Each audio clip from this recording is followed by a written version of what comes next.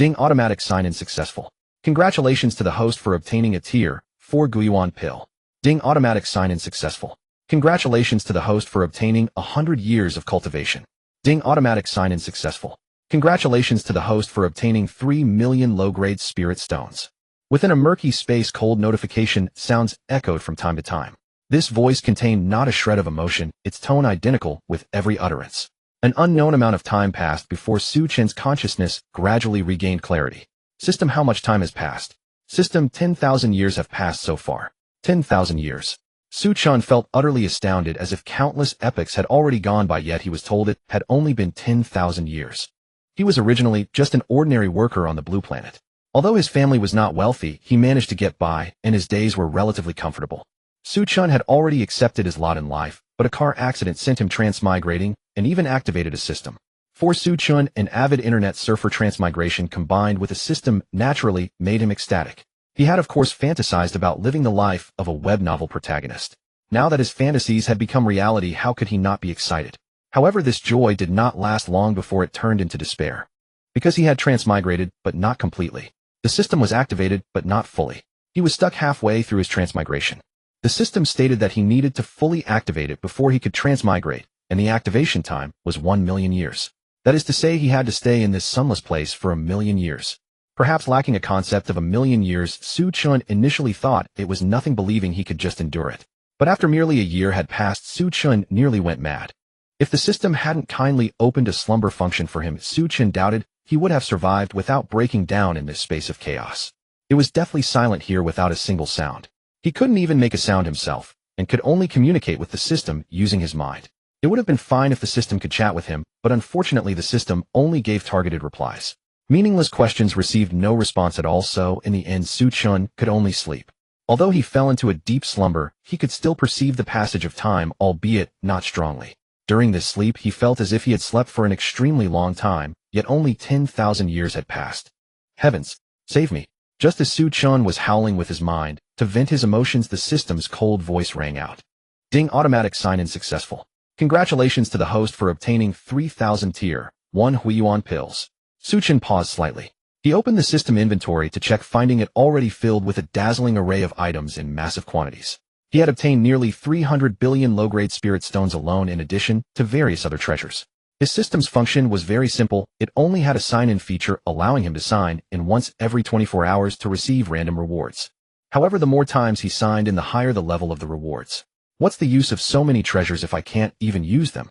Thinking that he had only passed 1% of the time, his mood began to grow agitated. Su Chen smiled bitterly, and taking advantage of his slightly stabilized emotions, fell into a deep slumber once again. Only the system's notification sounds remained in this space. Time flowed rapidly. 300,000 years later. Ding, automatic sign-in successful. Congratulations on obtaining the innate human holy body. Ding, automatic sign-in successful. Congratulations on obtaining 5 million top-grade spirit stones.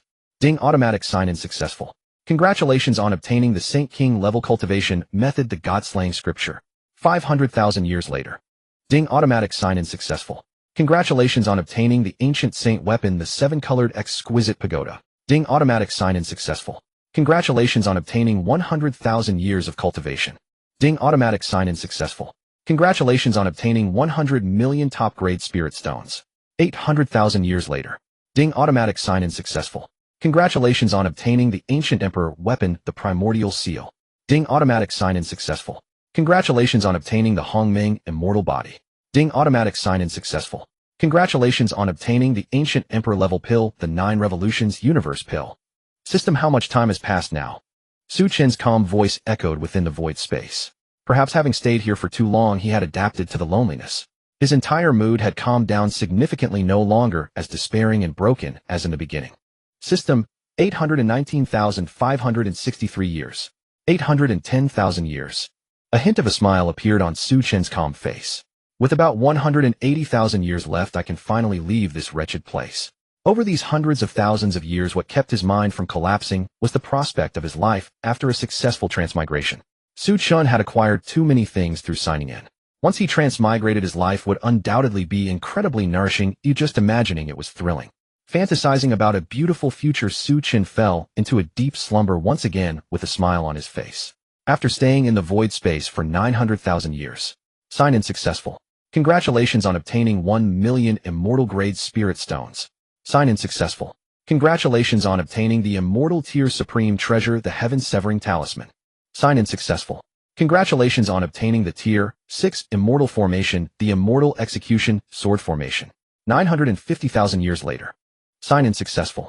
Congratulations on obtaining the heavens and myriad realms expert summoning card xianxia, the poser emperor of the heaven exploding faction. Strength unknown can exist for 10 breaths of time to help the host resolve any enemy. Sign in successful. The system's notification sounds rang out continuously. Another 40,000 years passed in this manner, leaving only the final 10 years until the system's activation. Chen awakened. At this moment his face was filled with exhilaration. It was almost a million years. Finally. Unknowingly Chen's face was covered in tears. For these million years do you know how I've lived? Even with a heart that had long been as placid as an ancient well, he couldn't help but feel ripples of emotion at this moment. With only 10 years left he would be able to leave. After a good while Chen's emotions stabilized. The first thing he did was check what good items he had signed in for over the years. What is this? He looked at the first slot of the system inventory where there was a figure viewed from behind looking incredibly imposing like a peerless expert. Heaven exploding faction xianxia. Holy crap. Chen was suddenly startled. To think he could sign in and get such a treasure. If he summoned this directly, wouldn't it be an absolute massacre? Thrilled beyond measure, Chen did not sleep for the final 10 years. He would ask the system from time to time how much time had passed. 10 years was neither long nor short. Under normal circumstances, enduring 10 years with Chen's mindset would certainly be easy considering he had endured so many years of loneliness. But seeing that the system was about to be successfully activated, Chen's mood began to grow anxious and restless. Time flew by, and in the blink of an eye 10 years had passed, and the cold voice echoed within the void space. System successfully activated. Commencing transmigration. Accompanied by the cold voice, Chen's consciousness instantly dissipated. When he recovered again, he suddenly opened his eyes. The young master has awakened. Quickly go report to the family head. A scream of pleasant surprise rang out beside Chen's ear. Voices. Chen's face was filled with joy, and after spending so many tens of thousands of years in the void, he had finally heard a voice.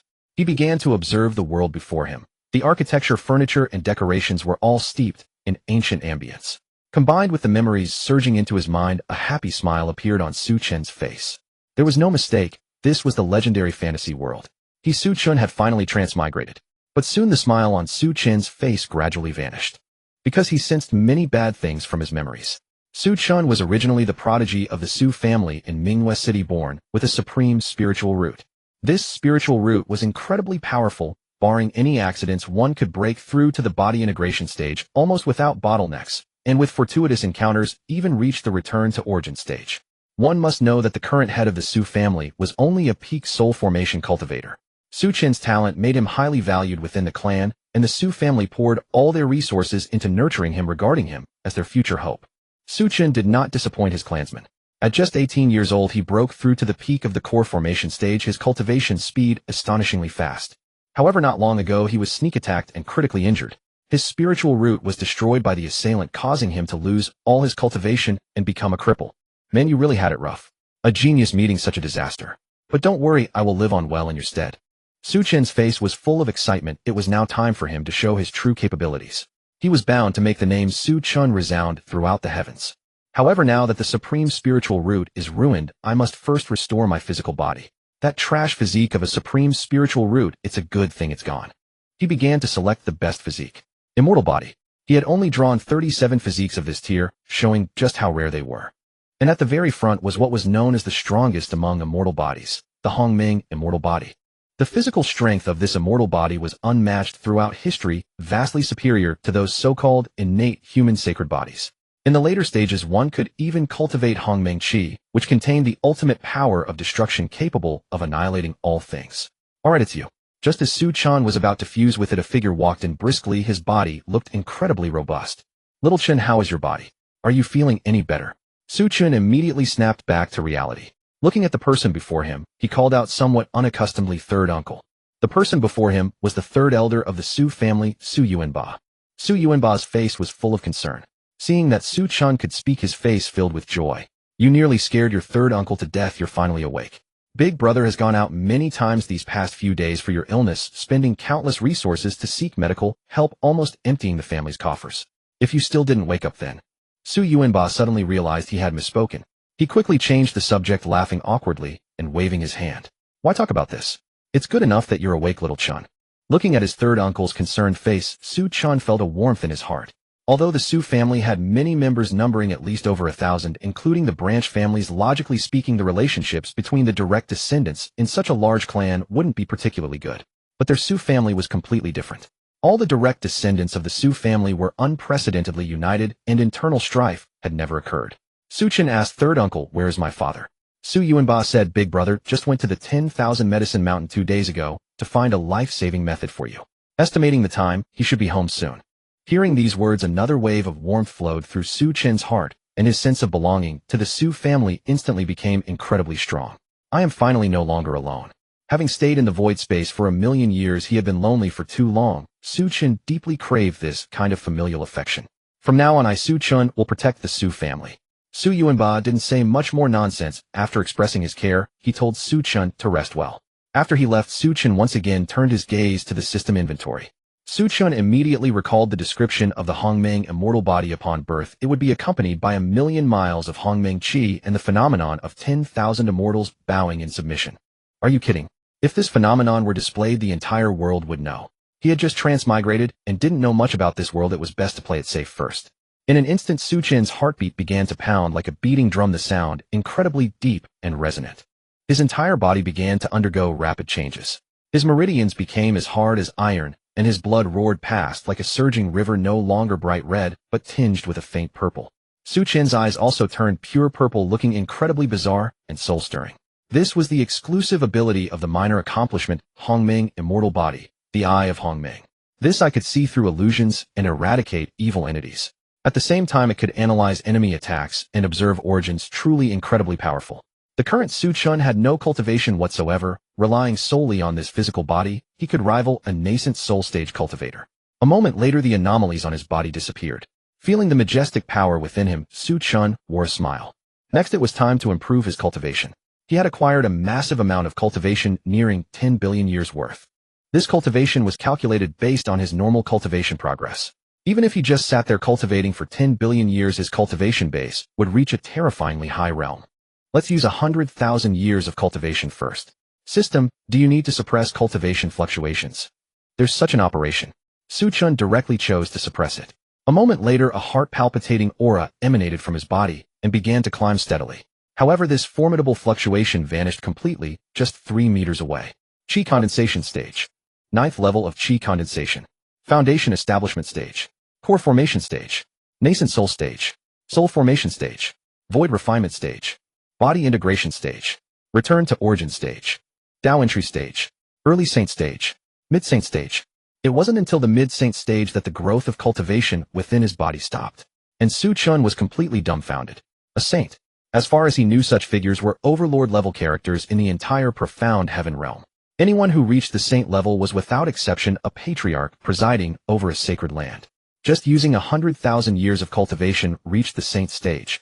Then if I used it all, how powerful would I be? Wouldn't I directly become a great emperor recorded in ancient texts? Or directly ascend to become an immortal? This system is an absolute cheat. Su Chen originally just wanted to test what effect 100,000 years would have. He didn't expect to skip across so many realms directly. Just as he was immersed in shock, an angry roar came from afar, echoing throughout the entire Su family. Su Chen, do you dare to fight me, or can you only be a cowardly turtle? Su Chen immediately released his divine sense. When he saw clearly who had come, his face turned cold. Looking for trouble, huh? He stood up and walked straight towards the door. Having stayed in the void for so long, he could just use some exercise. Outside the Su family mansion stood a young man with a stern countenance, accompanied by a middle-aged man who watched the Su family warily like a guardian. Although Su Chen was indeed crippled, the Su family was not yet finished. The 2 divine transformation cultivators were still alive. Li Haishan, you despicable coward. When our young master's cultivation was still intact, you didn't dare to utter a single word. Now that he's fallen, you have the audacity to show up. He's not a real man. Someone like you dares to be an enemy of our young master. Huh. The Su family members cursed Li Haishan loudly. Li Haishan remained unmoved, turning a deaf ear to these words. The Li family was one of the 5 great families of the original Bright Moon City, and within their clan there was also a divine transformation cultivator. Back when Su Chen was at the foundation establishment stage, he challenged the younger generation of the various families in the city. As the Li family's most talented member, Li Haishan was naturally singled out and challenged. The result was his crushing defeat, a complete humiliation. Because of that incident, Li Haishan lost all face and harbored a deep hatred for Su Chen. At the same time, he was well aware that he could never be Su Chen's match. Therefore, Li Haishan could only seek revenge after Su Chen's cultivation was crippled. Although this was somewhat disgraceful, as long as he could make Su Chen lose all face and firmly cement his reputation as a waste, it was all worth it. Li Haishan said coldly, "The proud prodigy your Su family once boasted is now nothing but a worthless cripple with no cultivation. The one who truly has no right is him. If you still have any courage, come out and fight me." Is the esteemed young master of the Su family truly so cowardly? His voice was completely undisguised, continuously echoing into the Su mansion. A crowd had already gathered around the Su mansion. Watching Li Haishan's provocations, they buzzed with discussion. This Li Haishan is too shameless, challenging Su Chen only after his cultivation was crippled. Where was he before? Not so, another said. There's no denying Su Chen's talent, but his life was short. Can a prematurely fallen genius still be called a genius? I agree, said another. Although Li Haishan is somewhat dishonorable, Su Chen is indeed a waste now. Without strength, he deserves the humiliation. In the crowd, most were mocking Su Chen. As the saying goes, when a wall falls, everyone pushes it. A genius they had envied had fallen, and everyone wanted to kick him while he was down. After all, the once lofty genius was now inferior even to their low-grade spiritual roots. Inside the Su mansion, apart from the great elder Su Yunxian, who was away, the remaining 4 elders had gathered. Su Yuanba roared, "Damn it! This Li family is going too far. Why don't we just kill Li Haishan directly?" Su Chen was the face of the Su family. Li Haishan's insults to Su Chen were essentially the same as cursing the Su family to their faces. Second elder Su Qingyun smiled bitterly. The clan leader and the great elder have gone out to find a way to cure Chener. It's better not to start a conflict with the Li family at this time. Both the great elder and the clan leader were at the divine transformation stage. If they weren't at the Su mansion, clashing with the Li family would surely lead to losses. Fifth elder Su Yunpeng said solemnly to Su Yuanba, "Fourth brother, the other 3 great families in Bright Moon City are subtly leaning toward the Wang family. We can't afford to act rashly at this critical time." Bright Moon City had 5 divine transformation level families: the Wang family, the Su family, the Li family, the Yuan family, and the He family. Among them, the Wang family had 3 divine transformation cultivators and was the strongest. However, the Wang family had always been hostile to the Su family. Beyond that, the Li and He families each had only 1 divine transformation cultivator, while the Su and Yuan families each had 2. Originally, when Su Chen was still thriving, the He family had always been allied with the Su family, but the alliance was based on Su Chen's promising future. Now that Su Chen was crippled, the alliance naturally collapsed on its own. Moreover, it caused the He family to lean more toward the Wang family. Su Yuanba said angrily, "Are we just going to wait for death like this? Our family's resources were already limited. After spending on treating Xiao Chun, we have less than 1 million spirit stones left. Even with frugality, we can only support the family for 3 months at most. What will we do after 3 months? Don't forget, in 10 days there will be the auction at Wanbao Pavilion. This time that supreme treasure will be up for sale.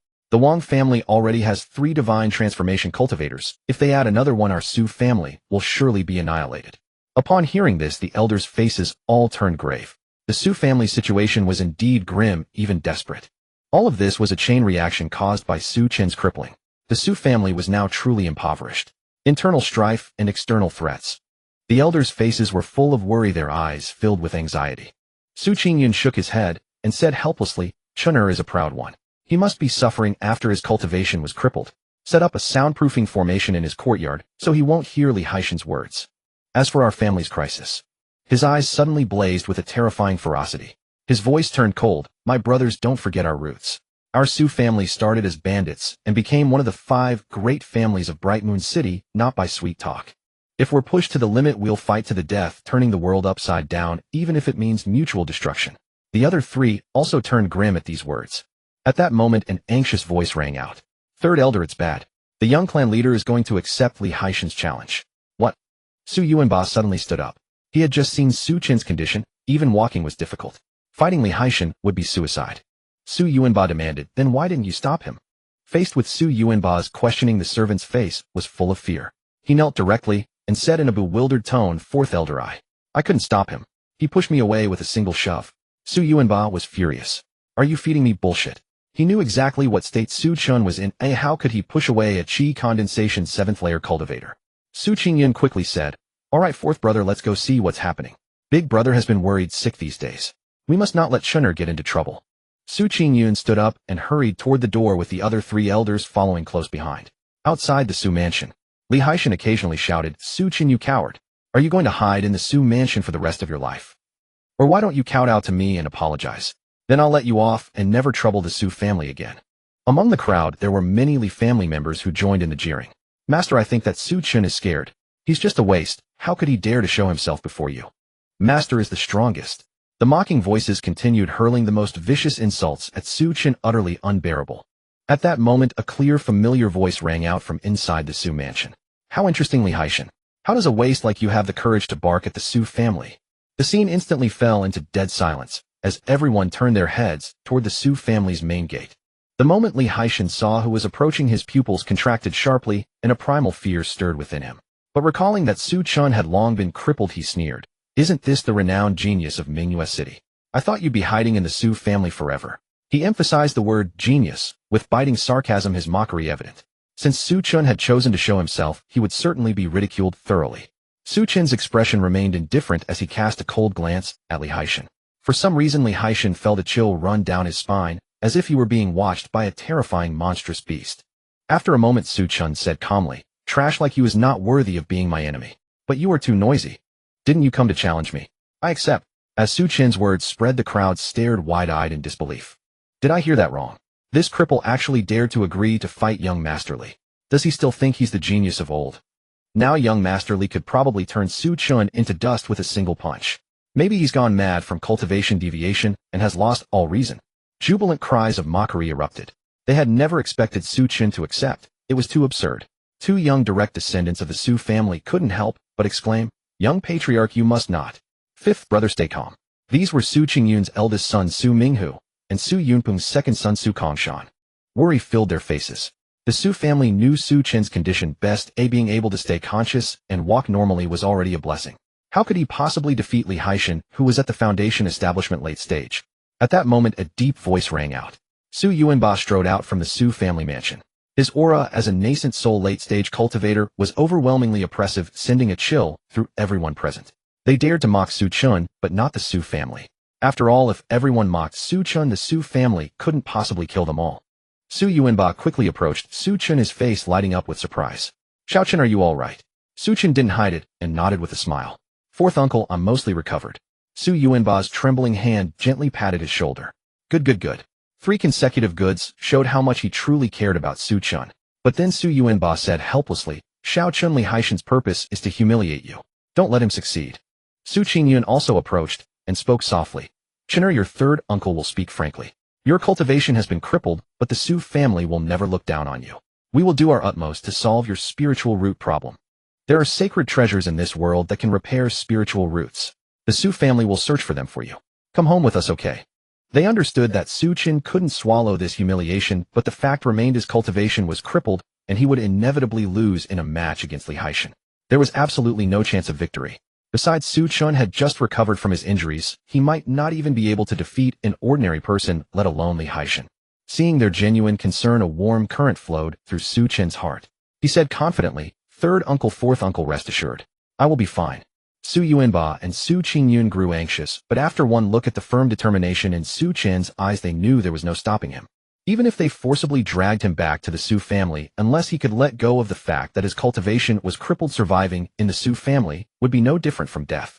Su Qingyun sighed helplessly and stepped aside. Since that was the case, he could only try to save Su Chen at the critical moment. This was his eldest brother's only son. He could not let anything happen to him. Li Haishan sneered at Su Chen. "If you have the guts, follow me to the martial arts arena." He headed straight for the arena, a place where duels were often held. Many powerful cultivators fought there, so the arena was always bustling with spectators eager to watch battles. Li Haishan deliberately chose this location simply to humiliate Su Chen. Su Chen said indifferently, "Why take all that trouble? Let's settle it right here." Li Haishan paused mid-step and turned to sneer, "Su Chen, are you afraid I'll kill you, so you want to fight in front of the Su family gate? Huh? Is this the genius? So even a genius can be such a coward." A cold gleam flashed in Su Chen's eyes. His figure vanished on the spot, and when he reappeared, he was already beside Li Haishan. Su Chen raised his hand and struck. A gruesome wound appeared on Li Haishan's abdomen, blood gushing out. His spiritual energy quickly dissipated from the gaping hole. "You mocked me as trash, didn't you? Now you can experience what it feels like to be trash." Su Chen had no intention of killing Li Haishan so easily. He wanted to show everyone that Su Chen had returned. Li Haishan trembled and collapsed to his knees. Staring at the blood pouring from his abdomen and feeling the overwhelming weakness spreading through his body, his mind went blank. What had happened? He hadn't even seen Su Chen move, and his cultivation was already crippled. And wasn't Su Chen supposed to be crippled? How could he still possess such strength? Li Haishan's eyes were filled with despair and regret. If only he hadn't come to seek revenge. With his cultivation destroyed, even if he survived, he would be nothing but a lowly ant. The nascent soul stage elder of the Li family, Li Qiu, was stunned, then rage surged. You dared to cripple Li Haishan. Die. Li Haishan was the most talented genius of their clan, destined to become at least a divine transformation stage powerhouse. Now that Su Chen had crippled him, how could Li Qiu not be furious? Su Qingyun snapped out of his shock and roared, Li Qiu, how dare you? Li Qiu's eyes burned with madness. He crippled our clan's genius. Su Chen must die. A terrifying surge of power erupted, accompanied by a crushing pressure. The onlookers' faces twisted in terror. A battle between nascent soul stage cultivators was no trivial matter. One wrong move could easily injure bystanders, and those weaker might even die from the shockwaves. Su Qingyun's eyes widened in fury. Too late.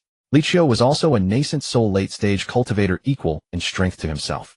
He had been stunned for a moment, and now he was half a step behind in intercepting. Damn it! Chen dodge. Su Qingyun could only shout, hoping Su Chen would evade, though the chance was slim. Even if Su Chen had recovered his cultivation, it would only be at the core formation stage. How could he possibly dodge an attack from a nascent soul stage cultivator? Su Chen sneered coldly, his voice icy. Who do you think you are to bark in front of me? The bone-chilling voice rang out. Su Chen moved faster than Su Qingyun. His fist shot out like a cannonball. Boom. In a single exchange, Li Qiu was sent flying, crashing dozens of meters deep into the ground. Cracks spread like a spiderweb across the area. Li Qiu had no breath left. The sudden turn of events stunned everyone. Li Qiu is dead. Su Chen killed the Li family's nascent soul elder. Wasn't his cultivation crippled? How does he still possess such combat power? A terrified voice rang out, instantly causing an uproar. Countless pairs of eyes filled with shock and fear. The scene fell into a deathly silence, everyone's eyes wide with utter disbelief as they beheld the sight. Li Haishan was crippled in an instant, which alone was enough to shock them profoundly. But the fact that Su Chen had killed Li Qiu with a single strike was absolutely terrifying. Knowing that Li Qiu was no mere nascent soul early-stage cultivator, he was at the late stage. Even Su Qingyun would have found it no easy task to subdue Li Qiu, let alone a junior like Su Chen. Yet this impossible feat had occurred before their very eyes. Li Qiu had been slain by Su Chen, and it was an instant kill at that. Even the members of the Su family were stunned, their eyes bulged like copper bells, and their mouths gaped wide enough to swallow an egg. Su Qingyun, Su Yuanba, and the four elders were utterly bewildered, their astonishment surging like tumultuous waves. After a brief moment of stillness, the Su family members erupted in exultant shouts, Young Master! Young Master! So the young master's cultivation was never crippled. He has actually advanced further, now capable of slaying a nascent soul cultivator like Li Qiu. Truly heaven blesses our Su family. Some clan elders were moved to tears, their faces brimming with excitement. Among those who had come to watch from the shadows, many wore grim expressions. Su Chen had not been crippled after all. Several streets away, a man with a scar across his face bore an extremely dark countenance. He spoke to the darkness in a cold, venomous tone. Report this situation back to the master immediately. Su Chen's cultivation hasn't been destroyed. He likely concealed his true power before probably already breaking through to the nascent soul realm. Now he is very likely at the late nascent soul stage, or even the peak of nascent soul. Able to reach such a level at this age, he will probably break through to divine transformation soon. Tell the master to act against the Su family without delay, or it will be even more difficult later. Also send word to the Wang family. Make them do something substantial. They want to reap the benefits without lifting a finger. No way. Soon a response came from the darkness. As you command. The scar-faced man turned his gaze towards Su Chen in the distance, his eyes filled with wariness. To have reached such a cultivation level before even 20 years old, Su Chen must harbor other great secrets. No wonder the Su family is the subject of such a high bounty. At this thought, a sinister smile crept across his face. Perhaps this is also an opportunity. If we can seize everything the Su family has, all their secrets will become ours, and we'll collect a handsome reward. Su Chen, you truly have 9 lives. 30 core formation dead warriors couldn't even kill you. In front of the Su family estate, Su Yuanba and Su Qingyun hurried to Su Chen's side. Though their hearts were filled with endless questions, they shielded him behind them. Su Qingyun spoke coldly to the surroundings. Li Qiu attacked a junior of our clan unprovoked, and his death was his own doing. If the Li family is unsatisfied, they are welcome to come to the Su family and seek an explanation. In the past, without Su Chen, they lacked confidence. But now that Su Chen's cultivation had recovered and grown so powerful, strong enough to kill Li Qiu, a late nascent soul cultivator, it filled them with a powerful sense of self-assurance. Other families had deep roots, but the Su family was different. The Su family had few properties in Minghua City. If pushed to the brink, they could simply take Su Chen and leave the city, then return for revenge when their cultivation was sufficient. It was precisely for this reason that although the Wang family was stronger than the Su family, they never dared to force a fight to the death. After finishing his words, Su Qingyun hurriedly pulled Su Chen back into the Su estate. In the great hall of the Su family, only the 4 elders and Su Chen remained. Su Qingyun spoke with a grave expression. "Chen, tell your uncle the truth. What exactly happened to you?" Su Chen's strength had grown too strangely, and Su Qingyun feared he might have been possessed. Su Chen had already prepared an excuse. He raised his hand and punched towards Su Qingyun. A seemingly light blow, yet it forced Su Qingyun, a peak nascent soul cultivator, to stumble back several steps before he could steady himself. What? Su Qingyun's face was filled with shock. Su Chen's casual strike had left him without any means to defend himself. Su Chen said with a smile, "Uncle, actually I took a master when I was very young. That person was extremely powerful, but he instructed me never to reveal his identity, so I kept it hidden all along. And I don't actually have a supreme grade spirit root. I possess a saint-level constitution. This constitution only fully awakened when I faced a life-threatening crisis. So this time losing my cultivation was actually an opportunity. It allowed me to be reborn from the flames." Su Qingyun's expression trembled at these words. He couldn't help but swallow hard. A saint body. Su Chen actually possessed such a heaven-defying constitution. And a master too. Why had he never heard of such a thing before? His eyes grew wary. "What gift did I give you on your 7th birthday?" Su Qingyun gave a wry smile, but answered obediently. "You gave me a dagger. I named it Qingfeng, but I accidentally lost it later. You gave it to me in the courtyard next door." Su Qingyun finally breathed a sigh of relief. Possession was a common practice among cultivators, but after possession one could only retain the original's recent memories. Memories as distant as age 7 were certainly not preserved. So it was unlikely that Su Chen had been possessed. Su Qingyun's face was now full of joy. "You kid, not a word. You nearly scared us to death this whole time." The 4 elders of the Su family were also beaming with delight. Su Chen was their nephew, the young patriarch, who would one day inherit the family's legacy. The stronger Su Chen became, the happier they were. Su Yuanba said gruffly, "Since you've recovered your strength, why did you pretend to be so miserable when I came to visit you?" Su Chen scratched his head helplessly. At that time he hadn't activated the Hongmeng immortal body yet, so he couldn't have been energetic even if he wanted to. Report. The family head and the grand elder have returned. 2 figures slowly entered the Su estate. The one at the forefront was tall and imposing with a heroic bearing. This was the family head, Su Qingtian. The man beside him appeared much more scholarly with the air of a learned gentleman. This was the grand elder Su Yunxian. However, both wore grim expressions, clearly indicating that their trip to find a solution for Su Chen had once again ended in failure. Su Qingtian sighed. "Second brother, perhaps this calamity is Chener's fate. Let's not waste the family's remaining resources trying to heal his spirit root." After 2 months of running around, Su Qingtian had lost all hope. He had tried every method, expended countless resources, but to no avail. Su Chen couldn't even wake up, and his aura had been growing weaker recently. Though it was hard for Su Qingtian to accept, Su Chen was indeed nearing the end. At most half a month, and it would truly be beyond saving. Su Yunxian immediately glared. "Brother, what are you saying? After sister-in-law left, you only have this one son. Even if we can't preserve his cultivation, we must at least save his life. Even if it means draining the Su family dry, I will pull him back from the gates of death." Hearing this, Su Qingtian's face was filled with self-reproach. He felt that his own failings had dragged down the entire family. The Su family was not a native force of Minghua City. They had moved in later.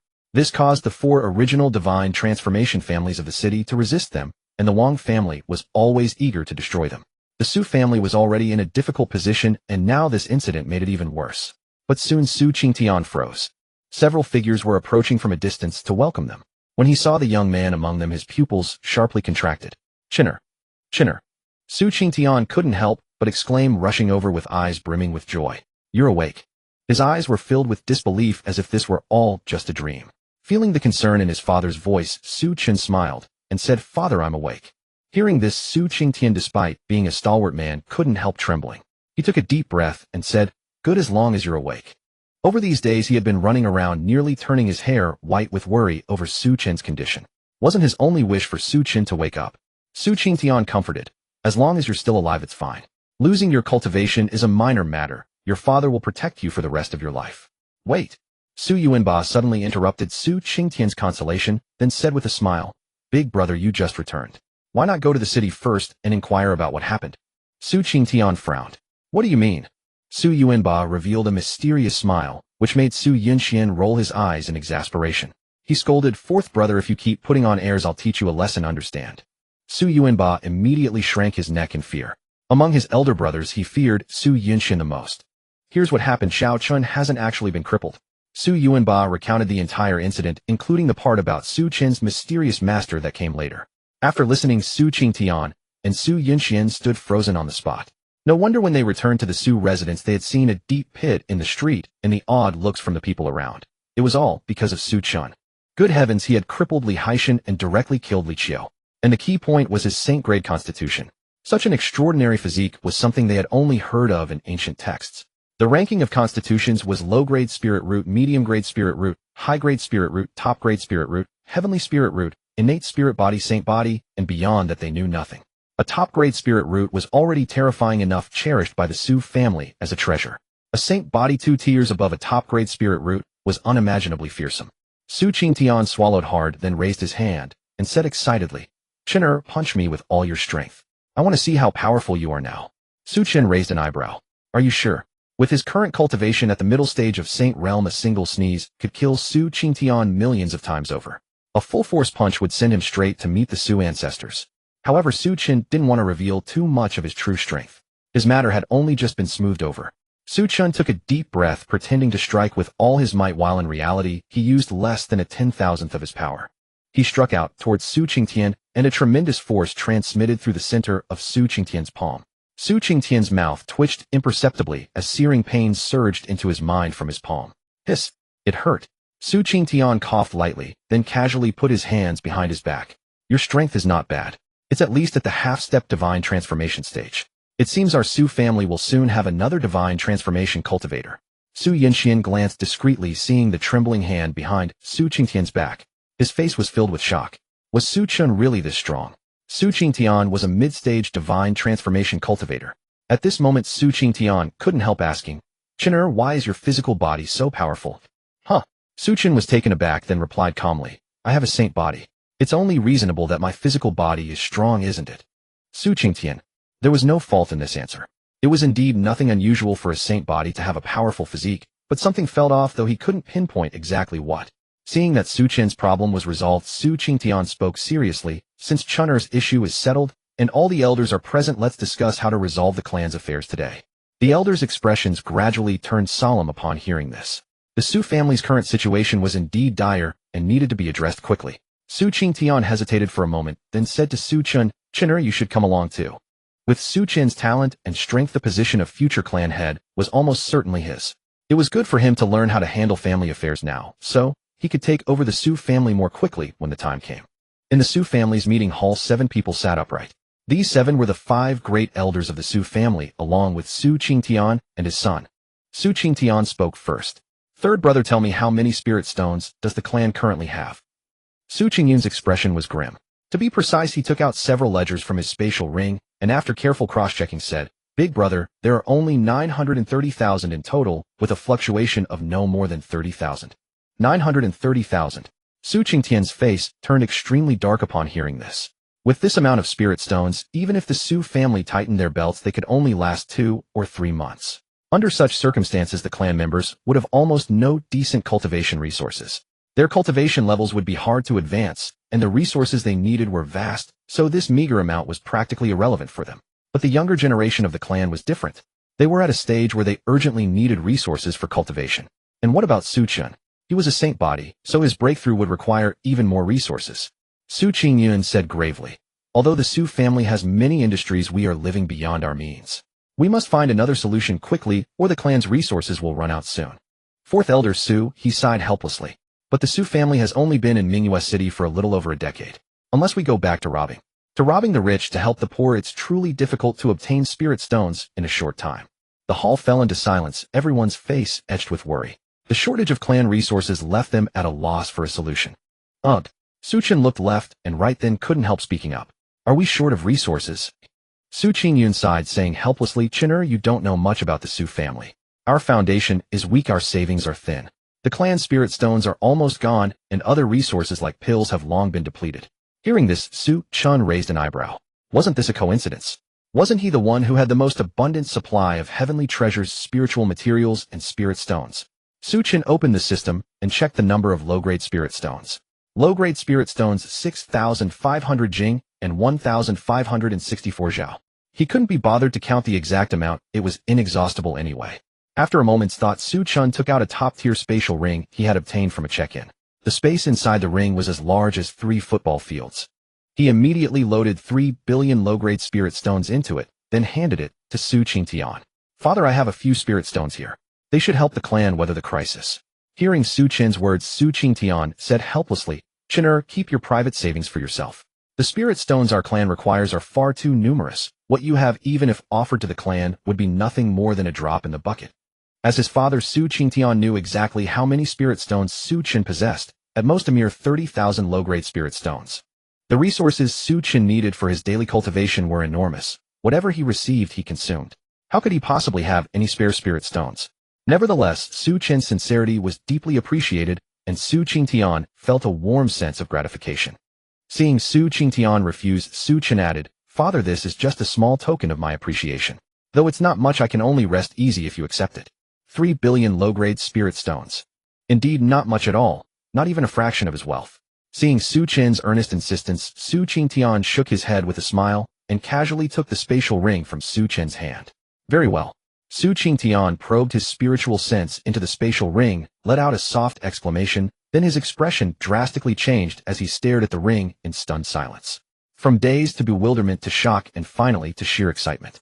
Xianxia raised his head, his voice trembling with awe as he asked, Chen, where did you obtain all these spirit stones? Chen replied calmly with a smile, they were all given to me by my master. Seeing Xianxia's stunned expression, Xianxian frowned, took the spatial ring, and prepared to examine it himself. Let me see what all the fuss is about. Immediately after, his expression also underwent a drastic transformation nearly identical to Xianxian's. Xianxian's eyes widened as he scanned Chen with utter disbelief, barely restraining himself from blurting out the 2 sacred words, holy crap. His face was a portrait of confusion and astonishment. Is this real? Good heavens. Seeing the 2 of them in such a state, Yuanba also stepped forward to take the spatial ring. I want to see what's going on too. But soon his expression mirrored theirs exactly. These are 3 billion low-grade spirit stones. Yuanba's composure was clearly much weaker. A cry of shock escaped his lips, and his face was filled with disbelief as he exclaimed, this is 3 billion low-grade spirit stones. Even the Wang clan's entire reserves could never exceed 1 billion low-grade spirit stones. We've now surpassed the wealth the Wang clan has accumulated over 1,000 years. By a full 3 times. What? 3 billion low-grade spirit stones. The second elder, fourth elder, and fifth elder each took turns examining the spatial ring, their expressions turning equally awestruck. It truly was 3 billion low-grade spirit stones. Their gazes converged on Chen, filled with bewilderment. This young nephew of theirs seemed to have become someone entirely different from the person they once knew. First he killed Li Qiu with a single strike, and then he casually produced 3 billion low-grade spirit stones, calling it his small token of appreciation. This is your small token. A small token amounting to 3 billion low-grade spirit stones. Yet soon everyone snapped out of their elation, and Xianxia couldn't help but ask, Chen, these must be the cultivation resources your master gave you, right? Chen's eyes lit up, an excuse handed to him on a silver platter. He immediately spoke up, you saw right through me. The Su clan is my home, and now that the clan is in trouble, it's my duty to help. Take these 3 billion low-grade spirit stones, father. I still have plenty of resources left. Besides, my mysterious master is incredibly powerful, he doesn't care about such trifling amounts. He was after all pinning all the blame on that non-existent master. The main reason was that Chen couldn't reveal his system. It was his greatest trump card. If he tried to come up with other excuses, they'd be riddled with holes, so it was far better to simply claim he had an extremely powerful master. Hearing this, Xianxia was completely reassured, and a broad smile spread across his face. Good. Truly worthy of being a son of the Su clan. Yuanba also said joyfully, for Xiao Chen's master to casually hand over 3 billion low-grade spirit stones for his cultivation, that master must have reached an utterly terrifying realm. Why should we fear that Wang clan any longer? Xianxian frowned, and said, fourth brother, having your own strong power is the foundation. Relying on others will never last long. Hearing this, Yuanba couldn't help but scratch his head. I was just speaking casually. Why do you have to take it so seriously, second brother? Xianxian suddenly spoke up, Chen, these are your spirit stones after all. Once we get through this crisis, we'll return whatever is left over to you. Su Chen's growth and strength was the most important thing. He didn't want to hinder his son's cultivation over this. Su Chen's tone turned slightly firm. Father, I told you to use these resources as you see fit. Whether for the clan disciples' cultivation or for yourselves, it's all fine. I truly don't lack these spirit stones. As if afraid they wouldn't believe him, Su Chen raised his hand and waved it. 3 spatial rings appeared in his right hand. See these spatial rings. Each one contains 30 billion low-grade spirit stones. If you run out, just tell me directly. I, Su Chen, simply don't lack spirit stones. When these are used up, I'll have my master give me 100 or even 800 billion more. Crack. The teacup slipped from Su Yunxian's hand and shattered on the floor with a crisp sound. After the initial 30 billion spirit stones, he had thought the clan could rest easy, so he had reached for a cup of water, only for Su Chen to drop a bombshell on him. Another 90 billion low-grade spirit stones. And when those are used up, he can just ask his master for another 100 or 800 billion. What kind of absurd master is this? Su Chen casually tossed the rings onto the table. If you don't believe me, see for yourselves. Su Yunxian immediately probed each ring one by one, and sure enough, every spatial ring contained 30 billion low-grade spirit stones. He couldn't help but swallow hard, glanced at his brothers who were all stunned speechless, and then silently nodded. Not a single sound could be heard in the hall. Everyone was too shocked to speak. The entire Wang clan had accumulated only about 1 billion spirit stones over 1,000 years, and now Su Chen had surpassed them with ease. Did the gap have to be this enormous? Su Chen retrieved the 3 spatial rings, then said with an air of nonchalance, 30 billion low-grade spirit stones truly isn't much. Though his words were calm, they struck like a critical blow, deeply rattling everyone present. 30 billion spirit stones is still not much. That's 30 billion. Do you even hear what you're saying? Su Chen continued, Father, I am the young clan leader of the Su clan. Use these 30 billion spirit stones to develop the family. As I said, when you run out, just tell me. I really don't lack spirit stones. He had originally planned to give them some heaven-tier treasures as well, but on second thought such matters couldn't be rushed, and more importantly, they would be hard to explain. That was why he had only given them the 30 billion spirit stones.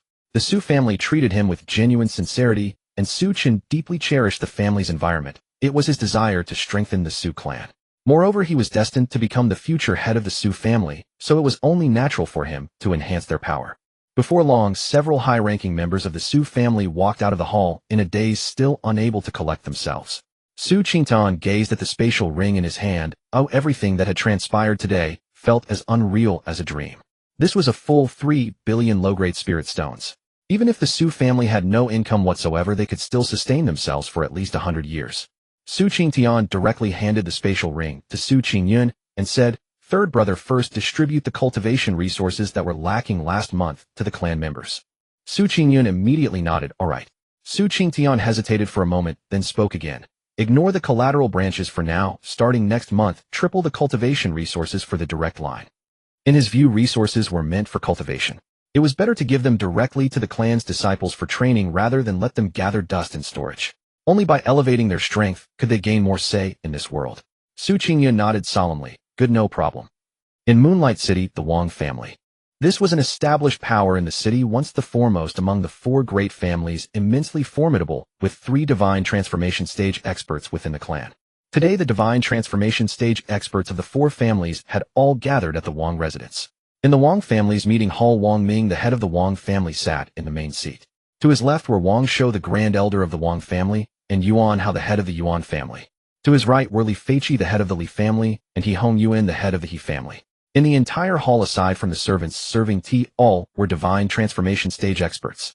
Wang Ming swept his gaze around and said indifferently, Gentlemen, have you all heard about Su Chen?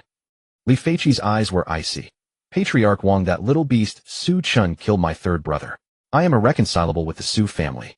As long as you lead the charge, I will immediately follow to annihilate the Su family. The Li family's strength was already weak with only him as a divine transformation stage expert. The death of a nascent soul stage member had a significant impact on them.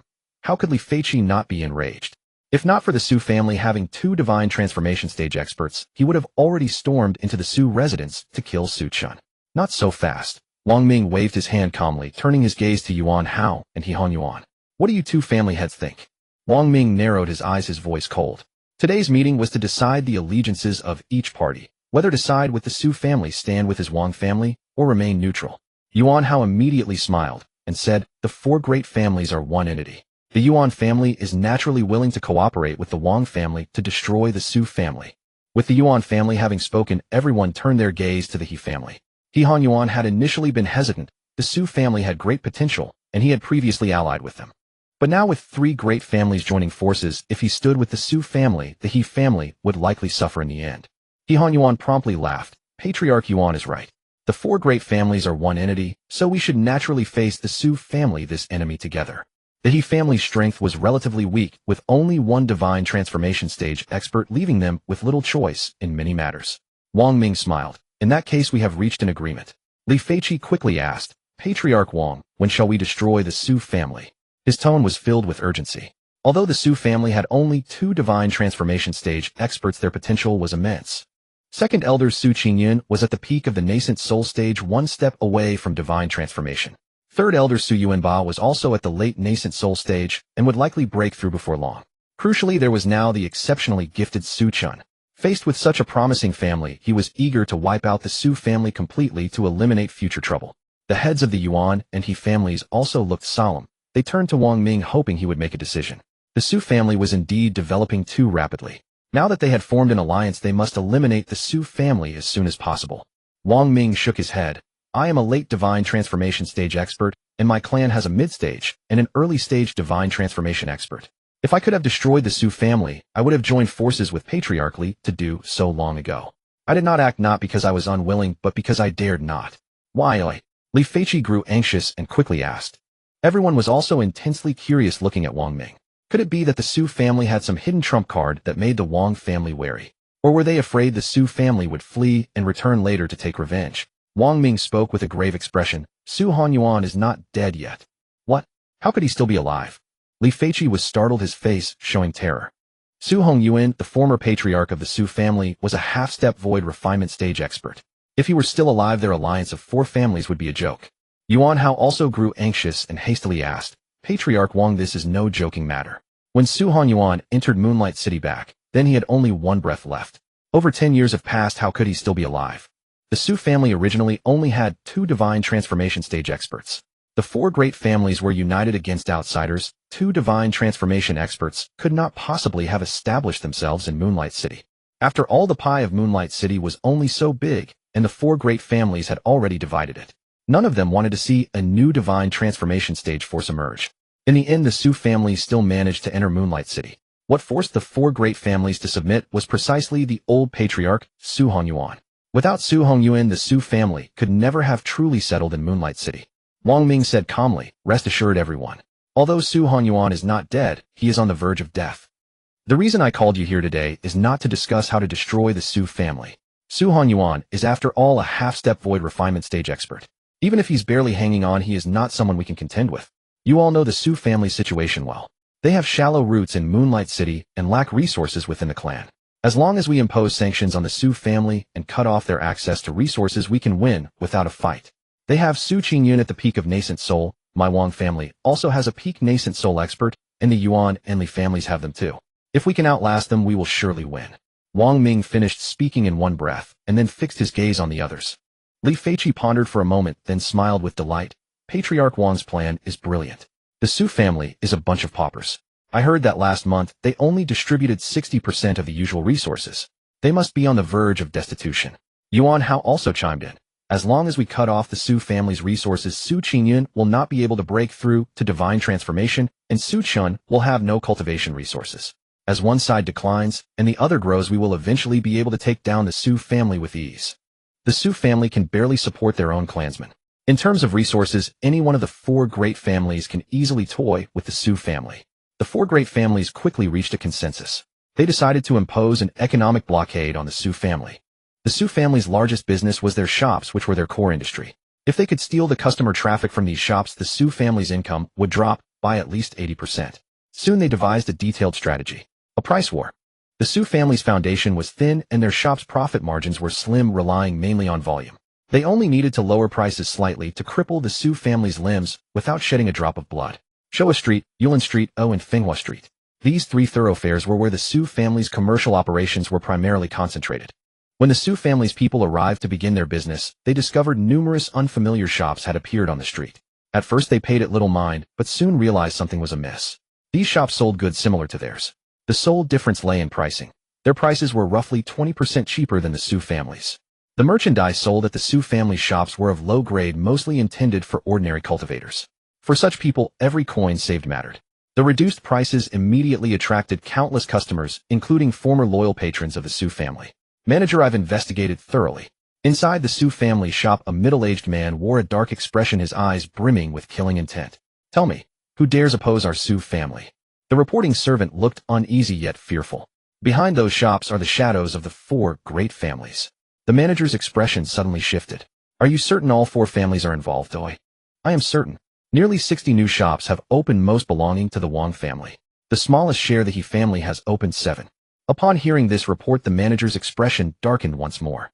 The 4 great families joining forces to target the Su family made their intentions glaringly obvious. Su Yu rose to his feet and instructed, do not seek trouble with them. With that, he departed the shop and headed straight for the Su residence. This matter was too critical. He needed to report to the family immediately. The Su family's council hall. Nearly 30 people sat within, all of whom held real power in the Su family. Besides the top elders, numerous branch members were also present. Su Qingtian spoke with grave expression. I'll cut to the chase. Su Yu sent word that the 4 great families have joined forces to open shops competing directly with our Su family. They sell the same goods at prices nearly 20% lower. What? Several in attendance were startled.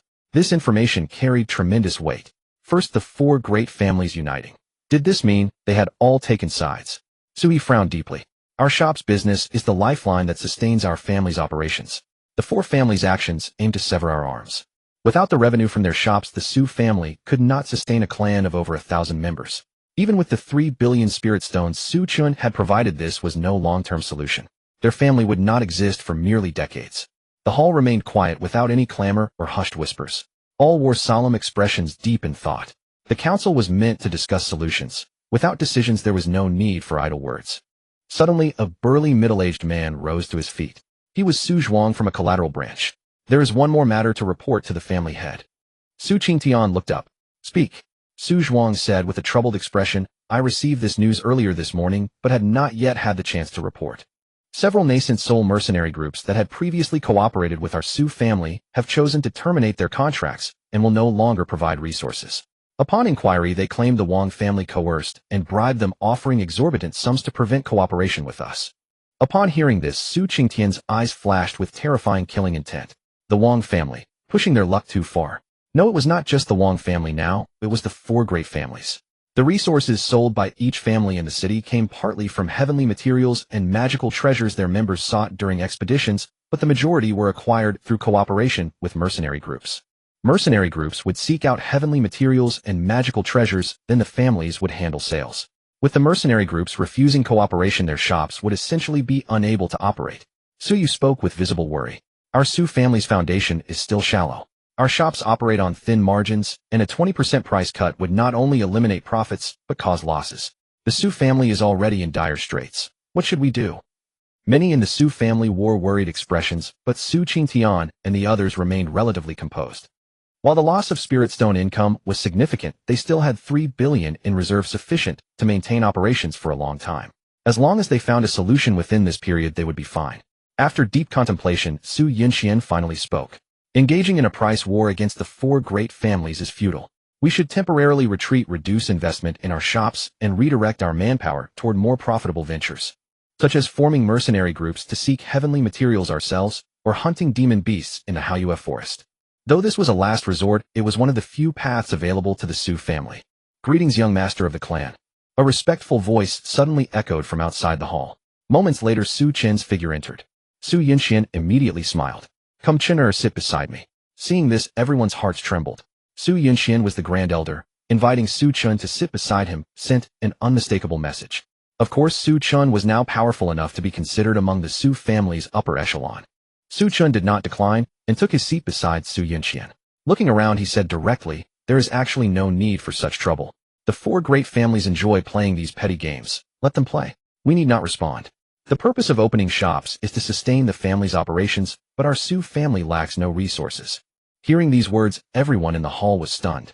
Many secretly shook their heads. The young master was still too young, not understanding the Su family's dire situation. Their family was nearly empty. How could they claim to lack nothing?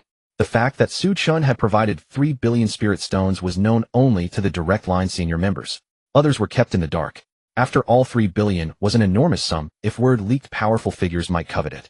They understood the simple principle: a commoner with no crime still faces punishment for possessing a precious treasure. Su Qingtian knew his son was not so foolish and could not help but ask, "Chen, do you have a solution?" Su Chen smiled faintly and handed Su Qingtian a spatial ring, transmitting his voice privately. "Father, this contains 500,000 first-grade spirit gathering pills and 130,000 second-grade recovery pills.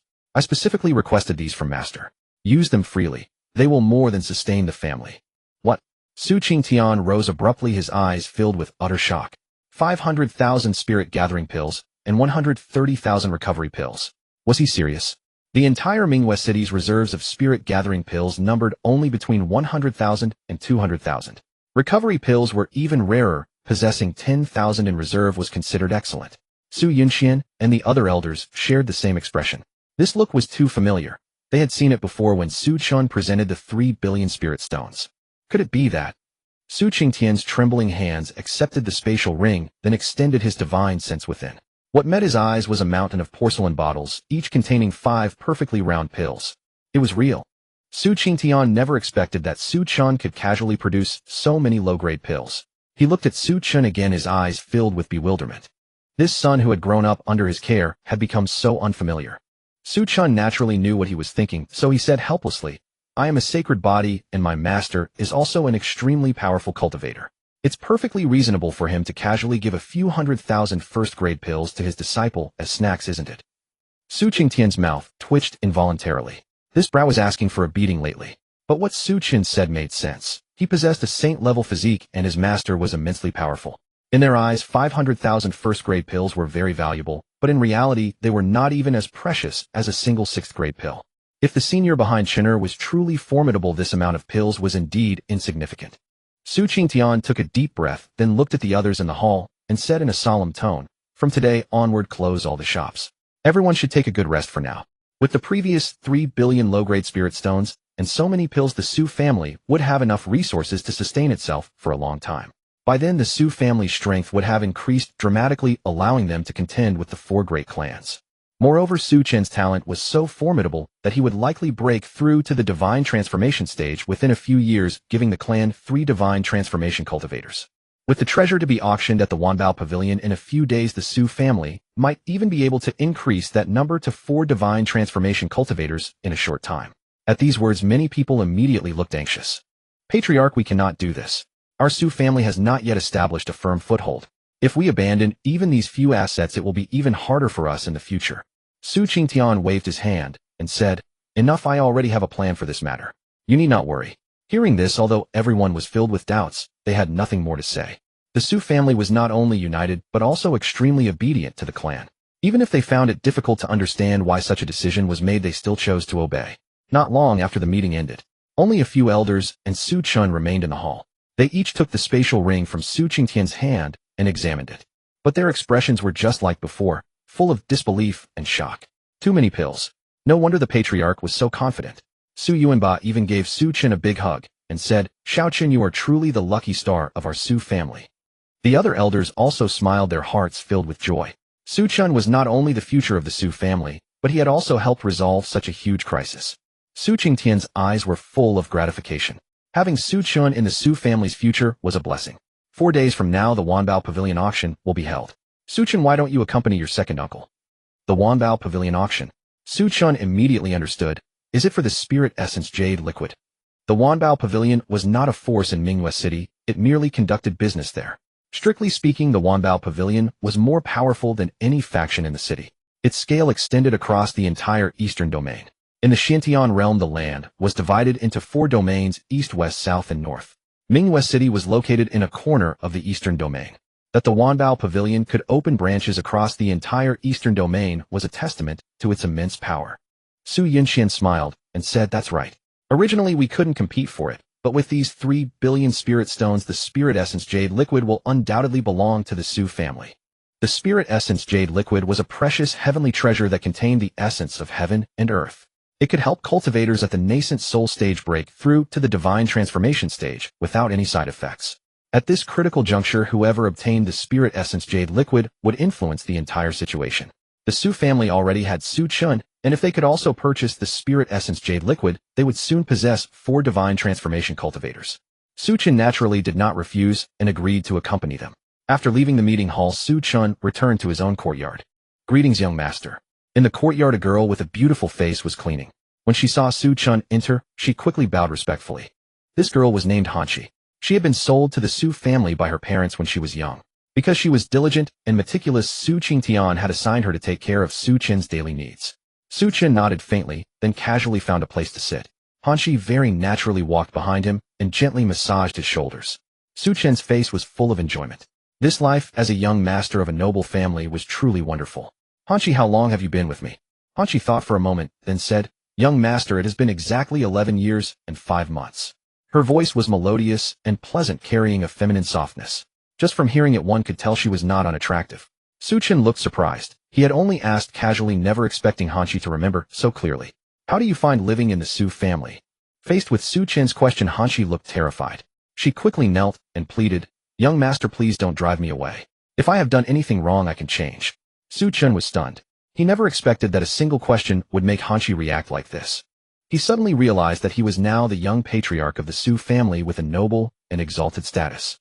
Every word and action could sometimes determine many things and could also stir up wild thoughts among those beneath him. Asking her how she felt living in the Su family might have given the impression that he was dissatisfied with her. Thinking of this, Su Chen shook his head and smiled. He stepped forward, lifted Hanchi's chin, looked into her watery eyes, and said gently, I have no intention of driving you away. Seeing Su Chen's gentle smile, Hanchi's expression became dazed. Although the previous Su Chen had not been harsh, he had always been cold and distant toward her, never so approachable. Especially since they were so close now, Hanchi's little heart began to pound rapidly. Hanchi quickly came to her senses, realizing that Su Chen's words were not what she had imagined. She blushed and said, Young master, I am very happy living in the Su family. I really like the Su family. Su Chen nodded, handed her a spatial ring, and said with a calm expression, Inside are some cultivation resources and techniques.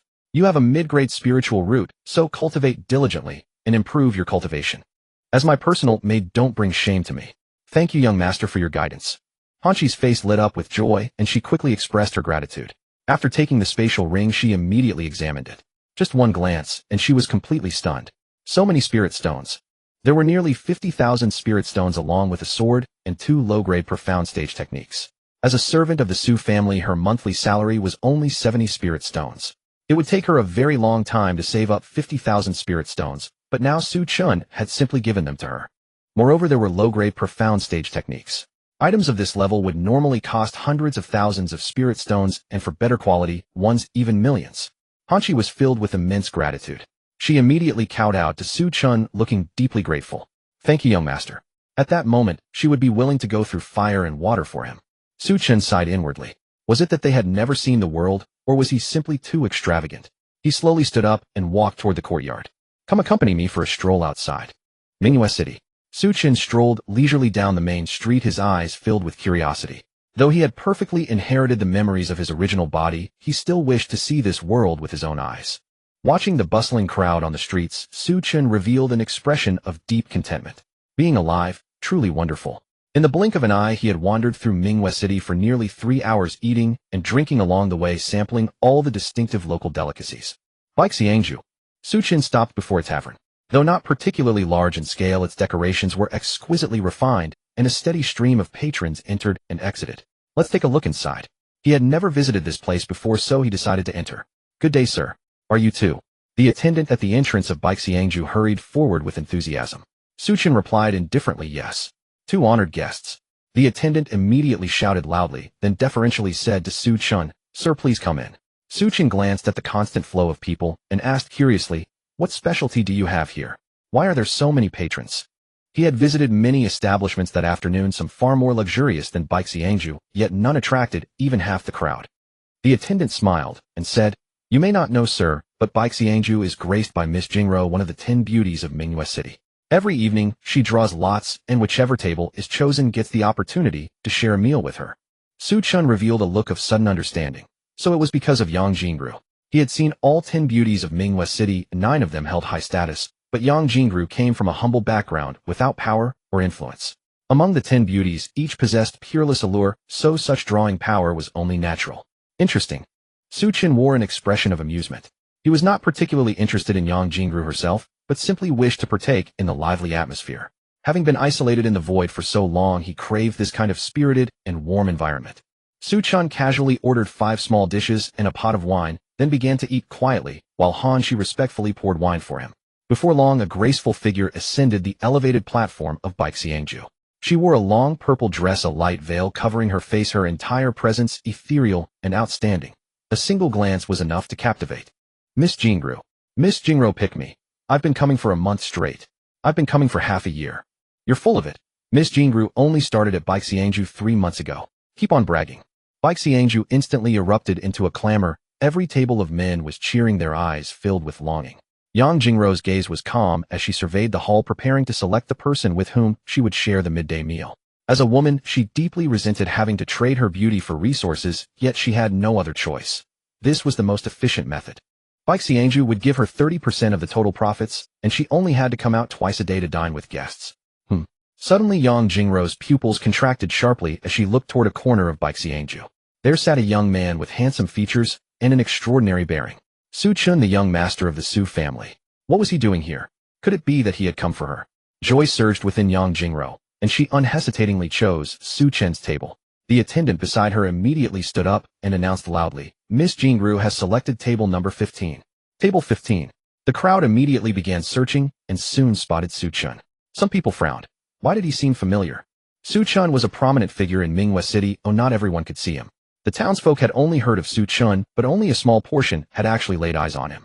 When Chen heard that Yang Jingru had chosen him, his brow furrowed slightly. He turned his head and glanced at Yang Jingru. Their eyes met, but Chen looked away after only a brief moment, signaling Shi to pour wine. His demeanor was utterly indifferent. Bang! In another direction of xianxia, at table 79, sat a young man in his 20s.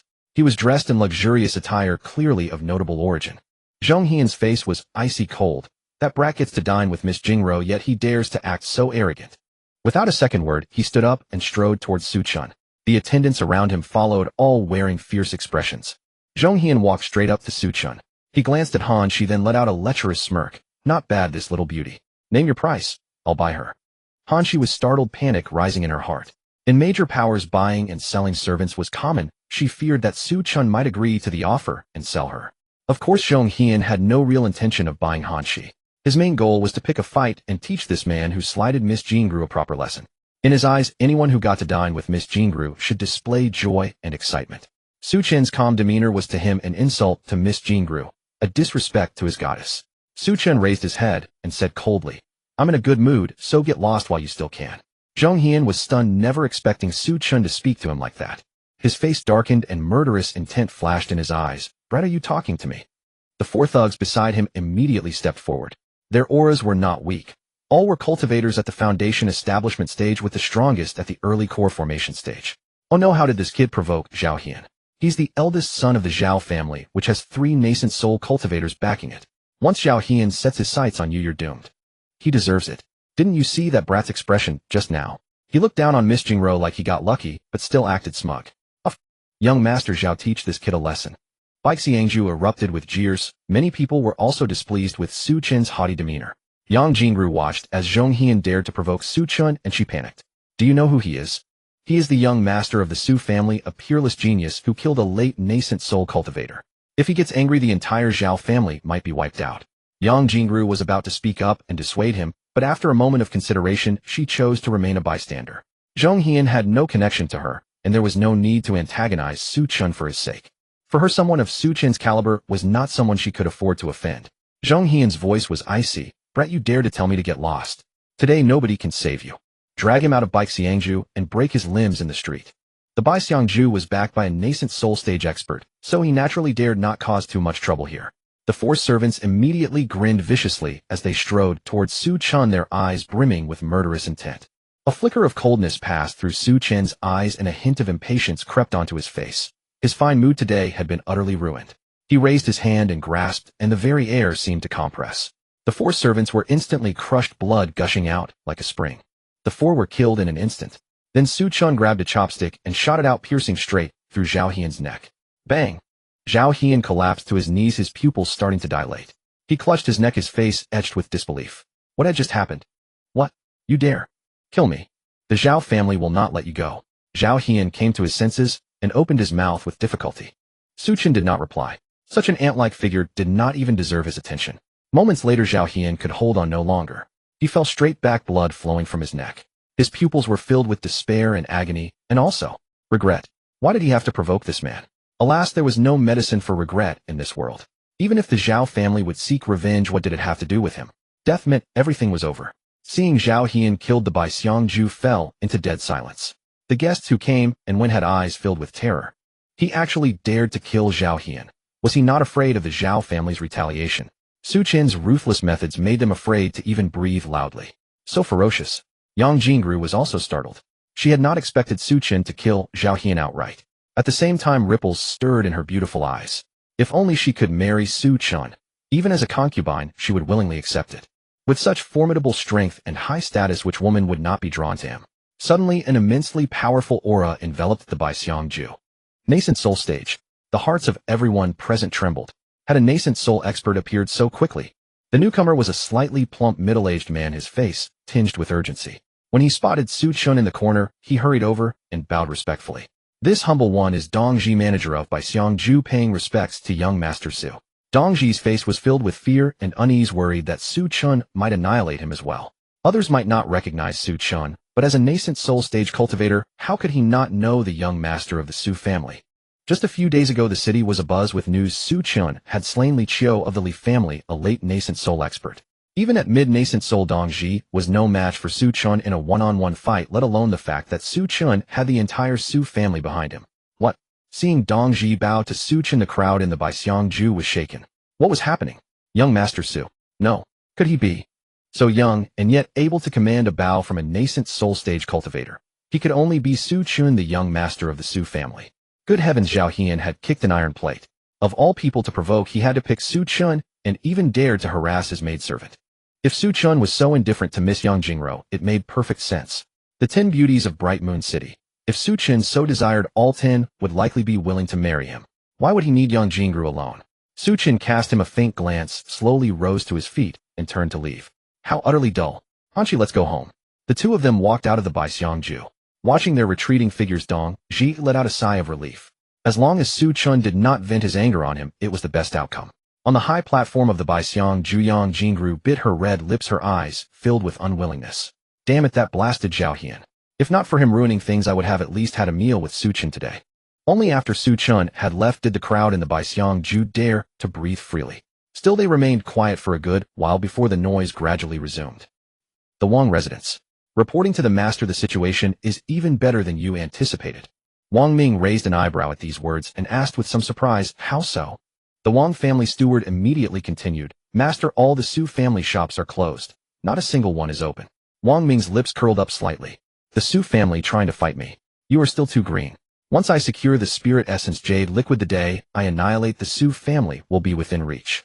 Just then Wang Ming frowned slightly and waved the steward away. You may leave now. The steward bowed respectfully and turned to depart. However, no sooner had he left than a figure leaped in through the window. The person was clad in a black robe, his face concealed, making it impossible to discern his identity. The newcomer cupped his hands in salute to Wang Ming and said in a grave tone, Today something unexpected happened in the Su family. Su Chen gave Su Qingtian a spatial ring. I am not sure what was inside, but it seems they have found a way to resolve their predicament. Wang Ming's eyes narrowed. Can you be more specific? The man continued, Impossible. At that time the father and son were communicating through telepathy, so I couldn't catch the details. But when Su Qingtian later ordered the shops closed, he seemed quite confident. So you'd better be careful. With that he said no more and turned to leave. Wang Ming picked up his teacup, pondered for a long time, and finally let out a contemptuous smile. Su Qingtian, just putting on an act. I know the Su family better than you do, Su Qingtian. If you really had a solution, I would write my name backwards. Wang Ming was extremely confident. He was certain that Su Qingtian could not have found a real solution. At best it was a temporary fix. Still, a hint of anxiety gnawed at him. Su Chen's talent was too formidable. If he broke through to the divine transformation stage, he would undoubtedly become a major threat. Once I secure the spirit essence jade liquid, I must act quickly. At the Su residence. Just as Su Chen returned to his courtyard, Su Yuanba rushed over in a fluster, his face etched with urgency. Xiao Chen, follow me immediately. Seeing Su Yuanba's solemn expression, Su Chen quickly stood up. Third uncle, has something happened? Su Yuanba said gloomily. The old master has woken up and specifically asked to see you young ones. Old master. Su Chen was taken aback. He was still alive. He extended his divine sense and immediately detected a powerful yet frail aura within the Su residence. Half-step void refinement. Su Hanyuan. As a mid-sage stage supreme powerhouse, nothing could escape Su Chen's detection. He had simply never probed the inner workings of the Su family before. Soon they entered the main courtyard, made several turns, and descended into a concealed tunnel. By all rights, a tunnel should be cold and damp. But this tunnel was warm and dry, exceptionally comfortable to stay in. At the deepest part of the tunnel, an old man with a withered face sat cross-legged on a clean cushion. His expression was feeble, his eyes dull and lifeless, as if he might die at any moment. Before the old man stood all the direct descendants, the elders, and their children. However, the number was not large, totaling only 23. Seeing Su Chen approach, Su Qingtian immediately said, "Chen, come pay your respects to your grandfather." Su Chen hurried forward and bowed respectfully. Grandson pays respects to grandfather. Su Hanyuan struggled to open his eyes, his cloudy gaze falling upon Su Chen. A faint smile tugged at the corners of his mouth as he spoke in a hoarse, low voice. Qingting said, "You are the great prodigy of our Su family with a top-grade spiritual root." Cough, cough, cough. A violent fit of coughing erupted. Su Chen moved forward, but Su Hanyuan waved a hand to stop him. "Don't bother with me, it's an old ailment." Su Hanyuan took 2 deep breaths before continuing. "You are all the pillars of our family's future. I hope you can lead the Su family to go further. Grandfather's time is short, and I fear I cannot accompany you much longer." Even though this was their first meeting, Su Chen could feel the goodwill and affection radiating from Su Hanyuan. Su Qianxian, Su He's daughter, had tears welling in her eyes, sobbing softly. The underground passage was filled with a somber atmosphere. Su Qingting's eyes also betrayed his sorrow along with a deep sense of self-reproach. He was the reason Su Hanyuan had ended up in this state. If not for what happened back, then his father would never have fallen to such a fate. A cultivator at the half-step void refinement realm should have a lifespan of at least 5,000 years. Yet at only 1,500 years old, Su Hanyuan had become like this. All because of him. Damn it. Su Qingting clenched his fists, his eyes burning with unwillingness. Su Hanyuan turned his head to look at Su Qingting, a gentle smile on his face. "My child, it's all right. Everything is destined. What happened back then was not your fault. You need not blame yourself so much." Su Qingting remained silent, his fists clenched and his body trembling as he desperately suppressed the grief within. It had been over a decade since the Su family entered Mingyue City, and this was the first time Su Hanyuan had summoned them all. This also meant that his life was nearing its end. Su Hanyuan said helplessly, "I heard from Qingyun that the 4 great families have joined forces against you. Unfortunately, I can only stay here in the Su family, unable to use my last strength to clear the obstacles for you." A formation was set up here, and he was connected to it, surviving by absorbing the power of the earth. The moment he left the formation, he would die quickly. Even if he wanted to use his last power to help the Su family, he simply lacked the strength. Su Qingyun spoke with grief in his eyes. "Father, you have already done so much for us. There's no need to do more. You have accompanied us this far. We can walk the rest of the way ourselves." A weak smile appeared on Su Hongyuan's face. "Then, I can rest assured." On the other side, Su Chen watched Su Hanyuan intently. The old man's condition seemed to be a bit different from what it appeared. He sensed that Su Hongyuan's weak life force was not due to the exhaustion of his lifespan, but rather the frailty of his physical body and spiritual soul. This condition was typically caused by burning one's own essence blood or by using some forbidden technique that brought backlash, damaging the body itself. Su Hanyuan scanned the room once more, then closed his eyes and took a deep breath. "Being able to see you all one last time, I have no regrets in this life. Now leave. I wish to rest in peace." Su Qingting and the others all wore expressions of grief, knowing that this might be the last time they would ever see him. The aura emanating from Su Hanyuan was already rapidly weakening. He had at most 2 or 3 days left. Although Su Hanyuan had never left this underground passage since entering Mingyue City, he was still the pillar of the Su family. Without him, the Wang family would have long since allied with the Yuan and Li families to attack them. If not for the fear of Su Hongyuan's lingering prestige, how could the 2 nascent soul cultivators of the Su family withstand the combined forces of 3 other families? To be precise, it was 4 families, because the He family had originally allied with the Su family largely out of respect for Su Hanyuan. Su Mingsu, the eldest son of Su Qingshan, suddenly spoke up. "Grandfather, is there really no way to save you? There are many rare treasures in Mingyue City that can extend one's life, and they're not that hard to obtain." The other younger members also turned to look at Su Hongyuan, their eyes filled with confusion. Su Hanyuan opened his eyes, a look of fondness on his face. "Grandfather's illness is not a matter of lifespan, but withered essence and blood. Only something that defies the heavens can save me, and such treasures are exceedingly rare in this world. The very thought alone makes me happy. Su Mingsu's eyes were dim with sorrow. The Su family had always valued kinship, and even though this was their first time meeting Su Hongyuan, blood was thicker than water. None of them wanted to see him die like this. Although Su Hongyuan seemed to accept his fate, they could also sense a deep helplessness from the old man. No one wants to die, and Su Hongyuan was no different. At that moment, Su Chen suddenly spoke. "Father, I'd like to stay behind and have a private word with grandfather, if that's all right." Su Qingting nodded gloomily, then silently turned and left the underground chamber. The others didn't say much either, respecting Su Chen's high status within the clan. They all filed out of the chamber. Soon only Su Chen and Su Hongyuan remained in the entire underground chamber. Su Hongyuan's expression was kind, but his voice was feeble. "Child, what do you wish to say to me?" Su Chen was silent for a moment before he asked curiously, "Old master, what is needed to save you?" Regardless of the reason, he did not wish for Su Hongyuan to die. Hearing this, Su Hongyuan shook his head with a bitter smile. "You're planning to ask your master for help, aren't you? Qingting told me about your situation. But my condition is different. If it were a few years earlier, perhaps there would have been a chance. But now that my essence blood is dried up, my meridians are shattered, and my physical body is collapsing, the treasure capable of saving me would need to be at least earth rank. And it must be the kind of supreme treasure that can resurrect the dead and regrow flesh from bones." His voice was low, advising Su Chen not to waste his efforts on him. Su Qingting had told him about Su Chen's master, but in Su Hongyuan's view his own condition was too severe beyond any hope of recovery. Suddenly a surge of immense life force flooded the underground chamber, its richness so potent that even Su Hongyuan's faint aura grew noticeably stronger. Su Hongyuan's pupils contracted sharply as he stared in disbelief at the red fruit in Su Chen's hand. The fruit was adorned with golden veins pulsing with the rhythm of the Tao and overflowing with vital life essence. It was clearly no ordinary object. Su Chen spoke calmly, "Old master, earth rank is all it takes. This fruit is called the earth treasury fruit. It can resurrect the dead and regrow flesh from bones. It should be more than enough to resolve your problems." Su Hongyuan's eyes widened, his weak face flushing with excitement. Although he didn't know what the fruit was, he was certain that consuming it would surely solve his problems. Earth rank. It truly was earth rank. This was also given to you by your master. When Su Qingting told him that Su Chen had a master, he had assumed it was merely a soul integration cultivator.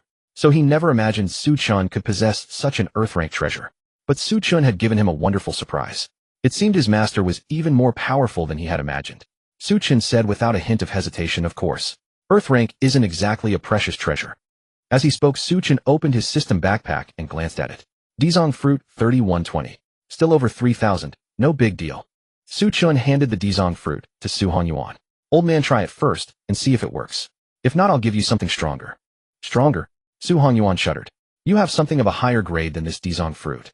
He suddenly became dazed. "I've only been in that underground cave for over a decade, and the world outside has changed completely. Chen, what exactly is the background of your master?" Faced with Su Hongyuan's question, Su Chen replied with a look of utter confusion. "I don't know. The old man never told me his identity. I made it all up myself. If you ask me, who am I supposed to ask? Sometimes a simple lie works better. A perfectly crafted one is full of holes." In any case, Su Chen pleaded ignorance to everything. Even if they were somewhat suspicious, they could find no evidence. Since there was no evidence, it became the truth. Su Hongyuan didn't overthink. His face was extremely agitated. Who would have thought that the one who saved me is a junior? The grandfather and grandson had never met before, but on their first encounter Su Chen had given him such a great gift. Su Chen said with a smile, "We are family." "Family." Hearing those words, Su Hongyuan said no more. He took the Dizong fruit Su Chen offered and swallowed it directly. In an instant, an incredibly dense life force flowed through his body. His originally withered meridians rapidly revived, as if a dead tree had met spring. His aged physical body also quickly became younger and more elastic. Su Hongyuan's appearance transformed from a decrepit old man to that of a 60-year-old in just a few breaths. But this was not the end. The life force of the Dizong fruit continued to circulate within him. After several dozen more breaths, the Dizong fruit's life force was completely consumed. Su Hongyuan's aura became immensely powerful, and his appearance returned to that of a middle-aged man, majestic and extraordinary. I've recovered." Su Hongyuan's face was filled with excitement. A single Dizong fruit had directly healed all his injuries and restored his cultivation to its original peak. Half-step void refining stage. "Chen, this time I owe it all to you." Su Hongyuan looked at Su Chen with a face full of affection. If not for his little grandson, he would probably have died in 2 days. Su Chen smiled. "Just a small matter." Seeing his calm and indifferent demeanor, Su Hongyuan was even more shocked. Su Hongyuan calmed his excited emotions and took a deep breath. I may need to go into seclusion to break through to the void refining stage. I can't go out for a while. The Dizong fruit had not only restored his physical body, but also allowed him to touch the bottleneck of the void refining stage. So he intended to seize this opportunity to break through in one go. Su Chen bowed. Then this grandson will not disturb you further. Su Hongyuan nodded, watching Su Chen's retreating figure, his eyes flickering with thought. For some reason, he always felt that this grandson was extraordinary, as if he harbored a great secret. Apart from that mysterious master, there must be other things that they didn't know. But Su Hongyuan didn't ask. Everyone has their secrets as long as Su Chen didn't harm the Su family. Chen'er has grown up. It seems I need to find an opportunity to tell him about that matter. After murmuring to himself, Su Hongyuan withdrew his gaze. His calm heart stirred again, feeling the power surging through his body. His face was filled with excitement. If he could break through to the void refining stage this time, then the Su family could directly control the entire Bright Moon City. By holding the majority of the city's interests, the Su family would become even stronger. After Su Chun walked out of the underground cave, most people had already left, leaving only Su Qingtian and Su Yunxian. Su Qingtian sighed helplessly. The formation has been activated. It seems the old man doesn't want us to go back in. Let's go Chen'er back home. Having said that, Su Qingtian turned and left, though his back looked somewhat lonely. Su Chen didn't mention Su Hongyuan's matter. When he came out of seclusion, everyone in the Su family would naturally know. Su Yunxian was also about to leave when Su Chen asked, "Second uncle, do you know about my mother?" Su Yunxian's steps suddenly halted. His expression somewhat unnatural. He said, "Your mother is already dead, isn't she?" "Why ask?" Su Chen shook his head. "Just curious." Hearing this, Su Yunxian said no more and quickly left. Watching his retreating figure, Su Chen's eyes flickered. It seemed there were still things about the Su family that he didn't know. From what he had gathered, the Su family originally weren't from Bright Moon City, but came from another place in the eastern domain tens of thousands of li away. At that time, the Su family wasn't called the Su family. They were called the Clear Wind Gang, specializing in robbery and looting. It was only after some upheaval that they traveled thousands of li to Bright Moon City, as if they were fleeing from something. Although Su Yunxian didn't answer directly, it was clear that it had something to do with his mother. "Looks like I need to find a time to ask," Su Chen said softly, then turned and left. The next day, early morning. Today was the day the family distributed cultivation resources. All direct descendants went to Su He to collect their resources. Su Minghu held a chinkuan pouch in his hand, his eyes full of confusion. Previously, resources were always given directly. Why were they packed in a chinkuan pouch this time? A chinkuan pouch is a small storage device, inexpensive and almost essential for cultivators, while spatial rings are much more precious. After all the direct descendants had received their resources and left Su He's courtyard, they began to check. How come there's so much? Su Minghu's eyes were filled with shock. 30,000 low-grade spirit stones and 10 returning origin pills. This is way too much, isn't it? Previously, the direct descendants basically received 3,000 to 5,000 spirit stones as resources and occasionally a single pill. This month's resources were nearly 10 times the previous amount. I also got 30,000 low-grade spirit stones and 10 returning origin pills. I got 20,000 low-grade spirit stones and 30 spirit gathering pills. I only got 15,000 low-grade spirit stones and 20 spirit gathering pills. The group whispered among themselves, their eyes full of shock. Although the resources given were different, they were all 10 times the previous amount. Among the direct descendants, cultivation levels were different, so the amount of resources distributed naturally differed. Qi condensation stage cultivators only received Qi gathering pills, while foundation establishment stage cultivators received returning origin pills. Su Minghu immediately walked back into the courtyard and said to Su He, "Fourth elder, what is going on? The family is in such difficulty now, why give me so many resources?"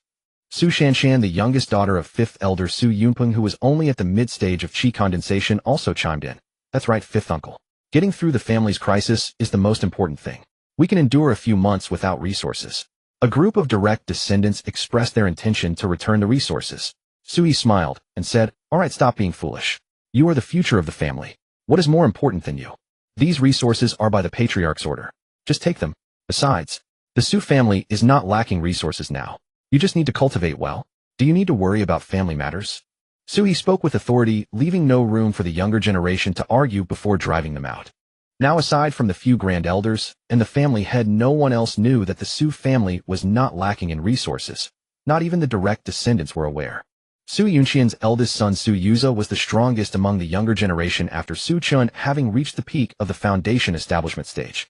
Su Yuza said with firm determination, "Since the family holds us in such high regard, we should not refuse. Let us cultivate diligently, and once we have grown stronger, repay the family in kind." Hearing Su Yuza's words, the others fell silent. The cultivation resources among the direct descendants of the Su family had increased dramatically, but the branch families remained unaffected, receiving only their usual share. The direct line was the core of the Su family. They would forever be members of the Su clan. The branch families, however, could be considered part of the family or not depending on circumstances. The 10,000 Treasures Pavilion. It was the largest merchant guild in Bright Moon City, offering treasures ranging from low to high grade, including many items suitable for the divine transformation stage. If one required even more advanced items, a deposit could secure their transfer from a higher level branch. Following Su Yunxian, Su Chen arrived to attend the day's auction. Void Refinement Stage. Su Chen's eyes were calm. With a single glance, he discerned that a Void Refinement Stage powerhouse was stationed within the 10,000 Treasures Pavilion. As expected of the 10,000 Treasures Pavilion, so many experts even dispatching a Void Refinement Stage cultivator to guard a branch. Since it was the day of the auction, all the major and minor forces of Bright Moon City had gathered, making the 10,000 Treasures Pavilion extraordinarily lively, a rallying power that no other merchant guild could match. The 10,000 Treasures Pavilion held an auction once a year, each time offering countless treasures that far surpassed any other guild in Bright Moon City. This was the fundamental reason for its dominance in the city. Isn't that the Su family? They still dare to attend the 10,000 Treasures Pavilion auction. Can they even afford anything here? Li Feiqi stood at a distance, his face cold and full of mockery. Although the Li and Su families had never been on good terms, they had avoided open conflict. However, ever since Li Qiu was killed by Su Chen, the two families had become irreconcilable enemies. Su Yunxian's expression was indifferent. None of your damn business. With that, he led Su Chen into the 10,000 Treasures Pavilion. Li Feiqi trembled with rage, his eyes brimming with murderous intent. Su Yunxian, let's see how long you can keep this up. The arrival of the Su family immediately drew attention. The Su family actually came to the 10,000 Treasures Pavilion auction. Weren't they said to be so poor they could barely feed themselves, hey? Exactly, I heard they even closed their shops. Last month the resources distributed within the clan were halved. Where would they get spirit stones for an auction? I heard that this auction features a treasure like spirit essence jade liquid. Based on past prices, it should cost at least 100 million spirit stones. The Su family can't possibly afford that, can they? Murmurs erupted immediately. It was common knowledge that the Su family had few spirit stones. When the four major families saw the Su family arrive, they could not help but sneer. The Su family. Just a bunch of paupers. They're delusional if they think they can compete for the spirit essence jade liquid. Outsiders might not know the Su family's true situation, relying only on hearsay, but the four major families were well aware that the Su family was indeed in dire straits. It would be impressive if they could scrape together 1 million spirit stones. As these mocking voices continued, Su Yunxian remained impassive, but Su Chen grew increasingly annoyed. Damn it, they like to bark, do they? This time the Su family will take everything. He had already decided to buy every single item regardless of cost. Soon almost everyone had taken their seats. The 10,000 Treasures Pavilion auction was not open to just anyone who had used an invitation system. Only those invited could enter, so the attendees were almost exclusively cultivators or forces of the core formation stage, and above in Bright Moon City. Those below the core formation stage could only enter if accompanied by an elder. A man in his 60s slowly walked up to the auction stage, a smile on his face. Ladies and gentlemen, I am Zhu Li, steward of the 10,000 Treasures Pavilion. We are all old acquaintances here, so I trust you all know me. I will be hosting this auction. During the proceedings, I ask that everyone remain orderly and not disrupt the auction. As he spoke, an immensely powerful aura emanated from him, causing everyone in the hall to tremble. Void Refinement Stage. Zhu Li continued with a smile. All right, I won't waste any more words. Let us begin the auction directly. With a wave of his hand, 3 round elixirs appeared on the stone platform beside him. The first item, a 3rd-grade elixir, the Nascent Soul Pill. Its effect is to greatly increase the chances of forming a nascent soul. The starting bid for each pill is 500,000 low-grade spirit stones. Many first-time attendees of the 10,000 Treasures Pavilion auction were stunned. Opening with a 3rd-grade Nascent Soul Pill, truly worthy of the 10,000 Treasures Pavilion. Su Yunxian remained calm. Although the Nascent Soul Pill was precious, it was not a rare treasure in Bright Moon City. As long as one was willing to pay, it could be obtained. 510,000 spirit stones. 530,000 spirit stones. Bids rose continuously, quickly reaching 800,000 spirit stones, which was the normal price for a Nascent Soul Pill. 800,000 spirit stones. Does anyone wish to bid higher? Zhu Li looked around with a faint smile. Seeing no one else speak, he continued, 800,000 going once. 800,000 going twice. I bid 1 million. Su Chen's calm voice rang out. Su Yunxian immediately turned to look at him, his eyes full of confusion. Hadn't he already formed his nascent soul? But then remembering that Su Chen still had over 10 billion low-grade spirit stones, Su Yunxian turned back and stopped paying attention. Now that Su Chen was absurdly wealthy, spending $1 million seemed trivial. The auction fell silent as everyone stared at Su Chen, especially the one who had bid 800,000, whose face showed exasperation. Did the Su family even need such elixirs? Li Feiqi laughed loudly. The Su family truly is unique. They even rushed to buy such garbage elixirs. Yuan Shi, the grand elder of the Yuan family, chimed in. Perhaps the Su family can only afford the nascent soul pill. Huh? Scornful laughter echoed through the auction hall, but mostly from the four major families. Others, though amused, dared not show it openly. The Su family might be poor, but their strength was still formidable, not to be trifled with. Zhu Li continued, 1 million going once, twice, 3 times. Sold. Congratulations to young patriarch Su Chen for purchasing the 3 nascent soul pills. Next, the second item, a 4th grade 10,000 spirit pill. Starting bid 3 million low-grade spirit stones. Next up, item 2, the 4-grade myriad spirit pill, starting bid at 3 million low-grade spirit stones. The myriad spirit pill. Members of the 4 great families all tensed up, astonished that such a pill was being offered this time. The myriad spirit pill's function was actually quite straightforward. It could allow a nascent soul cultivator to break through a minor realm directly and remained effective up until the peak of the nascent soul stage. Even within Bright Moon City, such a pill was a treasure that commanded a premium even when available. Who would have thought that this auction would present the myriad spirit pill as merely the second item on the list?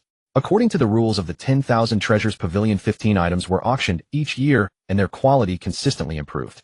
If the second item was already a myriad spirit pill, then what followed was certain to be even more impressive. The 4 great families retracted their gazes, deciding to conserve their spirit stones for what was to come. Particularly for the spirit essence jade, do all 4 families harbored deep desires to obtain it. 3,500,000 spirit stones. A nascent soul cultivator stated, and immediately bids began to ring out one after another across the venue. 3,600,000 spirit stones. 3,900,000 spirit stones.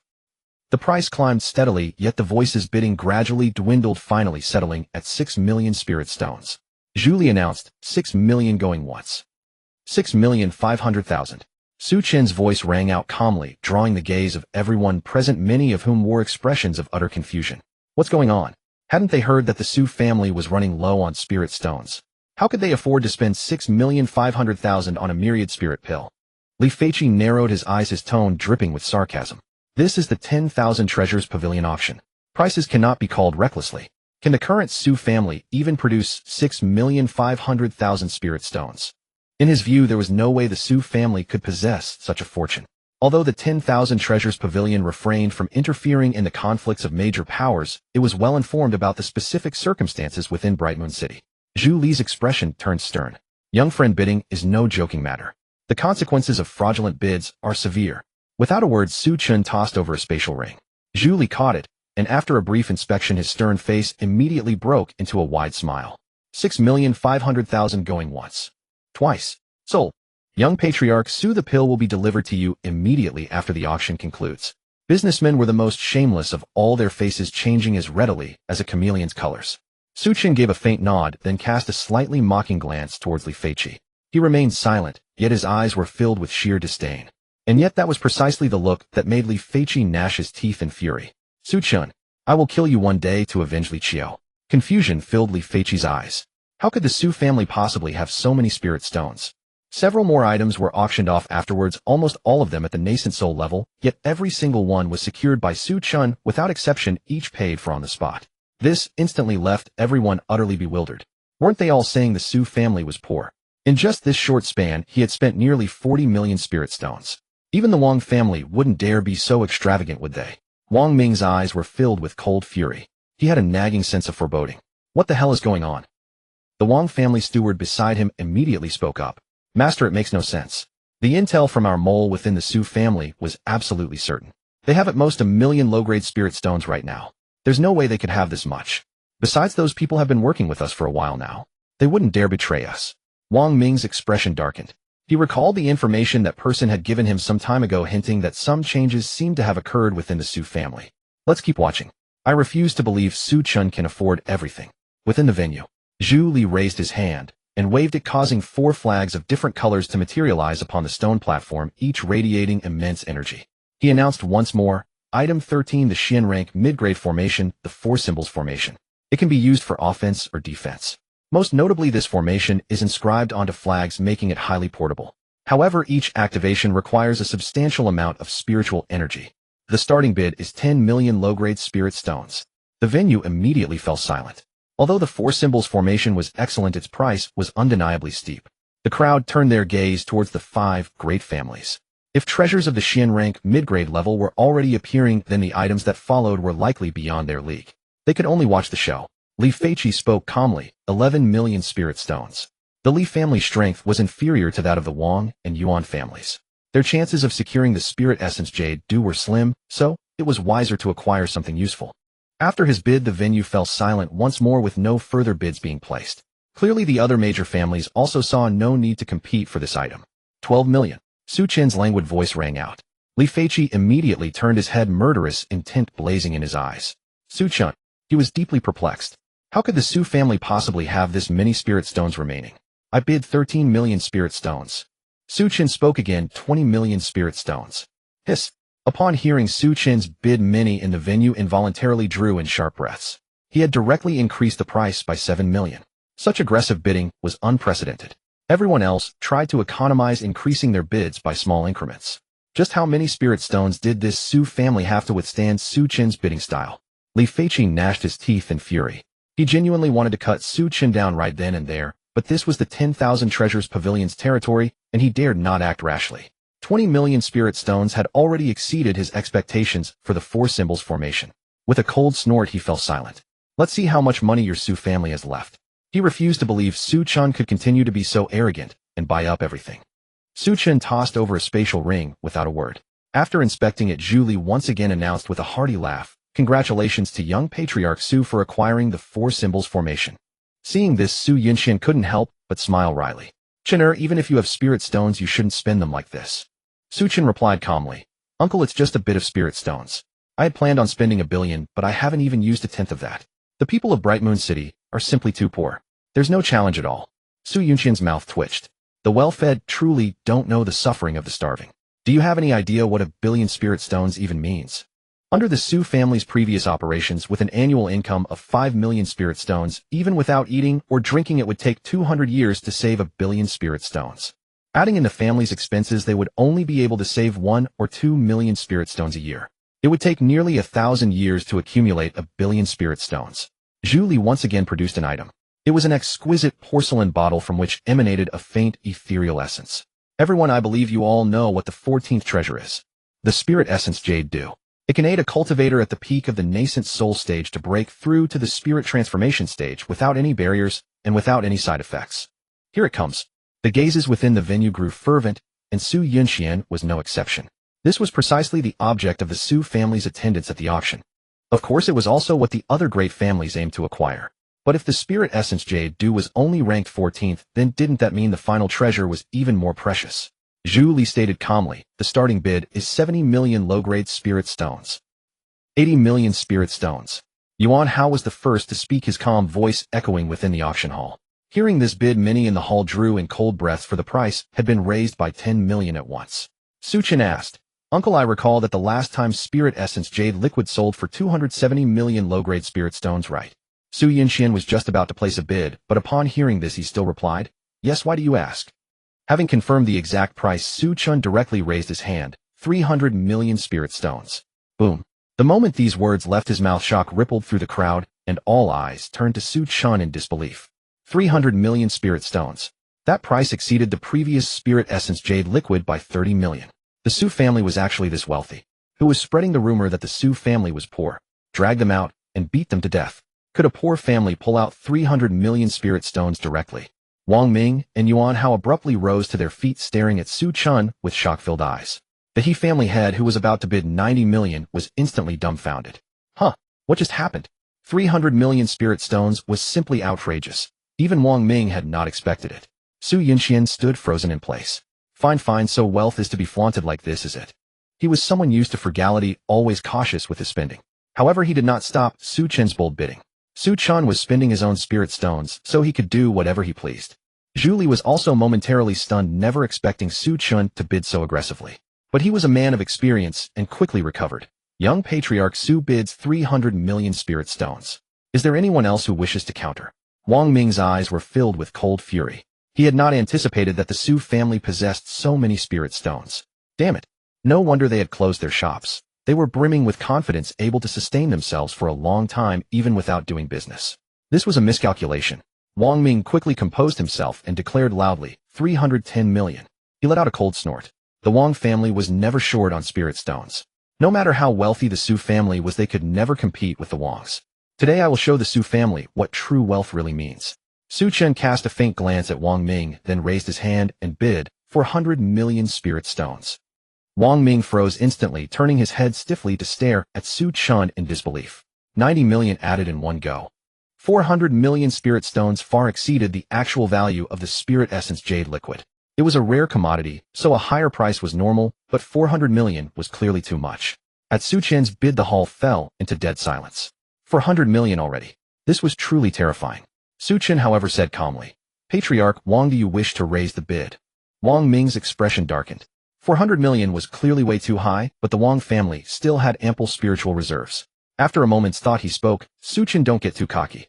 The Wang family spirit stones are not something your Su family can match. 410 million spirit stones. Li Feiqi also chimed in with a sneer, why put on such airs? I'd like to see how much longer you can hold out.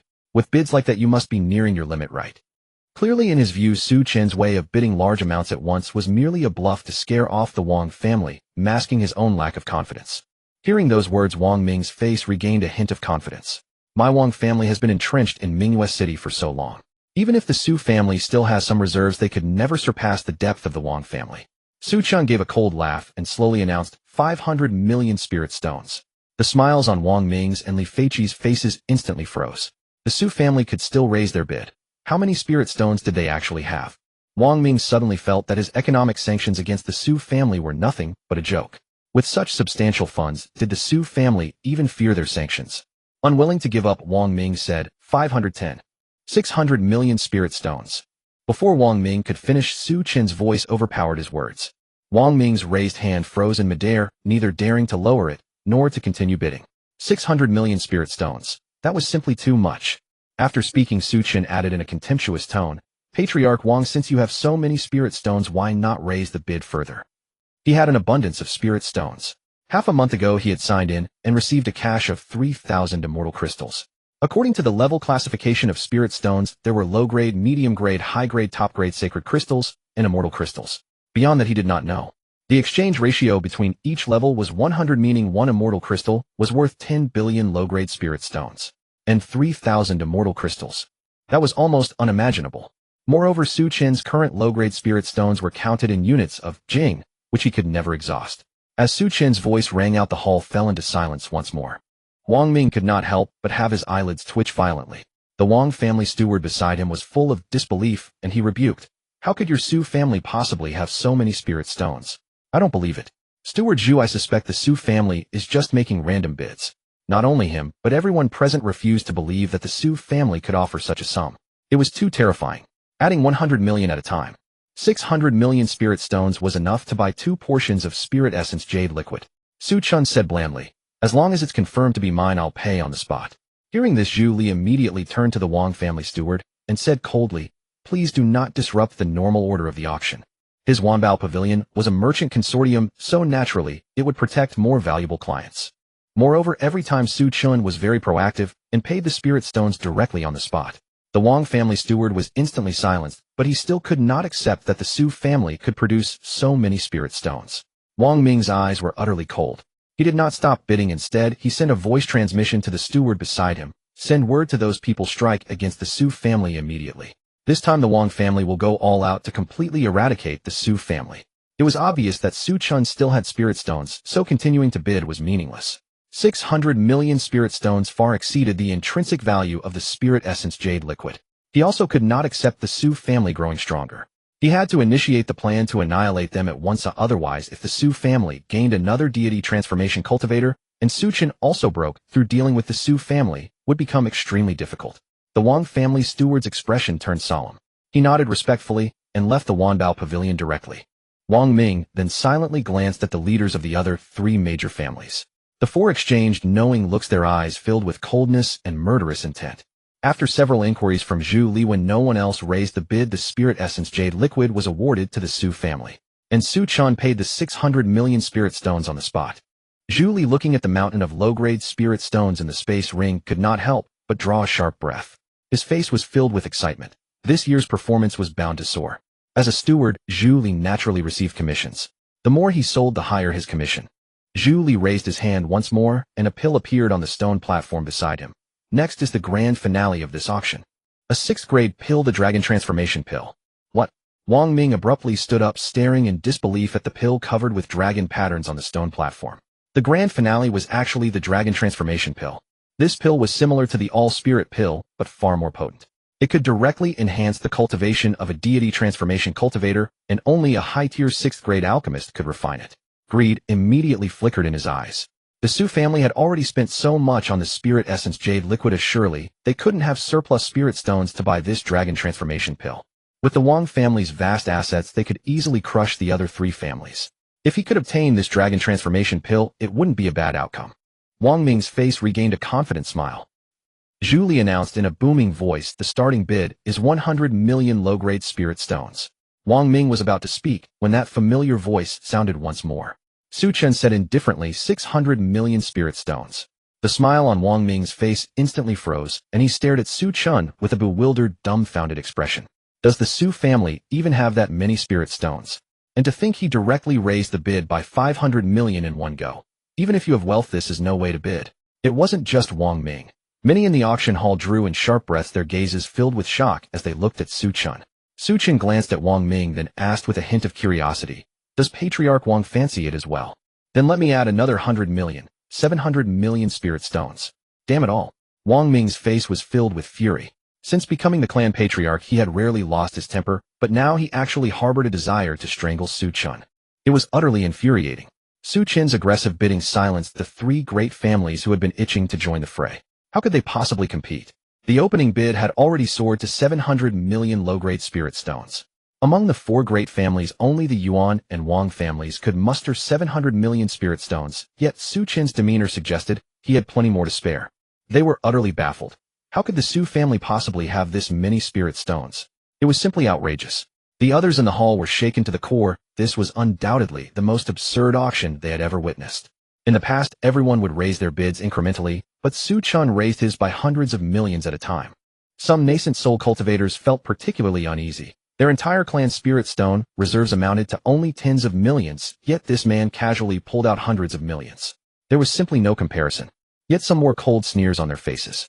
The Su family was acting so arrogantly that they were practically courting death. The 4 great families would never let this slight pass. In the Li family's booth, Li Feiqi had brought his eldest son, Li He, to the auction.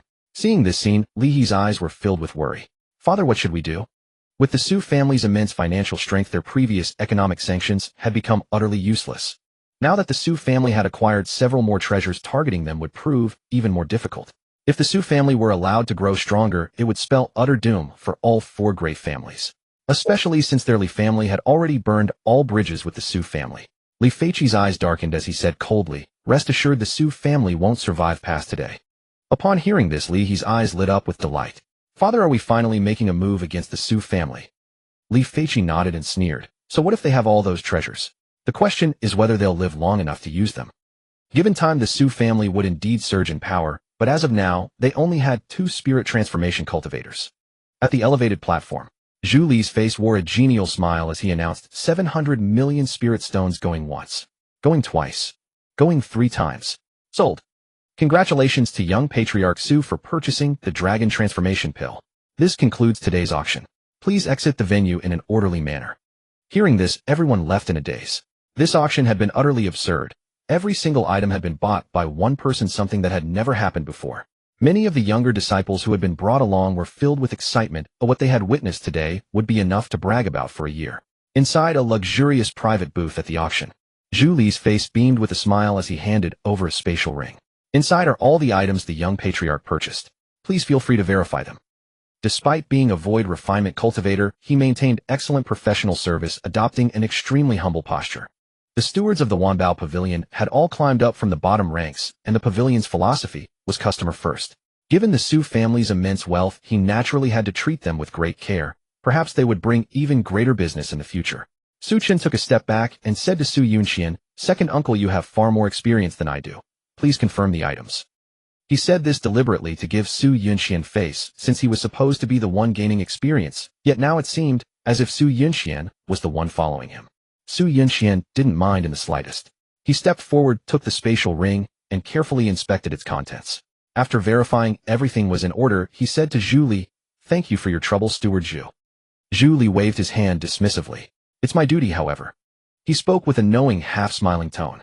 "The Su family seems to have run into some trouble. If you have sufficient spirit stones, I could introduce you to some reliable, powerful protectors. As long as the price is right, even void refinement cultivators are available." Under normal circumstances, Zhu Li wouldn't have offered such a service, but the Su family had displayed astonishing financial resources, so he decided to mention it. Su Yunxian's expression shifted. "So the Wanbao Pavilion could even procure void refinement cultivators. May I ask, Steward Zhu, how many spirit stones would be required?" Zhu Li replied with a smile. "Based on past arrangements, 100 million low-grade spirit stones would secure a void refinement cultivator's protection for a year." 100 million spirit stones. Su Yunxian was taken aback. The price was certainly astonishing, but the Su family could afford it. Seeing the look of interest on Su Yunxian's face, Zhu Li handed him a communication jade slip. "Elder Su, feel free to seek me out whenever the need arises." This was a side business he ran quietly. His connections at the Wanbao Pavilion had introduced him to many powerful cultivators, including quite a few void refinement practitioners in need of spirit stones. By brokering jobs for those people, he earned substantial commissions with minimal risk. Su Yunxian cupped his fists in gratitude, nodded, and then led Su Chen out of the Wanbao Pavilion. Such matters would have to be discussed back at home. Besides, the Su family already had a void refinement cultivator of their own, so the need wasn't particularly urgent. After the two had departed, Zhu Li watched their retreating figures, then turned his gaze toward the distance. His expression turned indifferent as he murmured, "It seems Myriad City is about to become lively again." After leaving the Wanbao Pavilion, the two hurried toward the Su family estate.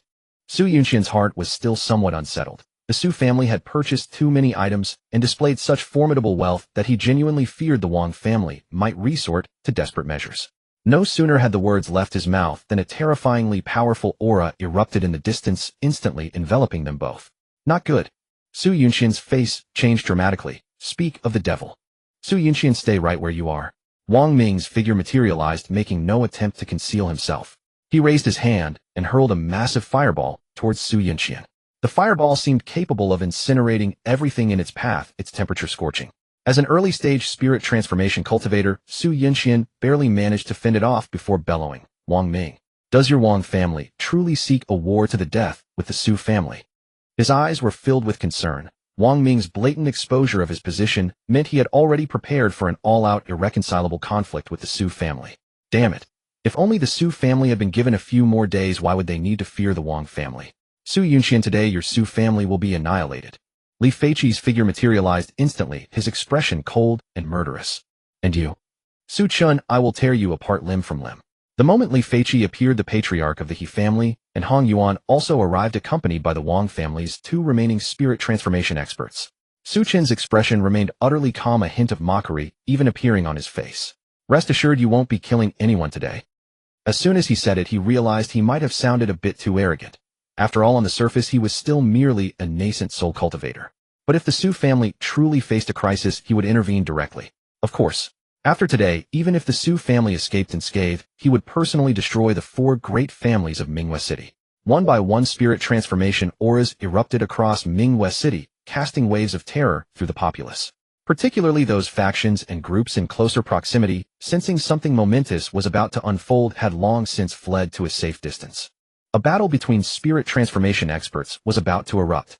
At such a level of combat, no one dared to linger and watch. Even a nascent soul cultivator could easily perish from the shockwaves. "Are you all truly determined to fight our Su family to the bitter end?" Su Yunxian's eyes were filled with icy fury. Su Qingtian's figure appeared beside him in an instant. He had sensed the disturbance early on and rushed over without delay. Su Qingtian's expression was grim to the extreme. The four great families of Myriad City had a combined total of 7 spirit transformation cultivators. Their Su family had only 2. Previously, these people had likely held back due to the lingering might of the old patriarch, but now they could no longer restrain themselves. "Elder Su, what harsh words." Yuan Hao's voice rang out as his figure slowly descended from the sky, accompanied by another spirit transformation cultivator from the Yuan family. At this point, all the spirit transformation cultivators of the four great families had assembled. Yuan Hao looked down at Su Yunxian with contempt. Do you honestly think your Su family is worthy of fighting us four great families to the death? If it weren't for Su Hongyuan Sake, your family wouldn't even have the right to enter Mingyue City. Upon hearing these words, Su Qingtian and Su Yunxian's faces turned extremely grim. Indeed, without Su Hongyuan's presence to steady the Su clan, they truly lacked the qualifications to contend with the four great clans. Su Qingtian said in a calm tone, Chener, the moment the battle begins you must find a chance to escape immediately. Your third uncle is already making arrangements. You don't need to worry about anything, just run. Even if the Su clan is destroyed, as long as you survive, the Su clan will still exist. Although Su Qingtian spoke calmly, his grave expression was enough to reveal just how serious this situation was. Even without any surprises, the Su clan was doomed to be annihilated. Su Chen, on the other hand, was pondering whether he should just kill the members of the four great clans, and if he did, how would he explain it to them? My master directly bestowed enlightenment upon me. That's too absurd. Even Su Chen felt it was ridiculous. He wasn't worried about the safety of Su Qingtian and Su Yunxian with him around. It would be hard for them to die. The only problem was how to explain it. Su Chen quickly came up with a solution. He smiled and said, Father, you underestimate me. I am at the peak of the nascent soul stage. With my strength, I am invincible against anyone below the mid-stage of the divine transformation. Haven't you heard of those peerless geniuses who can cross realms to kill enemies? Su Qingtian was momentarily stunned and asked with a serious expression, Is that true? 3 divine transformation stage combatants obviously had more resilience than 2, at least the odds of survival when escaping would be greater. Su Chen smiled, and his figure transformed into a meteor as he charged toward Li Feiqi. Li Feiqi's eyes were contemptuous. A mere nascent soul stage cultivator dared to attack him, actively truly ignorant of the vastness of heaven and earth. He raised his hand to grab Su Chen. Since you've delivered yourself to me, don't blame me for being impolite. Li Feiqi attempted to catch Su Chen's fist, but suddenly felt an immense force surging, and his expression changed drastically. Boom! Li Feiqi was sent flying, directly crashing into the city. What? Everyone present widened their eyes, staring at the scene in disbelief. Su Chen actually possessed such strength, able to punch Li Feiqi away with one blow. Remember that Li Feiqi was at the mid-stage of the divine transformation, a full major realm and a minor realm above Su Chen. Some geniuses could indeed cross realms to kill enemies, but that was only across minor realms. Crossing a major realm was extremely unreasonable. Su Qingtian and Su Yunxian's eyes bulged as if they had seen a ghost. Su Chen was this powerful. One punch sent Li Feiqi flying. Even Su Yunxian couldn't do that. Yet Su Chen did it effortlessly. What a terrifying physical body. Li Feiqi suddenly spat out a mouthful of blood. The punch was filled with hidden force. If he hadn't reacted quickly, he could have been severely injured. You? How can you have such strength? Li Feiqi raised his head, his voice full of disbelief. He couldn't accept the fact that he had been injured by a single punch. Su Chen said indifferently, There are many things you have not seen. Wang Ming then roared, Stop the nonsense, kill them quickly, don't hold back at all. Su Chen's strength also made him utterly panicked. He was less than 19 years old, and already had power rivaling the divine transformation stage. If given another 2 years, wouldn't he directly break through to the void refining stage? Moreover, the Su clan had now displayed astonishing wealth, which made them even more anxious. Wang Ming's mid-stage divine transformation aura instantly erupted, his pressure spreading throughout Mingyue City. The 5 divine transformation stage cultivators from the Wang clan and Yuan clan charged towards Su Qingtian and Su Yunxian. Li Feiqi and He Hongyuan charged towards Su Chen. The great battle was about to erupt. Su Qingtian's eyes were filled with solemnity, his entire body emitted a primitive wild aura, and his muscles turned crimson. Kill. 2 against 5. There was almost no suspense. After just a few exchanges, Su Qingtian and Su Yunxian were retreating step by step. Don't get entangled, find an opportunity, and run directly. Su Qingtian said in a low voice. Wang Ming said coldly, No one can save you today. He raised his hand, and threw several stones forward. The surfaces of the stones were engraved with mysterious symbols shining brightly. Formation stones. These stones were usually inscribed with formations like the 4 symbols formation, which could be used directly when needed. Wang Ming formed the formation quickly. By the time Su Qingtian reacted, the formation had already completely enveloped them. Damn it! Su Qingtian cursed inwardly, his face becoming extremely gloomy. Wang Ming laughed loudly. Ha ha, this formation is a Xian grade mid-level killing formation. I paid a great price to kill you. As his words fell, he manipulated the formation to operate. A huge long blade suddenly charged towards Su Qingtian. This blade was conjured by the formation, yet it possessed the power to kill a divine transformation stage cultivator. Su Qingtian barely dodged it, but the blade swiftly turned towards Su Yunxian. Su Yunxian's strength was only at the early stage of the divine transformation. The blade's speed was so fast that he couldn't evade at all, and could only defend desperately. The blade directly pierced his defense, and charged towards Su Yunxian's forehead. I'll help you.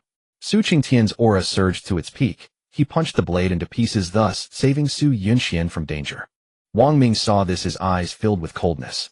It's not over yet. Immediately 3 weapons materialized within the great formation: a long blade, a long sword, and a long spear.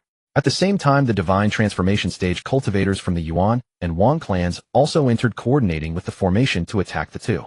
Trouble. Su Qingtian's face was bitter. The 4 great clans had been prepared for a long time, filling his heart with a sense of powerlessness. The combined force of 5 divine transformation stage cultivators along with this powerful formation meant that today they would likely perish here. Thinking of this, Su Qingtian quickly shouted, "Chen, run quickly, don't worry about us." But soon he was stunned for a moment. What did I see? In his line of sight, Su Chen was suppressing He Hongyuan and Li Feiqi. Was Su Chen's strength so absurd? These two were both at the mid-stage of the divine transformation. For a nascent soul stage cultivator to match one was already absurd. How could he fight 2 at the same time? He Hongyuan shouted loudly, "Clan leader Wang, quickly kill those 2. This kid's strength is strange." Wang Ming saw that the 2 together couldn't defeat Su Chen and instinctively roared, "Useless." He Hongyuan was furious. "You try fighting him." Su Chen was fast, and his physical body was incredibly formidable. As soon as he prepared to cast a spell, Su Chen would be right in his face. Fighting in close combat meant only getting beaten. It was truly infuriating. Moreover, He Hongyuan always felt that Su Chen was toying with them. Wang Ming withdrew his gaze and looked back at Su Qingtian and the other. He said coldly, "Hurry up and kill them." He Hongyuan and Li Feiqi couldn't even defeat Su Chen, which made him irritated and even suspicious that the 2 might be colluding with the Su clan. The 4 great clans were only temporary allies. Once the Su clan was destroyed, they would return to their covert struggles. Originally, he wanted to kill the 2 without injuries, but now it seemed unlikely. Even a rabbit will bite when cornered, let alone 2 divine transformation stage cultivators. If they truly fought to the death, someone would inevitably be injured, which could give other clans an opportunity.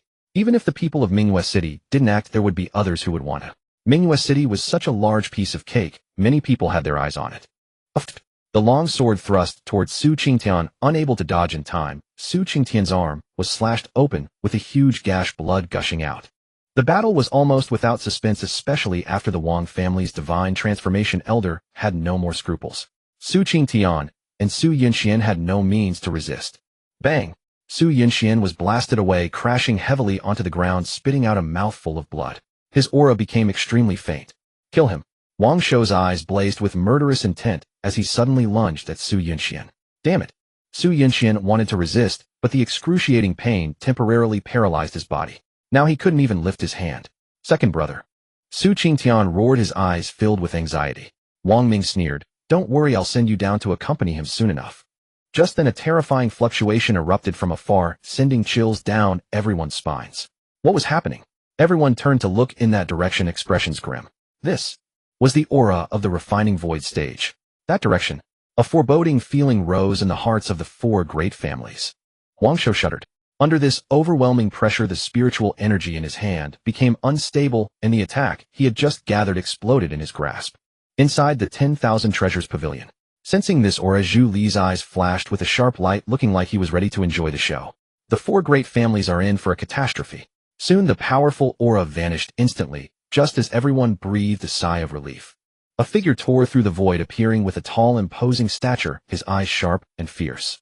So this is the refining void stage. Seeing this unfamiliar figure, the members of the several families were startled and quickly bowed. Greetings, senior. Su Hongyuan sneered, raised his hand, and the void shattered. He grasped Wang Shou directly in his hand. This mid-stage divine transformation cultivator was like a helpless chick, utterly unable to resist. Senior. Wang Shou's face showed panic. He couldn't understand why this refining void expert was attacking him. The moment Su Qingtian and Su Yunxian saw the arrival, their expressions became extremely vivid. Grandfather, you broke through. This appearance was exactly how Su Hongyuan had looked back then, before his qi and blood had withered from that battle, causing him to become utterly aged. The 2 were filled with excitement and joy seeing Su Hongyuan's breakthrough. They never expected Su Hongyuan could find a way out of desperate circumstances. Now that the Su family had a refining void expert, why should they fear the 4 great families? Su Hongyuan smiled and said, "Of course. You've worked hard. Leave the rest to me." As he spoke, he exerted a slight force, and Wang Shou in his hand exploded, instantly perishing. Feeling Su Hongyuan's aura, Wang Ming suddenly realized the truth. He screamed in terror, "You are Su Hongyuan. How could you still be alive?" When Su Hongyuan first entered Mingyue City, his condition was extremely poor, as if he were about to die at any moment. So many years had passed, and his condition hadn't worsened, but had improved, and he had even broken through from half-step refining void to refining void. Wang Ming simply couldn't accept what he was seeing. Su Hongyuan sneered, and he threw a punch directly imbued with boundless power, shattering the formation Wang Ming had set up. The shockwave surged toward the divine transformation experts of the Wang and Yuan families, forcing them into a continuous retreat. This was just the aftermath. If it had struck them directly, they would likely have turned to dust. The higher the realm, the greater the disparity.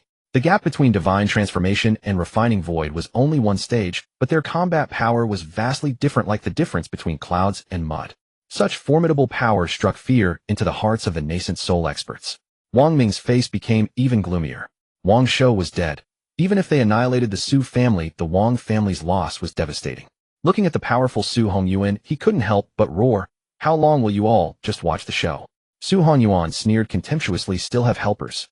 But soon his expression stiffened, and he looked into the distance with some gravity.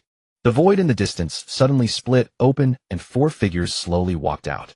The leader looked somewhat disheveled, even missing an arm, his aura a bit weak. Wang Ming's pupils contracted sharply. He knew who the armless man at the front was.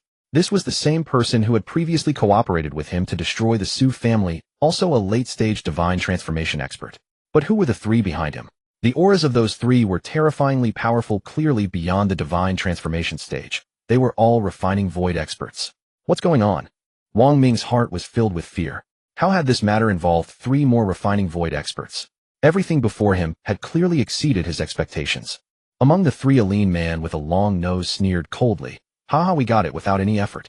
Who would have thought the Qingfeng gang that the Anshao posted a mission for was actually the Su family? Anshao. Everyone's expressions shook. They had all heard of this organization. Anshao was a notorious assassination faction in the Eastern Domain, with its own killers, and also issued bounties that anyone could claim. Wang Ming's eyes were full of shock. Who had put a bounty on the Su family that even 3 refining void experts were tempted? Su Hongyuan's face changed drastically. Had they been found after all these years of hiding? More importantly, the 3 before him were all stronger than him. The one who had just spoken gave him an extremely oppressive feeling. Late-stage refining void. The other 2 were also mid-stage refining void. "My lords, I have brought you here. Can you let me go?" The armless man's face was full of pleading. Lu Ming sneered, raised his hand, and directly obliterated him. So old and still so naive. After saying that, he looked toward the Su family members again, finally fixing his gaze on Su Hongyuan. "You're Su Hongyuan, right?" Su Hongyuan's expression was tense, his entire body taut, ready to counterattack at any moment. He had just broken through to the refining void stage, and facing 3 powerful refining void experts, the pressure was immense. Lu Ming said coldly, "Refining void stage. That doesn't match the intelligence. It seems you've broken through again recently. Weren't you supposed to be gravely wounded and on the verge of death? Yet you managed to break through. Truly surprising to this lord." Then he pointed at Su Qingtian. "You're Su Qingtian. And Su Yunxian. Why are 4 people missing?" Luo Xingye sneered, "Big brother, why not capture them and directly search their souls?" Lu Ming laughed heartily. "Makes sense." Immediately his eyes became extremely greedy. 200,000 high-grade spirit stones per head, and for a bunch of useless trash. I wonder which major power you've offended willing to pay such a huge price to kill you all. Hearing this, the members of the several families were shaken. 200,000 high-grade spirit stones. That was 200 billion low-grade spirit stones. The Su family's heads were that valuable at Anshao. Su Hongyuan suddenly roared, "Qingtian, take Chener and flee." At the same time, his aura exploded violently, becoming increasingly wild. Su Hongyuan was burning his essence blood, forcibly elevating his strength for a short time. He had to hold off the 3 refining void experts to buy time for the Su family to escape. Su Hongyuan hadn't expected that right after breaking through he would have to fight for his life again. Su Qingtian trembled all over. Today's scene was all too familiar. He clenched his fist, standing still. Su Yunxian said in a low voice, "Go now." Su Qingtian spoke slowly. "Second brother, what happened back then was largely my fault. I caused grandfather to be gravely wounded and near death. I cannot bear to see the same thing happen again. You take Chener and escape. I will stay here." Su Yunxian roared, "No, you must come with me." "No one is leaving." Lu Ming sneered, coldly gazing at Su Hongyuan with contempt, a mere early-stage void refinement cultivator. That's far too inadequate. As his words fell, the aura around him erupted instantly, like a heavenly might shrouding the city. Countless people felt their scalps tingle, their eyes filled with terror. In this world, lacking strength meant exactly this. When encountering a powerful one, the only recourse was to pray for mercy. There was no other way. Here might made right. If a strong cultivator killed a weak one, even if the latter was innocent, everyone would consider it perfectly normal. I'll deal with Su Hanyuan. You two go kill the remaining 6 targets. Don't let them escape. Luo Xingye laughed savagely. Big brother, rest assured they won't get away. In the distance, Su Chen watched the 3 who had suddenly appeared and shook his head helplessly. He had thought that with the old master's emergence matters would be settled, but this unexpected turn had occurred. I still have to intervene. He raised his hand slightly, and a beam of spiritual light burst forth, tearing through the void and shooting straight toward Luo Xingye. Luo Xingye's head instantly exploded, blood scattering everywhere. A gruesome sight. What? Lu Ming and Pan Huan were also ruthless men who walked on the edge of a blade with exceptionally rich combat experience. They reacted swiftly and without a word prepared to flee. The ability to kill Luo Xingye in an instant without detection proved that the hidden assailant was immensely powerful, absolutely beyond their ability to defeat. 2 beams of spiritual light flashed again, and the 2 men's heads exploded in succession, their life force extinguished. All 3 were powerful void refinement cultivators, yet before Su Chen, they had no ability to resist. Killing them was like stepping on ants. The 3 void refinement powerhouses perished in less than a single breath. The scene fell into utter silence. Everyone's eyes were filled with bewilderment. What had happened? However, none of the people here were ordinary. Though they knew not what had occurred after the death of the 3 void refinement experts, the members of the various great families began frantically retreating. Su Hanyuan struck, first launching a single punch. Wang Ming fell on the spot. A late-stage divine transformation cultivator was still far too weak before a void refinement powerhouse. Su Hanyuan roared coldly, kill them. The members of the great families were enraged, their eyes filled with terror. No matter how today's events unfolded, they were doomed. If the Su family won, the great families would be annihilated. If the Su family lost, the 3 void refinement experts would certainly kill them to silence witnesses. Especially He Hanyuan. He was now full of regret, wishing he had never boarded the Wang family's pirate ship. Earlier, he had thought victory was certain. Now certain victory. Bullshit. Following the Wang family meant certain death.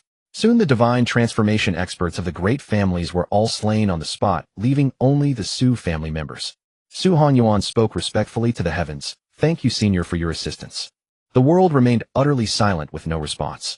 Su Hongyuan's eyes were full of confusion. Who exactly had helped them? Su Chen stepped forward and said, Master, is it you? Suddenly a vortex of spiritual energy swept through the sky, but it vanished after a moment. The Su family members' pupils contracted sharply. Had it been Su Chen's master who had acted just now? Though they had heard that Su Chen had a master, they had never seen him, always feeling it was somewhat unreal. But what had happened today was undeniably real. To easily kill 3 void refinement cultivators, one of whom was at the late stage, was truly terrifying. Seeing a reaction, Su Chen spoke again, Disciple, thanks, master. This time, however, there was no response from heaven and earth. Su Hanyuan looked at Su Chen with a complex expression, never expecting that the one who had repeatedly saved the Su family was merely a junior. Qingtian, why don't you step down? Let Chen be the family head. He's more suitable than you. You can assist him in the future. Su Qingtian. Old man, are you being polite? However, Su Qingtian was not offended at all. He looked at Su Chen and said, Chen, what do you think? Would you like to be the head of the Su family? Don't worry. Your father and your uncles will handle all the affairs clearly. You only need to make the major decisions. Su Chen's displayed strength was too terrifying. Not to mention his fearsome master, even the feat of holding his own against 2 mid-stage divine transformation cultivators as a nascent soul cultivator was enough to make him stand above the crowd. The head of a family often serves as the family's anchor, a symbol of supreme combat power, not necessarily someone who handles everything personally. Now Su Chen undoubtedly had the qualifications to be the Su family's head. Su Chen thought for a moment and then chose to refuse. Father, you should keep the position of family head for now. Let's talk about it in a few years. Su Qingtian pondered for a moment, then nodded with a smile. All right, then I'll keep the seat for you. When you want to, just tell me. After speaking, Su Qingtian turned to look at Su Hanyuan again, his eyes full of solemnity. Su Hanyuan knew what he wanted to ask, so he spoke first. It's all because of Chen that I was able to recover from my injuries and break through. It really was. Su Qingtian's eyes were filled with shock. He looked at Su Chen. His son's secrets were growing more numerous. But he didn't ask. Su Chen had his own secrets. Su Hanyuan said, Second brother, go deal with those who were secretly watching. Qingtian, go back and take the Su family to handle the assets of the 4 great families. Also eliminate the roots. Su Hongyuan's eyes filled with murderous intent. They were originally from a bandit gang, naturally not merciful. The members of the four great families must be completely wiped out to prevent future trouble. Su Qingtian's eyes were full of murderous intent. He cupped his fists and said yes. Then he turned and left. Soon a storm of blood and slaughter swept through Mingyue City. The four great families were annihilated in a single day. Everyone, not even a single chicken or dog was spared. Even eggs had to be shaken apart, and ant nests had to be drenched with boiling water. Everyone knew that in the conflict between the four great families and the Su family had won. A new king had ascended. The many factions in the city were all as silent as cicadas in winter, afraid of attracting trouble. They all stayed home, not daring to go out, and the streets became almost empty. At least until the dust settled, they dared not venture out. Especially the former vassal forces of the four great families. They were terrified, fearing that the Su family would annihilate them as well. Now in Mingyue City, apart from the Su family, there was not a single divine transformation cultivator. On that same day, Su Qingyan used the spirit essence jade liquid to break through to the divine transformation stage. At the Su family estate, Su Qingtian had just returned when he heard a report from below. His eyes turned extremely dark, and he said coldly, "Summon the collateral elder Su Yi." Soon Su Yi approached and bowed respectfully. "Greetings, patriarch." Su Qingtian said with dark, brooding eyes, "Elder Su Yi, do you know why I have summoned you here?" Su Yi's heart skipped a beat, but he forced a smile and put on a puzzled expression. "I do not know." Seeing this, Su Qingtian's gaze grew even colder. "Su Yi, the Su family despises traitors above all. According to the rules of the Qingfeng gang back, then do you know the consequences of betrayal?" Hearing this, Su Yi knew his deeds had been exposed. His face turned pale with fear as he knelt and begged, "Patriarch, allow me to explain. The Wang family forced me into this. I beg for your mercy." "Forced?" Su Qingtian sneered. "The Wang family steward made it quite clear that you approached them on your own accord." The plea on Su Yi's face froze instantly, his eyes filled with sheer panic. From the very beginning, when he had allied with the Wang family, he had been certain the Su family was doomed to fall. That was why he had invested in them in advance. But the final outcome was beyond anyone's predictions. The four great families had actually been defeated. And not only defeated, utterly crushed. The Su family had suffered not a single loss, with only Su Qingtian and Su Yinxian bearing minor wounds. Su Qingtian spoke with a cold, detached tone. "You are the head of your bloodline. According to the rules for betraying the Su family, your entire branch shall have their cultivation abolished and be expelled from the family." Su Yi was greatly alarmed. He immediately begged, "Patriarch, I beg for your mercy. I am willing to bear all consequences. I only ask that you spare my branch of the family." Su Qingtian's eyes were filled with nothing but ice. He raised his hand and waved it, instantly abolishing Su Yi's cultivation on the spot. "Guards, strip Su Yi's entire branch of their cultivation and expel them all from the Su family." He showed no mercy to traitors.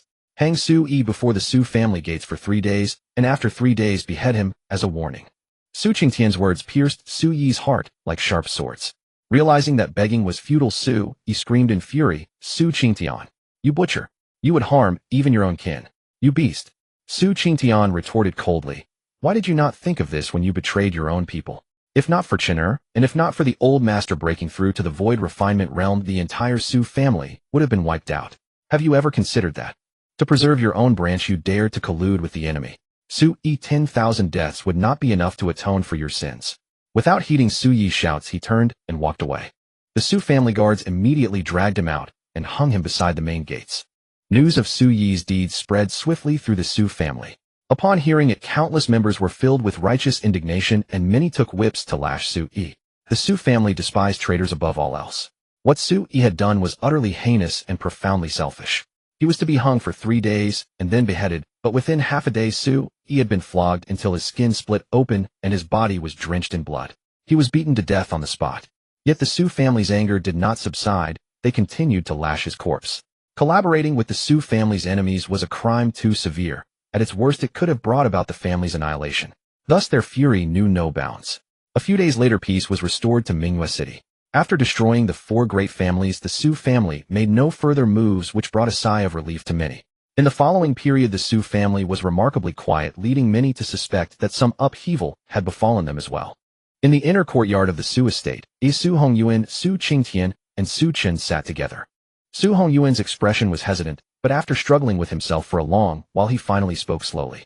"Chen, you were still young back then, so I had Qingtian keep this from you. But now that your strength is sufficient, it is time you learned the truth." Su Chen's eyes narrowed. There were indeed hidden details about those events that he had not known. Su Hongyuan sighed, a look of reminiscence surfacing on his face.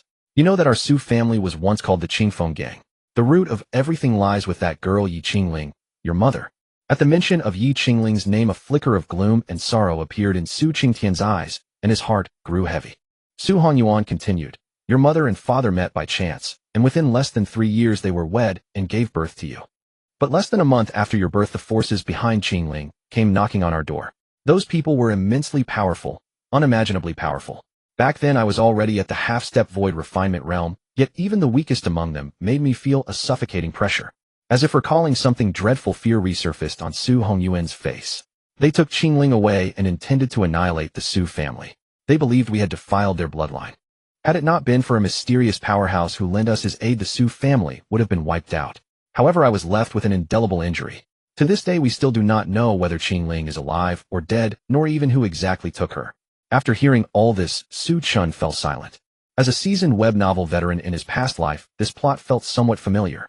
Su Qingtian said with eager expectation in his eyes, I have heard that those with a saint-grade physique have the chance to break through the shackles of heaven and earth and become legendary saint-rank powerhouses. Chen, if you ever reach that level, you must bring your mother back. By the end, Su Qingtian's voice was filled with sorrow and helplessness. As a man, failing to protect the woman he loves is the most painful thing of all. Were it not for Su Chen's help, Su Qingtian might have spent his entire life drowned in regret. Everything that had happened was because of him. If not for his existence, the Qingfeng gang would never have disbanded, the old master would not have been severely wounded, and Qingling would not have been taken back to an uncertain fate. All of it was tied to him. Yet he also knew well that he could never bring Qingling back. His talent was what it was. The void refinement realm was his limit. Within the Su family, only Su Chen could possibly achieve it. His talent was formidable, and he had a powerful master to guide him.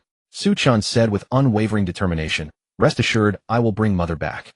Though he had never met his mother, he had to bring her back, for his own sake and for Su Qingtian's. Hearing Su Chen's firm promise, Su Qingtian nodded with relief. Su Hongyuan sighed and said, this may be the only secret we have kept from you. But I hope you will not do anything rash. Do not go looking for them until you have sufficient strength. Su Chen smiled and nodded without giving a direct answer. When he returned to his own courtyard, starlight swirled in his eyes, and a profound Tao resonance emanated from his being.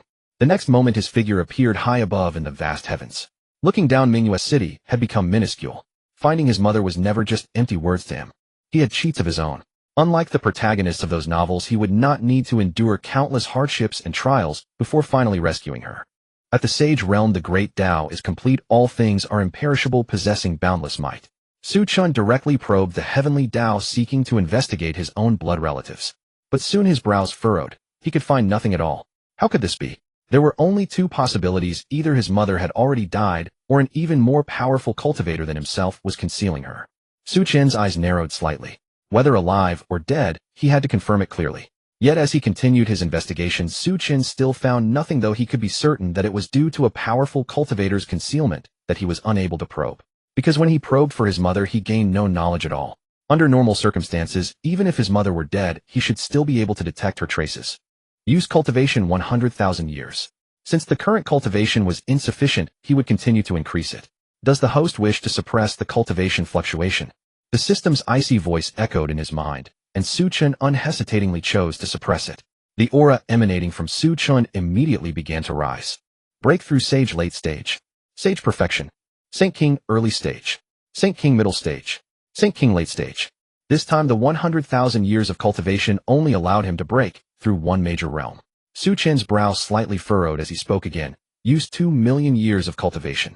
The aura on his body began to ascend once more at an astonishingly rapid speed, as if he were cultivating himself, leaving no side effects whatsoever. Saint King peak. Saint Emperor early stage. Saint Emperor middle stage. Saint Emperor peak. Postnatal ancient sage early stage. Postnatal ancient sage peak. Primordial ancient sage early stage. These 2 million years of cultivation enabled Su Chen's realm to break through 2 major segments. At this moment, Su Chen felt as if he were omnipotent, as if heaven and earth were under his control. His divine soul extended outward instantly, enveloping the entire eastern domain, with all matters great and small pouring into his mind. The entire eastern domain held no secrets before him. Even if he wished, he could raise a hand and annihilate the entire eastern domain. Was this what it meant to be a primordial ancient sage? Su Chen probed again, and this time he finally received a faint feedback of bloodline fluctuation. Found it. Having reached this realm, he naturally came to know many things of heaven and earth. Above the primordial ancient sage, there was yet another realm, the supreme saint sage. Beyond that was the Great Emperor realm, which was divided into 3 stages: Quasi-Emperor, Great Emperor, and Ancient Emperor. However, the most recent cultivator to reach the Emperor level in this world had vanished without a trace hundreds of thousands of years ago. Just as Su Chen was about to search with all his might, the surrounding void suddenly began to collapse, and the collapse continued to spread. Heaven and earth seemed unable to withstand Su Chen's power. If he forced his investigation, an area of 1,000,000 li might be reduced to nothingness. What was happening? Su Chen's brows were tightly knit. Was the heavenly Tao of this world so frail? But he soon withdrew his mind and began to ponder how to find his mother. Exerting his full power would cause the void to collapse, countless lives would perish, and even most of the eastern domain would be lost. Yet if he did not search with all his might, he could not find where his mother truly was.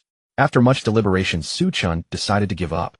Since his mother was still alive and concealed by such a powerful cultivator, it meant no trouble would arise in the short term.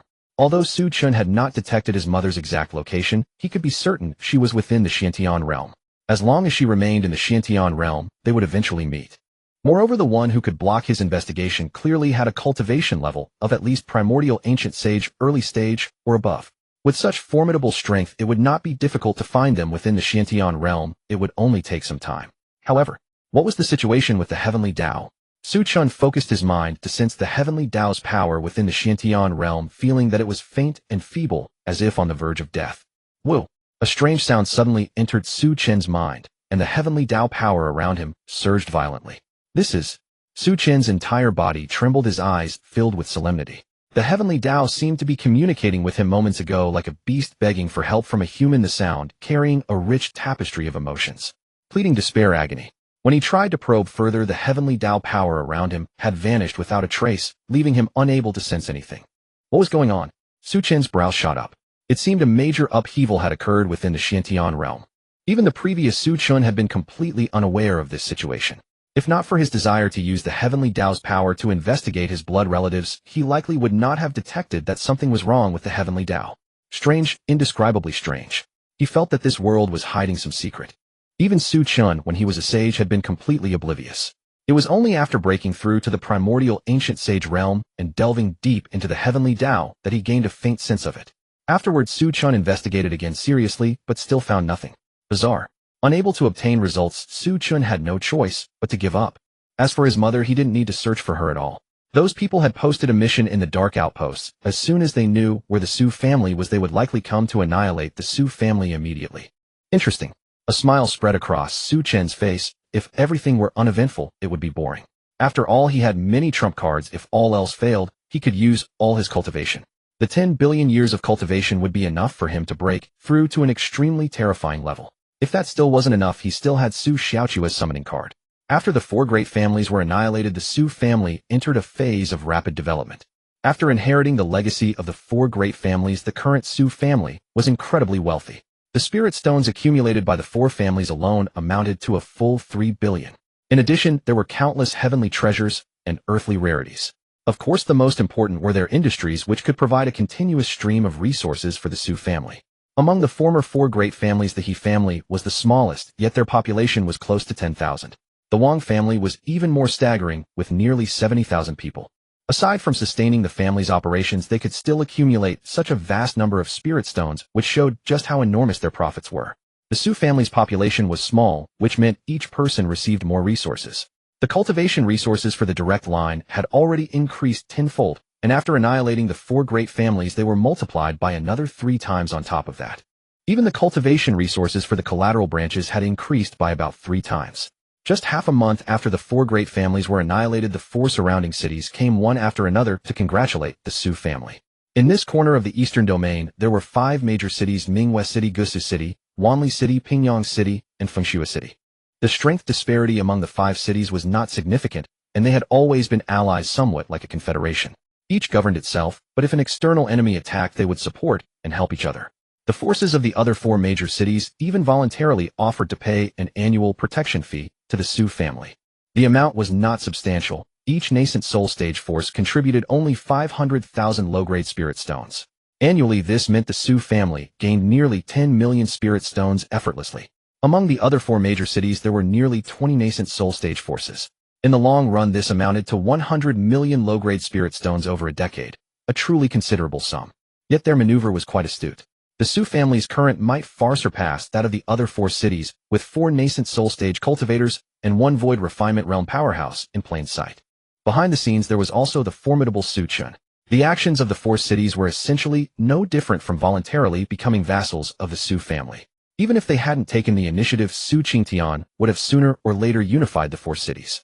In the Xianxian realm, forces were also stratified into distinct levels: king level, imperial level, saint level, and emperor level. A king level force, for instance, was exemplified by the Jing dynasty near Mingyue City, or any faction with a unity realm cultivator. An imperial level force was one with a Dao entry realm cultivator. A saint level force, like the current Holy Lands and ancient clans of the Xiantian realm, possessed a saint realm powerhouse guarding them. As for emperor level forces, they were simply those with an emperor realm cultivator or clan, though such a level no longer existed in the present Xiantian realm. However, some families that had once produced an emperor still referred to themselves as imperial clans. The Su family members were not idle mediocrities. Su Qingtian naturally harbored his own ambitions. He too aspired to elevate the Su family to a king-level force. Achieving this required vast resources, and absorbing the other 4 major cities into their fold would undoubtedly bring immense benefits to the Su family. Even if the various forces now curried favor with the Su family, Su Qingtian would eventually compel their submission. It was to be a complete and utter submission. Chen, keep this dragon transformation pill for your own use. Within the inner courtyard of the Su residence, Su Qingtian handed over the dragon transformation pill they had acquired at the auction. In his view, this pill would be most effective for Su Chen. Su Chen's expression was a bit displeased. Father, I've told you I have no shortage of resources. Just keep it for yourself. What I give to the Su family shall keep. Don't be so polite with me anymore. Su Qingtian was always thinking of him, which was indeed very kind, but the crucial point was that Su Chen was not lacking in resources at all. Su Chen simply raised his hand and waved it. Instantly the hall was filled with a rich fragrance of pills, each one emanating an energy that surpassed even the dragon transformation pill in Su Qingtian's hand. I'm not short on 6th grade pills like this. Su Qingtian was about to say something, but when he saw the 7 or 8 6th grade pills that appeared in Su Chen's hand, his pupils suddenly contracted. He was utterly dumbfounded. 6th grade pills were rare treasures in Mingyue City. The last time a dragon transformation pill had appeared was a decade ago. But Su Chen casually pulled out several 6th grade pills, all of a higher grade than the dragon transformation pill. This left Su Qingtian utterly speechless with shock. It was my own ignorance. This was simply beyond extraordinary. A bit embarrassed, Su Qingtian put the pill away. Seeing this, Su Chen said, "Keep this pill for yourself and break through to the peak of nascent soul stage as soon as possible. Then I'll get you a void transformation pill." Su Qingtian's expression was shaken. You can even get a void transformation pill. Compared to the dragon transformation pill, the void transformation pill was the true treasure. It could allow a nascent soul stage cultivator to directly break through to the void refinement realm. However, such a pill could only be refined by a 7th grade alchemist, making it a rare treasure throughout the entire eastern domain. Su Chen's expression was calm. It's just a mere 7th grade pill. I can even get my hands on 8th grade and 9th grade pills. You probably don't have a very clear understanding of my master's capabilities. After all, that master was a fabricated one, so he could boast as much as he wanted. Su Qingtian was rendered speechless by the shock. He could get 8th and 9th grade pills. Was there an 8th grade alchemist in the eastern domain? While he was lost in thought, Su Chen stood up and turned to leave the hall. I'm going out for a while. Watching Su Chen's retreating figure, Su Qingtian was silent for a long time. Finally, he lifted his head with a smile, his eyes filled with deep gratification. Qingling, our child, has truly made something of himself. After leaving the Su residence, Su Chen headed straight for the 10,000 Treasures Pavilion. Although the Su family was not lacking in cultivation resources, now a problem still existed. The resources were too singular and the selection of techniques was too limited. There wasn't a single alchemist or artifact refiner. A large clan consisting entirely of battle-hardened cultivators was clearly unreasonable. Moreover, Su Chen faced another issue. He had too many low-grade spirit stones. Absorbing spirit stones was troublesome and not as effective as using heavenly treasures. Therefore, Su Chen planned to spend some of his spirit stones and purchase more heavenly treasures to enhance the Su family's strength. At the 10,000 Treasures Pavilion, the moment Su Chen walked in, the receptionist's eyes lit up. Greetings, young patriarch Su. Now the Su family was the overlord of Mingyue City. Coupled with Su Chen's outrageously lavish bidding at the previous auction, they now saw him as a veritable gold mine. What would you like to purchase, young patriarch Su? Allow me to show you immediately. The receptionist's face was full of fawning flattery, his eagerness to please plainly evident. Su Chen stood with his hands clasped behind his back, speaking indifferently. Call manager Zhu out. The things I want to buy are rather numerous. The receptionist's smile remained unchanged, and he spoke respectfully. Please wait a moment, young patriarch. I will go and call the manager out immediately. With that he departed. If it had been anyone else, even the former Wang Ming who came to the pavilion, he wouldn't have had the audacity to directly call for Manager Zhu. But ever since the incident at the last auction, Zhu Li had specifically instructed that whenever Su Chen came, he should be notified immediately. In less than 10 breaths' time, Zhu Li was walking towards him, a sycophantic smile on his face. Young friend Su Chen, I was busy just now and failed to personally welcome our esteemed guest. It was truly my dereliction of duty. It had to be said the people of the 10,000 Treasures Pavilion were polished. Even as a void refinement realm cultivator, he still maintained a very low posture before Su Chen. This was normal though. After all, he was a customer bringing spirit stones. Keeping a low profile was no great loss. For merchants, a thick skin was their most powerful weapon. Zhu Li said with a smile, young friend, this way please. Soon they entered a luxurious private room. The two sat facing each other with pastries and freshly brewed tea placed on the table. Su Chen picked up a light red pastry and said with a smile, Manager Zhu is really going all out. You actually use spiritual pastries of this level to entertain guests. The pastries on the table contained a vast amount of spiritual energy. If sold individually, each one would be worth at most 30,000 spirit stones. Zhu Li chuckled, oh, the things you say, young friend. You are our most honored guest. If you like these little trinkets, I'll have someone pack some up and send them to the Su residence immediately. As expected of a seasoned merchant, a few words made Su Chen feel extremely comfortable. Zhu Li changed the subject and asked with curiosity, young friend Su Chen, what is it you wish to purchase this time? I'll have it brought here right away.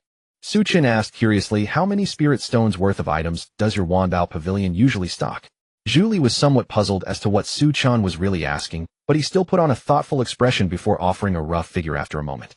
The branches of Wanbao Pavilion generally decide what level of items to stock and how many to stock based on the region they are in. For instance, our Mingwei City branch stocks at least 4 billion spirit stones worth of items. As he finished, Zhu Li's face was filled with pride.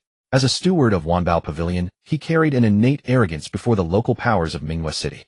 After all, their capital strength completely overshadowed the local forces within the city. He expected Su Chen to show surprise, but that was not the case. 4 billion. Su Chen's brows immediately furrowed. It was that little. He said calmly, please trouble Steward Zhu to calculate the exact amount in spirit stones and pack them up for me. I want everything in Wanbao Pavilion. All right. A what? Zhu Li suddenly turned to look at Su Chen, asking in a confirming tone, young friend Su Chen, what did you just say? Su Chen said calmly, I said I want everything in Wanbao Pavilion no matter what it is. Zhu Li sharply inhaled a breath of cold air, his eyes filled with gravity and doubt. 4 billion spirit stones, are you sure, young friend Su Chen? This is no joke. Buying out Wanbao Pavilion. Such a thing was terrifying and had never happened before. Moreover, Zhu Li highly doubted the Su family's financial strength. After all, they had already consumed so many spirit stones. Even if the Su family had eliminated the 4 great clans, they could at most scrape together 4 billion spirit stones. But he did not believe the Su family would buy so many useless items. Among those 4 billion spirit stones worth of goods, at least a third were items of little help to cultivation, equivalent to buying them only to let them gather dust in the warehouse. Su Chen did not bother with idle words and directly tossed out a spatial ring containing 1 billion low-grade spirit stones. Consider this a deposit. After receiving it, and taking a look, Zhu Li sharply inhaled a breath of cold air. A deposit of 1 billion spirit stones. At this moment, no matter how much he doubted, he had to believe it. When someone directly puts down 1 billion as a deposit, how could it be fake? Zhu Li's eyes burned with fervor. A performance of 4 billion spirit stones meant his commission would be terrifying as well. Please wait a moment. I will prepare it immediately. Fearing that Su Chen might grow impatient, Zhu Li immediately rushed out to arrange for people to pack the items, and then began calculating their value. In just half an hour, Zhu Li brought everything before Su Chen. Young Patriarch Su, here is everything from Wanbao Pavilion, totaling 43 billion and 57 million low-grade spirit stones. However, since this is the first time Wanbao Pavilion has encountered such a generous customer, we have deducted 7 million spirit stones for you. Zhu Li held 11 top-grade spatial rings, each with vast interior space stuffed full of heavenly treasures and earthly rarities. He also thoughtfully categorized the various treasures for easy viewing. After checking that everything was in order, Su Chen paid the remaining spirit stones. Still, he asked with some lingering dissatisfaction, is this all Wanbao Pavilion has? Aren't there any better items? Zhu Li could not help swallowing his saliva. Was this not good enough? Among the items Su Chen bought, several treasures were intended for use by void refinement stage experts. Didn't the Su family only have one void refinement stage cultivator? Yet Su Chen's tone was filled with disdain, as if saying Wanbao Pavilion, is that it?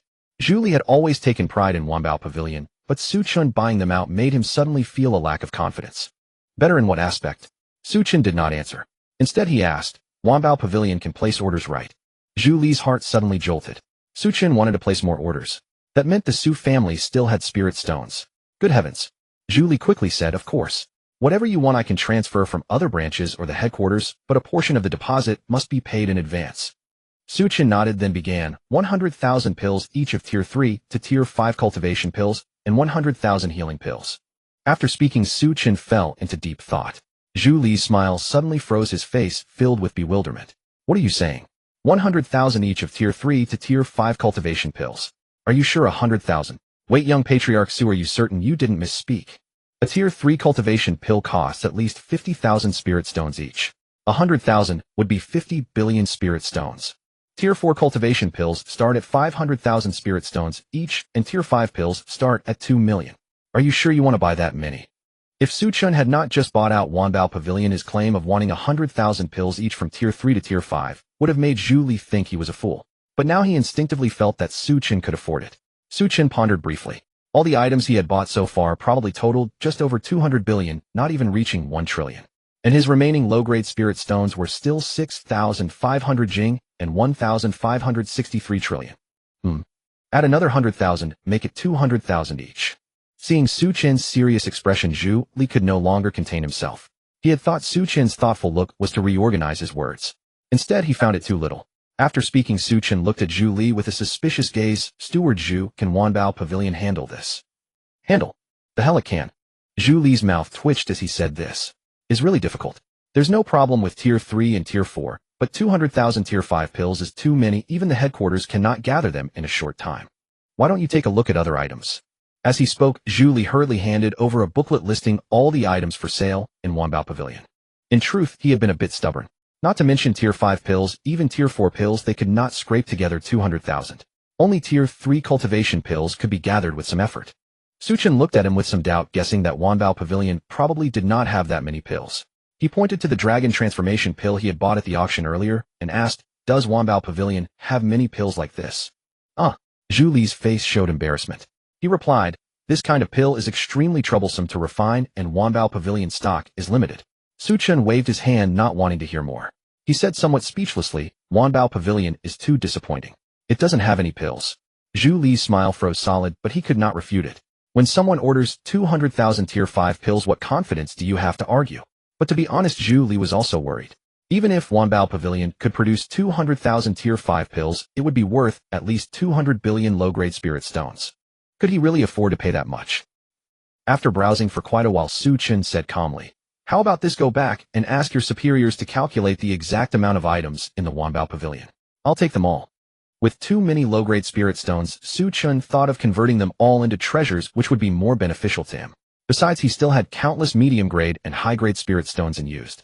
Hard to hold back. Zhu Li frowned and said with utter speechlessness, young Patriarch Su, this. The Wanbao Pavilion has a vast collection of treasures. A rough estimate would be worth at least trillions upon trillions. This is no joke. If Su Chen said he wanted to buy 100,000 pills, he might be able to believe it a little. But buying out the entire Wanbao Pavilion, that was basically impossible. Too ridiculous. Who in the entire Eastern Domain could buy out the Wanbao Pavilion? Only saint-level forces might be capable. Trillions upon trillions. Su Chen silently calculated. 10,000 billions were 1 trillion, and 10,000 trillion were 1 quadrillion. Balance of low-grade spirit stones, 6,500 quadrillion, 1,563 trillion. Holy crap. Even Su Chen himself couldn't help but utter those two words. I've worked so hard, and I've only spent 1/6,000th. After careful thought, he gave up the idea of converting everything. It was simply too difficult, and indeed it would be too shocking and sensational. Su Chen shook his head and said, forget it. Let's do it differently. Your Wanbao Pavilion will deliver to my Su family resources worth 3 billion low-grade spirit stones every month. Choose popular cultivation techniques, formations, and pills. Exclude the niche ones. Keep the levels balanced from the qi condensation stage to the void refinement stage. If the quality of your goods is good, I'll continue buying. If not, I'll stop. As he spoke, Su Chen directly took out a spatial ring and handed it over. Here are 200 million low-grade spirit stones as a deposit.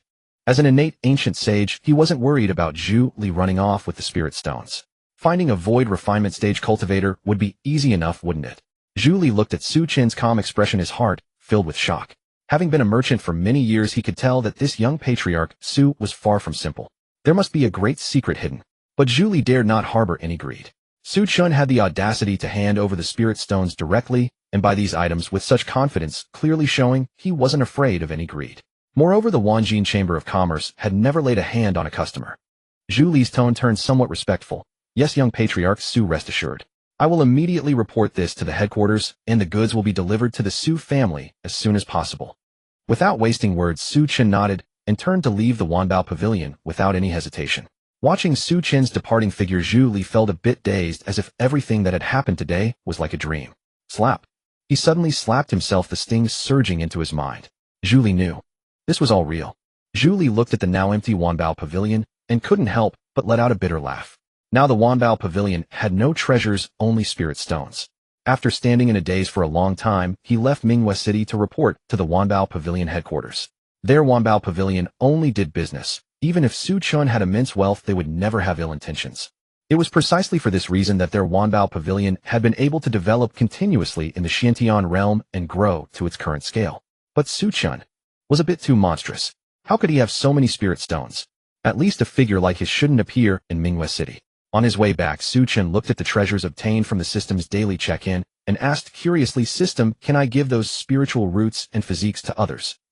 He had gained too many constitutions from check-ins. Ordinary ones like supreme-grade spiritual roots and heavenly spirit roots, he had hundreds of them. Better ones were saint bodies and immortal bodies, also in vast numbers. But a person could only possess one physique. Having more would cause conflicts. The rest would be a waste. The system replied, "They can be given to others, but without the system's protection, outsiders will endure unbearable pain when fusing a spiritual root or special physique." Su Chen was overjoyed. This way he could give the extra physiques to the direct descendants of the Su family. There would be no need to worry about the Su family's rise. Su Chen now regarded the Su family as his own, so he naturally hoped for it to become stronger. After returning to the Su family, Su Chen did not hand over everything purchased from the Wanjin Chamber of Commerce to the family. Instead, he only picked out treasures worth 1 billion spirit stones that were helpful for cultivation, keeping the rest for himself. With the previous massive resources Su Chen had given, Su Qingtian was much calmer this time. Holding the spatial ring Su Chen had given him, his heart was filled with mixed emotions and deep bewilderment. Everything that had happened to Su Chen was too strange, giving him an unreal feeling. Shaking his head, Su Qingtian's eyes regained their calm. "No matter what secrets you carry, you are my son Su Qingtian and the young patriarch of the Su family. That is enough." He didn't want to probe into Su Chen's secrets. Returning to his own courtyard, Su Chen lay down on his chair, his face full of enjoyment. How comfortable. This life after transmigration really made it worth spending 1,000,000 years in the void space. Seeing Su Chen come home, Han, she immediately walked over obediently and began to massage him. The servants of the Su family had been trained, their techniques no worse than those of professional masseurs outside. Su Chen smiled. "Not bad, you've reached the 8th layer of qi condensation." Hearing Su Chen's praise, Han Shi's face was full of excitement. She said gratefully, "It's all thanks to the young patriarch's cultivation." Han Shi was lucky to break through. Su Chen smiled faintly and didn't continue speaking, instead closing his eyes to enjoy the moment. In truth, cultivating the Su family was partly because he genuinely liked it here, and there was also a very important factor. Su Chen didn't like being alone, he preferred having company. In his previous life, when he read web novels, many protagonists were solitary for life, focusing solely on cultivation. But Su Chen felt that kind of life was far too dull. Whether human or animal, it was hard to truly detach from social groups. Moreover, Su Chen didn't need to cultivate at all. The check-in system arranged everything for him. Resources, cultivation, treasures. Almost everything could be obtained through check-ins. He could completely lie back and relax. The same bowl of rice tastes ordinary when eaten alone, but when 3 people compete for it, it becomes delicious. If the path of cultivation in the future were only for himself, what difference would it be from being trapped in the void space? However, the cultivation levels and talents of the Su family members were too poor. Among the younger generation, apart from himself, the best spiritual root was only a medium grade one. Their cultivation was only at the late foundation establishment stage, which was decent within Minghua City, but still far from enough. After some thought, Su Chen decided to first elevate all Su family members to heavenly spirit roots, then gradually upgrade them to spirit bodies and saint bodies. Jumping straight to spiritual power and saint bodies would indeed be too hard to explain. Su Chen didn't want to forcibly boost the Su family's strength so quickly. Taking it step by step was the best approach. Su Chen opened his system inventory to check how many heavenly spirit roots he possessed. Heavenly spirit roots, 1798. That many. This was nearly enough to elevate the aptitude of the entire Su family, though he certainly had no intention of doing so. From the collateral branches and servants, he would only select those who were loyal and trustworthy. Su Chen turned to Ruoshi and said, "Go and inform the direct descendants of the Su family to come here along with the patriarch and the elders." The direct descendants of the Su family numbered not many, at most a little over 30 in total. After receiving her orders, Ruoshi immediately hurried off at a brisk pace. She was well aware that Su Chen now held a high standing within the Su family, and she had to perform her duties diligently to earn further recognition from him in the future. Before long, the direct descendants of the Su family had all gathered in one place. Even the elders showed great respect. The moment Su Chen summoned them, they rushed over without delay. Su Chen rarely called upon them for anything, so summoning all the direct descendants at once surely meant something significant was afoot. Su Yuanba chuckled. "Xiao Chen, is something the matter?" Su Chen swept his gaze across the room, noting the confusion in their eyes, and spoke. "Indeed, there is a small matter. Fourth uncle, since you spoke first, let you be the first to experience it." "Me?" Su Yuanba was taken aback, but he still stepped forward, and under Su Chen's guidance took a seat on the stone stool. The rest of the Su family watched with great curiosity, their faces full of puzzlement, utterly unaware of what Su Chen intended to do. Su Chen said with a gentle smile, "Fourth uncle, this will hurt a little. You'll need to bear with it." "Hurt?" Su Yuanba laughed heartily. "Xiao Chen, you underestimate your fourth uncle. The thing I fear least in this world is pain. But what exactly are you planning to do?" Su Chen smiled mysteriously. "You'll find out soon enough. Use heavenly spirit root." A beam of spiritual light gathered in Su Chen's hand, then flowed down through the crown of Su Yuanba's head and into his body. In the very next moment, the previously carefree expression on Su Yuanba's face changed abruptly. He felt as though a fire had ignited within him, burning ever more fiercely like needles being frantically stabbed into his flesh. Su Yuanba gritted his teeth and endured. Though the pain was intense, it remained within his threshold of tolerance, and out of trust in Su Chen, he did not resist the agony. Yet barely 10 breaths had passed before the torment intensified until it felt as though someone were taking a club and stirring his very organs. Su Yuanba's face twisted in agony, his entire body trembling from the excruciating pain, veins bulging across his forehead. Seeing his condition, Su Qingtian could not help but ask, "Chener, will your fourth uncle be all right?" Su Chen shook his head. "Rest assured, it will only hurt a little." Hearing this, Su Qingtian breathed a slight sigh of relief, though he still wondered what Su Chen was truly attempting. He was not the only one puzzled. Every member of the Su family was equally bewildered. A piercing scream rang out as Su Yuanba collapsed to the ground, drenched in sweat, with visible writhing movements beneath his skin. It was as if a giant worm were squirming within his body, a truly horrifying sight. "Father!" Suhi's bright eyes were filled with worry. Soon the screams grew even more piercing, as if Su Yuanba were enduring unending torment. The expressions of the Su family members shifted. This was what he called a little pain. "Father, are you all right?" Seeing Su Yuanba in such a state, Suhi moved to rush over and check on him, but Su Chen held her back. "Sister Suhi, don't worry. Would your brother Chen ever harm his own family?" Su Chen wore a calm smile on his face. Hearing these words, Suhi's anxious heart eased considerably. It was at that moment that Su Yuanba's screams finally ceased. He lay on the ground, gasping for breath. "Xiao Chen, this is what you call a little pain." Su Yuanba spoke with a weak, drained voice. Clearly this ordeal had pushed him to his limits. But moments later his expression changed dramatically. "This is..." Su Yuanba sensed the spiritual energy continuously surging toward him from all directions, along with the immensely wide meridians within his body, and an expression of utter disbelief spread across his face. "Why is my spiritual energy absorption speed so much faster? At least 5 times what it was before." 5 times. Su Qingtian was shocked. Sensing the spiritual energy swirling around Su Yuanba, he spoke with a hint of uncertainty. "Fourth brother, try not absorbing spiritual energy for a moment. Stop cultivating." Though puzzled, Su Yuanba complied. But then a stunning sight unfolded. Even without cultivating, spiritual energy from heaven and earth continued to pour into his body unabated.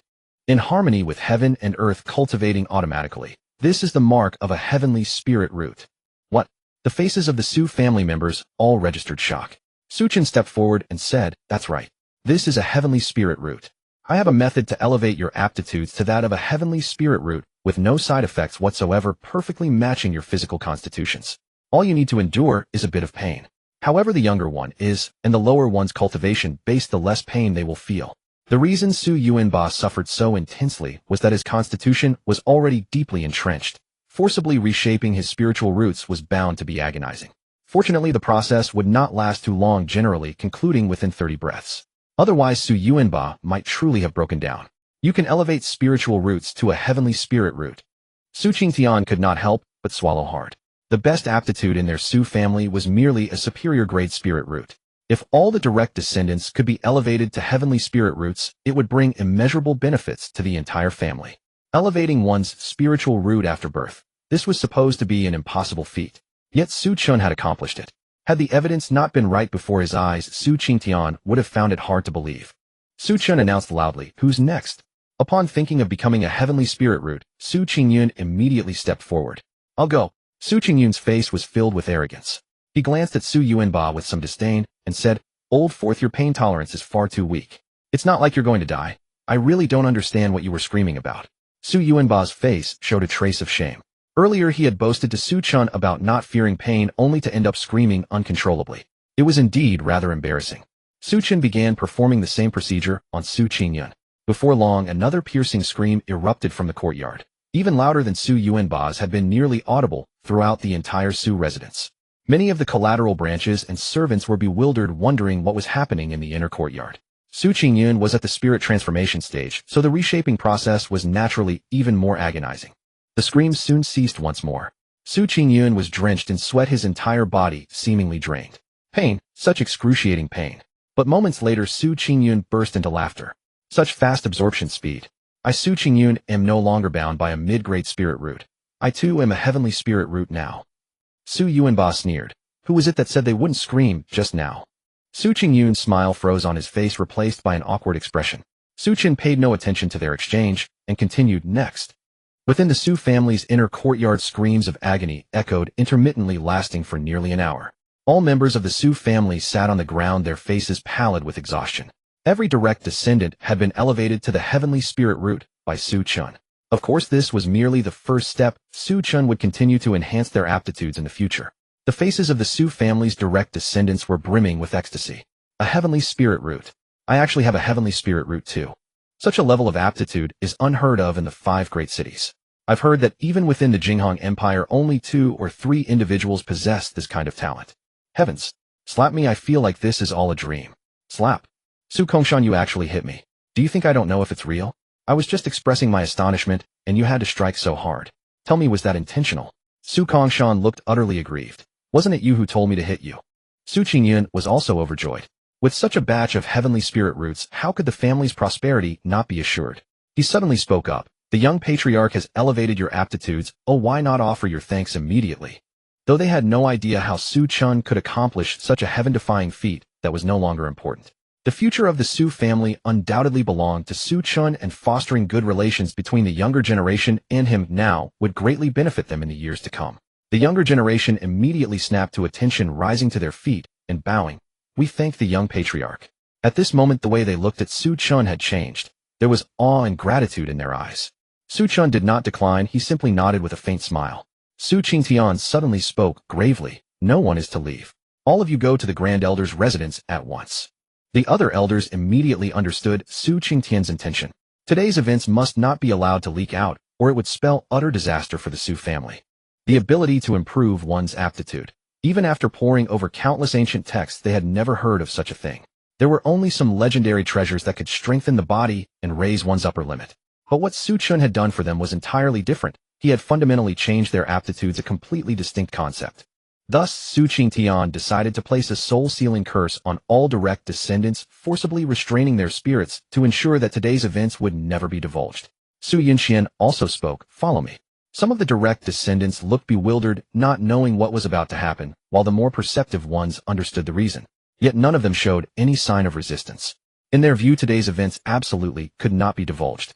After they had all left, Su Chen glanced at Ruashi beside him and said calmly, "Ruashi, you come as well." Ruashi was momentarily stunned, then quickly came to her senses, a look of ecstasy spreading across her face. "Many thanks, young patriarch." Soon Ruashi was writhing on the ground, screaming in agony. Improving Ruashi's cultivation was actually quite simple for Su Chen.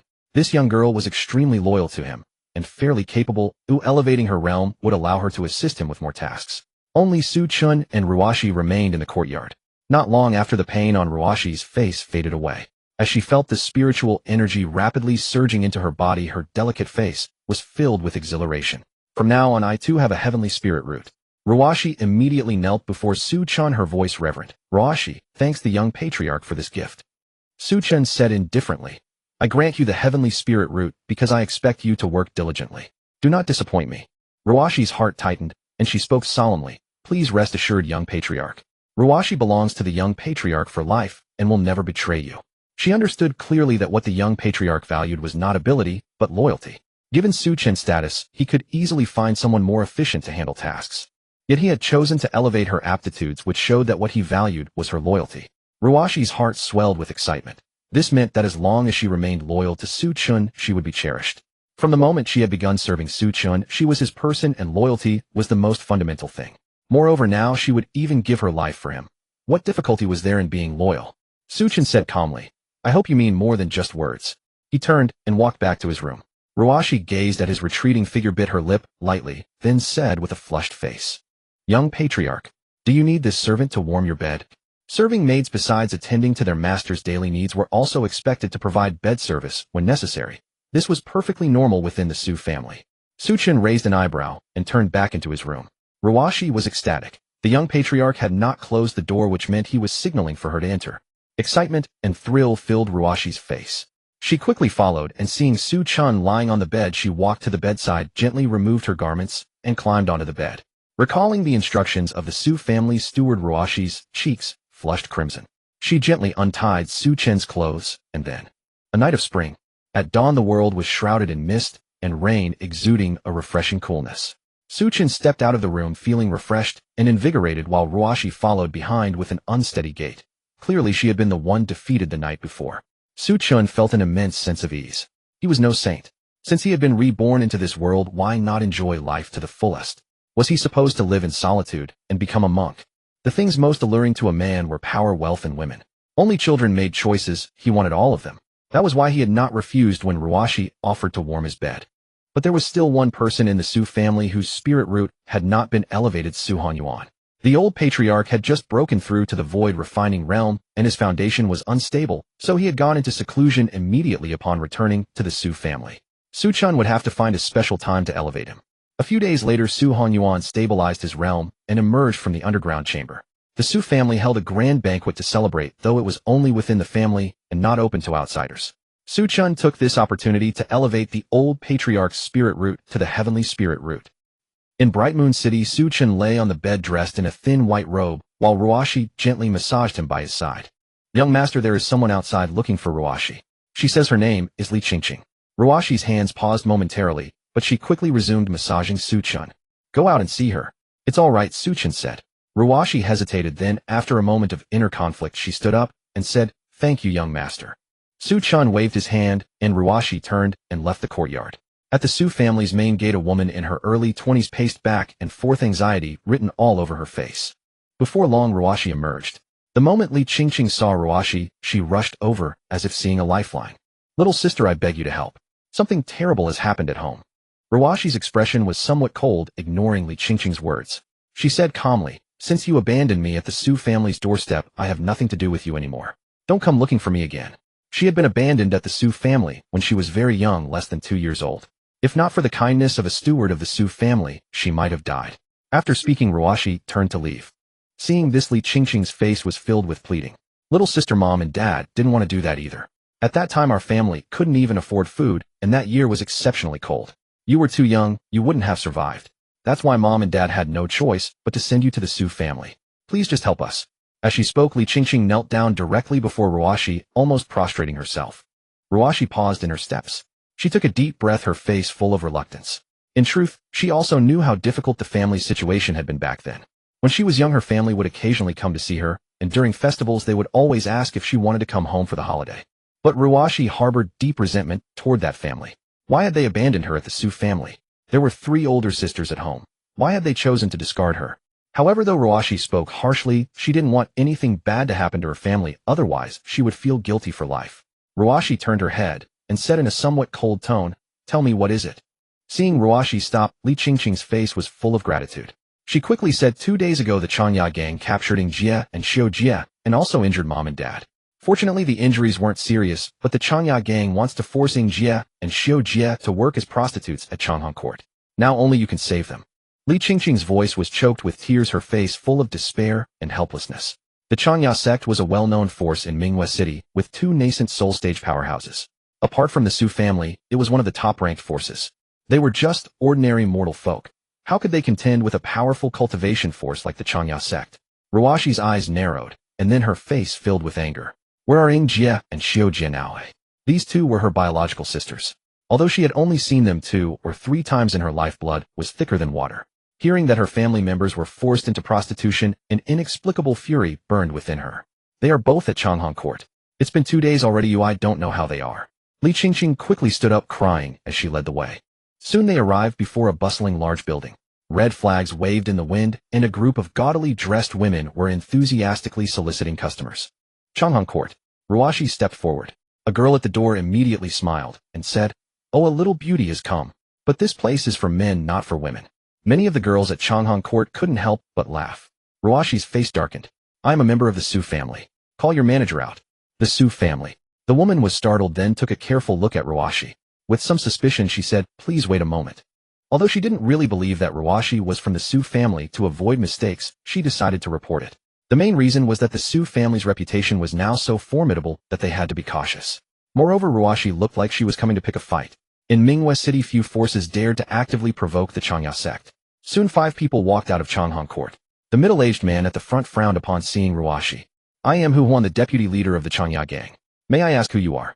"Su family." Ruashi took out a token. This was the identity symbol that all members of the Su family possessed. Previously, Ruashi had been a servant, and her token was made of ordinary wood.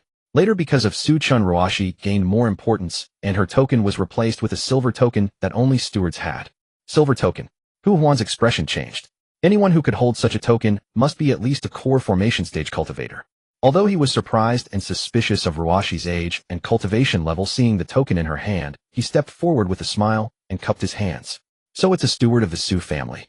I didn't recognize you at first. Please forgive me. May I ask what business brings the steward to our Changhong Court?" Hu Huan's words were respectful, but he kept scrutinizing Ruashi. When had the Su family added such a young female steward? Why had he never heard of her before? Although Hu Huan had 100 questions in his mind, no one in Minghua City dared to forge the Su family's identity, so he could only half believe. Ruashi said coldly, "I've come to ask Deputy Hu for 2 people. Ask for people." Hu Huan was completely bewildered. What was going on? Gao Qiu, who was beside Hu Huan, suddenly looked at Li Qingqing. His expression froze slightly, then his eyes narrowed. He immediately whispered a few words in Hu Huan's ear. "Deputy leader, that girl beside her is." Upon hearing this, Hu Huan narrowed his eyes. He looked at Li Qingqing, then at Ruashi, and immediately shouted, "How dare you forge the Su family's identity?" Men seized them both. The several men beside him immediately rushed forward, ready to surround them. Ruashi's beautiful eyes glared, her voice filled with anger. "What are you doing? Aren't you afraid of offending the Su family?" "Offend the Su family?" Gao Qiu sneered, speaking with extreme contempt. "You think too highly of yourselves. Are you addicted to pretending to be from the Su family? And Li Qingqing, to save your sister, you dare to use the Su family's name. If the Su family finds out, your whole family will die. Want to save your sisters? Simple. Bring 1,000 spirit stones.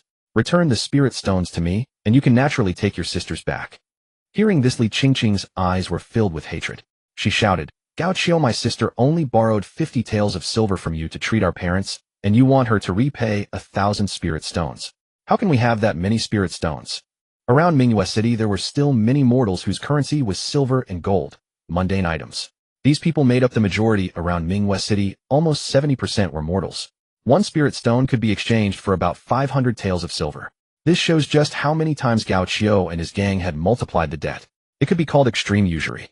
The girls inside Changhong Court heard Li Qingqing's words, and a look of gloom flashed in their eyes. Almost all the girls here had been persecuted by the xianxia gang, forced to work as prostitutes to please men. Changhong Court was located in a busy area. Seeing the commotion, many people immediately gathered around. This xianxia gang is too shameless. 50 taels of silver inflated to 1,000 spirit stones. Isn't this their usual trick? I've long heard that the girls at Changhong Court were all forced here. Pity these 2 don't look very old. Look, isn't she holding a Su family steward token? Is the xianxia gang so fearless that they dare to offend the Su family? Su family, my ass. Have you ever seen such a young steward? And she's only at the qi condensation stage. The story is like this: that girl's sisters were taken into Changhong Court. She probably went crazy trying to save them, so she forged the Su family's identity to come to the rescue. So stupid. If you're going to forge an identity, at least find one that matches your strength. Letting a qi condensation stage cultivator pretend to be a Su family steward, that's just ridiculous. The murmurs continued. No one believed that Ruashi was a real Su family steward. After hearing Li Qingqing's words, Gao Qiu sneered. If you can't repay the debt, why did you borrow in the first place? Or did I force you to borrow the silver? Paying debts is a matter of course. Since you have no spirit stones to repay me, isn't it only natural for me to take you to Changhan Court to pay off the debt? Gao Qiu spoke with self-righteous indignation, as if they were the ones in the wrong. Ruashi trembled with fury, her eyes filled with icy coldness. Don't you just want spirit stones? I'll give them to you. Release the people immediately. With that, she directly tossed over 1,000 spirit stones. It was clearly disadvantageous for her to clash with the Longya gang. Although she was a member of the Su family, she held no real power. Even if she truly wished to take action against the Longya gang, she lacked the capability.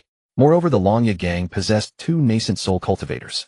The Su family would likely not go to war with them over a mere servant like her. Unless she went to Su Chen for help, but she was a servant while he was the master. It has always been a servant serving the master, not the master helping the servant. Seeing Ruashi actually produce 1,000 spirit stones, Gao Qiu's eyes lit up immediately.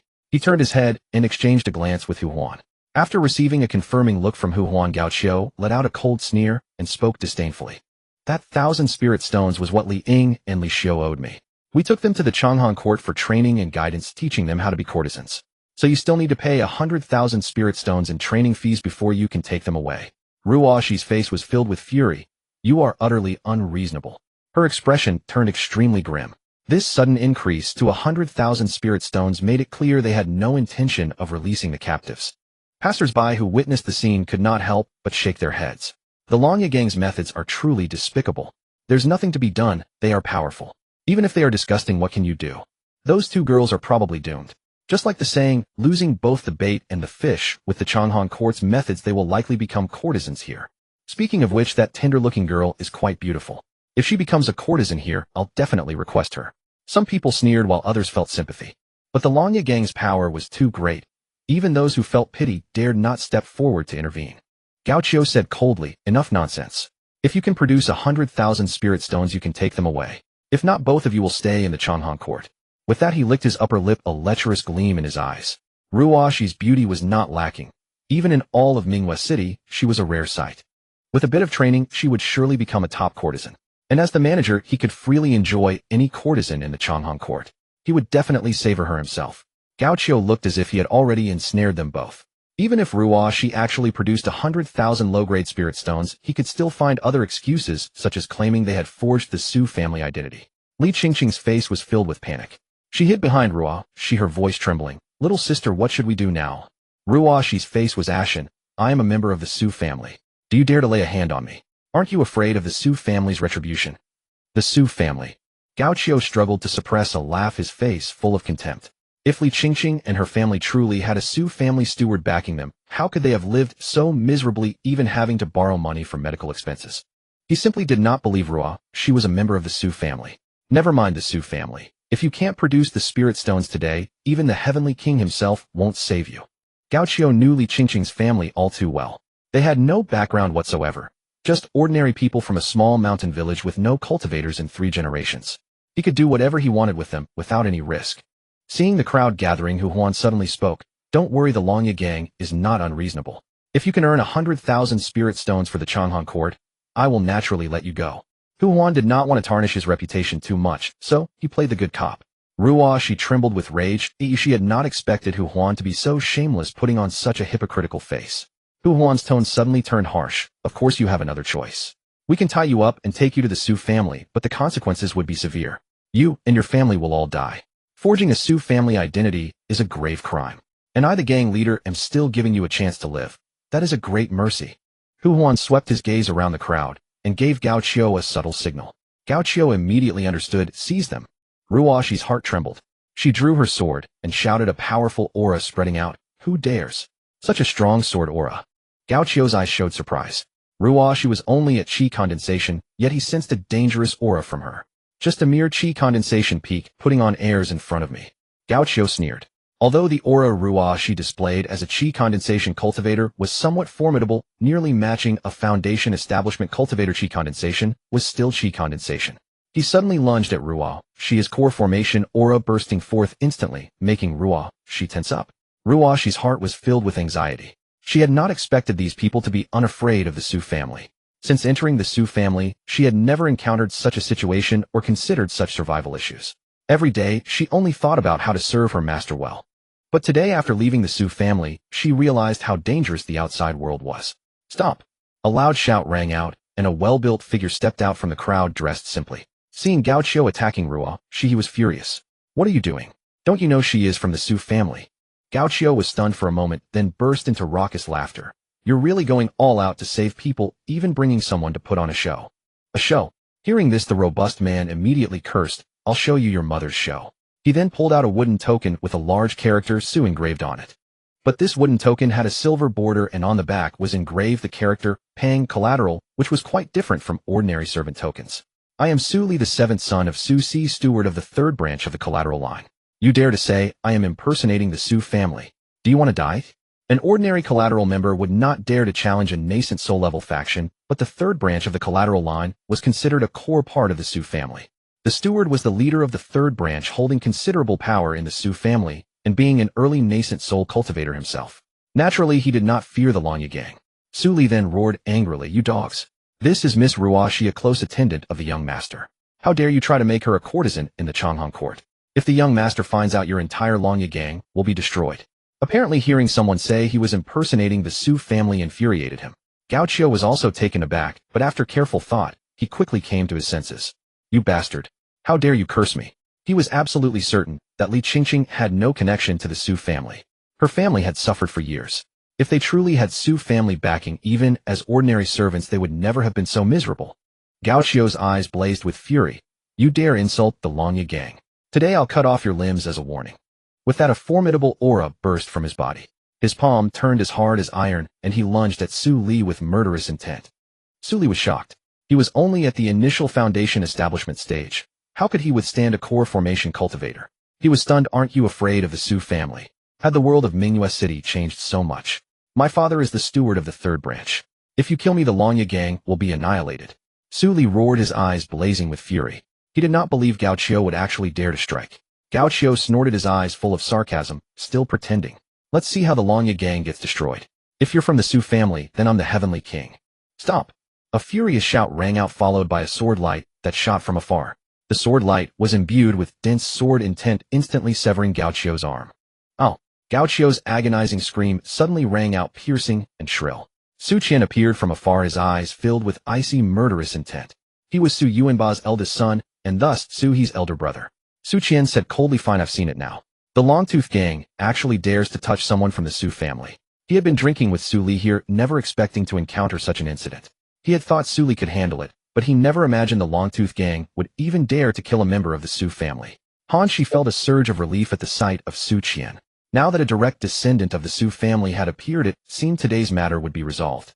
Su Qian looked coldly at Hu Huan and said, Chief, you'd better give me an explanation, or else today's matter will not end well. Before Hu Huan could speak, Gao Qiu roared, brat, you're asking for death. Having one hand severed filled him with extreme rage, especially since Su Qian was only at the peak of foundation establishment, while he was at the early golden core stage. Having his arm cut off by a foundation establishment cultivator was a complete disgrace. Hu Huan quickly pulled Gao Qiu back, his expression growing increasingly grave. Su Qian's aura was extraordinary, and he was at the foundation establishment stage. If Li Qingqing truly had a foundation establishment cultivator backing her, there would be no need for her to borrow money from Gao Qiu for a few silver coins. Could they really be members of the Su family? At that moment, Hu Huan suddenly felt a pang of panic. He cupped his hands and asked, may I ask for the young master's name? Su Qian said indifferently, Su Qian of the Su family. Su Qian. Hu Huan frowned.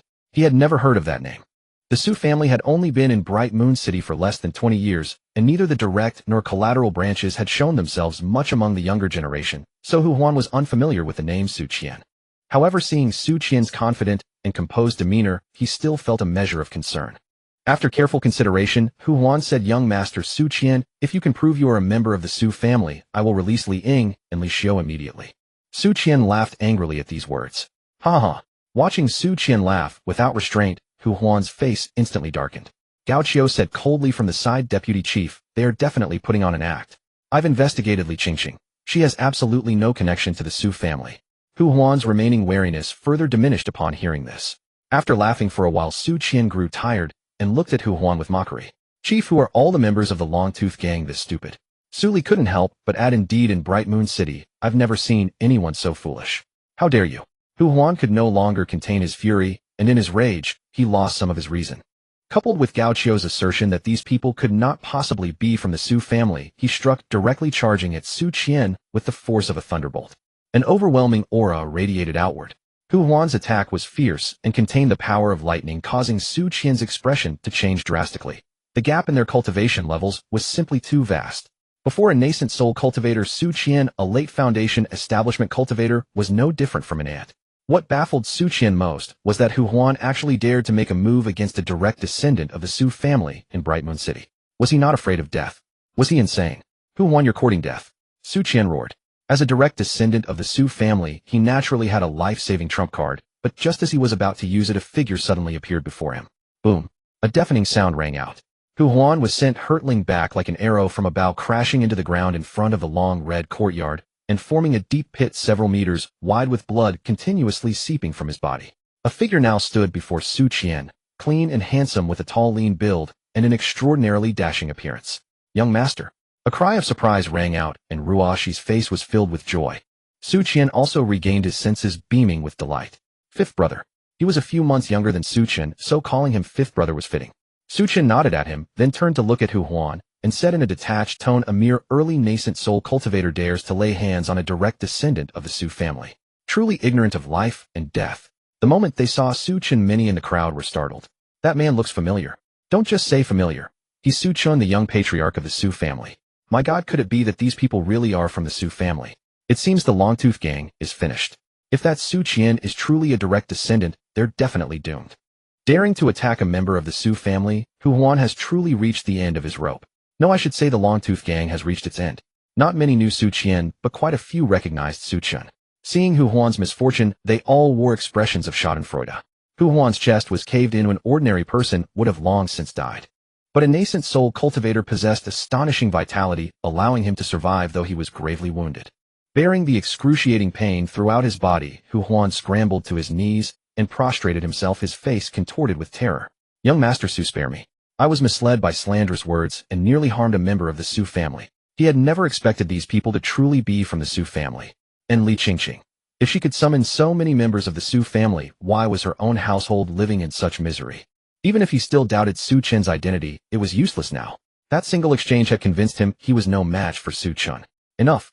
Su Qian said calmly, I don't care for such useless chatter. As his words fell, his figure flickered like a ghost to Hu Huan's side, and he raised his foot to stomp down. A seemingly ordinary step directly crushed Hu Huan's dantian and nascent soul. With his dantian and nascent soul shattered, Hu Huan's cultivation plummeted, leaving him a mere mortal. The onlookers couldn't help but sigh at the sight. A nascent soul cultivator reduced to a beast-like state, his cultivation crippled. Su Qian's voice was sharp and stern.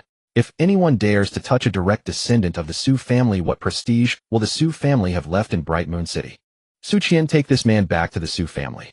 3 days from now in the training ground, he will be beheaded. He did not kill Hu Huan immediately, not out of mercy, but to establish authority, to make everyone tremble at the mere mention of the Su family, lest such incidents recur. What happened today was utterly ridiculous. After the Su family members had revealed their identity, someone still dared to attack them. And all this in Bright Moon City. Su Qian immediately nodded. Yes, young patriarch.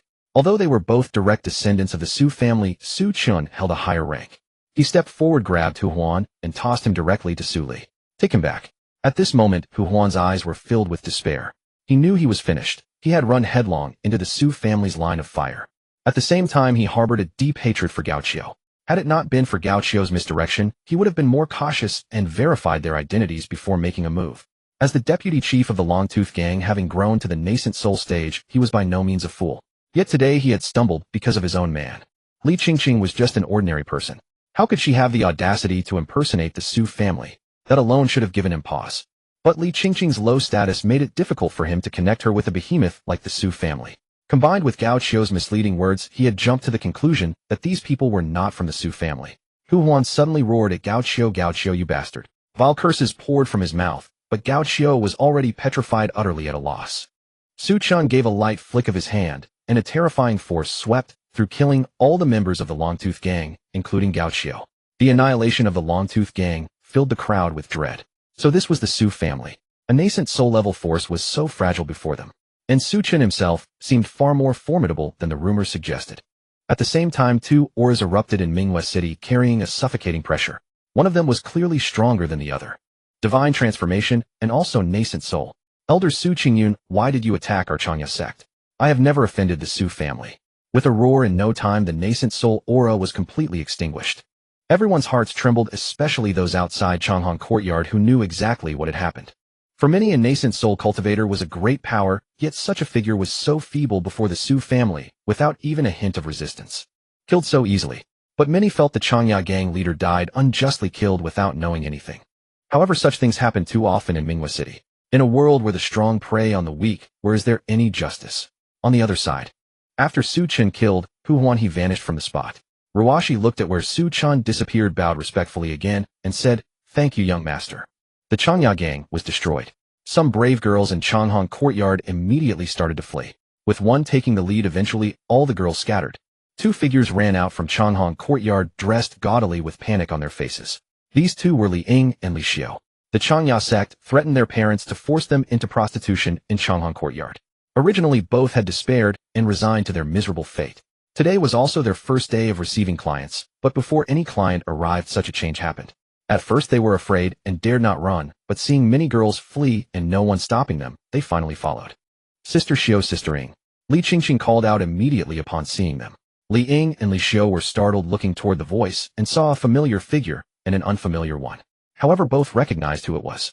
Years ago, the whole family had visited Ruashi at the Su residence. Although they only met briefly, they clearly remembered their younger sister Ruashi. The two immediately ran up, grabbed them, and pulled them away. "Hurry!" Ruashi did not resist. After running far away, they stopped by the roadside, panting heavily. Li Ying and Li Xiu were very happy to see Ruashi again. When they learned that it was their younger sister who had saved them, both were astonished. They had thought Ruashi was just a servant in the Su family, but unexpectedly, she was a servant to the young master of the Su family. Seeing Ruashi's good fortune, both eyes were full of envy. In the end, the three sisters urged Ruashi to go home and visit, but Ruashi refused. She still didn't know how to face her parents. "I will find you a good house.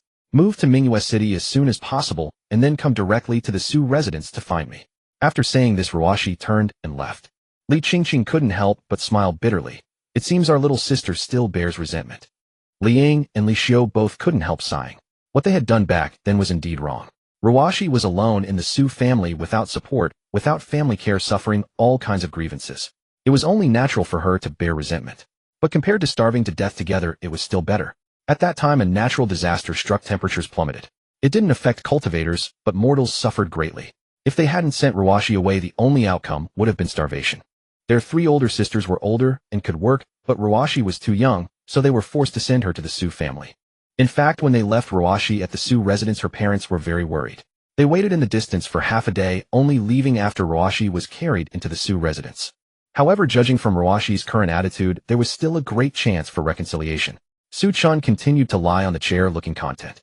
It was more comfortable at home. After dozing for half an hour, he slowly opened his eyes.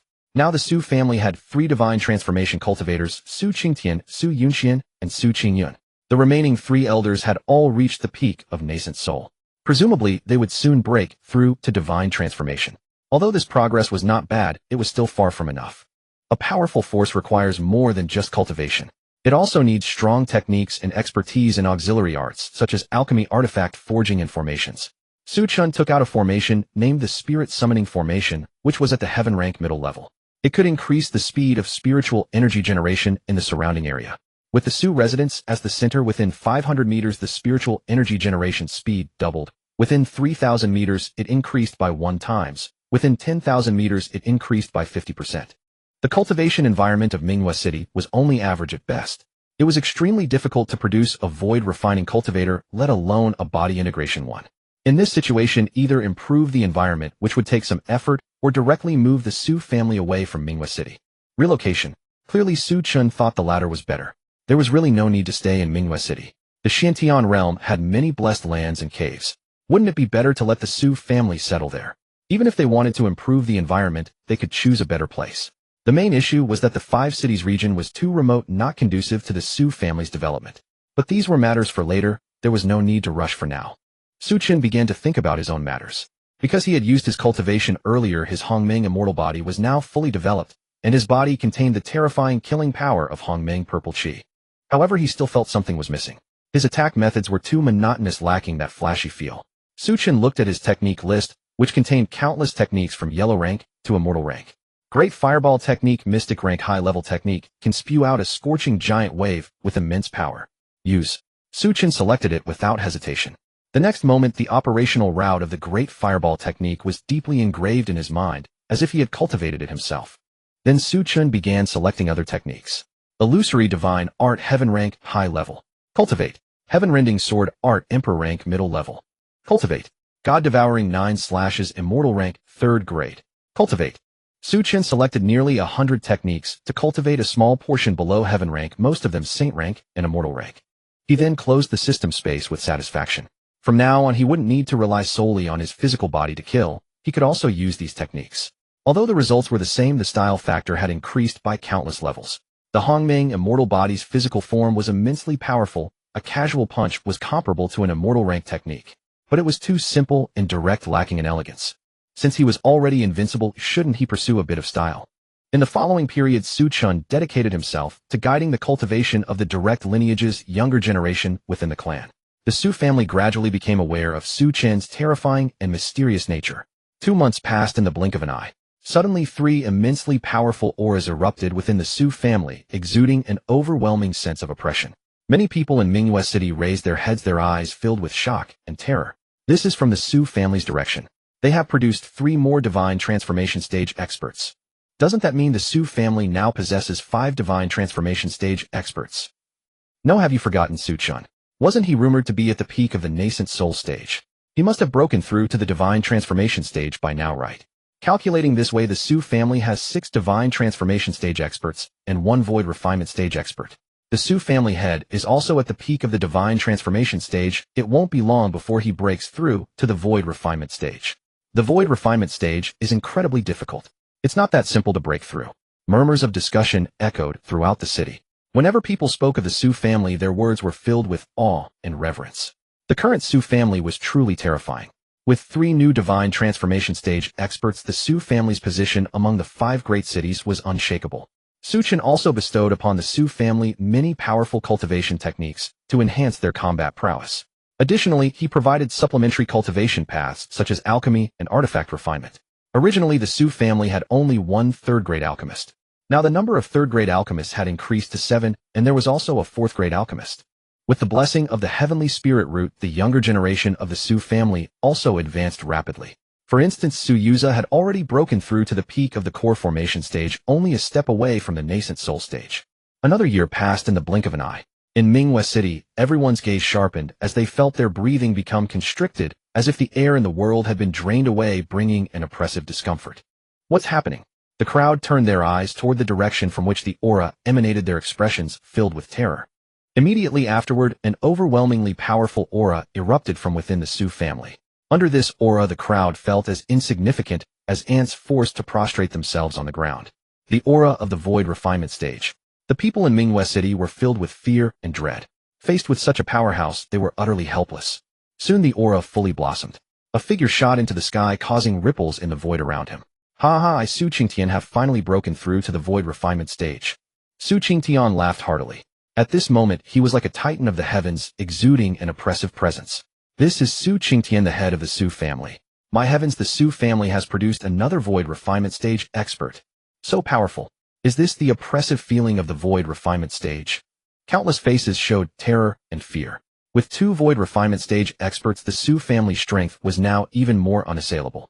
Especially when the other 4 major cities learned of this, they all brought gifts to express their loyalty. Su Qingtian directly demanded that the other 4 cities submit to the Su family. Of course, all the forces in the 4 major cities agreed and were willing to pay annual tribute to the Su family. Thus, the 5 great cities became the Su family's sphere of influence. That year, among the direct lineage's younger generation, 5 had broken through to the nascent soul stage, and 2 elders from the collateral branches had also broken through to the divine transformation stage. At present, the Su family had a total of 8 divine transformation stage experts, and the combined number of nascent soul stage experts from the direct and collateral branches approached 30, an absolutely terrifying number. Half a year later, Su Honyuan also broke through to the mid-stage of the void refinement stage. This completely extinguished any lingering discontent from the other 4 cities, leaving them with no other thoughts. The direct lineage of the Su family all possessed the heavenly spirit root, and with the monthly cultivation resources sent by the 10,000 Treasures Pavilion, they could all advance and break through rapidly. For a time, the Su family reached an unprecedented peak of prosperity. The affairs of the 5 great cities even spread to the Jinghong Empire, attracting the attention of many. The Jinghong Empire was currently unstable. His Majesty the Jinghong Emperor was about to go into seclusion to break through to the return to origin stage, and thus prepared to abdicate. However, the empire's domain still needed to be maintained, so the 9 princes began vying for the position of crown prince. Including the current Jinghong king, the Jinghong Empire had produced 3 emperors in total. However, during every succession struggle, almost all participating princes perished, leaving only the final victor alive. In other words, out of the 9, only one would ultimately survive. Such was the royal court, extremely bloody and cruel. Thus, the Jinghong Empire was in turmoil during this period. Behind each of the 9 princes stood many powerful experts. Among them, the strongest, the first prince, had already reached the mid-stage of the void refinement stage. He also had the most followers. He was the prince most likely to seize the throne. Now the struggle for the crown among the 9 princes had reached a white-hot stage. Almost all forces within the Jinghong Empire that had reached the void refinement stage had chosen sides. But at this moment, the sudden emergence of 2 void refinement stage experts in the 5 great cities, including one at the mid-stage, immediately sparked the same thought in the minds of all 9 princes. They must win over the Su family. Although the Jinghong Empire was immensely powerful, the number of void refinement stage experts was limited, and they were considered high-end combat power. 2 void refinement stage experts could often play a critical role in many situations. Just a few days after the Su family's deeds spread, envoys from various princes in the Jinghong Empire arrived to express their desire to recruit the Su family. However, since the Su family had only recently stabilized, Su Qingtian declined almost all of them. In the Su family's reception hall, a lavishly dressed man sat there, his expression somewhat displeased, for Su Qingtian had just rejected the proposal to ally with the first prince. Huang Qi said with a displeased tone, "Patriarch Su, the first prince has shown utmost sincerity. Rejecting him will bring you no benefit. Moreover, the first prince commands the strongest forces. If the Su family's 2 void refinement stage experts join him, his chances of victory will increase further. Once the first prince seizes the throne, he will become the king of the Jinghong Empire. At that time, your Su family will no longer need to reside in a remote corner like the 5 great cities. The first prince can select a spiritually rich location within the Jinghong Empire for you." Su Qingtian responded with a flattering smile, "Lord Huang, my Su family has no desire for conflict. We only wish to protect ourselves." The struggle for the crown was too terrifying. Even a single misstep could lead to the annihilation of the Su family. There was no need for him to get involved. Hearing this, Huang Qi's expression darkened further. He had already made his position so clear, yet the other party still refused. Huang Qi stood up, gradually releasing the aura of the mid-stage void refinement stage. He resembled an enraged lion. "Patriarch Su, I hope you understand that the 5 great cities region has been ungoverned only because of the agreement between the founding emperor of the Jinghong Empire and the former city lords. But now the city lord mansions of the 5 great cities have vanished, and you have rejected all the princes. No matter who ascends the throne, there will be no place for the Su family. Do you think it's possible to remain neutral, Patriarch Su?" Su Qingtian's face changed drastically. Although the Su family now had 2 void refinement stage experts compared to a behemoth like the Jinghong Empire, they were still no match. If the princes truly took notice, then regardless of who came to power, the Su family would be purged. Huang Qi, unwilling to waste more words with Su Qingtian, snorted coldly and turned to leave. "Humph, Patriarch Su, you are on your own." In the room, only Su Qingtian was left, his face troubled. The Su family only wanted stable development. Was such a simple request so difficult to fulfill? Shaking his head, Su Qingtian let out a helpless sigh. In this world, the fundamental issue was the lack of strength. 2 more days passed in this manner. "Patriarch, there is someone outside seeking an audience. He claims to be an old acquaintance of yours." In the reception hall, Su Qingtian's face lit up with surprise as he saw the person standing inside. "Brother Lin Jin, what brings you here?" Standing within the reception hall was a man with an amiable countenance, exuding an air of calm composure and a subtle aura of authority. Lin Jin smiled warmly. "So it's been a long time." Su Qingtian immediately laughed heartily. "Indeed, it has been ages. You must not rush off this time. We shall drink and reminisce to our heart's content." Lin Jin was an acquaintance from their days in Qingfeng Gang. In fact, it was with Lin Jin's behind-the-scenes assistance that the Su family had managed their great migration to Minghua City. Hearing this, Lin Jin's smile faded, replaced by a bitter one. "Do you think I am in any mood for drinking, Brother Su?" Su Qingtian was taken aback, momentarily forgetting Lin Jin's true identity. The 7th prince of the Jinghong Empire. He also understood the purpose of Lin Jin's visit, his expression turning grave. Is there truly no way to withdraw from the succession struggle? Lin Jin replied with a calm, detached tone. Withdraw? How? No matter who wins, everyone will ultimately be purged. If I were to become crown prince, I would not spare the other princes either. In the Jing Empire, with an integration stage ancestor as their pillar, the identity of the throne's occupant mattered little as long as one was of royal blood. Even if you became the king of Jinghong, others could still drag you down.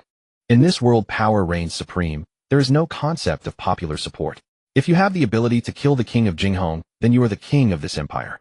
Thus, the first thing any ruler did upon ascending the throne was to eliminate all potential threats, executing every other royal sibling. Su Qingtian fell silent, having heard of the bloody and brutal nature of such succession struggles. One benefit of this system was that the emperor who emerged was of unquestionable caliber, possessing top-tier talent and cunning. Such a person, when controlling the empire, could ensure its continued survival and prosperity. But the downside was the complete absence of familial bonds. Even close brothers would betray you. The atmosphere in the hall grew heavy and oppressive, both men silent. Finally, Lin Jin let out a helpless sigh. Among the 9 great princes, my faction is the weakest. All my other brothers have at least 3 void refinement experts to assist them, while I have only 2. Judging by the movements of the other princes, they all seem to intend to deal with me, the weakest one, first. Hearing this, Su Qingtian's eyes swirled with conflict. Lin Jin was a dear friend who had spent considerable resources and connections to help the Su family migrate. Without Lin Jin, coming to Mingyue City would not have been so easy. The Su family owed Lin Jin a significant debt of gratitude. Yet this concerned the very survival of the Su family, and he couldn't help but feel anxious. Given Lin Jin's relative weakness among the princes, his defeat seemed highly probable. If the Su family sided with him, they would surely face calamity. Though he was the master of the Su family, it belonged to everyone, not him alone. Lin Jin's words had made his intention perfectly clear. He wanted Su Qingtian to ally with him. Suddenly, Su Qingtian spoke up. Brother Lin, before you came to Mingyue City, you mentioned your child was about to be born. What was it, a boy or a girl? Lin Jin smiled. That was quite some time ago. It was a girl, and she's already 18 now. If I get the chance, I'll bring her by to meet you. As he spoke, a trace of bitterness tugged at his lips. If he lost the succession battle, his family would surely be eradicated. Perhaps there would be no such chance. Lin Jin also perceived Su Qingtian's dilemma. He stood up and said, in that case, Brother Su, I shall not impose any longer. There are many matters awaiting my attention back in the Jinghong Empire. He was well aware that asking Su Qingtian to side with him was a highly risky proposition. So his visit today was merely an attempt, not a coercion, leveraging the favor the Su family owed him. After all, even with the Su family's support, his chances of winning this succession war were not particularly high. There was no need to drag them into a suicide mission. Seeing Lin Jin about to leave, Su Qingtian quickly said, Brother Lin, wait a moment. The Su family is not one to forget favors for personal gain. The other 8 princes have all sent envoys to my door before this. Hiding from them wasn't easy. But this is a momentous decision. I must consult with my clansmen before making a choice.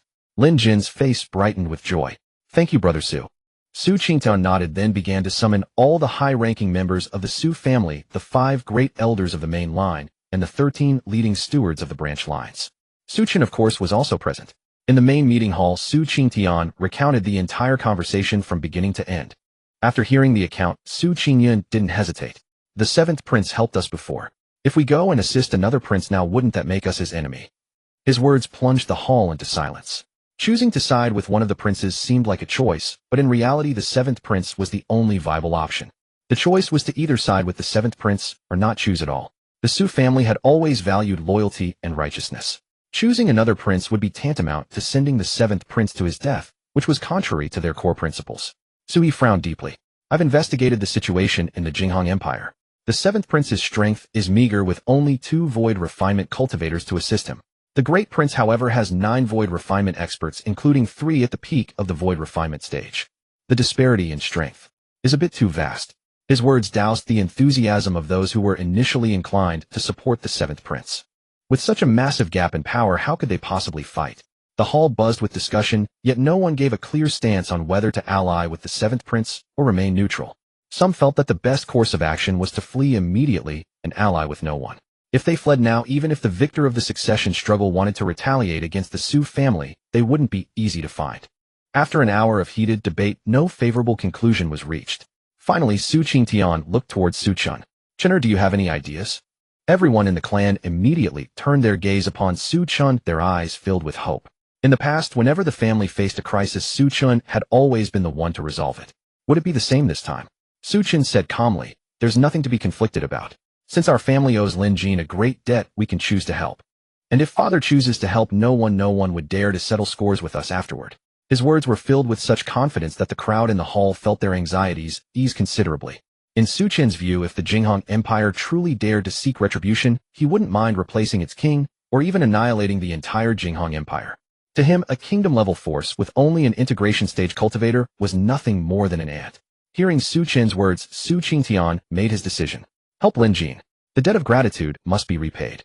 Moreover, Su Qingtian couldn't bear to watch his friend Lin Jin go to his death. While the mainline elders of the Su family's early generation and the branch-line stewards didn't know Su Chen very well, they all understood that the family's current prosperity was entirely due to Su Chen's efforts. As such, they held immense trust in him. Su Chen spoke again. In that case, I'll go to the Jinghong Empire alone. I've been meaning to take a trip there and see what it's like. You're going alone. Su Qingtian's expression turned somewhat grave. The people in the hall exchanged glances, their faces filled with confusion. Su Chen's cultivation was merely at the early spirit transformation stage. At least that was what he claimed, though no one truly believed it.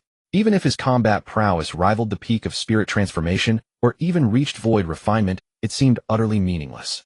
The seventh prince was hardly lacking a void refinement cultivator. Su Chen said calmly, rest assured with me here the seventh prince will surely win the succession. No one can take it away. Hearing this, the crowd felt a jolt of shock once more. The Nine-Dragon succession battle was a battlefield of void refinement cultivators. Could Su Chen truly sweep through all challengers? Su Qingtian pondered for a moment, then finally nodded, and said very well. By now he held great trust in this son of his. Su Chen was profoundly mysterious and undeniably powerful, surely far beyond mere spirit transformation. But since Su Chen never spoke of it, Su Qingtian never probed. Moreover, with that mysterious and formidable master behind him, even if the seventh prince's succession was uncertain, at the very least, Su Chen himself would not come to harm. The Su family quickly reached an agreement. Only Su Chen would accompany Lin Jin, while everything else in the Su family continued as usual. Outside Minghua City, 3 dragon horse carriages stood waiting there. Passers-by looked on with fear in their eyes. The distinctive emblem on the carriages revealed them to belong to the imperial house of the Jinghong Empire. Su Chen and Lin Jin walked out of the city. Gazing at the calm-faced young man beside him, Lin Jin's eyes were full of bewilderment. Could he truly help him win the succession? Remembering the resolute tone Su Qingtian had used when they parted, Lin Jin began to wonder. Could Su Qingtian be toying with him? Su Chen's aura was only at the spirit transformation stage. What influence could such a person possibly have on the succession war? The struggle for the crown prince was not merely a simple contest of strength among the princes. It was divided into 2 phases. The first phase took place before the succession war officially began, when each prince would do everything possible to whittle down the numbers of their rivals. When the succession war truly commenced, the real battle would unfold, presided over personally by His Majesty the Jinghong Emperor, with the strongest warriors under each prince fighting to the death.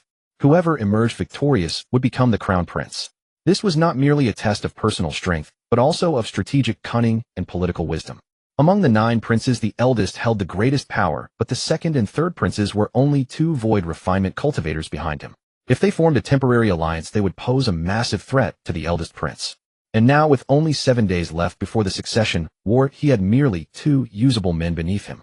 This battle was a desperate gamble with slim odds of victory. Lin Jin hadn't bothered to count Su Chen in at all. In his view, the Su family had sent Su Chen merely to avoid straining their relationship. Yet he held no resentment, for his own chances were far too slim. Even with the Su family's help, nothing could change the final outcome. Nor did he wish to be the cause of the Su family's annihilation. Lin Jin sighed inwardly. In just over a decade, Su Qingtian had become so unfamiliar, so worldly and calculating. If he was unwilling to help, he could have simply refused. Why send Su Chen to die alongside him? I pay my respects to the 7th prince. A middle-aged man immediately stepped forward to bow beside the dragon horse carriage. His gaze lingered on Su Chen, his brow faintly furrowing. Spirit transformation stage. Lin Jin said indifferently, this is Su Chen, the young master of the Su family. He will accompany us to the Jinghong Empire. He offered no further explanation, clearly not placing much weight on Su Chen. Zhang Yin's brow furrowed deeply, and he couldn't help but sigh. It seemed His Highness had failed to secure the Su family's aid. He was one of the 2 early void refinement experts under Lin Jin's command, assigned specifically to protect him on this journey. Your Highness. Zhang Yin's face betrayed his worry. This time, without securing an additional void refinement cultivator, the 7th prince would have only 2 void refinement experts at his disposal. Lin Jin waved his hand. Let's go. We'll discuss it back at the palace. Neither of them paid much attention to Su Chen. After all, he was merely a spirit transformation cultivator. Even if he was a genius prodigy, how strong could he possibly be? Soon the dragon horse lifted its hooves and galloped into the sky, vanishing beyond the horizon. This half-blood dragon horse was tamed by the founding emperor of the Jing Empire. It had always been a mount reserved exclusively for the imperial family, capable of riding the wind at tremendous speed, rivaling the peak of the spirit transformation stage. Chen sat inside the carriage, watching the scenery recede at breakneck speed. He began to ponder whether he should also subdue a stylish mount for himself. But ordinary demonic beasts were beneath his notice. He would need at least a divine beast as a starting point. That, however, would have to wait for another day. Just then Chen gazed into the distance, a faint cold smile curling at the corner of his lips. I didn't expect trouble to arrive so soon. The moment his words fell, the void directly ahead of the dragon horse carriage suddenly rippled violently. In the next instant, a massive spatial rift tore open and 4 devastating attacks slashed out from within, hurtling straight toward the carriage carrying Lin Jing. The clouds in the sky churned and roiled, disturbed by these terrifying auras. Your Highness, be careful. Zhang Yin's pupils constricted sharply as he summoned every ounce of his power to block the assault. But the 4 attacks were far too ferocious and coming as a surprise ambush. How could an early void refinement cultivator like him possibly block them all? A mouthful of fresh crimson blood sprayed out, and Zhang Yin's aura instantly wilted. An ambush. Lin Jin's eyes blazed with murderous fury. They couldn't even wait this long before trying to kill him. He turned his gaze to the other dragon horse carriage, the one Chen rode, but it had already been reduced to rubble. Chen had fallen. This utterly extinguished every last hope he had harbored. When they left the Su family, Su Qingtian had sworn with absolute conviction that Su Chen possessed tremendous ability. But now, it was beyond words. Lin Jing never imagined that his good brother would actually fob him off like this. Ha ha, 7th Prince, you won't be escaping today. A masked man in black stepped forward, radiating an overwhelming saber aura that seemed capable of splitting the very world. A single glance at him made one's eyes sting with pain. Following him, 3 more figures emerged from the void, each radiating immense power. For mid-void refinement cultivators. On Lin Jin's side, there was only Zhang and at early void refinement. It was plain to see how this would end. Lin Jing raised his head, his tone, I see who sent you. The eldest brother. Or the second brother. The blade-wielding man sneered coldly. Impressive. The 7th Prince remained so composed even in this situation. A true talent. What a pity. With that, he raised his hand and struck directly at Zhang Yin. Lin Jing was merely at the peak of spirit transformation. Once this nuisance of a fly was dealt with, killing Lin Jing would be as easy as reaching into one's own pocket. Zhang Yin roared, Your Highness, flee. You think you can still get away today? An bone-chillingly cold voice rang out. In an instant, the surrounding tens of miles were sealed in ice as temperatures plummeted drastically. Even Zhang and a void refinement cultivator couldn't help but shiver. The moment this man made his move, Lin Jing recognized him. He was one of the eldest prince's men, Duan Wuhuan, the valley master of the Icebound Valley. On the other side, Zhang Yin let out a miserable scream as an arm was severed clean off. His face contorted in extreme agony. But such an injury was not fatal to a void refinement cultivator. At that level, regenerating lost limbs was no difficult feat. 7th Prince, please die now. Duan Wuhuan's voice was as cold as a ghost from the depths of the underworld. A massive ice spear condensed in the air and shot straight toward Lin Jing. In this struggle for the crown, the princes contended for the throne, but these men fought for their own futures. If the prince they backed ascended, it would bring boundless benefits to themselves and their factions. If not, they would plummet into an abyss of utter ruin. That was why they were even more desperate to win than the princes themselves. Killing me won't be that easy. Lin Jin's eyes were filled with icy resolve.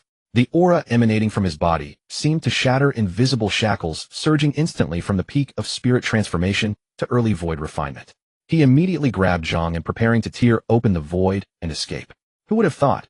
You're actually a void refinement cultivator. Duan Wuhuan's eyes were filled with astonishment. Where do you think you're running? The void refining stage assassin wielding a blade slashed through the air, the blade aura splitting the heavens and directly severing the void rift Lin Jing had torn open. At this moment, the 4 void refining stage cultivators' eyes were filled with dense killing intent. Lin Jing was actually only at the early void refining stage, yet judging by the profound aura emanating from him, it was clear he had broken through long ago. Among the 9 princes, only 4 had broken through to the void refining stage, and now a 5th had emerged. The key point was that the previous 4 were all openly known, but Lin Jing alone had been concealing his true strength. To be so patient and restrained, who knew how many other tricks he had hidden up his sleeve. Thus they had to kill him today. At that same moment, the 4 of them resolved to eliminate him without fail. The battle for the crown prince position had not even begun yet. Someone like Lin Jing would surely feign weakness while secretly gathering strength, waiting for the perfect opportunity to strike a fatal blow against the others. They could not allow such a hidden threat to exist. Kill him. The four of them charged at Lin Jin simultaneously. Heaven and earth began to tremble violently, and even the ground seemed unable to withstand the overwhelming pressure, cracking apart inch by inch. A truly horrifying sight. Deep within the mountains, countless low-tier demon beasts scattered in terror, their faces etched with panic. Zhang An's eyes too were filled with shock. Clearly he had only just learned that Lin Jin was at the early void refining stage. Still he roared out, "Your Highness, don't worry about me. Flee quickly." Lin Jin paid him no heed. Instead he removed the jade pendant from his waist and hurled it at the four pursuers. In an instant, a violent surge of energy erupted, engulfing all four of them in its overwhelming force. The energy seemed capable of annihilating heaven and earth itself. The surrounding void trembled madly as massive spatial rifts tore open across the sky. As the thunderous explosion rang out, a massive crater instantly appeared in the earth, stretching for dozens of miles. Seizing this opening, Lin Jin grabbed Zhang An and tore through the void, disappearing without a trace. He knew perfectly well that this single strike could never kill all four of them. As for Zhang An's suggestion that he flee alone, that was simply not an option. Even if he could escape today, how could he escape the battle for the throne? Lin Jin's expression darkened to the extreme. Among the 8 princes, he alone held the least influence and authority. From the moment of his birth, hardly anyone had ever supported him. The other princes all had their maternal relatives to back them, their paths far smoother than his. That was why Lin Jin had learned from a young age to conceal his true abilities, biding his time until he had amassed enough strength to contend for the position of crown prince. Unfortunately, fate was not on his side. The Jinghong king's abdication came far too suddenly. Though he possessed many schemes and abilities, the stark reality remained that he commanded only 2 void refining stage experts beneath him. If he abandoned Zhang An now, he would be left with merely 1 void refining stage cultivator under his command. When the day of the succession struggle arrived, he would face certain defeat. And what awaited him afterwards was liquidation by the new king. Damn it! Lin Jin's eyes burned with resentment. If only he had been given more time. 100 years, even just another 100 years, he would not be in such a desperate position. In 100 years he could accomplish so much. He could break through to the mid-void refining stage, or even the late stage, and recruit far more void refining cultivators to his cause. When that time came, he could contend for the crown prince position with vastly improved odds. But just as he teleported a mere few dozen miles away, 4 powerful presences converged rapidly upon him, though their auras were somewhat diminished compared to before. 7th prince, not bad at all. As the voice rang out, a void rift spanning dozens of feet was torn open. In the next instant, a blade beam shot toward Lin Jin. This strike carried even greater momentum than before. Space itself collapsed inch by inch along its path, an utterly terrifying display of power. Simultaneously, 3 more devastating attacks converged upon Lin Jin. But then Lin Jin's anxious expression suddenly turned calm. He came to an abrupt halt and fixed the 4 with an icy stare. All 4 attacks were stopped dead 10 meters before reaching Lin Jin, as if blocked by an invisible barrier. Witnessing this, the 4 felt their hearts jolt with unease. Not good. In that very instant, flames began to flicker across the heavens and earth.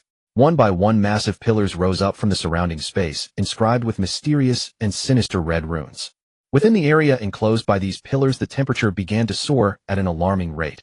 Even the void refining stage experts found it nearly unbearable. The 4 tried to charge out, but the pillars emitted an oppressive force so powerful that they could barely move. Lin Jin's eyes were ice cold as he spoke. This blazing heaven inferno array was originally intended for use in the succession battle to slay even a perfected void refining expert. I never imagined it would be wasted on the likes of you. You all deserve to die.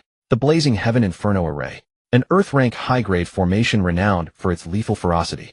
As they felt themselves being refined alive, terror twisted their faces. The 7th prince still had hidden cards. His mind was terrifyingly calculating. He had planned every step of this from the very beginning. Reveal his cultivation level to provoke their caution, use the explosion to buy time, then set up this formation here to lure them in. Lin Jin had foreseen it all from the start. All of you die. Lin Jin roared, his eyes blazing with fierce determination. This formation was one of his trump cards, yet now it lay spent. That meant his already slim 2 in 10 chance of victory in the succession battle had dropped considerably further. The 4 let out agonized cries as the scorching heat overwhelmed them. Within 30 breaths at most, they would be reduced to nothing. You'd better act now. Duan Wuhuan finally couldn't help but roar. Practicing a frost-attributed cultivation art, this withering heat was an agony beyond endurance for him. As his words fell, a sharp sword beam suddenly slashed down from the void. The blazing heaven inferno array was cleaved open, and the temperature within began plummeting as the formation teetered on the brink of collapse. Breaking the blazing heaven inferno array from within was practically impossible. Even a perfected void refining expert could not accomplish it. But from the outside it was pathetically simple. That was its fatal flaw. At the same moment, a ghostly figure lunged toward Lin Jin, a short dagger clutched in his hand, and eyes as cold as a soulless machine's. Lin Jin's pupils abruptly shrank, disbelief written across his face. To kill him, they had deployed no fewer than 2 late void refining experts and 4 mid-void refining experts. Damn it. Lin Jin's face twisted with fury. He still had one more trump card, but if he burned it here, what would be left for the succession battle? Rage seethed within him. Damn it all. I'm the weakest one here. Why must they gang up on me first? Among this group, at least 3 factions, 3 princes, were targeting him simultaneously. From their perspective, he was the weakest with virtually no chance at all of contending for the crown prince. In their eyes, he might as well have been a spectator. So this was just like killing off the bystanders before a fight to avoid anyone swooping in to pick up the spoils. Lin Jin's eyes turned frostly cold. Since you all want me dead, then none of you will have an easy time of it. He was just about to make his move when he realized he couldn't move at all. What's happening? Shock and horror flooded Lin Jin's eyes. But then he noticed that everyone around him had frozen as well. The entire world seemed to have solidified in an instant. What a show, what a show. A slightly lazy voice rang out as Su Chen slowly stepped forth from the void. The moment Lin Jin laid eyes on Su Chen, his expression shifted to sheer astonishment. It's him. At this moment, Lin Jin's eyes were filled with utter shock. It was actually Su Chen. How could this be? He was supposed to be dead. From Su Chen's figure, Lin Jin sensed an overwhelming pressure, as if the spiritual energy within his body had encountered a natural predator, shrinking back and refusing to move, frozen solid. How terrifying. Could this young master Su Chen truly possess such formidable power? Lin Jin initially thought Su Qingtian was merely toying with him, never expecting him to be serious. To emanate such a suffocating pressure, he must undoubtedly be a Unity Realm Grand Cultivator. If I could secure the support of a Unity Realm Cultivator, who would dare contend with me for the Crown Prince position? Within the Jinghong Empire, there are 3 Unity Realm Cultivators, the Jinghong King, the Grand Guardian, and the Grand Tutor. However, the latter 2 have not appeared in a century, remaining in seclusion to cultivate. The Jinghong King's decree regarding the succession struggle did not explicitly forbid Unity Realm Cultivators from participating. In his view, if a prince could gain the aid of a Unity Realm Grand Cultivator, that was a testament to the prince's own ability. Su Chen stepped through the void, his body radiating an aura that made everyone present tremble in utter terror.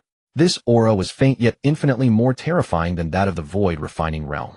Beneath this aura, they felt as if needles were piercing them, agonizing pain, racking their entire bodies, even their souls, driving their minds to the brink of collapse. The void refining realm cultivators who had come to ambush Lin Jin were now filled with panic.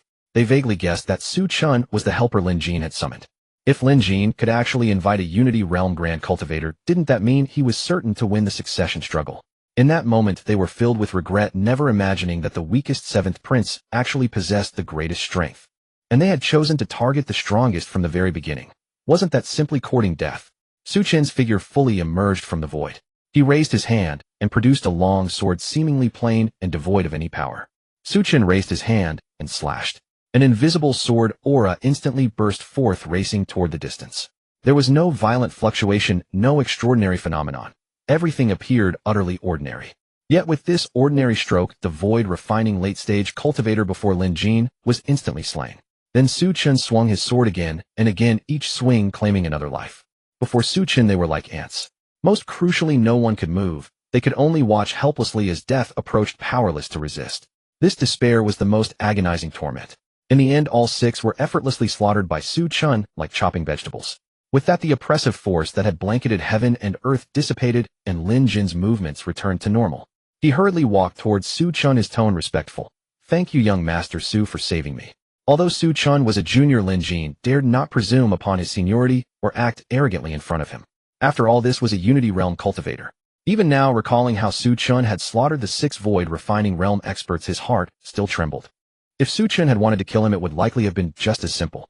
Lin Jin was utterly astounded. Su Qingtian's son possessed such monstrous talent, actually being a Unity Realm cultivator. To break through to the Unity Realm at such an age, wasn't that extremely rare, even in the entire Xianxian realm?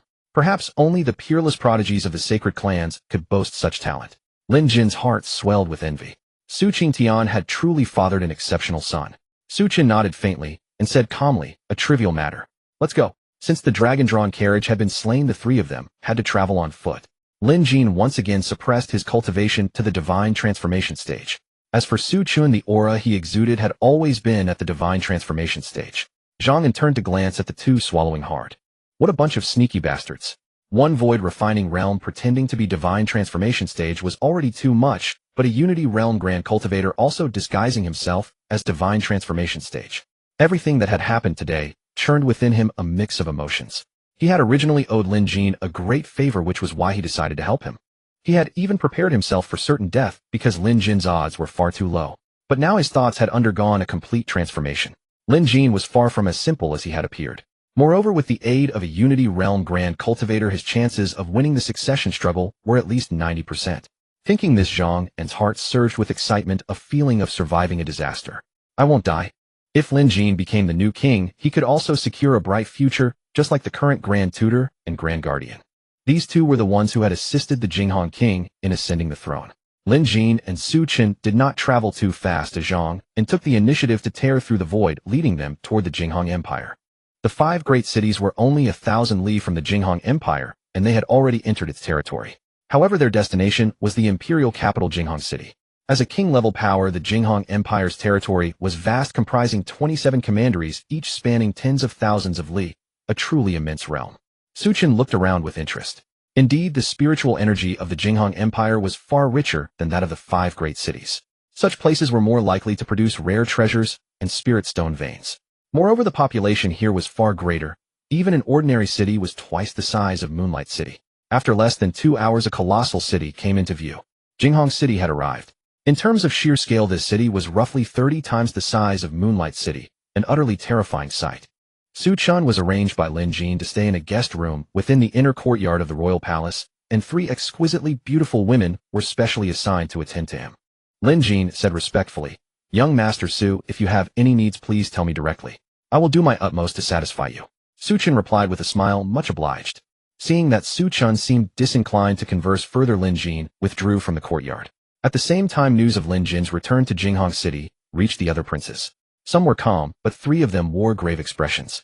The Prince Mu's residence, the estate of the first prince. At this moment, Lin Mu's expression was dark and grim. He asked coldly, still no contact with them.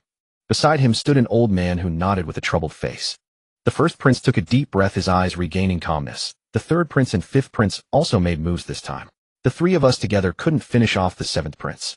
It seems the 7th prince is quite adept at hiding. He even managed to eliminate 6 void refining realm experts. Though his tone was calm, anyone could sense the raging fury beneath the surface. He had sent 1 void refining late stage and 1 void refining middle stage, and both died. This was an irreparable loss for him. He had originally possessed 9 void refining realm experts, but now only 7 remained. The gap between him and the 2nd and 3rd princes had suddenly narrowed, which irritated him immensely. The old man pondered for a moment, then said, "Your Highness, I believe it may not be the 7th prince's doing." Lin Mu frowned. "Are you suggesting that another prince is involved?" The old man nodded, and Lin Mu fell into deep thought. Lin Jin's strength was notoriously poor. Even if he was hiding his true power, the fact that he only had 2 void refining realm subordinates was almost impossible to change. With his own cultivation at the divine transformation stage, there was no way he could kill 6 void refining realm experts. The only possibility was that another prince did not want Lin Jin dead and secretly intervened to protect him. At this thought, Lin Mu's expression turned icy. He snorted, trying to fish in troubled waters. "Let's see if you have the qualifications." Lin Mu asked again, "Did the Su family of Bright Moon City help the 7th prince?" The old man immediately replied respectfully, "According to scouts, Bright Moon City did seem to assist the 7th prince, but their 2 void refinement cultivators did not intervene. They only sent Su Chun, the young patriarch of the Su family." "Oh." Lin Mu frowned. "What is the background of this Su Chun?" The old man organized his words for a moment before continuing, "There is much information about this person. The most peculiar is that just a few years ago he was still at the core formation stage, but after a sneak attack left his cultivation crippled. When he reappeared in public, he easily killed a late nascent soul cultivator. Later rumors within the Su family claimed that Su Chun had broken through to the divine transformation stage. Many in the Su family hold Su Chun in extremely high regard, and his status often surpasses even Su Qingtian's." The old man recounted everything Su Chun had done in Bright Moon City in detail. After listening, Lin Mu fell into deep thought. Though he was confident the throne would be his, he would not underestimate anyone for the sake of caution. Divine transformation stage, huh? Lin Mu finally snorted coldly. Based on the information, Su Chun had inexplicably broken through from core formation to divine transformation in a short time. But this was irrelevant. A mere divine transformation cultivator, even if somewhat peculiar. Could it possibly match a void refinement cultivator? Lin Mu's expression turned cold. This Su family knows not their place. Once I claim the crown prince position, I will have them executed to the last man. Meanwhile, after entering the Prince Jin's residence, Su Chen had been treated with the utmost hospitality, drawing the attention of many within the manor. At this critical juncture, Lin Jin had brought back a person. They had initially thought Su Chen was a savior, but upon discovering he was only at the divine transformation stage, despair returned to the household. They were all Lin Jin's people. If their master died, none of the servants would escape. Su Chen, however, remained utterly at ease, living a life of comfort and indulgence, with servants delivering exquisite food daily. Most of the food was rich in spiritual energy. The Splendor City was indeed bustling and magnificent. Once he finished handling Lin Jin's affairs, he planned to explore the city thoroughly. Su Chen reclined in contentment as a maidservant massaged his shoulders, thoroughly enjoying the comfort. "Miss, this is the place." Suddenly the voice of a servant sounded from outside the courtyard. Then a gentle voice drifted into the yard. "Young Master Su, I am Lin Yiming. I heard you are from the Su family of Bright Moon City and have come specially to pay my respects." Su Chen frowned. The name sounded familiar. He had heard servants in the Prince Jin's residence mention it occasionally. She was the Princess Lin Jin's daughter. What did she want with him? "Come in," Su Chen said indifferently, continuing to lie back in his armchair, enjoying the soft comfort provided by the three maidservants. Soon two figures entered the courtyard. The one in front was a tall, slender woman with bright eyes, white teeth, and flawless skin. Her face was lightly adorned with makeup, adding a touch of mature allure to her already stunning features. She wore a light green long dress and a pair of ink-white embroidered shoes. In terms of appearance and temperament alone, she was far beyond Ruashi. The gap between them was truly vast. On a scale of 100, Ruashi might score 80, but Lin Yiming was at least 95. Though a mere 15-point difference, the disparity was strikingly evident. Behind her stood an elderly man in his 60s. Though he concealed his cultivation, Su Chen could tell he was a mid-stage void refinement cultivator. This must be the second void refinement cultivator of the Prince Jin residence. Upon entering, Lin Yiming saw Su Chen lying back with eyes closed, enjoying himself. Her delicate brows furrowed slightly, and a flicker of displeasure passed through her eyes. "I came to pay my respects, and you can't even sit up properly. You're still lying there, not even rising. How utterly disrespectful." Lin Yiming had originally thought that her father must have a reason for bringing a divine transformation cultivator back at such a critical time. But now it seemed Su Chen was nothing more than a spoiled playboy. He must have been deceived. The three maidservants also sensed the princess's displeasure. Panic showed on their faces, but since the prince had given orders, they had no choice but to continue serving Su Chen. Su Chen, while eating grapes brimming with spiritual energy, said nonchalantly, "Sister Yiming, I've heard of you. Is there something you need?" Hearing the term Sister Yiming, Lin Yiming felt goosebumps all over. "You?" Lin Yiming's face flushed with anger. She was about to scold him, but forced her anger down. "Young Master Su, my father has declared that you will represent the Prince Jin residence as the third participant in the succession battle. So I came to see what kind of extraordinary person could earn such favor from my father." Lin Yiming forced a smile, her tone gentle and polite. Her purpose was simple: to test Su Chen. Although she felt testing was unnecessary, she still went through the formal procedure out of caution. Lin Jin had not disclosed Su Chen's true strength publicly. Only Zhang En and Lin Jin himself knew the truth. Not even his own daughter Lin Yiming was told. Yet after seeing Su Chen, Lin Yiming was deeply disappointed. Before this, when the Su family produced two void refinement cultivators, she had investigated them and naturally knew Su Chen well. After filtering out trivial information, she reached a conclusion: the Su family, which had risen from two divine transformation forces to its current status in less than 2 years, was likely due to Su Chen's influence. Based on this reasoning, combined with the fact that her father had personally brought Su Chen back, she was even more convinced that Su Chen could not be as simple as he appeared. But now, though Lin Yiming knew not to judge by appearances, Su Chen's demeanor lacked any trace of a true expert. Su Chen opened his eyes, glanced at Lin Yiming, then closed them again. "So you've seen me now?" Lin Yiming waited quietly, expecting him to say more. But after a long silence, she could barely contain her rising anger. "Damn it, Su Chen." With Su Chen's attitude, Lin Yiming felt like turning around and leaving right then and there. It was infuriating. If it were any other time, men would flock to her like bees to honey, yet Su Chen alone seemed utterly indifferent. She took a deep breath, suppressing her rising anger before steering the conversation back to the main topic. She asked again, "Young Master Su, I wonder if you have confidence in the upcoming battle for the throne." This was the true purpose of her visit, to sound out Su Chen. Although Su Chen struck her as exasperating, Lin Yiming refused to believe her father would bring back a useless man. Others might perceive Lin Jin as weak and insignificant, but Lin Yiming knew full well that her father was an ambitious and strategic man. He would never do anything without purpose. Chen replied with a calm, indifferent tone. I'm merely at the spirit transformation stage. How could I possibly have confidence? Lin Yiming's brow furrowed, a flicker of displeasure passing through her eyes. However, she managed to restrain herself, but the elderly man beside her could not hold back. How dare you? Chen's demeanor was truly infuriating. A mere spirit transformation cultivator acting so arrogantly. With a sharp rebuke, Gongsun Yang unleashed the imposing pressure of his mid-void refinement stage cultivation, instantly enveloping Chen. Any ordinary spirit transformation cultivator would have collapsed to the ground under such pressure, but Chen remained completely unfazed. What was going on here? Gongsun Yang frowned, confusion flashing in his eyes. But then Chen slowly opened his eyes, and an intangible oppressive aura suddenly descended upon Gongsun Yang. In an instant, Gongsun Yang felt as if he had been plunged into the depths of the nine hells, surrounded by soul-devouring specters. Terror flooded his gaze, and his entire body turned ice-cold. Despair and helplessness surged within his heart. When Gongsun Yang looked at Chen again, he saw him as a towering, untouchable deity. Gongsun Yang swallowed hard, instinctively stepping back out of sheer terror. Noticing her master's strange behavior, Lin Yiming looked at him with confusion. Master. Gongsun Yang had been Lin Yiming's master since her childhood. To stand by her through the crisis facing the Jing manor, he had chosen to risk his life to help his disciple. Chen withdrew his gaze, and the oppressive weight upon Gongsun Yang vanished instantly. Feeling as though he had been given a new lease on life, Gongsun Yang hastily stepped forward with a respectful bow. I was rude just now. Please forgive me, honored sir. Though he could not discern Chen's exact cultivation level, that terrifying pressure alone indicated at least a half-step integration stage cultivator. He never imagined Prince Jin could have secured the services of such a figure. Seeing Gongsun Yang's reverent demeanor, Lin Yiming couldn't help but show her astonishment. Her master was a mid-void refinement cultivator. If even he had to treat Chen with such deference, then Chen was undoubtedly extraordinary. Indeed, she had guessed right. But wait, what exactly had just happened?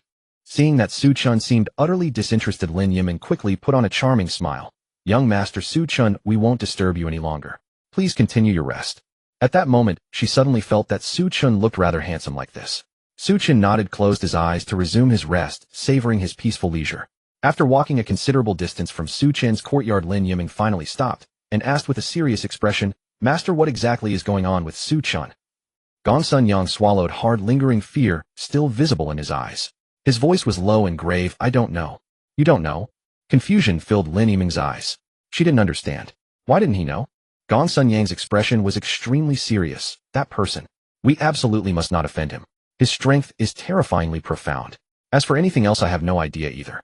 Hearing these words, Lin Yiming now had a rough understanding of Chen. But she was deeply curious. According to the investigation on Chen, he was just an extraordinary grade spiritual root holder who was only at the core formation stage 2 years ago. How had he changed so drastically within just 2 years? And now he had grown to such terrifying levels. Chen was currently no older than 21.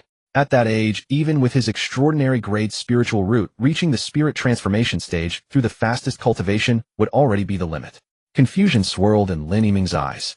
She didn't know exactly when it started. Even before she had ever met Chen, she had already become intensely curious about this mysterious figure. She turned her head to look back at Chen's courtyard, a hint of worry flashing in her eyes. I hope he can help my father win the succession. Otherwise, in the contest of the 9 dragons, there could only be one victor. They had to prevail for retreating meant utter ruin. They had no choice but to press forward. Time passed quickly, and soon the day of the battle for the throne arrived. The Imperial Martial Arena was the largest in Jinghong City, capable of accommodating several million spectators. Countless people from across the Jinghong Empire had come to witness this grand spectacle. The entire Imperial Martial Arena buzzed with noise, packed densely with spectators. The 9 dragons battle for the throne. This was something unheard of in all previous history. Likewise, having 9 princes openly compete for the throne was a first since the founding of the Jinghong Empire. In the previous 2 successions, the princes had quietly accumulated power and used schemes and machinations against one another before seizing the throne. This time, however, things were completely different. Of course, perhaps it was because the Jinghong king's strength was too formidable. Half-step returned to origin stage, which was truly terrifying. As long as the Jinghong king remained alive, the Jinghong Empire would never fall. No matter how fiercely the princes fought, it would not shake the foundation. And whoever became the Jinghong king would command the entire empire's resources, easily breaking through to the integration stage along with supreme authority. Who wouldn't covet such a prize? The fundamental reason for this sudden battle for the throne was likely that the Jinghong king was eager to enter closed-door cultivation for a breakthrough and couldn't wait for the princes to settle things at their own pace. having them compete directly, simple and straightforward. The 9 dragons battle for the throne. How thrilling. It was worth traveling all the way from Qingyang Commandery to see this. Who do you think will win this time? I think the first prince is a sure bet, right? I'm not so sure about that. I heard a couple days ago that the first prince's faction suffered some mishaps. He originally had 9 void refinement cultivators, but now only 7 remain. Seems like 1 early stage and 1 mid-stage void refinement cultivator fell. So what? The first prince still has 3 peak void refinement cultivators following him, which alone is enough to dominate everyone else. The second and third princes only have 1 peak void refinement cultivator each. At the Imperial Martial Arena, the crowd was buzzing with excitement as countless people discussed who would seize the throne today. Most favored the first prince, given his overwhelming strength. You're all debating who will win the throne, but I think the 7th prince definitely doesn't stand a chance. Agreed. Hilarious. I saw the list for the battle. The 7th prince actually has a nascent soul cultivator competing. Is he so desperate he's grasping at straws? Everyone in this battle is a void refinement cultivator, yet the 7th prince brought a spirit transformation cultivator. It's absolutely ridiculous. Does such a fool even deserve to be the king of our Jinghong Empire? Mockery of the 7th prince was widespread, no one believed he could win. When they spoke of him, their tone was like mocking a clown. It seemed that keyboard warriors were everywhere, no matter the world. The spectacle was about to begin. Inside the preparation hall of the Imperial Martial Arts Arena, silhouettes stood one after another, each emanating an immensely powerful aura. Among them, the 9 leading figures were the 9 princes of the Jinghong Empire. Some wore expressions of cold indifference, some bore faint smiles, while others appeared tense. Among the 9, the one standing behind the eldest prince exuded the most formidable presence. When the other princes looked over, their expressions were notably grave. 7th brother bringing in a divine transformation stage cultivator, are you so desperate to win? 3rd Prince Lin Yu said flatly, though his expression appeared calm. The disdain in his eyes was unmistakable. Hearing this, the others also turned their gaze to the 7th prince. Within the entire preparation hall, aside from a few princes who were at the peak of the divine transformation stage, all other cultivators were at the void refining stage, making Su Chen's presence particularly conspicuous. The eyes cast upon Lin Jin were all filled with contempt. Lin Mu had previously suspected that Lin Jin bringing a divine transformation stage cultivator might be a calculated move, or perhaps he had concealed his cultivation to use as a trump card. But now that they had met face to face, he was almost certain that Su Chen had not hidden his cultivation level. To ensure victory, Lin Mu had even specially borrowed a detection-type treasure of the Earth-grade middle tier, which made practically anyone transparent in his eyes. Lin Mu stared coldly at Lin Jin, a faint golden glint flickering in his eyes as he sneered dismissively. A mere early-stage void refining cultivator. What use was it even if he had concealed his cultivation? Still, there were only 2 void refining stage cultivators available. The rules of the succession struggle were simple. Much like a normal competition, each prince would select one of his subordinates to step onto the stage and challenge another prince's subordinate. The challenge party could not refuse, even if there was a disparity in cultivation levels. For instance, if the eldest prince sent a late-stage void refining cultivator to challenge an early-stage void refining cultivator, the challenge could not be rejected, an extremely unfair arrangement. This meant that 2 princes could simultaneously target a single opponent, specifically challenging his subordinates. If a prince had no one left to send, he could either take the field himself or choose to forfeit. In the end, whoever emerged victorious would become the king of the Jinghong Empire. The rules were so arbitrary, yet the more arbitrary they were, the fewer loopholes existed, and the contest relied more on sheer strength and strategy. Lin Jin said calmly, "Who will win or lose is still unknown." Tisk tisk tsk. Lin Yu clicked his tongue, his tone dripping with disdain. So 7th brother is quite confident he can defeat us. It seems you still have some trump card up your sleeve. Everyone immediately turned to look at Lin Jin, then scrutinized the 3 people behind him, and finally let out a cold sneer. A divine transformation stage cultivator, an early stage void refining cultivator, and a mid-stage void refining cultivator. Even with hidden cards, what could such a combination possibly achieve? Despite this reasoning, a few princes' gazes toward Lin Jin shifted, and they resolved to eliminate him first when the succession struggle began. To prevent everyone from fighting tooth and nail, only for Lin Jin to snatch an easy victory. Lin Yu, seeing this, curled his lips into a slight smile. By inciting hostility toward Lin Jin, he could eliminate one competitor, reducing the number of rivals. 9 versus 8. Though only a difference of 1 person, it would greatly increase the chances of inheritance for each, so everyone's thoughts converged. 5th Prince Lin Hong suddenly spoke, a faint smile curving his lips. "Big brother, since you are the strongest and 7th brother seems out of place in this succession struggle, why don't you take care of him first? That way he can rest early, and you can showcase your authority." With Lin Jin's strength, He could almost completely overpower Lin Mu on the surface, needing only to send a late-stage void refining cultivator. If Lin Jin truly had a hidden card, it could also exhaust Lin Mu's strength. Lin Mu did not refuse, a mysterious smile on his face. No problem. Hearing this, Lin Hong narrowed his eyes, his smile growing even brighter. Su Chen watched from the sidelines as these people schemed against each other. 9 individuals, 1,000 schemes. Lin Jin, facing their open and covert targeting, did not show any strong emotion, remaining remarkably composed. In his view, with Su Chen present, his chances of victory were exceedingly high. A cultivator at least at the half-step unity stage, even Lin Mu's 3 late-stage void refining cultivators, would be no match. However, a flicker of seriousness passed through Lin Jin's eyes. This succession struggle had too much freedom, allowing the use of formations, talismans, and even many powerful artifacts. Such high freedom meant it was purely a contest of family wealth. The eldest prince had the deepest family background, as his maternal relatives were the Du family, a king-level faction within the Jinghong Empire. The Du family was merely a vassal of the Jinghong Empire. If they went all out to support Lin Mu, even the Du family's ancestor, a unity stage cultivator, could directly intervene. Fortunately, the participants had been confirmed 3 days ago, and the Du family ancestor was not among them. Perhaps out of fear of provoking the Jinghong king, the Du family did not dare to openly assist Lin Mu. Currently, Lin Mu's 7 subordinates included 3 late-stage void refining cultivators, 3 mid-stage void refining cultivators, and 1 early-stage void refining cultivator, a lineup that easily overwhelmed all other princes. And this was only the surface strength. With Lin Mu's methods, he could surely acquire many treasures, further boosting his power. Lin Jin felt a bit speechless. Were Lin Yu and Lin Hong fools? Among the 9, everyone had some hidden cards, yet they targeted the weakest first instead of the strongest Lin Mu. Wouldn't it be better to eliminate the strongest first, and then let the weaker ones fight among themselves? Of course, this thought did not take Su Chen into account.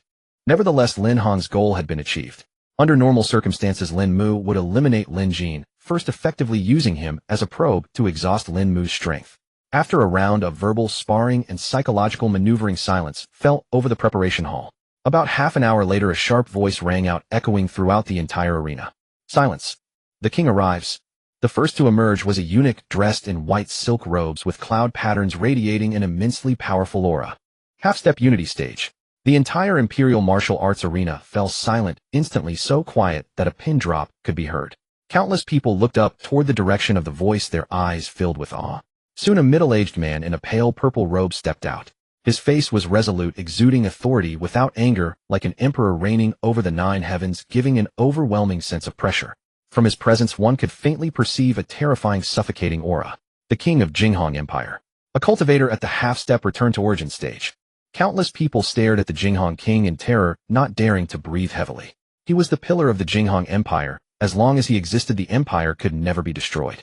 On the battle preparation platform, the 9 princes cast fiery glints at King Jinghong, each fantasizing about achieving such glory themselves. A peerless sovereign exalted above the multitudes. King Jinghong ascended to the highest point of the arena, swept his gaze around, and his calm voice resonated. Today we gather for the succession war of the Jinghong Empire. I thank you all for gracing this occasion. The identity of the next Jinghong king shall also be decided today. As King Jinghong's voice echoed, the arena erupted with thunderous cheers, countless eyes blazing with fervor. After a moment, King Jinghong raised his hand slightly, and the clamor ceased abruptly, plunging the field into absolute silence. Such was the sovereign's influence. His every word and gesture commanded the reverence of the masses. King Jinghong took his throne and said calmly, "The rules of the succession war are clear. Let everyone rely on their own abilities and employ whatever means they possess." Very well, let us begin. As the words fell, a figure shot out from the battle platform, wielding a long blade emanating overwhelming battle intent. Boom! A figure landed heavily on the massive arena at the center of the training ground, the sound exploding in everyone's ears as if struck by a heavy blow. It had begun. Countless eyes burned with excitement and fervor. This was a battle between void refining stage cultivators. Although the Jinghong Empire was mighty, cultivators below the nascent soul stage still comprised 80% of the population. Nascent soul cultivators were common, but higher stages grew increasingly rare. Today's succession war was dominated by void refining stage experts. The chance to witness such a clash of power filled them with exhilaration. As they turned their gaze to the stage, they immediately recognized the figure Ji Wuchang, the sect master of Mingtai sect, a late void refining stage cultivator. This man was also a subordinate of the first prince. No wonder the first prince sent someone up immediately. He's brimming with confidence. Victory to the first prince. Victory to the first prince. Cheers erupted. On the high platform of the arena, Ji Wuchang's eyes were cold as he turned to look at the preparation platform behind him. I represent the first prince and challenge Gong Sun Yang of the 7th Prince's faction. Please enlighten me. Gong Sun Yang's expression on the preparation platform was extremely grave. Ji Wuchang's strength far surpassed his own, and he was a blade cultivator. This battle was almost certainly a defeat. Lin Jin transmitted his voice. Master Gongsuan, if you cannot prevail, concede directly. This succession war is ostensibly a friendly spar, and with the Emperor watching, he would not dare to kill you. Just do your best. Gong Sun Yang nodded gravely, then tore through the void and appeared on the arena stage. Instantly the atmosphere was reignited. A void refining stage battle. I've never seen one in my life. I never thought I'd witness it so closely. Unfortunately, Gong Sun Yang is likely to lose. I won't say more, but the 7th Prince's chances in this succession war are hopeless. The 7th Prince has no capable followers. Having a mid-void refining cultivator like Gong Sun Yang is already impressive. Don't say that. Isn't it because the 7th Prince himself is mediocre? If he were powerful even with just one void refining cultivator, he wouldn't have only 2 followers, right? In a certain section of the viewing stands a stunningly beautiful woman's eyes were filled with anxiety. Lin Yimeng clutched her clothes, her heart pounding with tension. Master, please don't be hurt. Ji Wuchang is a late void refining prodigy, having reached his current cultivation level in under 2,000 years, while his master Gong Sun Yang's lifespan is nearly exhausted. The contrast was stark. The eunuch beside King Jinghong announced begin. In the next moment, 2 formidable auras swept outward. A sharp blade light tore through the sky, hurtling toward Gong Sun Yang like a startling rainbow. Gong Sun Yang formed hand seals and power surged wildly within him. Mountain opening seal. A massive dark green seal collided with the blade energy. Boom. An explosion erupted, tearing the wind and producing a mournful howl. Had the arena not been protected by formations, countless would have perished in the aftermath. Such was the might of a void refining stage cultivator. Gong Sun Yang's body was sent flying. Blood trickled from the corner of his mouth and his aura was in disarray. They had gone straight for their ultimate moves without any probing. But clearly Gong Sun Yang had lost. Ji Wuchang sneered coldly, his eyes filled with disdain. He raised his hand again, and his blade intent soared into the sky, piercing the clouds, making him seem like a sword incarnate. In the next instant, Ji Wuchang vanished from his spot, transforming into a streak of light, charging toward Gong Sun Yang. Master! Lin Yimeng stood up, her eyes brimming with worry. It seems Gong Sun Yang will lose. The gap in their strength is simply too vast. Ji Wuchang is a genius. He once fought against a late void refining stage cultivator, so his strength is naturally beyond Gong Sun Yang's mid-stage capability. Everyone expected Gong Sun Yang's imminent defeat. It was only logical. Gong Sun Yang watched Ji Wuchang charging at him with terrifying speed, his eyes cold and unyielding as he rushed forward without fear. Seeing this, many shook their heads. When one's strength is inferior, why not temporarily evade the edge? Wasn't this simply courting death? A fool. Ji Wuchang sneered, his blade becoming even more fierce. The onlookers, just by watching, felt their eyes sting. Die. Just as they were about to clash, a golden light suddenly appeared in Gong Sun Yang's hand. The void began to churn violently, and a vast sword intent spread out. What was this? Ji Wuchang's eyes flickered with gravity. This sword intent made his skin crawl, as if facing its natural predator. In the next instant, the golden light blazed into his vision, instantly piercing through Ji Wuchang's neck and severing his head. He didn't even have time to react before being slain. It did not end there. The golden light continued tearing through the arena's formation, leaving a massive gap before finally stopping. How can this be? Ji Wuchang's pupils dilated, his life force rapidly fading, his voice filled with disbelief. How could he have lost? Thud thud. His head fell to the ground with a crisp sound, and the crowd in the arena was stunned. Ji Wuchang had lost. No one had anticipated this. Everyone had expected Gong Sun Yang to be drenched in blood in the next move, but the opposite had occurred. Ji Wuchang's head was severed. The sudden reversal caught everyone off guard, their eyes filled with bewilderment. What had just happened? On the throne, King Jinghong narrowed his eyes. Gazing at the hole in the formation, he said with interest, the sword intent of the Sword King from Tianjin Mountain. That 7th prince is not simple. On the preparation platform, the princes were all stunned. Ji Wuchang had been killed outright, which none of them had anticipated. Several princes narrowed their eyes at Lin Jin, relieved that they had planned to eliminate him first, otherwise he might have snatched the victory. From the overwhelming sword intent, just now, they roughly deduced the origin of Lin Jin's treasure, the Heavenly Sword Mountain, a powerful king-level force, whose Sword King was a formidable mid-stage harmony cultivator. Back when the startling Swan King had not yet broken through to the half-step return to Origin Realm, the Sword King could even contend with him. Of course, that was no longer possible now. Within the startling Swan Empire, only the Sword King possessed such mighty sword intent. The golden light just now must have contained a strike from the Sword King, which was why it killed Ji Wuchang. The first prince's face was extremely grim, his eyes cold to the extreme. He had lost another late-stage void refinement cultivator. These people were not only representatives in the battle for succession, but would also be key ministers after he ascended the throne. The death of any one of them was a tremendous loss. Lin Mu cast a cold glance at Lin Jin and said indifferently, "Seventh brother, you certainly have impressive methods." Lin Jin stood with his hands behind his back, paying him no heed. Lin Mu sneered, "Let's see how many trump cards you have left. Wei Zhou, you go." Behind him, a man of ordinary appearance stepped forward, his aura not weak either. Also a late-stage void refinement cultivator. However, his aura was slightly weaker than Ji Wuchang's. This man was Wei Zhou, the sect master of the 10,000 Talismans sect. He was also a 7th-grade high-level talisman refiner, carrying countless treasures with extremely strong survival abilities. Even if Gong Sun Yang had other trump cards, it would be difficult to kill Wei Zhou as long as he was careful. Wei Zhou clasped his hands to Lin Mu, then vanished from the preparation platform. When he reappeared, he was already on the arena. The rule of the battle for succession: you can challenge anyone, and anyone can challenge you with no option to refuse. Of course, you can also choose to surrender. However, surrendering meant elimination, and you could no longer challenge or be challenged. But the winner had freedom to choose, either continue fighting or rest and recover. At this moment, the crowd stared at the two figures on the arena, their expressions filled with solemnity. After witnessing Ji Wuchang's death, they no longer underestimated Gong Sun Yang. Indeed, none of the 9 princes are simple. Isn't that obvious? But I doubt such trump cards can be used repeatedly, right? Of course not. That sword intent just now was clearly from a harmony stage powerhouse. If the 7th prince had many such treasures, he might as well be given the throne directly. Although Gong Sun Yang had killed Ji Wuchang, most still believed the 7th prince's luck had run out. Could he win? Absolutely impossible. Eunuch Gao's voice rang out again, "Begin." As the sound echoed, Wei Zhou raised his hand and flung a talisman toward Gong Sun Yang. It exploded in midair, transforming into a torrential flood. This talisman possessed the power to kill a void refinement cultivator, and even Gong Sun Yang's face turned pale. His eyes were full of gravity.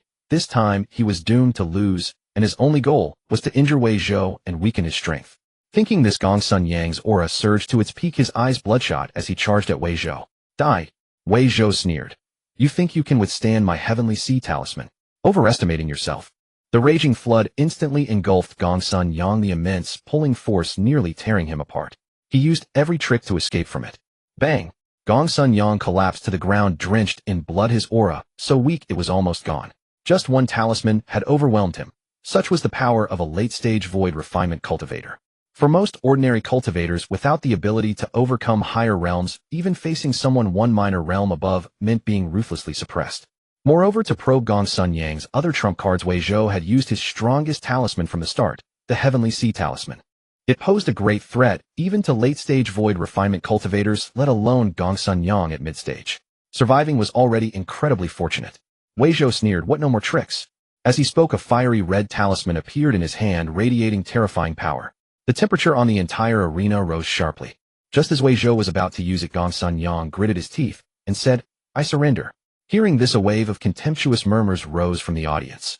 Wei Zhou narrowed his eyes, put away the talisman, and wore a cold smile. Surrender meant death, but not surrendering meant death as well. Once the 7th prince was defeated, and the 1st prince took the throne, they would surely be dealt with. Gong Sun Yang struggled to stand, vanished from the arena, and reappeared on the preparation platform. He came to Lin Jin's side, and said apologetically, "Your Highness, I'm sorry." Lin Jin shook his head, indicating it was fine. "Master Gongsuan, please rest first." At this moment, Wei Zhou on the arena announced loudly, "I challenge Zhang Yang under the 7th prince." Lin Jin had only one early-stage void refinement and one nascent soul cultivator left. Eliminate the void refinement, and the nascent soul would pose no threat. Zhang Yang was about to step onto the arena, but Lin Jin stopped him. "Surrender." Zhang Yan had not fully recovered from his injuries. Going up against Wei Zhou would be suicide, and he might not even get the chance to surrender. Zhang Yan glanced at Lin Jin and immediately declared loudly, "I surrender." As the voice echoed from the preparation platform, expressions in the arena turned strange. What's going on? Is the 7th prince giving up so soon? With only a nascent soul left, isn't that a sure loss? Even if he had hidden trump cards, the gap between nascent soul and void refinement is too vast. Even with a powerful artifact, he might not be able to use it. Looks like the 7th prince will be the first to leave. I wonder why he brought a nascent soul cultivator. A joke, right? Huh, I bet the nascent soul will be instantly killed. On the arena, mockery flickered in Wei Zhou's eyes. I challenge. Su Chen under the seventh prince. On the preparation platform, Lin Jin turned to Su Chen behind him and clasped his hands, saying, I'm counting on you. Seeing this, the other princes sneered. Is the seventh prince out of his mind? Treating a nascent soul with such respect, does he think he can win? The seventh prince seems too eager to win. He's losing his mind. Su Chen nodded, then stepped off the platform, his figure floating gracefully until he landed lightly on the arena. His aura remained at the nascent soul stage. For him, only by suppressing his cultivation could he enjoy the pleasure of such a battle. Otherwise, it would be a one-strike kill. Seeing Su Chen's youthful appearance, many in the arena showed contempt. He was indeed a nascent soul cultivator. The seventh prince was surely doomed. Ha, is this really a divine transformation stage cultivator? Is the seventh prince joking? Don't laugh, maybe he is concealing his true cultivation. How could that be? If he concealed his cultivation to the divine transformation stage, wouldn't others see through it? If Su Chen's true cultivation were any higher than the late void refinement stage, do you think the first prince would let Wei Zhou challenge him? This Su Chen at the divine transformation stage truly lowers the standard of the succession war. Does he even deserve to participate in such a battle? Voices of ridicule and sarcasm rose continuously. They all found it utterly absurd that the only divine transformation stage cultivator appeared in the succession war. This is too ridiculous. Who knows what the seventh prince was thinking, stuffing a divine transformation stage cultivator in here? Isn't that a joke? Or is the seventh prince really at his wit's end? On the arena platform, Wei Zhou's lips curled into a slight sneer. He also wore a mocking expression, clearly looking down on Su Chen. Su Chen, ignoring everyone's cold laughter, calmly drew a long sword. This sword was nothing special, merely a low-grade, earth-rank treasure. Eunuch Gao glanced at the Jinghong king beside him. If nothing unexpected happened, the seventh prince would be eliminated soon, so he naturally needed to consult his master. The Jinghong king nodded indifferently. For him, as long as nothing too outrageous happened during the process, he would not interfere. Eunuch Gao immediately said, begin. With the sharp sound, a burst of blood-red light erupted from the center of the arena. Su Chen had already disappeared from his spot, without anyone noticing, and Wei Zhou was directly cleaved in half from head to toe, the scene extremely bloody. Su Chen murmured, still couldn't control my strength. Suppressing to the divine transformation stage is not enough. I need to suppress the Hongmeng immortal body as well.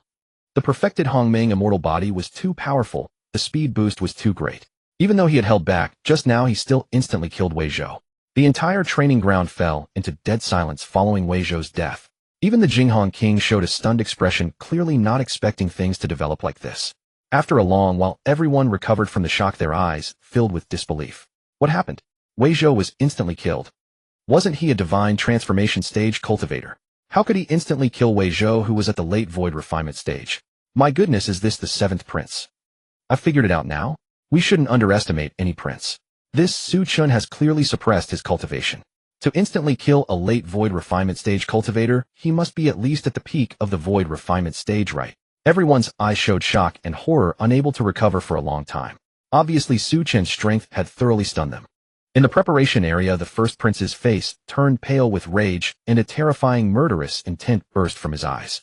Su Chen had concealed his cultivation, and he hadn't seen through it. This was hard for him to accept.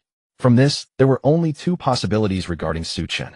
Either he had a treasure that could conceal his aura, or Su Chen was a peerless expert, almost certainly at least a half-step body integration stage grandmaster.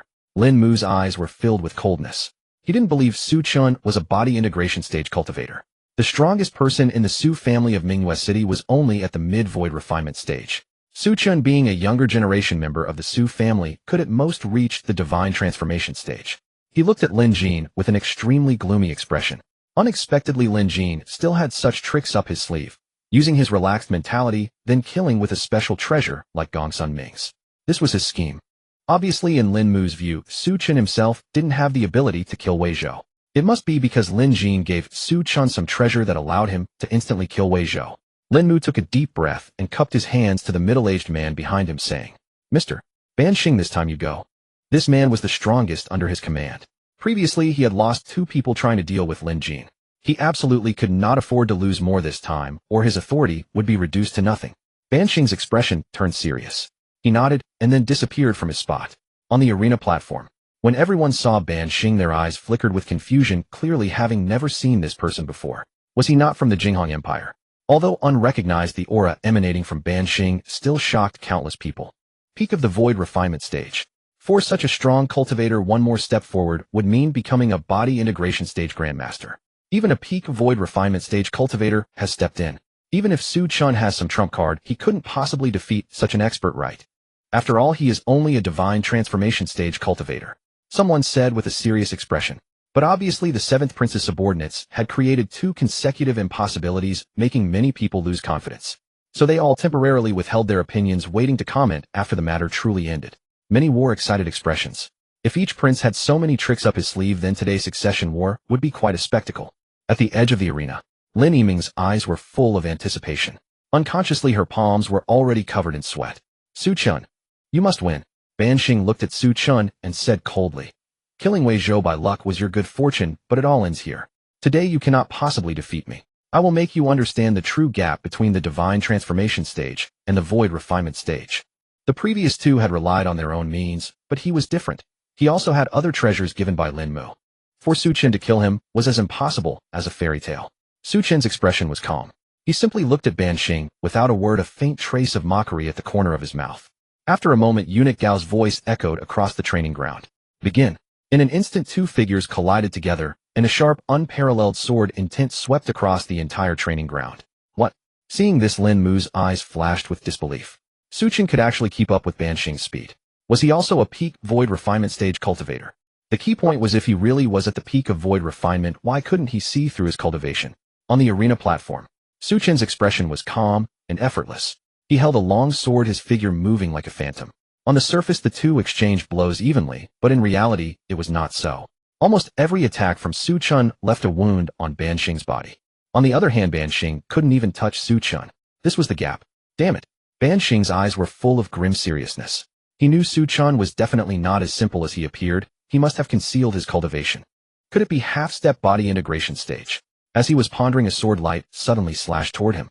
Unable to dodge in time, a fierce and hideous wound was cut across Ban Xing's chest. This scene made everyone's hearts tighten in the training ground. What was going on? Could a divine transformation stage cultivator be this powerful? With Ban Xing's injury, the mentality of everyone toward this battle shifted once again. On the arena, Su Chen and Ban Xing engaged in a swift exchange, their formidable fluctuations spreading outward. The arena itself seemed unable to withstand their fierce onslaught, gradually developing cracks. Gradually, Su Chen lost interest in the sport. It was too simple. Even when suppressing his cultivation to the divine transformation stage, he could still effortlessly trade blows with Ban Xing. If he wished, he could even slay Ban Xing with a single strike. The gap between them was simply too vast. The disparity in strength between the divine transformation and void refining stages was indeed immense, but only for ordinary individuals. In the eyes of the top prodigies of the Xiantian realm, the chasm between these stages was not insurmountable. In the end, Su Chen fought lightly, and a streak of sword light flashed seemingly alive, carrying a roaring sound that swept Ban Xing into its midst. With a crisp and clear sound, something seemed to shatter on Ban Xing, and he retreated at lightning speed. Ban Xing's expression was now extremely grave. A single simple sword strike had destroyed his protective treasure. If that sword had struck his body, he dared not imagine what would have happened. The exchange between the 2 was witnessed by the crowd, and countless people could not help but marvel in awe. From the very beginning, everyone found it hard to believe Su Chen's strength, but gradually they began to accept it. Su Chen was truly formidable, almost absurdly so. So the 7th Prince is the greatest dark horse. My heavens, who is this person, and how does he possess such overwhelming power? I heard someone say he is the young patriarch of the Su family from Bright Moon City, but his strength is simply ridiculous, isn't it? Is that the clan that recently broke through to the void refining stage? Exclamations of astonishment rang out continuously, all stunned by Su Chen's formidable power. Ban Xing looked at Su Chen with extreme gravity, but gradually that gravity turned into calmness. He said coldly, "Your strength is formidable, at least at the half-step body integration stage, but it's still lacking." As he spoke, his aura became immensely powerful, as if he were a beast breaking free from its chains, radiating an overwhelming presence. At this moment, Ban Xing's aura was countless times stronger than before, a difference like clouds and mud. He is at the body integration stage. A cry of shock erupted from the spectator seats, and everyone looked at Ban Xing with awe. The great prince actually invited a body integration grandmaster. Doesn't that mean he will surely win the battle for the throne? Right, no matter how strong Su Chen is, can he possibly surpass the body integration stage? This body integration cultivator doesn't seem to be an ordinary figure. I estimate he is at least at the mid-stage of body integration. A divine transformation stage cultivator in the audience said solemnly, hearing that the surrounding crowd couldn't help but gasp. Mid-stage body integration. Lin Yiming watched all this with despair in her eyes. It was not because she doubted Su Chen, but because mid-stage body integration was simply too powerful. She could also see that although Su Chen's combat prowess was formidable, his aura remained at the divine transformation stage. But his combat strength was so overwhelming, which could only mean two things: either Su Chen possessed an unparalleled divine artifact, or he himself was a peerless genius of extraordinary power capable of crossing realms to slay enemies. Though such individuals were extremely rare, the world was vast, and such figures did exist. Even in the Jing Empire, such news occasionally surfaced. For instance, a sacred grounds heir slaying enemies across realms, a void refining cultivator defeating a body integration one, or even a body integration cultivator defeating someone at the Guiyuan realm. Lin Yiming found it hard to believe that Su Chen was such a genius, as it was too far from their reality. Although the strength he displayed now was indeed formidable, at least comparable to some top prodigies, the Su family was only a small clan. Even if Su Chen's talent was exceptional, there would inevitably be great limitations. Though she instinctively felt that a loss was inevitable, she still hoped Su Chen could win. After Ban Xing revealed his aura, King Jinghong narrowed his eyes. He did not seem pleased that Lin Mu had a mid-stage body integration cultivator under his command. Instead, he appeared rather somber. At that moment on the arena, Ban Xing raised his hand after elevating his strength to its peak, and a crescent moon blade appeared in his hand. This was his true strength mid-stage body integration. Originally, Ban Xing thought that suppressing himself to the peak of void refining with his experience and techniques winning the battle for the throne would be easy. But he never expected such a turn of events, forcing him to use his full power. Ban Xing said coldly, "To make me unleash my complete strength, you can be proud of yourself, but this is the end." As he spoke, his aura burst forth instantly, causing the surrounding void to crack. The overwhelming pressure radiated from the arena, and even with the barrier in place, it still made everyone in the martial arts field feel suffocated. So terrifying. Is this the strength of a body integration cultivator? Just looking at it makes my heart race. It seems Su Chen cannot possibly win. Indeed, he was only slightly ahead earlier. Now against a body integration, Ban Xing victory seems impossible. The power Ban Xing displayed made everyone completely lean toward him, no longer believing that Su Chen could win. Originally, everyone thought Su Chen would be victorious, but now the outcome was uncertain again. The battle for the throne had only just begun, yet it was already so thrilling, instantly igniting the entire crowd. Twist after twist. At first, everyone thought the seventh prince would surely lose, but he repeatedly created the impossible. And the great prince also had formidable backing. A grandmaster at the body integration stage under his command, sweeping all rivals. The various princes in the preparation stand saw this scene, and their faces lost their calm expressions, replaced by extreme panic and anxiety. Though they had made some preparations, none had the means to counter a body integration cultivator. This meant that in this battle for the throne, Lin Mu was undoubtedly the strongest, and they had no chance to contend. On the arena, Su Chen looked at the disdainful Ban Xing and said calmly, "Are you so sure you can kill me?" As he spoke, Su Chen raised his sword, his expression slightly contemptuous. "Since you're so eager to die, I'll show you a few moves, so you know there are heavens beyond heavens, and people beyond people." Hearing Su Chen's words, Ban Xing inexplicably felt a surge of tension, as if he was about to face something immensely terrifying. Ban Xing's expression was extremely grave. His figure vanished instantly, and his aura surged to its peak. He struck with full force, aiming to kill Su Chen as quickly as possible to avoid any further complications. Su Chen smirked coldly. The next moment he moved. Su Chen raised the sword in his hand and swung it fiercely forward. Heaven severing. In an instant, a scene of terror unfolded before countless onlookers. A massive rift appeared in the heavens and earth, within which glittered starlight extraordinarily brilliant. Merely gazing upon it was mesmerizing. This colossal rift, spanning thousands of zhang, was reflected in the sky above Jinghong City, visible to almost everyone. Countless faces changed color in terror. Although the starlight within the rift was dazzling and resplendent, it was filled with a violent power of destruction. They dared not imagine how terrifying a force it would be if all the starlight poured out. Could anyone in this world withstand it? Among them, the most terrified was Ban Xing. Struck directly by this sword, he was enveloped in starlight, his physical body rapidly disintegrating. In at most a single breath, he would be utterly annihilated. Such was the terror. For an ordinary person, a single breath might be fleeting, but for a fusion realm cultivator, a single breath was an eternity. Ban Xing was trapped in the starlight, unable to move. His eyes first showed confusion, as he had not yet processed the sudden change. But soon his gaze filled with despair and regret. Why? Why would such a powerful cultivator participate in the contest for the throne? And why would he help that useless seventh prince? Ban Xing simply could not understand. The strength Su Chen displayed was far too terrifying. Even Ban Xing, a mid-stage fusion realm cultivator, had no power to resist. This clearly showed that Su Chen's strength was at least at the return to origin realm. He refused to believe that any genius could kill a mid-stage fusion realm cultivator at the nascent soul stage. Even if one could barely fight a fusion realm cultivator with the help of a divine artifact or special physique, it was impossible to slay him so easily. At the very least, they should have exchanged a few moves right. But facing Su Chen, he felt only despair, utterly powerless. Forget exchanging moves. He couldn't even withstand this single strike. The gap was simply too vast. The entire martial arena fell into dead silence. Everyone's eyes were wide, their expressions frozen. They had lost the ability to compose their faces. Indeed, the scene before them brought a profound shock, shattering everyone's cognition and common sense. A fusion realm cultivator was about to fall, and they were about to witness the fall of a fusion realm cultivator. For many years, no fusion realm cultivator had fallen in the Jing Empire, but today they saw it happen. Watching Ban Xing's desperate struggle, their hearts felt as if struck by a heavy hammer. They stood frozen in place, unable to find words to express their feelings. What was more, the one who killed him was only a nascent soul cultivator, though perhaps it was a facade. Yet Su Chen's aura appeared only at the nascent soul stage, leading them to instinctively believe that a fusion realm expert had been slain by a nascent soul cultivator. He killed a fusion realm cultivator. Su Chen, the young master of the Su family. From this moment on, his name will resound throughout the Jing Empire.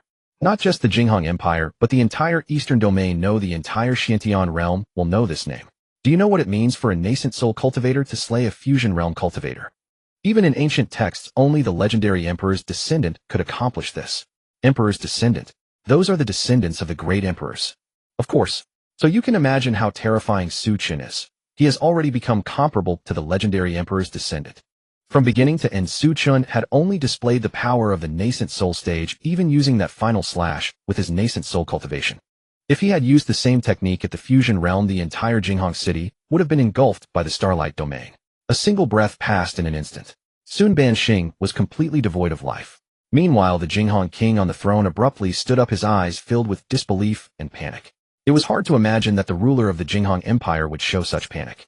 Even he himself could not have slain Ban Xing so easily, yet Su Chen did it, and even seemed to do so with ease, appearing calm and composed. This meant that Su Chen's power was definitely above his own. Return to Origin Realm. The Jinghong king never expected that the 7th Prince Lin Jin could invite such a formidable cultivator to aid him. But he couldn't understand why a return to Origin Realm expert would covet the meager holdings of the Jinghong Empire.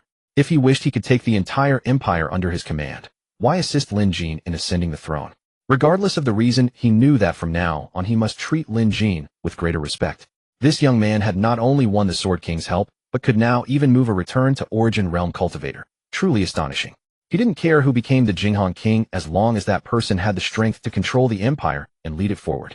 Though somewhat cold-blooded, survival in this world demanded such ruthlessness. At that moment, in the preparation platform, Lin Mu let out a furious roar, his eyes filled with disbelief. Impossible. How could Ban Xing lose? He was a mid-stage fusion realm cultivator. He was not the only one who found it hard to believe. Lin Jin felt the same. Recalling Su Qingtian's words before leaving the Su family, he found it absurd. This was too outrageous, wasn't it? Could Su Qingtian's son be this heaven-defying? Had the Su family's power increased so dramatically because of Su Chen? Although Lin Jin hadn't had much interaction with the Su family, he thought he knew them fairly well. They had swept away other forces when entering Bright Moon City and then grown rapidly. This clearly exceeded the Su family's own capabilities. At first, Lin Jin thought the Su family had obtained some lucky opportunity which allowed them to advance so quickly. But now he realized that the opportunity was none other than Su Chen himself. With such a powerhouse, how could the Su family not progress? In the preparation platform, all the princes were terrified beyond measure. If Su Chen were merely a fusion realm cultivator, they might have mustered the courage to fight to the death. But he was a return to Origin Realm expert. How could they fight to the death? It would be like a mantis trying to stop a chariot or smashing an egg against a rock. If they had the power to kill Su Chen, they would have already overthrown the Jinghong king. Why bother with this contest for the throne? The 9th Prince Lin Feng was the first to speak. He said respectfully to Lin Jin, "7th brother, it seems the throne is yours. Your younger brother congratulates you in advance." The 8th Prince Lin Bu followed, "Congratulations, 7th brother." Although the tradition was that the new king would kill all his brothers, they still harbored hope. None wished to die. The other princes also offered their congratulations, but Lin Jin's expression remained largely unchanged. He took a deep breath, calming his inner excitement, then said with a smile, "It's not over yet. No need to rush with congratulations." To be honest, he had long decided what to do with his brothers. Those who deserved death would die, and those who didn't would be spared. Among the 9 princes, not all sought the throne. For instance, the ninth Prince Lin Feng had never entertained such thoughts. He only wanted to live freely, but was forced into the contest. Moreover, Lin Feng posed no threat to him, so he could be spared. But someone like Lin Mu he was determined to kill. However, he couldn't coldly declare that he would kill them all when he ascended the throne. He had to appear kind, giving them the hope of survival. Once his reign was stable, he would make his move. After all, even a cornered rabbit will bite. If pushed too far, they would do anything, causing endless trouble. Then he turned his gaze back to Su Chen. Return to Origin Realm. Su Chen was too terrifying. In an instant, countless thoughts surged through his mind. Su Chen. Was he still unmarried?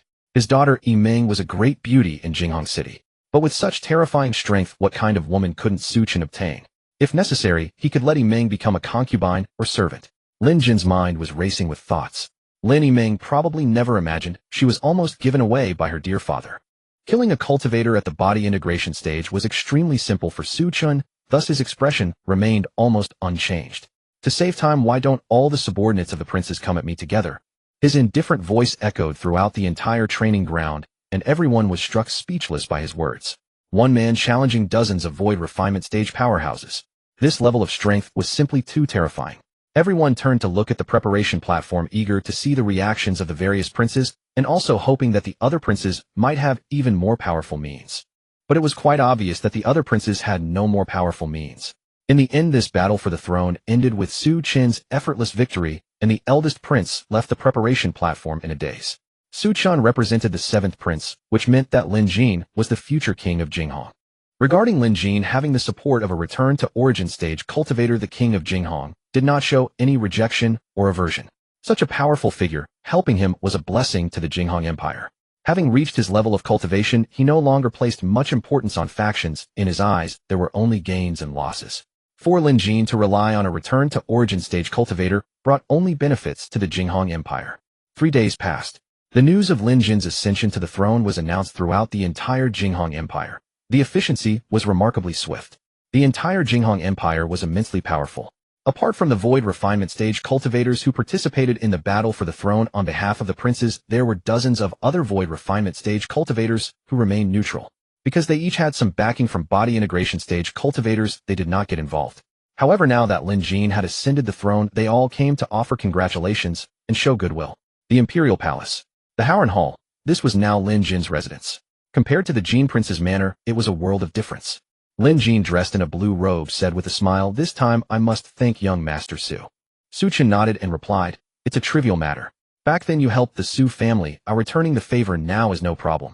Lin Jin gave an awkward smile.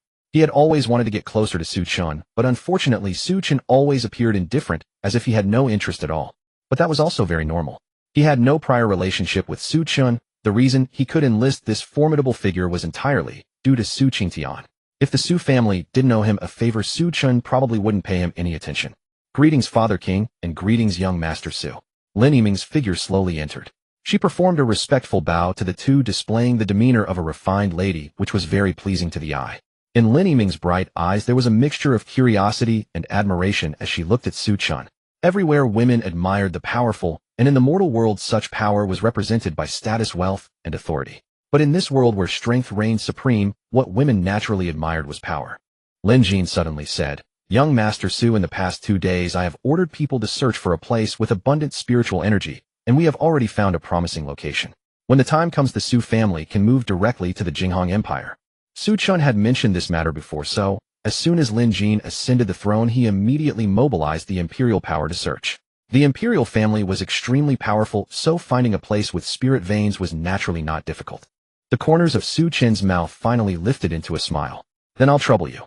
Seeing Su Chen's expression, Lin Jin showed a hint of joy. Judging from Su Chen's attitude, winning him over seemed difficult, but by showing goodwill to the Su family, he could gain Su Chen's favor. Afterwards they chatted idly for a while, but Su Chen remained indifferent, showing little desire to converse. In the end, Lin Jin could only suppress the idea of having Lin Yiming accompany him deep in his heart.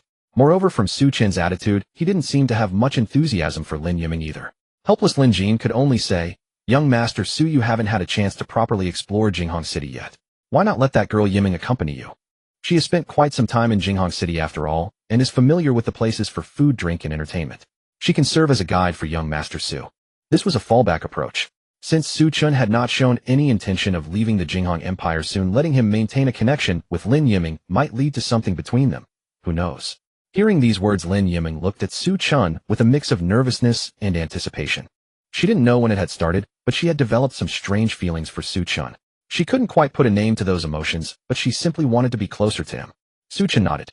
Fine. He had originally planned to have some fun in Jinghong City anyway, and having a guide would be better. After all, Su Chen was a transmigrator, and with his overwhelming strength he could completely take it easy. He regarded this world more with a mindset of enjoying life as a game. Hearing Su Chen's agreement, Lin Yiming felt both nervous and excited. Her pretty face flushed with 2 rosy spots due to excitement. Would serving as Su Chen's guide mean they would be alone together? Lin Yiming felt a bit joyful in her heart, and her mind recalled Su Chen's handsome and heroic figure at the royal training ground. The initial bad impression she had of him at the Jin Prince's manor had long since vanished without a trace. After chatting a little more, Lin Yiming shyly led Su Chen away, and they began to stroll around Jinghong City. Lin Yiming took Su Chen to many places in the city, food, drink, and entertainment. Jinghong City was indeed much more prosperous. The ingredients for gourmet food were far more refined than those in Mingwei City. There was even meat from divine transformation stage demon beasts, and occasionally even meat from void refinement stage demon beasts, though it was rare. Such things were simply unimaginable in Mingwei City. In the blink of an eye, 3 months had passed. It had been a long time since Lin Jin's ascension, and the Jinghong Empire had fully adjusted to Lin Jin as their new king. The eldest prince Lin Mu had also been killed by Lin Jin's scheme half a month ago. The Du family behind Lin Mu made no sound at all. Moreover, the Jingguo general also stepped forward to publicly offer congratulations, the meaning being very clear. It was a show of support. At this point, Lin Jin had completely secured his position within the Jinghong Empire. Wanyan Mountain. This place towered into the clouds, surrounded by endless mountain ranges presenting a magnificent view. At the foot of the mountain, there was a river dozens of zhang wide. This place was overflowing with spiritual energy, and the mountain contained an extreme-grade spirit vein. Spirit veins were generally divided into low, middle, high, and extreme grades. A low-grade spirit vein contained tens of millions of low-grade spirit stones, a middle grade contained billions of low-grade spirit stones, and a high grade contained tens of billions of low-grade spirit stones. An extreme-grade spirit vein was even more terrifying, containing at least 100 billion low-grade spirit stones. Of course, low-grade spirit stones were merely a unit of measurement. Within an extreme-grade spirit vein, most were middle-grade and high-grade spirit stones, along with a small amount of extreme-grade spirit stones. Low-grade spirit stones were relatively rare. Most importantly, an extreme-grade spirit vein contained a dragon vein. As long as the dragon vein was not extracted, it would continuously generate more spiritual energy, causing the local spiritual force to become even more abundant over time. This Wangyun Mountain was the current location of the Su family. Situated in the heart of Qinghu County of the Jinghong Empire, it could be considered a rare paradise. At the very top of Wanyan Mountain, Su Chen looked down and nodded. This place was far, far better than Mingwei City. However, the Su clan did not completely abandon the 5 great cities. Su Chen made some modifications to that place, setting up several spirit summoning arrays to increase the spiritual energy significantly, and then left 3rd Elder Su Yuanba and 4th Elder Su he to guard it in rotation. In addition, there were several collateral branches. The Su clan planned to have one of the collateral branches take over the guard duty once they grew stronger, a common practice in large clans. Many large clans, due to their vast territories, needed their own people to oversee various places, ultimately leaving a small branch in control. After all, the 5 great cities yielded substantial profits, and the Su clan was unwilling to abandon them outright.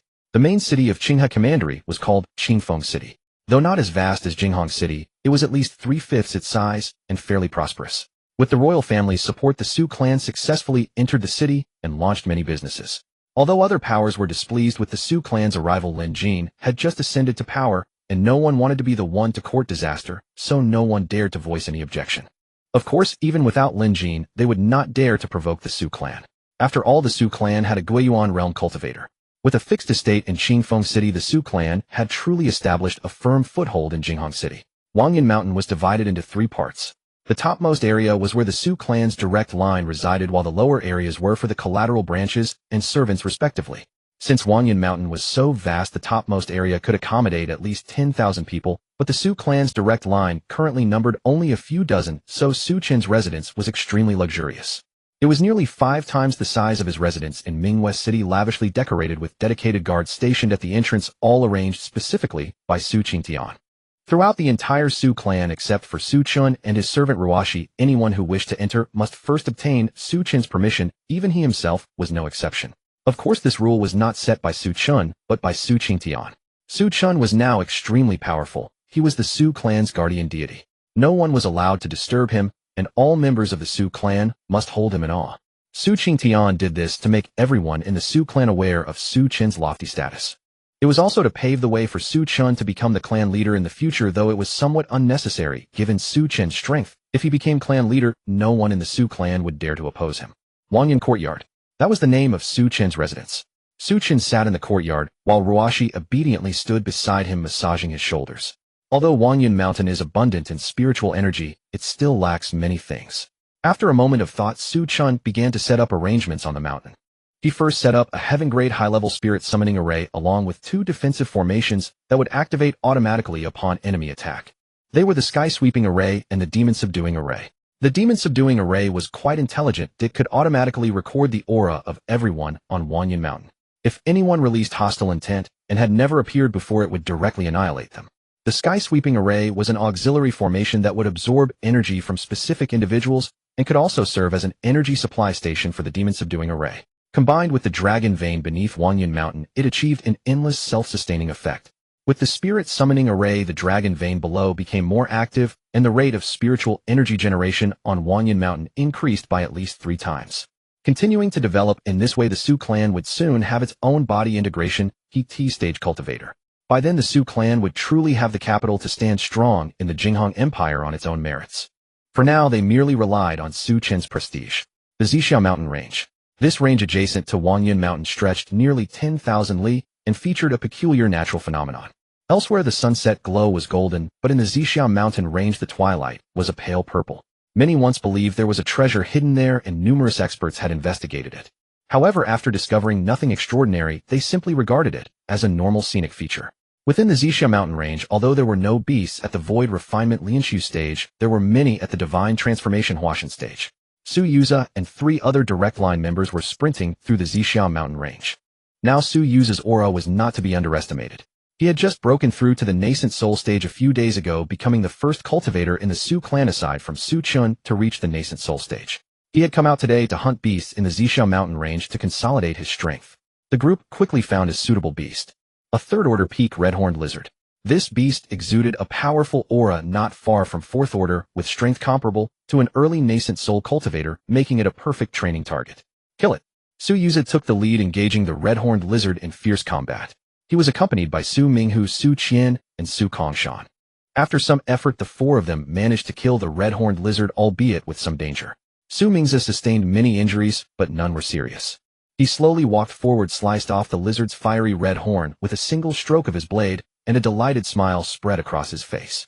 From today onward, I, Su Mingzi, am also a nascent soul stage cultivator. Seeing this, Su Minghu's face was full of envy. Big brother, your breakthrough speed is too fast. Su Yuza laughed. What are you saying? I only started cultivating half a year earlier than you. The 3 of you are all at the peak of the core formation stage. Breaking through to the nascent soul stage is just a matter of a month or 2. Hearing this, the 3 of them all smiled. The Su clan's growth speed was truly astonishing. Almost all of the younger generation were at the core formation stage, with only Su Qingran, the 4th daughter of Su Yunping, still at the foundation establishment stage. But that was because she was still young. Several of the Su clan's collateral branch stewards were about to break through to the divine transformation stage, while Su Yunxian, a direct line elder, was at the peak of divine transformation, not far from the void refinement stage. Su Qian suddenly spoke. Look, what is that? Everyone followed his gaze and saw a small nest in the place where the red-horned lizard had been dwelling, containing nearly a dozen crimson eggs. Red-horned lizard eggs. Su Minghu exclaimed in surprise. They had never expected to encounter such a fortunate opportunity. The red-horned lizard was quite special among beasts. It secreted a substance called red blood crystal, which could help cultivators cleanse their meridians and marrow. It was extremely gentle and non-irritating, even more effective than some medicinal pills. If they could properly cultivate the red-horned lizard and raise it to the nascent soul stage, or even the divine transformation stage, it would be immensely beneficial to the Su clan's younger generation. They could receive red blood crystal to cleanse their meridians and marrow from a young age. However, red-horned lizard eggs were extremely difficult to obtain. A single lizard might never produce offspring in its lifetime. Due to this scarcity, combined with the benefits of red blood crystal, a single egg could sell for up to 500 million low-grade spirit stones on the market. With 10 eggs here, it was equivalent to finding 5 billion low-grade spirit stones. The 4 of them were overjoyed. truly worthy of the Jinghong Empire where treasures were everywhere. The Purple Cloud Mountain Range could now be considered the Su family's private hunting grounds. Since the Su family had taken control of Wanyan Mountain, few people dared to venture near this place. It was like wild beasts. They all had their own territorial instincts. No one wished to offend the Su family, so they kept their distance and regarded it with reverence. Moreover, influenced by the dragon vein of Wanyan Mountain, the entire Purple Cloud Mountain Range was brimming with abundant spiritual energy, making it a perfect resource reserve for the Su family. In recent times alone, the treasures the Su family had obtained within the Purple Cloud Mountain Range were worth nearly 10 billion low-grade spirit stones, something inconceivable in the past. Time passed swiftly, and in the blink of an eye the Su family had already been established on Wanyan Mountain for half a year. The old patriarch Su Qingtian had just broken through to the peak of the Void Refinement Realm 2 days ago, and Su Qingyun had also broken through to the Void Refinement Realm a month prior. The Su family now truly possessed 3 Void Refinement powerhouses. During these 6 months the Su family had undergone tremendous transformation. Among the branch family stewards, 13 had broken through to the Spirit Transformation Realm. Although the Su family still lacked a Unity Realm powerhouse, they had already become a formidable force within the Jinghong Empire. Within the entire Jinghong Empire, aside from the few royal-level powers with Unity Realm masters, those at the peak Void Refinement level were essentially the strongest. Meanwhile, most of the younger generation of the Su family had gone out to train and gain experience. Su Yuza had even established his own faction called the Falling Cloud Sect. Although it was still small and modest, he was building it with great seriousness. Perhaps one day it might truly grow into a powerful force. At Wanyan Courtyard, reporting to the young Lord Princess Lin Yimeng has sent a letter. Su Chen slowly opened his eyes and said indifferently, "Bring it in." During this period Lin Yimeng frequently sent him letters and gifts, sometimes even snacks and trinkets. The guard entered the courtyard and respectfully handed over the letter. Su Chen tore it open, revealing 3 yellowed pages covered in dense, delicate handwriting, elegant and flowing like a work of art. "Su Chen, are you still staying at Wanyan Mountain these days? When will you come to Jinghong City for a visit? I recently discovered a restaurant with absolutely delicious food." Nearly 100 characters followed the first 2 pages, filled with recent amusing events from Jinghong City and happenings around her. Then Su Chen picked up the final page. "I've heard that the scenery of Qianshan Prefecture is exceptionally beautiful. The most stunning place in the entire Jinghong Empire. I'll be going there in a while to handle some matters. Since you've always enjoyed traveling, would you like to come along?" After reading to the end, Su Chen furrowed his brow, a strange expression appearing on his face. Was she asking him out? A beautiful figure surfaced in Su Chen's mind. She always seemed slightly shy in his presence. Qianshan Prefecture. He had heard servants mention it before. Reportedly the scenery was indeed beautiful. However, he had no immediate plans to go there. Perhaps someday, he would, perhaps not. Ruo, she smiled softly and said, "Young lord, the princess seems rather fond of you." Su Chen gave a faint smile, but said nothing. Though his previous life had been ordinary, he had experienced a few relationships. There was no way he couldn't discern what Lin Yimeng was thinking. Seeing this, Ruo, she stepped forward to massage Su Chen again. In her heart, she felt little sense of threat from Lin Yimeng's presence. She knew her place clearly and would never covet what didn't belong to her. Su Chen addressed the guard outside the courtyard. "Send someone to deliver my reply. Tell her I won't be going to Qianshan Prefecture anytime soon." "As you command." The guard's respectful voice echoed again. Su Chen gazed into the distance, his eyes betraying no hint of his thoughts. "Fifth brother, are you there?" Suddenly, a gentle voice sounded from beyond the courtyard. Su Chen immediately recognized who it was and said, "Come in." Soon a young girl in a pale pink long dress stepped inside. Her eyes sparkled, and she looked utterly adorable, like a porcelain doll. The visitor was Su Yunpeng's daughter Su Xianxia, now only 15 or 16 years old. Though still young, her cultivation was already impressive. She had reached the core formation realm, far surpassing what the original Su Chen had achieved at her age. This was ample proof of how much resources could aid a cultivator's progress. Su Chen sat up straight and asked with a warm smile, "Ninth sister, is there something you need?" Su Xianxian's face showed a hint of embarrassment. "Fifth brother, the family doesn't have a cultivation technique suited to me. Father told me to come ask you so." "A cultivation technique?" Su Chen was momentarily taken aback, then asked, "What kind do you practice?" Su Xianxian immediately produced an exquisitely crafted red fan. Su Chen instantly understood. Indeed, the Su family lacked any powerful fan-based cultivation techniques. This path was far too obscure, with very few practitioners. In the Xintian realm, the most common cultivators were sword cultivators and blade cultivators, accounting for nearly half of all practitioners. Su Chen began searching through his system space and quickly located a heaven-tier high-grade technique, one that belonged to the fan category. Refining Fire Azure Cloud Fan. This technique possessed dual fire and wind attributes, making it quite suitable for Su Xianxian. "Take a look." Su Chen handed over the jade slip containing the technique. Seeing that Su Chen actually had one, Su Xianxian's face immediately lit up with joy. Thank you, fifth brother. Su Xianxian activated the jade slip, and the cultivation path of the refining fire azure cloud fan immediately flooded into her mind.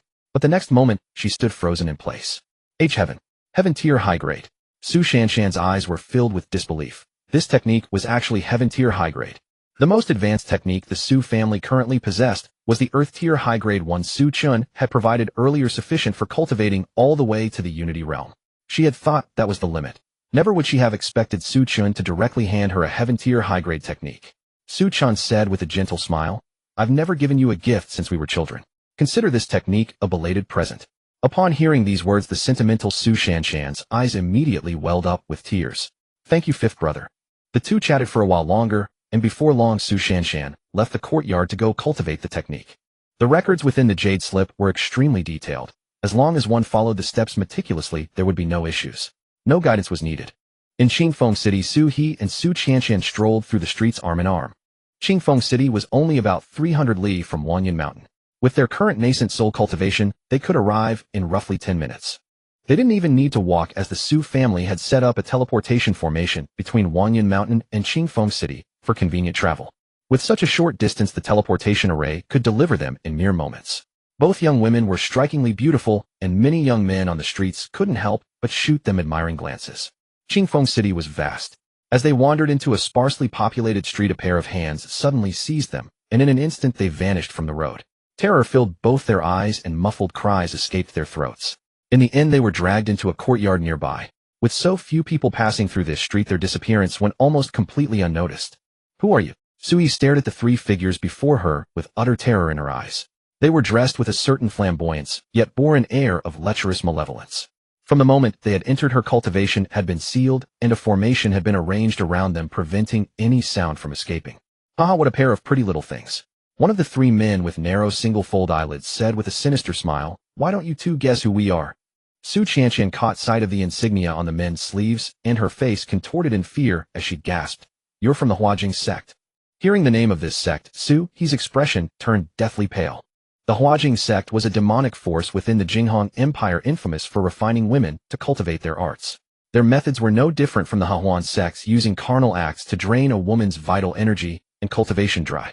Yet compared to the Hahuan sect, the Jing sect was incomparably more sinister and depraved. The Hahuan sect practiced dual cultivation, but the Jing sect was a true demonic power, notoriously evil, throughout the entire Jinghong Empire. How had they stumbled upon this demonic sect? Sui's eyes glistened with tears born of anxiety and dread. The single-fold eyelid man smiled, evilly licking his lips as he said, Impressive that you recognize our sect. Then you must also know what we do right. His gaze fixed intently on Su Qianqian, his eyes filled with ruthless coldness. His greatest pleasure came from witnessing the terror on these young women's faces as they faced death, granting him immense satisfaction. Indeed, hearing these words, Su He and Su Qianqian's expressions drastically changed.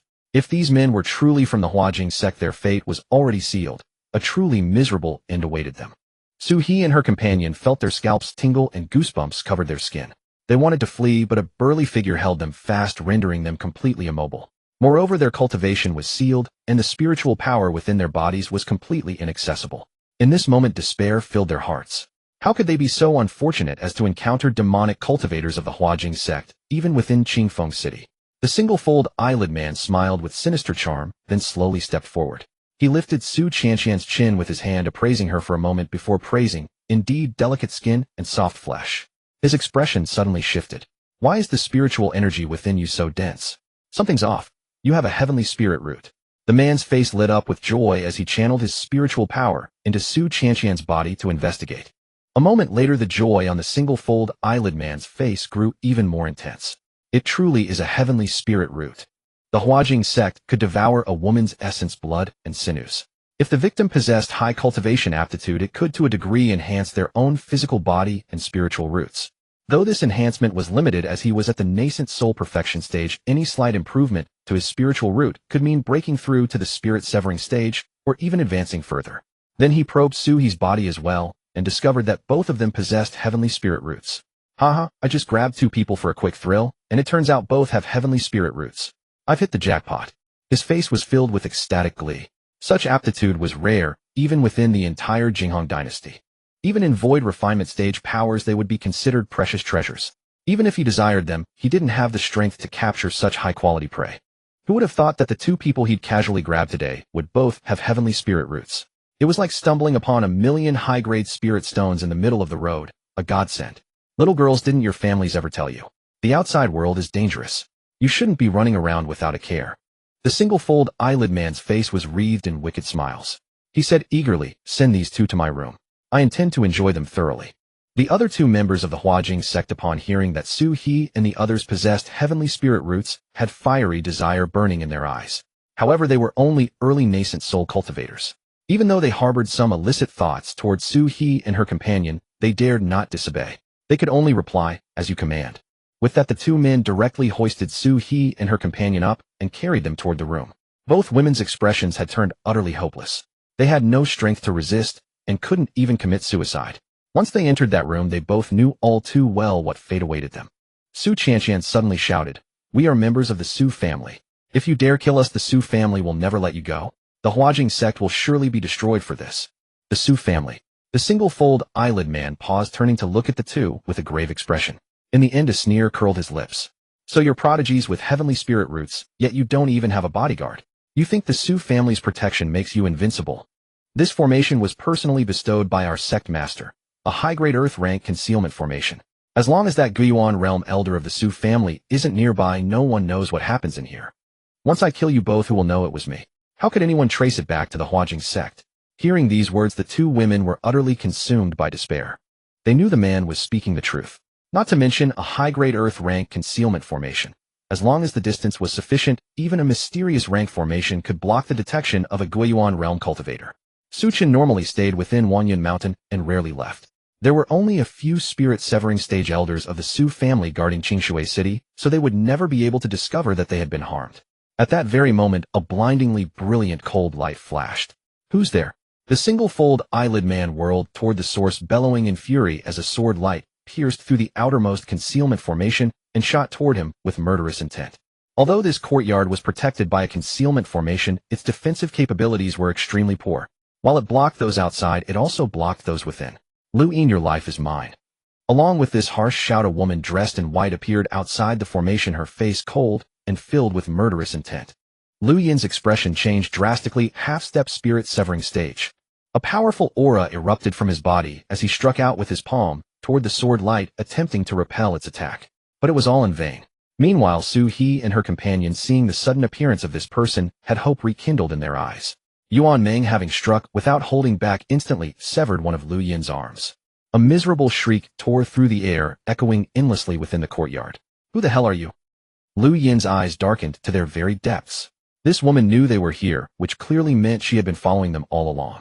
Otherwise, how could a mere nascent soul perfection cultivator have detected what was happening inside the formation?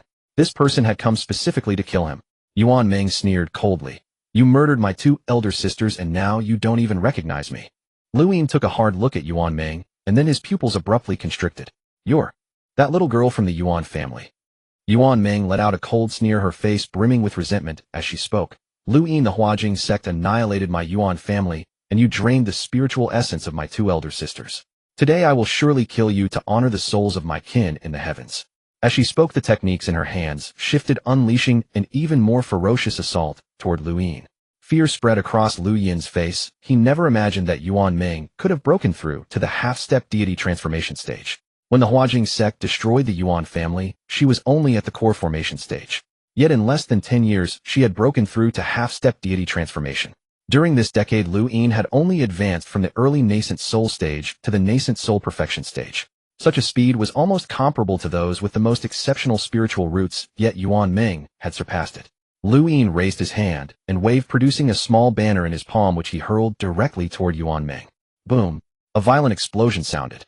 Yuan Meng, unable to dodge in time, was sent flying, blood trickling from the corner of her mouth. This item was given to him by an elder of the Jing sect, bearing the power of a single strike from a deity transformation stage cultivator. It was his trump card for survival, but today he was forced to use it. Lu Yin sneered, "Since you've come to me willingly, I'll devour you today as well." A glint of greed flared in his eyes. With two female cultivators of heavenly spiritual root, and Yuan Ming, who was at half-step deity transformation, if he could devour all three, he would surely break through to the deity transformation stage. The key was that he remembered Yuan Ming's aptitude was only of high-grade spiritual root.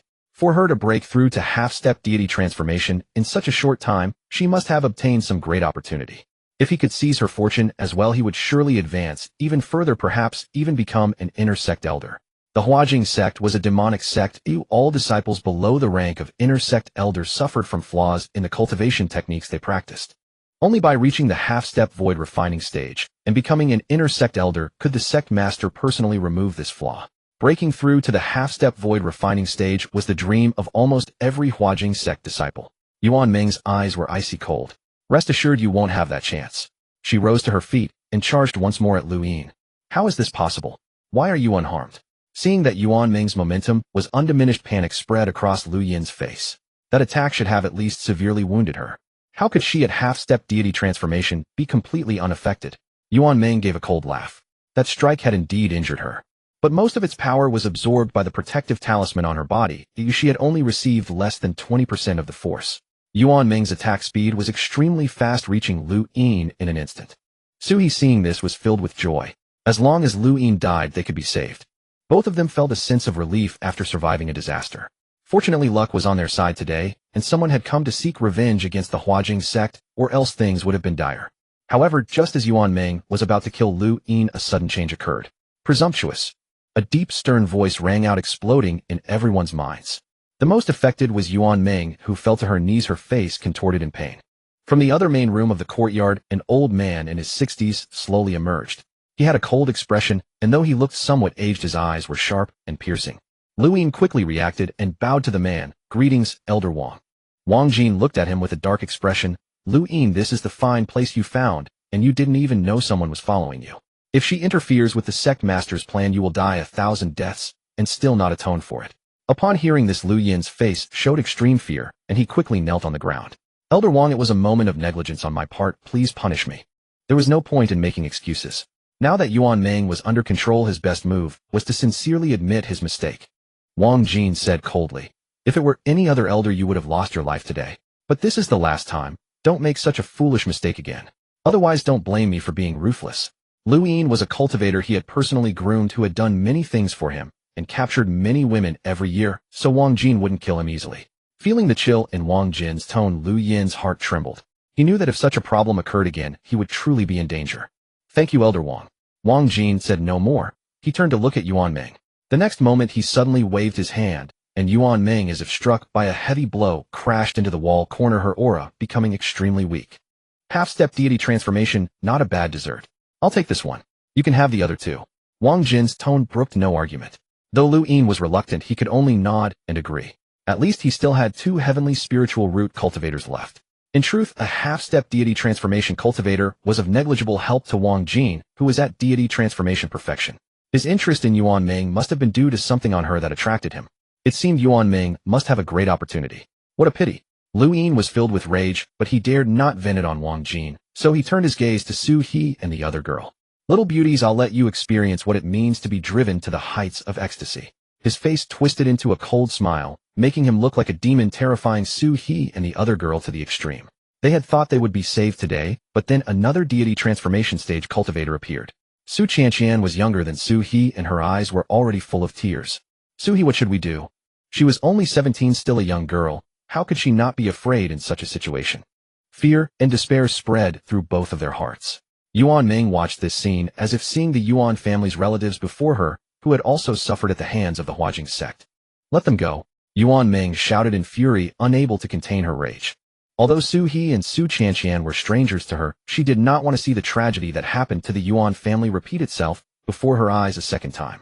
Just then a suffocating pressure enveloped her, and Wang Jin's cold voice rang out. You can't even save yourself, yet you have the heart to care for others. Yuan Ming's anger did not diminish. She hurriedly poured her spiritual energy into the ring on her finger, her voice filled with urgency. Master, are you awake? Instantly, a helpless sigh sounded. You little girl, I've only been asleep for 3 months, and you've already gotten into this mess. You really don't let your master rest easy. You're clearly not strong enough, so why did you have to provoke the Huajing sect? The voice carried a hint of affection and concern. She had fallen asleep because Yuan Ming, when still at the nascent soul stage, had gone to seek revenge on the Huajing sect. She had encountered a void refining stage cultivator chasing her, and in the end her master had to step in. Because of that battle, her master's spiritual power was severely damaged, forcing her into a deep sleep. And now, just as she woke up, she was faced with this situation again. This foolish apprentice truly didn't want her master to recover. I, a sage, have been awake for 10 years, yet I am even weaker than when I first woke up. I'll well release your mind, and let me handle the aftermath. But I don't have the confidence to kill this deity transformation perfection cultivator. At most I can take you and those 2 girls and flee. However, my spiritual power has just recovered and is weak, so I may not be able to protect all 3 of you. If there's no other way, I will have to abandon them. Just as she was about to take control of Yuan Ming's body, a heart-stopping aura spread through the courtyard. Then a gentle and magnetic young voice rang out in the courtyard. Don't be afraid, little sister. Suhi, your 5th brother, has come to save you. Suhi's expression froze for a moment upon hearing those words, then a surge of excitement and grievance welled up on her face. 5th brother, is it really you? She turned her head toward the direction of the voice and saw a young man with a gentle countenance standing there like a caring elder brother whose very presence brought a refreshing and comforting feeling. The moment she laid eyes on him, Su Qianxian also cried out excitedly, 5th brother. Everyone in the Su family now knew of Su Chen's extraordinary strength. With his arrival, the Huajing sect posed no threat whatsoever. Tears welled in both their eyes, whether from fright or overwhelming joy. Wang Jin stared at the sudden appearance of Su Chen with deep solemnity in his gaze. The next instant his entire aura erupted like an enraged lion, and he charged ferociously at Su Chen. Although Su Chen exuded no discernible aura, Wang Jin felt an immense pressure bearing down on him. Facing such an opponent, his options were to unleash every ounce of his strength to kill him or to flee. But beyond Lei Qingfeng City, making escape impossible. His only choice was to risk everything on killing Su Chen. Su Chen cast a glance at him, his eyes calm and indifferent. Mortalant. His voice carried the weight of heavenly authority echoing outward in an instant. Bang! Wang Jin was crushed to the ground, as if Mount Tai itself pressed down upon him. His bones, unable to withstand the tremendous pressure, began to grind against each other, producing eerie cracking sounds that sent chills down one's spine. You? Wang Jin struggled to lift his head, his eyes filled with terror. Who are you? The suffocating pressure was so overwhelming it drove him to utter despair. Even in the presence of the Huajing sect's nascent soul stage sect master, he had never felt such a sensation. In truth, Wang Jin already knew the answer. Earlier, he had mentioned they came from the Su family. There was only one possibility for who this person before him could be. Su Chun of the Su family, the Guiyuan realm cultivator. At this moment, fear gripped him to the very core. He wanted to beg for mercy, but the crushing pressure robbed him of even the ability to speak. Wang Jin ground his molars to dust. He truly wished he could kill Lu Yin. Out of all the people you could have captured, you had to seize members of the Su family. Lu Yin, witnessing this scene, felt a cold terror grip his heart. In this critical moment, he prepared to use Su He and the others' lives as leverage.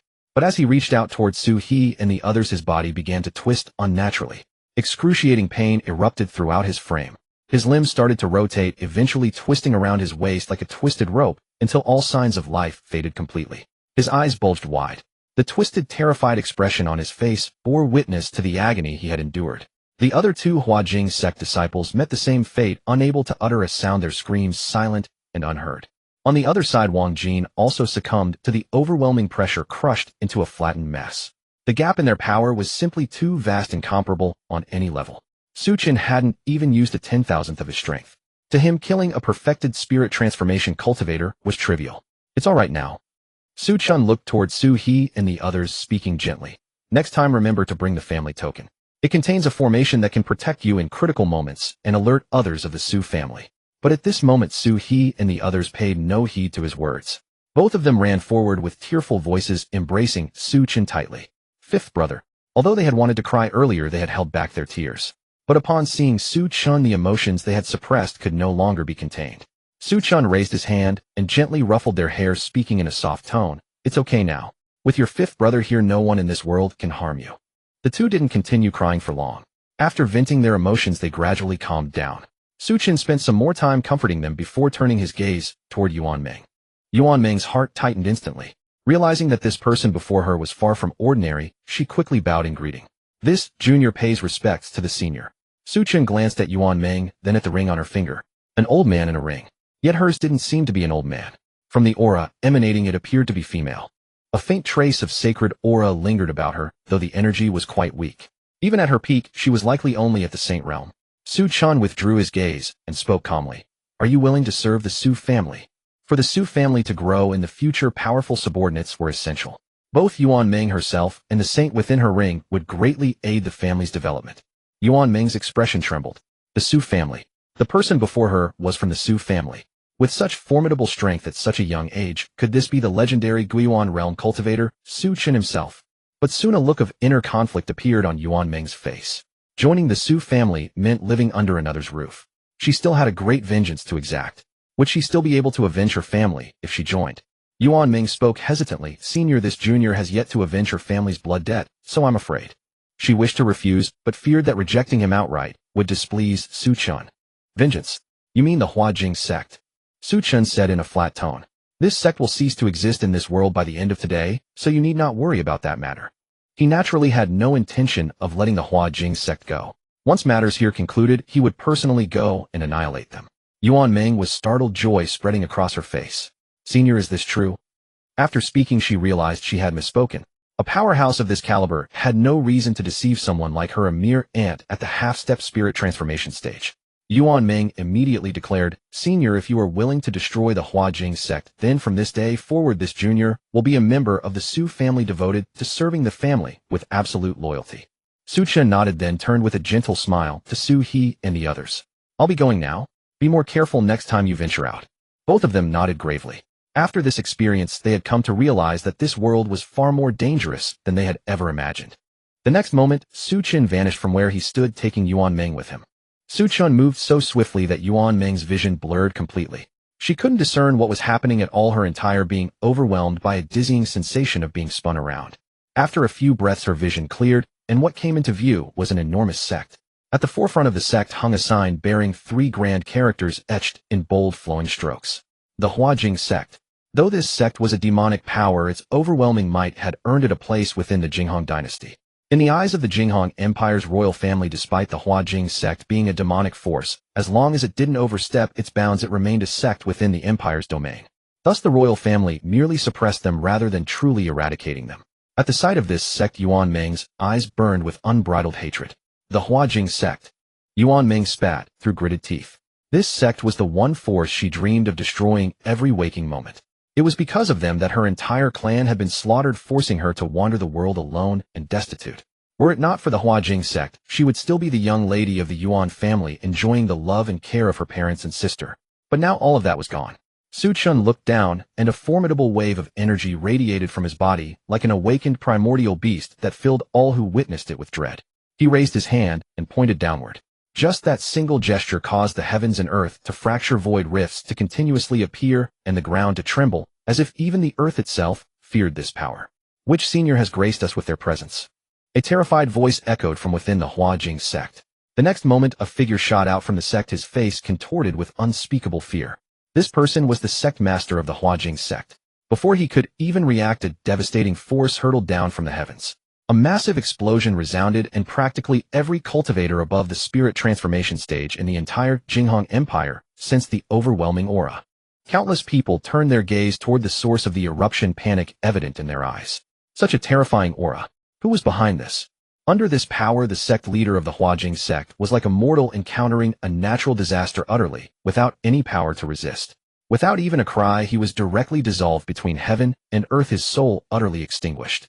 In the place where the Jing sect once stood, a deep crater spanning hundreds of meters was left behind. This crater extended for dozens of li, and the mere sight of it was awe-inspiring.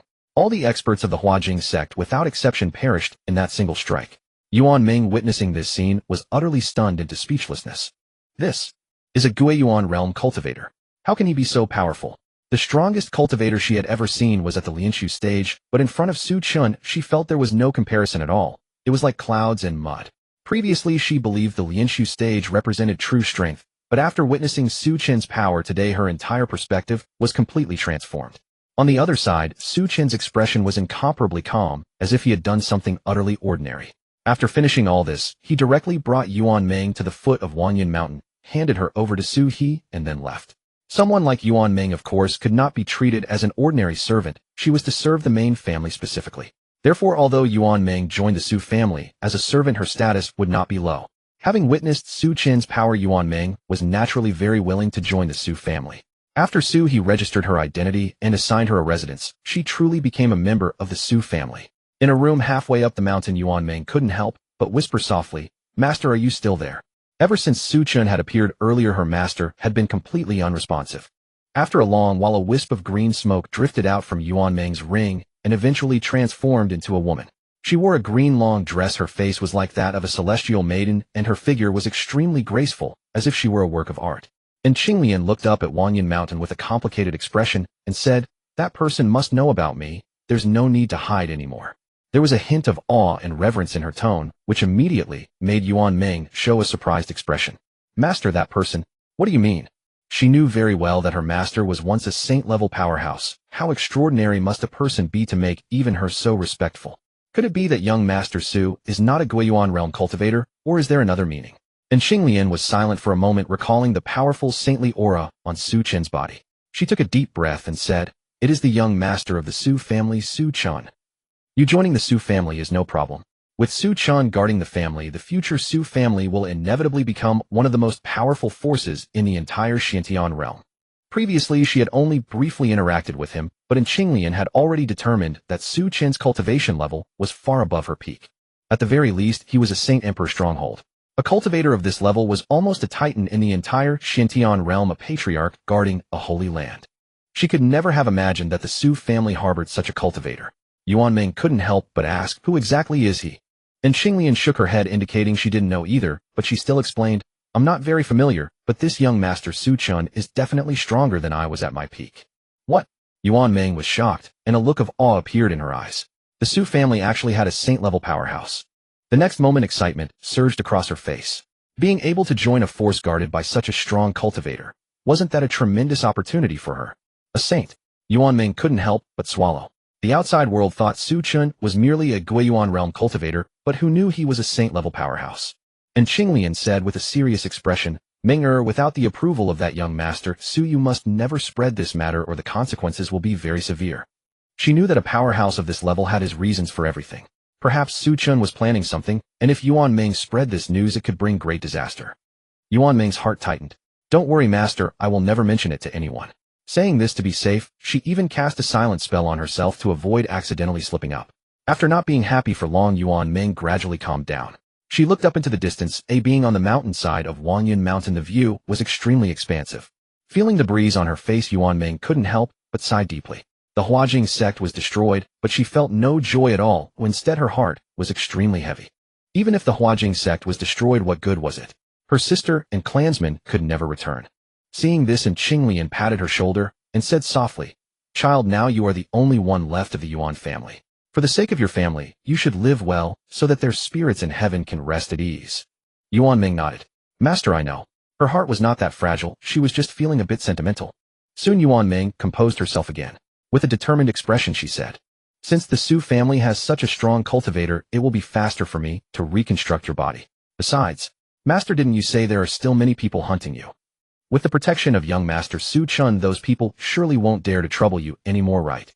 And Qinglian nodded and smiled. "Indeed, among those people there is no one who can match a Saint Emperor, so naturally they won't dare to trouble me."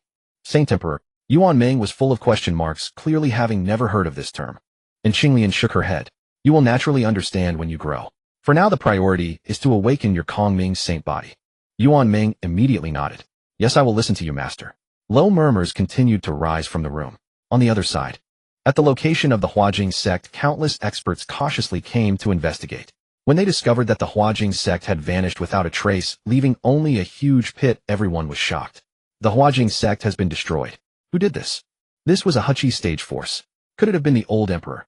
Impossible. The old emperor has long been in seclusion to break through to the Guiyuan realm. This place is so close to Wanyan Mountain, and the person capable of killing a Huqi stage expert, the one from the Su family, seems highly likely. I think it's most likely the one from the Su family.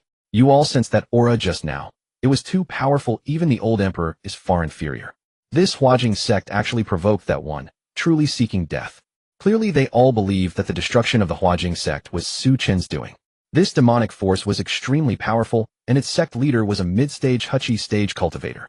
In the entire Jinghong Empire, only the royal family could have destroyed it. Unfortunately, the royal family had never acted. Now with the Huajing sect destroyed by the Su family, countless people were applauding. For a time, the Su family's reputation skyrocketed again, becoming the most popular force in the Jinghong Empire. Countless prodigies even came to pledge allegiance to the Su family. Of course, Su Qingtian only selected a portion of the high-quality ones to keep rejecting most of the others. What the Su family needed was loyal and reliable people, not those who curry favor. With more people pledging their allegiance, the Su family grew rapidly, its power and influence expanding ever further. However, Su Chen paid no heed to any of these matters, simply idling away his days in the Wanyan courtyard. He relished this state of existence free from worry and care. When boredom struck, he would wander outside. He even took to preparing barbecue, occasionally setting up a grill in the courtyard, living an extremely comfortable life.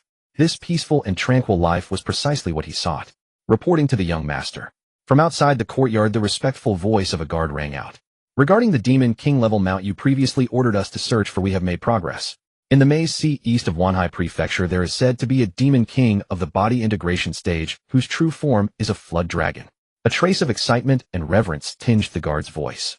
The young master was truly ferocious, daring to capture a body integration Demon King as a mount. Wanhai Prefecture. Su Chen nodded. I understand. As he spoke, his divine sense expanded outwards, instantly enveloping the entire Wanhai Prefecture, and he quickly located the flood dragon. However, Su Chen also sensed that the creature's aura was somewhat weak and the life force within its body was continuously dissipating. Clearly, this flood dragon's lifespan was nearly exhausted. Demonic beasts generally have longer lifespans than humans. A cultivator at the body integration stage can live for 10,000 years, and a flood dragon, with such powerful bloodline, would typically live at least 20 to 30,000 years.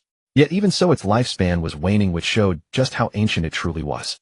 A flood dragon, not a true dragon, but with a little refinement of its bloodline, it should be barely adequate as a mount. Su Chen murmured to himself, and then vanished from Wanyan Mountain. When he reappeared, he had already arrived at the Mei's Sea in Wanhai Prefecture.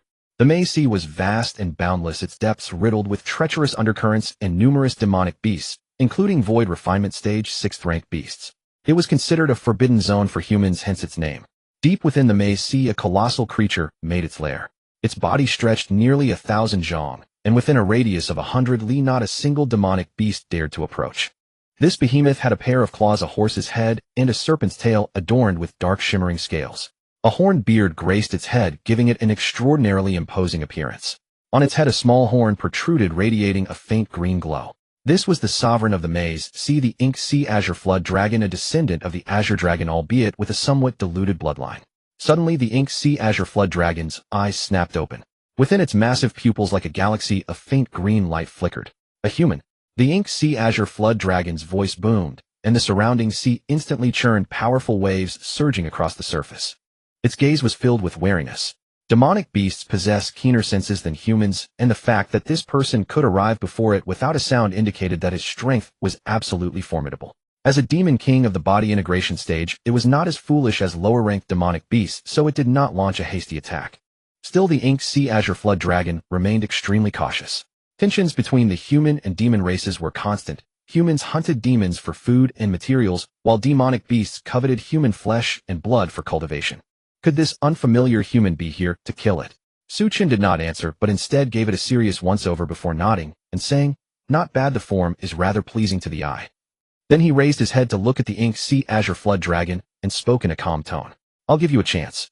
Become my mount." The Ink Sea Azure Flood Dragon's massive eyes widened, its voice thundering like a great bell. "Human, do you know what you're saying?" A powerful, murderous aura erupted from its body, causing the entire Mei's Sea to become restless and turbulent. Countless demonic beasts rapidly fled towards the edges of the region. The Demon King had awakened, it was beginning its hunt. Some demonic beasts that had developed intelligence stared in terror towards the direction where the aura emanated. The Ink Sea Azure Flood Dragon's eyes were filled with murderous intent. Even the Jinghong King did not have the right to subdue it as a mount. As a flood dragon, its combat prowess was naturally extremely formidable. Although it was only at the mid-7th rank, comparable to the mid-body integration stage of a human, its actual combat strength was comparable to the half-step return to origin realm. The Ink Sea Azure Flood Dragon's eyes flickered with caution. It spoke coldly. "Human, this king's lifespan is nearly over. There is no possibility of breaking through. I will die within 100 years at most. Allow me to live out my final days in peace, and then I will gladly give you my body. Otherwise, this king will fight you to the death, even if it costs me my life." It was nearing its end. All it wanted in its final moments was to see this world a little longer. Otherwise, it wouldn't hesitate to fight Su Chen to the bitter end, for death was inevitable anyway. Su Chen remained silent. A single drop of crimson blood condensed in his palm, within which a true dragon seemed to roar, deafening and radiating a terrifying, awe-inspiring fluctuation. The ink sea azure flood dragon trembled violently, its pupils contracting sharply as it exclaimed, "This is—" Su Chen said nonchalantly, "A drop of true dragon blood. As a descendant of the dragon race, you should know exactly how much this can help you, shouldn't you?" The ink sea azure flood dragon shook all over, its aura beginning to stir with agitation. At this moment, it was ecstatic beyond measure. True dragon blood. If it could absorb this, not only would its bloodline evolve, but its cultivation could also advance a step further. The ink sea azure flood dragon looked back at Su Chen, its expression grave. Coming with true dragon blood in hand, it seemed this person was not here to kill it. Amount. The ink sea azure flood dragon's eyes were filled with inner conflict. As a descendant of the true dragon, despite its diluted bloodline, its pride remained immense. Submitting to become a human's mount was truly difficult to accept. Seeing its hesitation, Su Chen did not press the matter. In Su Chen's view, forcing the ink sea azure flood dragon would be meaningless. If he wanted it as his mount, then it would be akin to a companion, not a slave. If in the end the ink sea azure flood dragon still refused, he wouldn't bother to force the issue. After a long silence, the ink sea azure flood dragon raised its head and spoke in a booming voice. "Fine, I agree. Since it was already on the verge of death, this true dragon blood could not only help it advance further, but also held the chance to awaken its ancestral bloodline. Such a heaven-defying benefit was simply too tempting to resist. Most importantly, it did not want to die. The true dragon blood could allow it to live on." Su Chen nodded, raised his hand, and a mark was directly imprinted onto the ink sea azure flood dragon's brow. "This is a master-servant contract." "Impossible." The ink sea azure flood dragon's pupils shrank violently, staring at Su Chen with an expression of utter terror. To establish a master-servant contract with a demonic beast, the beast's willing consent is usually required, otherwise it's extremely difficult to achieve. But just now, without even sensing it, the contract had been forcibly established upon it. This meant that the power of the human before it was beyond its wildest imagination. In that instant, all pride within its heart was completely set aside, replaced solely by profound reverence. The demon race worships the strong. If you are stronger than me, then you are the king. The strength Su Chen had displayed was utterly terrifying, and submitting to such a powerful being was not a dishonor. Furthermore, the fact that he could casually produce such a heaven-defying treasure as true dragon blood was testament to his extraordinary nature. Su Chen handed over the true dragon blood and said calmly, "Refine it now." The ink sea azure flood dragon shuddered and quickly replied, "Yes, master." The true dragon blood was swallowed by Mo Hai Qing Jiao, and the immense power of the bloodline immediately began to circulate throughout his body, causing his entire being to seem as if it had been revitalized. In an instant, a formidable aura spread out, enveloping the entire Me2C. Roar! A high-pitched dragon roar resounded, and on Mo Hai Qing Jiao's forehead, where there was originally only one small horn, another one grew out, and this pair of horns was large and very conspicuous. Accompanied by this dragon roar, all the demon beasts in the Me2C prostrated themselves on the ground, trembling all over, clearly terrified. Immediately afterwards, Mo Hai Qing Jiao roared incessantly, his face filled with agony. The true dragon blood was too domineering, it was madly reshaping his flesh and bloodline, and the feeling of being remade like this was naturally extremely painful. Although it was very uncomfortable, Mo Hai Qing Jiao reveled in it. He felt the bloodline power within his body growing stronger, which made him, as a demon, extremely excited. Soon his body began to change. The originally ink-black scales started to fall off wildly, leaving his flesh a bloody mess. But before long, verdant scales grew back, emitting a strange flowing light, which combined with the rippling seawater looked extremely mysterious. The aura on Mo Hai Qing Jiao's body also continuously rose, directly breaking through from a demon king at the middle stage of integration to the half-step return to origin realm. According to the ranking of the demon race, that would be half-step 8th rank, half-step demon emperor. Mo Hai Qing Jiao suddenly burst out of the Me2C, his aura exploding recklessly outward. He weaved through the sky and earth like a swimming dragon. "Ha ha ha, I have become a dragon. So this is a true dragon." At this moment his heart was stirred to the extreme. Although he could not compare with those dragon clans of powerful bloodlines at this moment, he had indeed transcended the category of Jiao and become a true dragon. His body had grown nearly 3 times larger than before. Originally only 1,000 zhang, now it was a full 3,000 zhang, a colossal creature that inspired fear just by looking at it. Within the Jinghong Empire, countless people detected this terrifying aura, and their expressions turned horrified. That direction is the Wanhai Prefecture. Such a powerful demonic aura. Could it be that the demon king of the Mitu Sea has broken through again? Didn't Imo Hai Qing Jiao have very little lifespan left? How could he break through at this time? His luck is too good, isn't it? This aura is too powerful, and it's very different from Imo Hai Qing Jiao. It's not him, is it? Could a new demon king have been born in the Mitu Sea? Almost at the same time, the powerful experts in the Jinghong Empire all looked towards the direction of the Mitu Sea with solemn expressions. Imo Hai Qing Jiao was already powerful, and now, with this breakthrough, wouldn't he be able to rival the Jinghong Empire? On the Mitu Sea. After laughing heartily for a while, Imo Hai Qing Jiao came back to Su Chen's side. Without another word, he quietly lowered his head. As a mount, he didn't need to say much, he only needed to follow his master's orders.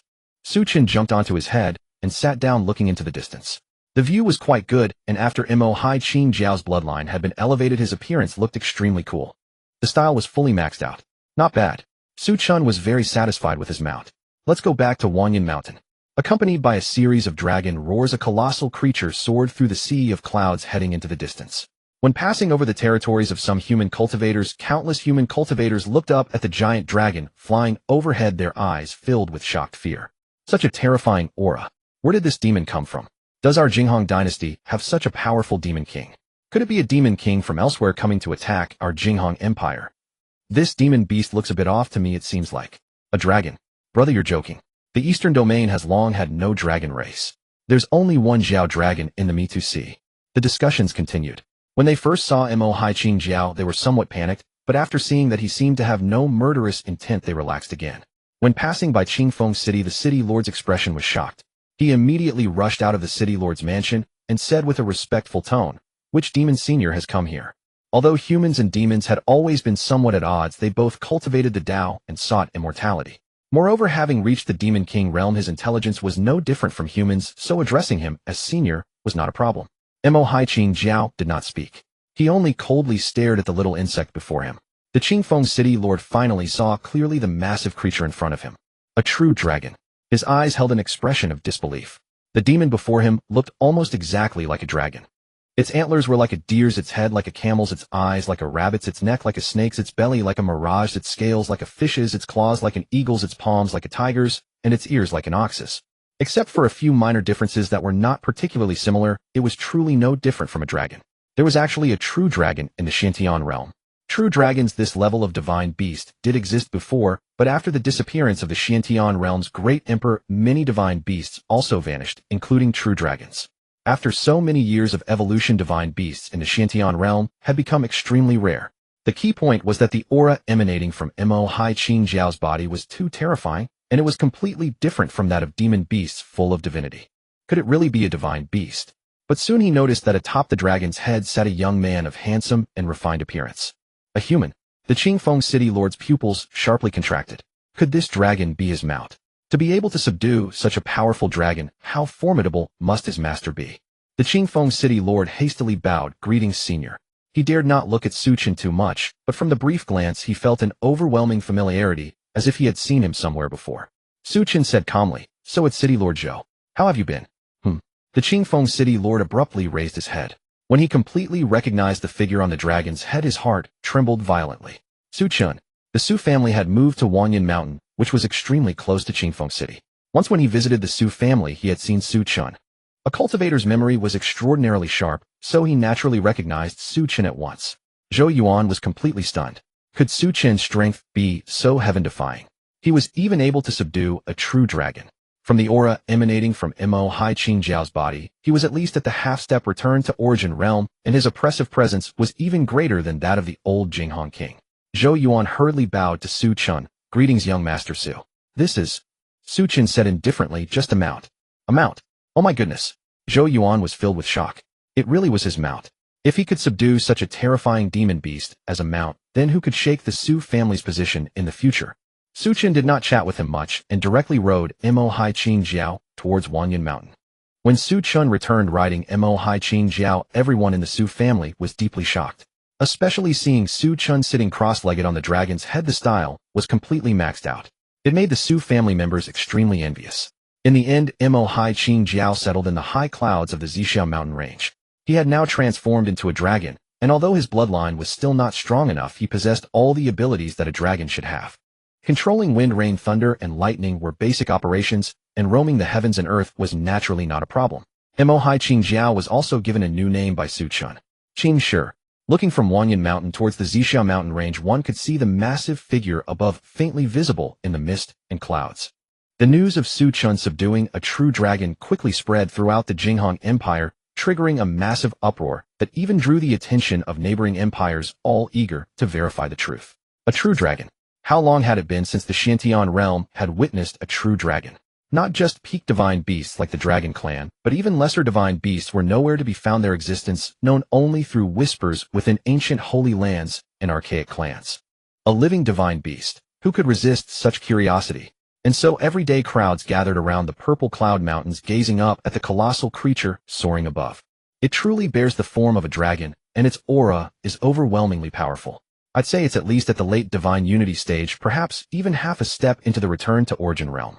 Such a terrifying divine beast actually subdued by the Su family. But is it really a divine beast? I strongly suspect it's an imposter. I think so too.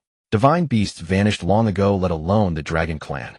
The endless murmurs of discussion naturally reached Qing Shi's ears. He was somewhat exasperated. In his former temperament, he would have slaughtered them all. But now he was Su Chen's mount, and without his master's command, he was not permitted to kill indiscriminately. Thus he summoned a veil of clouds to shroud himself, completely vanishing from the sight of those who came to the purple cloud mountains. Their fervor thus gradually waned, and the daily influx of onlookers dwindled. Yet never having seen his true visage, many remained convinced he was not a dragon, and eventually the talk faded into silence. In the Wanyan courtyard, Su Chen lounged listlessly in his chair, watching clouds drift by in the distance. With nothing to occupy him, he turned his gaze to the system's inventory, checking what he had recently signed in. The system automatically flagged new items obtained within the past 6 months. Su Chen noted that his current items had reached the 8th grade of the immortal tier. What specific realm that corresponded to he was not entirely sure. He glanced at the cultivation base he had signed in. Having previously used over 2 million years worth, he still had over 10 billion years remaining. Let's use a little for now. Cultivation base of 1 million years used. As Su Chen commanded, a surge of immense power flooded into his body. In just a few moments, Su Chen broke through from the innate ancient sage to the supreme sage. The Tao force within him had reached a profound concentration, and his life force surged endlessly as if boundless. Upon reaching the sage realm, one's lifespan extends to at least 100,000 years. Further breakthroughs within the sage realm could grant up to 200,000 or 300,000 years. His current cultivation was at the supreme sage realm, granting him a lifespan of over 1 million years. The cultivation base acquired through the system's sign-ins was calculated based on normal cultivation progress, but his primordial chaos immortal body was inherently powerful, requiring far more energy for breakthroughs. Without auxiliary resources, and relying solely on normal cultivation progression, was extremely slow. Even after reaching the supreme sage realm, his cultivation did not stop surging. Suddenly, a cold robotic voice echoed in his mind. Warning, host is about to break through to the quasi-emperor realm. This world cannot withstand an emperor-level powerhouse. Breaking through will cause this world to collapse. Do you wish to halt the breakthrough? 10, 9, 8. A prompt box appeared before Su Chen. Halt. Su Chen chose to stop without hesitation, but his brows furrowed tightly. Halt successful. Refunding 5,000 years of unused cultivation. Su Chen looked towards the sky, now acutely sensitive to the heavenly Tao of the Xiantian realm. This world was weak, insignificant. With his current strength, a single punch could likely cause the entire eastern domain to crumble. That was how fragile this world had become. Su Chen narrowed his eyes. The weakening of the heavenly Tao, the inability to break through to the emperor realm. This had to be connected to the disappearance of the great emperors hundreds of thousands of years ago. He often had free time in the Wanyan courtyard, so he would peruse various books. From historical records, he learned that hundreds of thousands of years ago the Xiantian realm was guarded by 3 great emperors. Yet for reasons unknown, they had vanished without a trace. At the same time, the spiritual energy within the entire Xiantian realm had sharply decreased by nearly 2/3. It's only been a few 100,000 years. There should be sage powerhouses who have lived from that era to the present day. I can ask them when I get the chance. Su Chen didn't dwell on the matter further. He didn't like pondering such things, he would find out eventually anyway. After a moment's thought, he sent a telepathic message to Su Qingtian, Su Hongyuan, and Su Yunxian, summoning them to his presence. He had previously elevated their talent to heavenly spirit roots, and now it was time to enhance them further. However, he planned to do it in batches rather than elevating everyone at once. Before long, the 3 arrived at the Wanyan courtyard. Chen, what did you call us here for? Su Honyuan looked at Su Chen with a benevolent smile. He was very fond of this young grandson of his. Su Chen said with a smile, to elevate your talent. The three were taken aback. Elevate their talent. Su Chen nodded and continued, previously I elevated all of you to heavenly spirit roots. Now that you've fully adapted, I plan to elevate the direct lineage of the Su family to saint-level physiques. I'll also elevate some core members of the branch families to heavenly spirit roots. Their eyes widened in shock, utterly astounded by Su Chen's words. Elevated to saint-level physiques. Su Yunqian's lips trembled as he stammered, saint-level physique. Chen, are you sure? Heavenly spirit roots were already top-tier talent within the Jinghong Empire. Above that, spiritual bodies were rarer still. As for the legendary saint physique, the entire Jinghong Empire had only seen one emerge in the past 3,000 years. That person had eventually joined a holy land in the eastern domain called the Xianxia Holy Land. Su Chen smiled and said, would I lie about this? Elder, what cultivation art do you practice? I can match you with a suitable saint-level physique. He had signed in many saint-level physiques covering all kinds. Su Yunqian swallowed hard. I cultivate the path of the sword. The sword. Su Chen nodded and began searching through his system inventory. Moon-embracing sword physique, starry sword physique, yin-yang sword physique. A cascade of saint-level physiques passed before his eyes. Soon he selected an appropriate one. The thunderclap sword physique. Su Yunqian's swordsmanship was domineering, emphasizing power, and the thunderclap sword physique was known among saint physiques for its explosive might, making it a suitable fit for him. Su Chen smiled and said, Elder, please have a seat. Su Yunqian's heart pounded with excitement. He could hardly believe he was about to become a saint physique. Had it been anyone else, he wouldn't have believed such a thing possible. But Su Chen had brought them so many shocks, forcing Su Yunqian to believe. He sat down, and Su Chen placed his hand on his head. A moment later, a surge of crackling, lightning-infused power flowed into Su Yunqian's body. Instantly, violent arcs of lightning erupted from Su Yunqian, radiating outward, as if they could annihilate everything in their path. Su Chen quickly erected a barrier around Su Yunqian to contain the power. Had all that lightning been unleashed, his Wanyan courtyard would not have survived. Soon, blood-curdling screams echoed from the Wanyan courtyard, enough to make one's scalp tingle and hair stand on end. The agonized screams persisted for an extended period, nearly 3 times longer than the previous transformation of the heavenly spiritual root. Yet the torment was more than threefold. Of course, Su Chen had no idea. This was merely his conjecture, for Su Yunq indeed appeared to be in excruciating pain. Su Yunq lay on the ground, screaming in agony, his entire body convulsing uncontrollably, his visage twisted into the utmost grotesque expression. However, amidst those cries, the aura emanating from him grew increasingly formidable. The 2 guards at the entrance of Wanyan courtyard exchanged a glance, their eyes filled with bewilderment. What was happening inside? The screams continued for a long while before finally subsiding. Inside Wanyan courtyard, Su Yunq felt as if he had been drained of all strength. He lay on the ground, panting heavily. I feel like I'm about to die. Su Qingtian paid him no mind and hurriedly approached to ask, Second brother, what's your condition? Su Yunq took a deep breath, sensing the immense power of lightning within his body, and his face became extremely excited. This lightning power was far too mighty, surpassing even the lightning energy condensed by many Earth-grade high-level techniques. And this was still before his thunderclap sword body had reached minor accomplishment. He dared not imagine how terrifying it would be when it reached major accomplishment. Crucially, the thunderclap sword body was perfectly attuned to the way of the sword, allowing those lightning powers to seamlessly integrate into his swordsmanship. Su Yunq exclaimed excitedly, Big brother, it truly is a saint body. I feel my physical body has strengthened at least 4-fold, and my body is filled with lightning power. As he spoke, he rose to his feet, a long sword appearing in his hand. Slash! Su Yunq roared, swinging the blade toward the sky. In an instant, a formidable sword light streaked across, accompanied by immense lightning power, tearing an incredibly terrifying void rift above the entire Wanyan mountain. My heavens! Su Qingtian and Su Honyuan were dumbfounded. Such terrifying power. Su Yunq laughed heartily. Is this the saint body? I feel that with the same technique the power has increased at least 10-fold. No wonder those geniuses can kill enemies across realms. Now, though he was only at the early stage of void refinement, this sword strike could already match a late-stage void refinement cultivator. If he could reach minor accomplishment in the thunderclap sword body, he might even contend with a half-step harmony stage cultivator. Su Qingtian's eyes were filled with envy, and he said impatiently, Chen, hurry, give me one too. Su Chen smiled and nodded. Su Qingtian also cultivated the sword. However, his sword was different from Su Yunq's. Su Yunq pursued domination, while Su Qingtian's sword was like ocean waves, each surge stronger than the last, growing mightier in battle.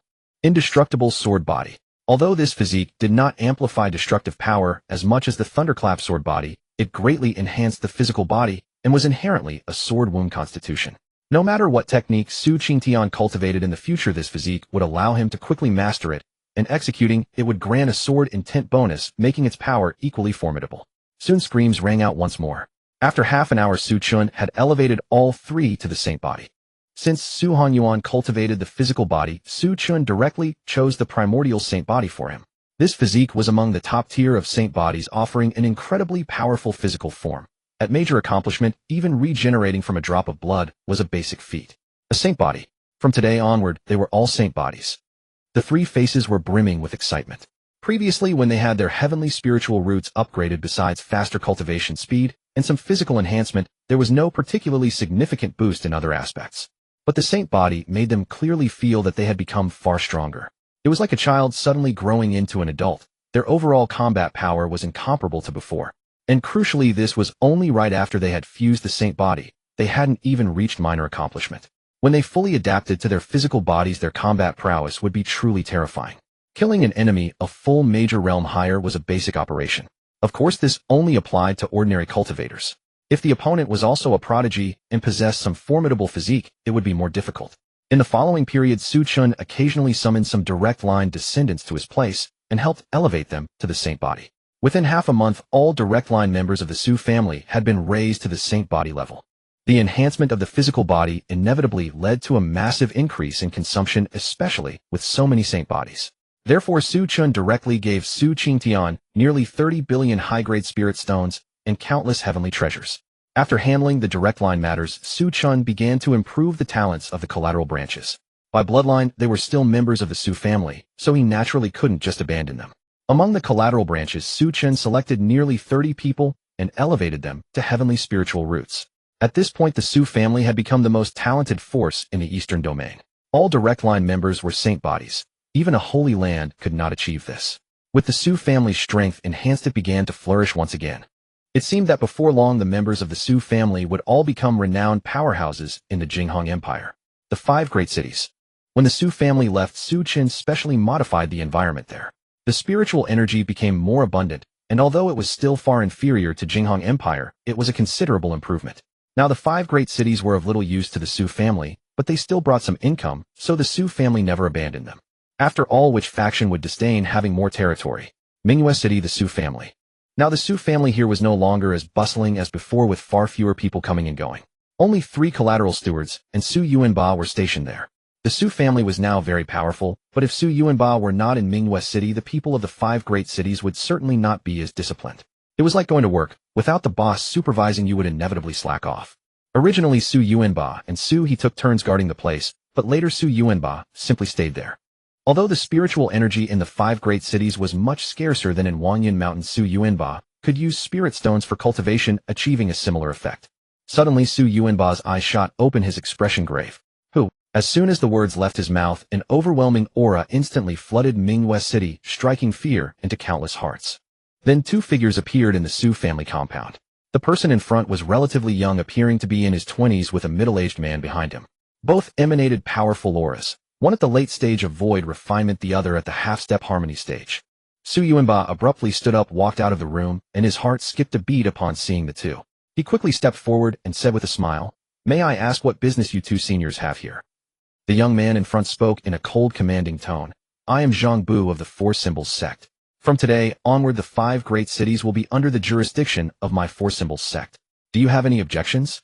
As Zhang Bu spoke, his aura surged once more, completely enveloping Su Yuanba within its crushing pressure. Despite Su Yuanba's own cultivation reaching the peak of soul transformation, even with his sacred physique, the vast gap in their realms left him overwhelmed. It felt as though an enormous mountain pressed down upon his head, his blood and chi slightly congealing within his body. This attitude left Su Yuanba with no room whatsoever to refuse. The Xianxia sect, located in a different direction from the 5 great cities, was a comparatively weaker royal tier faction, with only 1 early integration stage expert presiding over it. It still fell short of a powerhouse like the Jinghong Empire. Originally, they had looked down upon the 5 great cities as insignificant, but upon hearing their disciples report that the 5 great cities had recently been developing rather well. A single city might not amount to much, but 5 combined could rival some medium-sized cities under their sect's jurisdiction, bringing in considerable returns.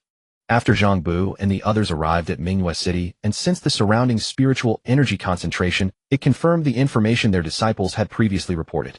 Within the eastern region, nearly every area was already claimed by major powers. The Xianxia sect, lacking the vast territory of the Jing Empire, could enhance their sect's foundation by subjugating the 5 great cities. Su Yuanba's face twisted with strain. Under this overwhelming pressure, he felt as though he could barely breathe. Yet he still gritted his teeth and said, "Senior, the 5 great cities are the territory of my Su family. Aren't you afraid of offending us?" The Su family now was no longer the Su family of the past, and he naturally had the confidence to speak so boldly even against a royal tier sect like Xixiang. Audacious. Zhang Bu suddenly roared in fury, his figure instantly dissolving into an afterimage as he vanished from the spot. Boom. In an instant, Su Yuanba was blasted backward, countless courtyard walls shattering around him, until he was ultimately thrown completely outside the Su family grounds. Zhang Bu's expression turned icy cold. A mere little Su family, what is there to fear? People from small places are always so foolish. Our Xixiang sect is a royal tier faction. Should we fear a single soul transformation cultivator? Before arriving, they had already done some reconnaissance. The strongest person in the Su family seemed to be merely at the void refining stage. What was there to worry about? Could they not handle them with ease? Su Yuanba crashed to the ground and spat a mouthful of blood, but fortunately his sacred physique was of the body refining variety, so he avoided any severe injuries. Yet his blood and qi churned violently within him, causing immense discomfort. His face flushed crimson. The Su family mansion stood on the most bustling street in all of Mingwe City. Those nearby who sensed the commotion could not help but gasp. That's 4th Elder Su Yuanba of the Su family. Someone actually dares to lay hands on a member of the Su family. Don't they fear for their lives? Hush. Keep your voice down. Didn't you sense those 2 auras earlier? Such overwhelming power. Certainly at least void refining stage, if not a powerhouse among them. Could the Su family have provoked some terrifying power? It seems the Su family has hardly anyone left. It looks as though they've all migrated away. Could they have angered some great figure and fled? It's quite possible. Otherwise, why would the Su family be so deserted? None of those core figures from before can be seen anywhere. Although the events in the Jing Empire had caused tremendous upheaval, the 5 great cities, being relatively remote, had limited access to information. It was difficult to connect the colossal Su family of Jing Empire with the Su family in Mingwe City. Moreover, the Su family had only entered the Jing Empire a few years ago, and their reputation was not yet widely known. 4th Elder. Those Su family members remaining in Mingwe City also noticed the situation. The steward of the collateral 7th branch quickly took out a transmission jade talisman to notify the Su family at Wanyan Mountain. Others hurriedly went to help Su Yuanba to his feet. 4th Elder, are you alright? Su Yuanba struggled to his feet, his eyes filled with rage and coldness. But he also knew he was no match for Zhang Bu, so he could only suppress his fury and say, "So your meaning is that we must hand over the 5 great cities?" Zhang Bu replied coldly, naturally. "Not only the 5 great cities, you Su family must also submit to me. Otherwise, there would be no need for the Su family to continue existing." As he spoke, killing intent erupted from his eyes. They would still need someone to manage the 5 great cities after subjugating them, and it would be quite suitable to let the Su family continue handling such matters. They only needed the Su family to pay annual tribute. This was a commonly used tactic among many major powers. Upon hearing these words, a wave of fury surged across Su Yuanba's face. If it were any other elder, they might have feigned agreement only to deal with the Xixiang sect once the Su family reinforcements arrived. But Su Yuanba's temperament was fiery, and he could not bear this humiliation. "If you wish to swallow the Su family, you'll first need to prove you have the qualifications to do so." As his words fell, Su Yuanba's entire body turned crimson, unleashing terrifying waves of heat as the surrounding temperature began to climb sharply. This was his sacred physique, the Crimson Sun's sacred body. The very next moment, Su Yuanba charged directly at Zhang Bu, swinging his fist down with tremendous force. Seeing Su Yuanba still dare to strike first, Zhang Bu narrowed his eyes and said coldly, seeking death. He raised his own fist and unleashed his full strength, colliding directly with Su Yuanba's attack. A tremendous explosion rang out, and Su Yuanba was sent flying backward, the shockwave shattering nearby houses into rubble and ruins. Zhang Bu also staggered back over 10 steps, feeling a stinging and burning sensation on his hands. His expression was one of utter disbelief. How was this possible? Su Yuanba's aura clearly indicated only the peak of soul transformation, and he had obviously broken through recently. His realm was still somewhat unstable. Zhang Bu, on the other hand, had long since broken through to the late void refining stage. The gap between them was enormous. How could a soul transformation cultivator possibly injure him? Though Zhang Bu was unwilling to admit it, Su Yuanba had indeed damaged his physical body. Damn it! Zhang Bu's expression darkened, veins bulging on his forehead, as a sense of humiliation rose within him. How could he possibly be injured by a mere soul transformation cultivator? Zhang Bu's figure vanished from the spot. When he reappeared, he was already beside Su Yuanba. After the previous clash, Su Yuanba had not suffered any fatal wounds, but his arm felt as though it were about to snap, agony radiating from it. He struggled to rise from the ground, but before he could fully stand, a massive impact slammed into his lower abdomen. Bang! Su Yuanba was blasted away once again. Zhang Bu immediately pursued him, his expression dark and cold. Since you wish to die, I will grant your wish. Su Yuanba was relentlessly pummeled by Zhang Bu. The gap in their cultivation was simply too vast, and even with his sacred physique, he could not hold out. Soon he lay drenched in blood upon the ground, his breathing growing extremely weak. Zhang Bu walked over slowly, his expression grim, and directly stepped on Su Yuanba's head. A mere soul transformation cultivator dares to defy me. Even beaten to this state, the fury in Su Yuanba's heart did not diminish. When had he ever suffered such humiliation? Kill me if you dare. Save your breath. Even if I die, I will never submit to you. In my dictionary, there is no word for fear of death. Kill me, and your xianxia sect will surely be destroyed by my Su family.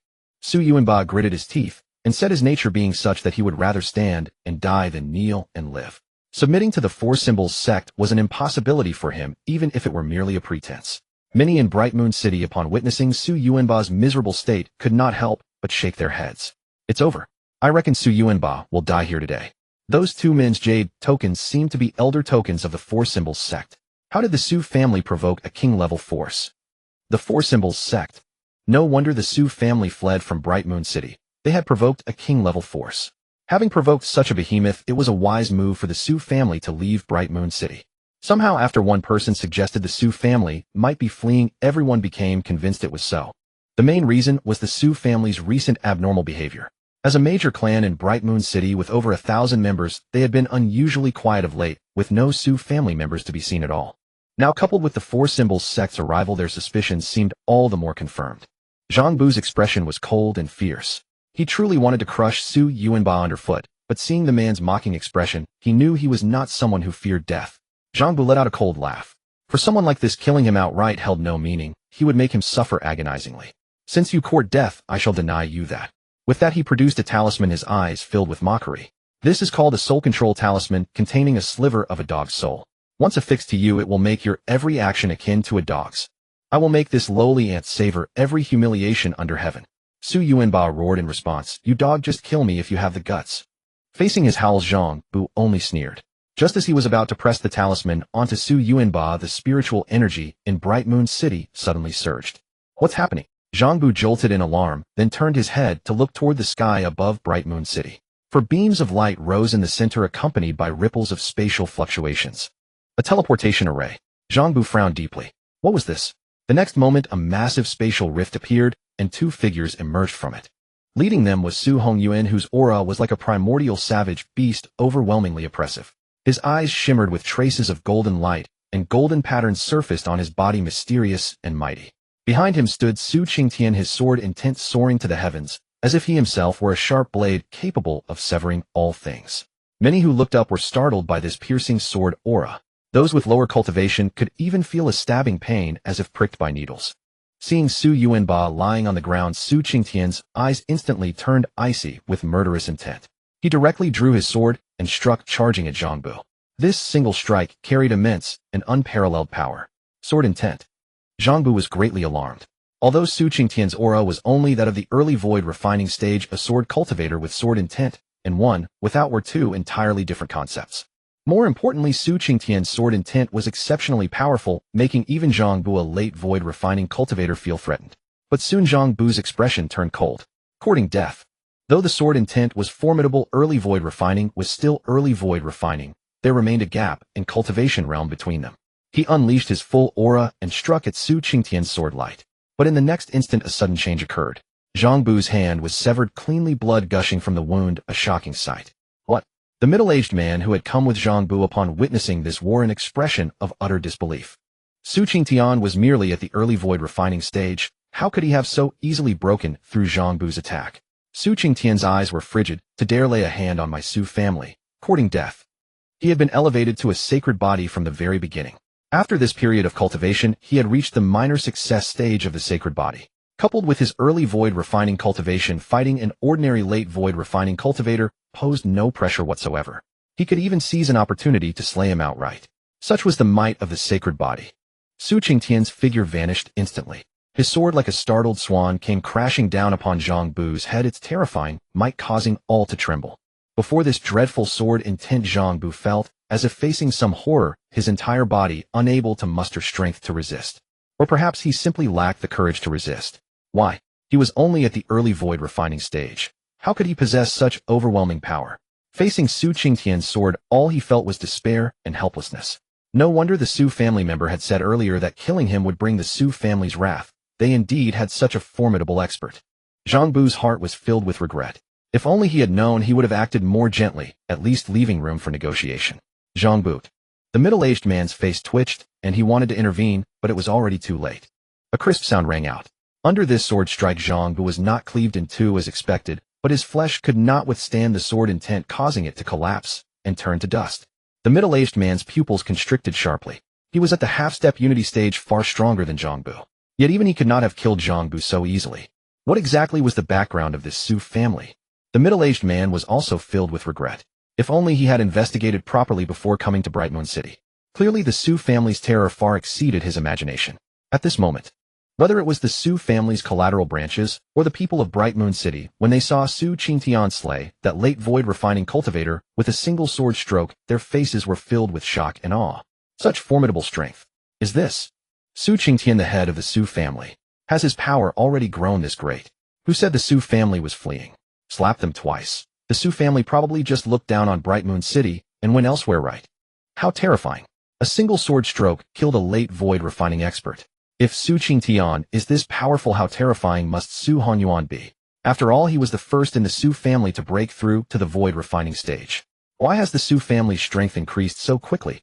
I recall it's only been a few years. How have they changed so much? Exclamations rang out continuously. Everyone was utterly perplexed by Su Qingtian's power. Too strong. It completely surpassed their imagination. Over the past few years, the Su family had been almost invisible, with few of their deeds circulating within the 5 major cities. Thus, everyone's impression of the Su family's strength remained as before. But now, with Su Qingtian displaying such overwhelming power, they realized that the Su family was far more terrifying than they had ever imagined. The middle-aged man who had come with Zhang Bu never entertained the thought of retaliation. Only one desire consumed his mind: to escape this place. The strength Su Qingtian had displayed in particular filled him with profound dread. Moreover, Su Qingtian was not the only one who had returned via the teleportation array. The other man beside him exuded an even more terrifying aura. Even as a half-step integration stage cultivator, he felt an overwhelming pressure. In the next moment, the middle-aged man transformed into a streak of light and vanished beyond the horizon. Su Hongyuan's eyes narrowed. He spoke coldly, seeking to flee. He raised his hand and grasped, tearing the void asunder as a torrent of savage physical power erupted. Su Hongyuan stepped forward, appearing instantly beside the middle-aged man, and drove his fist down toward the man's head. That single punch carried the might to annihilate the world. The middle-aged man stared at Su Hongyuan, who had materialized out of thin air, and his eyes could not conceal their terror. When he sensed the primal world-shattering force within Su Hongyuan's fist, his face twisted with fear. He instinctively knew that if he failed to evade this blow, he would at least be gravely wounded. Damn it! What was the origin of this Su family? A void refinement stage initial cultivator casually defeating a void refinement stage late cultivator. Now this void refinement stage perfection cultivator was toying with him, a half-step integration stage, as if their cultivation levels had been reversed. Even before they exchanged blows, he knew he was no match for Su Hongyuan. Boom. In the end, he could not evade Su Hongyuan's fist. The middle-aged man, like a kite with a broken string, hurtled backward and slammed violently into the ground. The violent tremors were felt throughout the entire Mingyue city, and many cultivators of weaker cultivation wore expressions of terror. What had happened? He was not embedded in the earth either, because the force Su Hongyuan had applied was so immense the spot where he crashed formed a crater dozens of meters in diameter and nearly 10 meters deep. Within the crater, fine cracks spread across the surface. This scene alone sufficed to reveal the terrifying power contained in Su Hongyuan's fist. Su Hongyuan's eyes were filled with icy coldness. Golden patterns surfaced on his skin, and like a war god incarnate, he charged directly at the middle-aged man. Su Yuanba had almost been killed, igniting a blaze of fury in his heart. Anyone who dared to lay hands on their Su family must pay the price. The middle-aged man could only watch in terror as Su Hongyuan approached, his speed so great that he had no time to react. Stop! Suddenly, a furious shout thundered through the air, and the distant void violently exploded. In the next instant, a figure hurtled directly towards Su Hongyuan, colliding with him and sending him flying. A vast stretch of buildings collapsed, and under the impact, Su Hanyuan was smashed into the outer wall of Mingyue City. The newcomer was tall and burly, clad in a black robe, his expression dark and grim. His aura was immensely powerful, far surpassing the bounds of the void refinement stage. Integration stage. Su Lin, a collateral branch member of the Su family, helped Su Yuanba to his feet, then turned to look into the distance, his eyes filled with panic. Such a terrifying aura. What kind of powerhouse is this? Su Yuanba's expression was grim. Integration stage. What? Su Lin's face darkened. He did not know that the direct line of the Su family had already achieved a sacred body. Facing an integration stage cultivator, now could the family head and the old patriarch prevail? Perhaps we should send a message to the young clan leader. Su Lin's face was full of worry. In his view, only Su Chen could deal with such a powerhouse as an integration stage cultivator. Su Yuanba shook his head. Rest assured, the old man can handle it. Although he too felt some concern, he chose to trust Su Hanyuan. An early integration stage cultivator should be beatable, right? Nevertheless, to be safe, Su Yuanba added, send a message to the Su family again, inform them of the situation here, and if necessary have Xiaoqing come over. Though he had faith in the old man, he still feared unexpected complications. Meanwhile, on the other side, Zhao Jian, the sect leader of the Four Symbols sect, spoke with a dark expression. You have wounded our sect's great elder and slain our fifth elder Zhangbu. If you cannot provide an explanation today, you will not leave this place. The moment Zhangbu had fallen, he had rushed toward Mingyue City with all possible speed. Had he been even a little slower, the great elder might also have been lost. In his perception, although Su Hongyuan's aura was somewhat formidable, he was still merely at the void refinement stage. The gap between the void refinement stage and the integration stage was like a chasm. Even the most powerful void refinement stage cultivator was no different from an ant before an integration stage cultivator. Before Zhao Jian appeared, many in Mingyue City had been watching the spectacle. But upon sensing the terrifying aura emanating from Zhao Jian, many could no longer remain calm and fled into the distance. The aftershocks of a battle between such experts would be enough to kill them 10,000 times over. How did the Su family provoke such a powerful enemy? Judging by this aura, it is definitely above the void refinement stage. The Su family is finished. How could they have provoked an integration stage powerhouse? A king-level expert has turned against the Su family. Su Hanyuan is only at the void refinement stage. There is no way he can withstand this. Not a single person held any hope for the Su family in the battle between them and the Four Symbols sect. The Four Symbols sect was simply too strong, a king-level power after all. And the Su family. Although Su Qingtian and Su Hanyuan had displayed formidable strength, they were still only at the void refinement stage. The disparity between the integration stage and the void refinement stage was simply too vast. Su Hanyuan rose from the ground, calming the surging qi and blood within him. He sneered, I was already planning to visit the Four Symbols sect myself. Since you have come to me, it saves me the trouble. With that, his figure vanished in an instant, and like an arrow loosed from a bowstring, he shot directly toward Zhao Jian. Zhao Jian's heart trembled. The divine sense of an integration stage cultivator was far keener, and he detected the terrifying power within Su Hanyuan. A mere void refinement stage, yet so arrogant. Although Zhao Jian felt some caution, he was not afraid. After all, he was an integration stage cultivator. How could he fear a void refinement stage 1?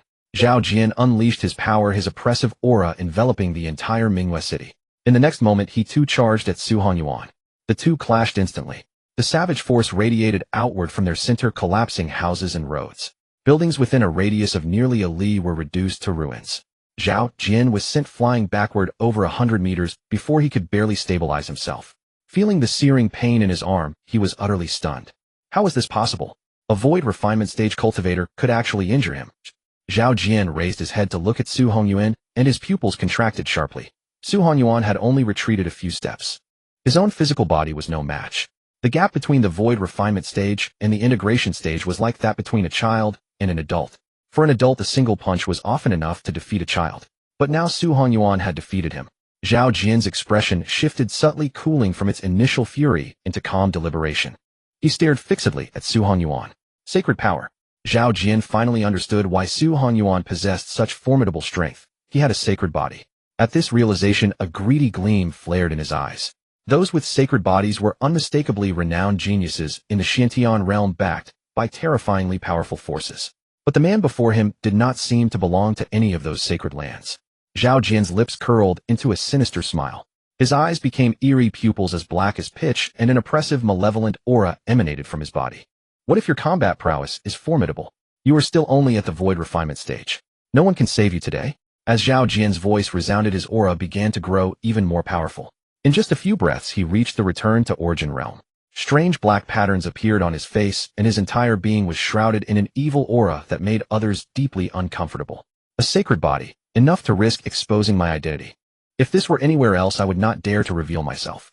But here in the 5 cities there are no strong experts. Pity, all the people of Mingyue City will be buried with you. Sensing the aura emanating from Zhao Jian's body, Su Hongyuan's pupils suddenly constricted, and his expression turned one of sheer terror. Of course, it was not due to Zhao Jian's cultivation at the return to Origin Realm, but rather the malevolent evil aura that clung to him. You are of the demon clan. Su Hongyuan could not help but shriek, his face growing immensely solemn. Though both the demon clan and demonic cultivators bear the word demon, they are in fact vastly different. The Xianxia realm is divided into 2 sides, the Yang side and the Yin side. The Yang side is dominated by the human and demon beast races, while the Yin side is ruled by the demon clan, also known as the demon realm. Although the 2 sides belong to the same world, they have never been on good terms. Both seek to devour the other, and wars have frequently erupted, lasting for countless ages. However, the rule system of the demon realm is similar to that of the demon beasts. There is only one king. But the Yang side has a complex power structure jointly led by several strong figures, which often leads to scheming and deceit. Thus, in the long struggle against the demon realm, the Yang side suffered repeated defeats. According to historical records, it was finally a great emperor who sacrificed himself to completely separate the 2 realms. Only then did this protracted war finally come to an end. Although the conflict between the Yang and demon realms ended, the demon clan never abandoned their desire to invade the Yang realm. In the ages that followed, demons would occasionally cross through spatial rifts into the Yang realm. Especially after the great emperor of the Yang realm vanished hundreds of thousands of years ago, the seal that had originally separated the 2 realms began to loosen, and more demons started appearing in the Yang realm. But Su Hongyuan never imagined that he would be so unfortunate as to encounter a demon. At this moment, many people in Mingyue City noticed the figure in the sky. Sensing the loathsome aura emanating from him, many furrowed their brows. A demonic cultivator. No, this is the demon clan. Someone cried out in horror, their face filled with terror. Run! A demon has appeared in Mingyue City. This aura. We're doomed. I've heard that wherever the demon clan appears, the ground is littered with corpses. Is our Mingyue City finished as well? In an instant, chaos erupted throughout Mingyue City. The beings of both the Yang and Yin realms could devour each other to cultivate, but this demon was clearly far too powerful. Su Hongyuan immediately shouted, "Qingtian, take the Su family and leave at once. I'll hold them off." As he spoke, golden light burst forth from his body, making him appear like a golden war god. However, he did not launch an attack. Instead, he stared at Zhao Jian with full vigilance. Against such a powerful opponent, taking the initiative to attack was clearly unwise. Zhao Jian's expression was somewhat eerie. He looked intoxicated as he said, "Finally, no more pretenses." As he spoke, he gazed toward Mingyue City, a cold smile curling at the corners of his mouth. No one will escape today. Zhao Jian had no intention of letting today's events be known, for it would be a catastrophic crisis for him. Entering the Yang realm was not overly difficult, though anyone below the Sage realm could cross over by paying a certain price. However, returning was far from simple. Thus, he had no retreat. The evil aura radiating from Zhao Jian spread outward, and within moments it enveloped the entire Mingyue City, completely isolating it from the inside out. His strength was too great. The strongest cultivators in Mingyue City were only at the nascent soul stage, utterly incapable of penetrating the demonic aura. Having done all this, Zhao Jian turned his gaze back to Su Hongyuan, his eyes blazing with excitement. A sacred body, what a nourishing feast. With that, he raised his hand and struck, instantly killing that half-step hegemony stage cultivator from the Four Symbols sect. Sectmaster. The middle-aged man's face was filled with disbelief as his eyes widened in unwilling death. A faint essence drifted from his corpse, instantly absorbed by Zhao Jian, until the middle-aged man turned into a desiccated husk, a sight that sent chills down one's spine. After absorbing it, Zhao Jian vanished from the spot in an instant. Su Hongyuan's nerves were immediately stretched taut. He elevated his own state to the peak, and a terrifying, oppressive aura spread in all directions. Golden patterns and such a formidable physique. You must be the legendary primordial sacred body, aren't you? Devouring a physique of this caliber, perhaps I too can glimpse the realm of the demon saint, he. The sinister laughter rang out incessantly enough to make one's scalp tingle just from hearing it. Zhao Jian's figure suddenly appeared beside Su Hongyuan, and he grabbed violently, causing the surrounding space to collapse and chaotic void currents to sweep in every direction. Su Hongyuan's entire body tensed, and he instinctively threw a punch toward the side. Zhao Jian sneered. A mere ant at the Lianshu stage. Even with the primordial sacred body, it's only at a minor accomplishment. Trying to oppose me is like a mantis trying to stop a chariot. With a slight exertion of force, he sent Su Hongyuan crashing to the ground, golden blood spurting from his mouth. This single blow dealt unimaginable damage to Su Hongyuan. He felt as if his entire body were splitting apart, his limbs about to fall off as excruciating pain surged into his mind. The primordial sacred body could mend flesh and heal itself, but the injuries he sustained were severe. Even with the healing effect of the sacred body functioning at its peak, he was still unable to move for a short time. Su Hongyuan's eyes were filled with shock.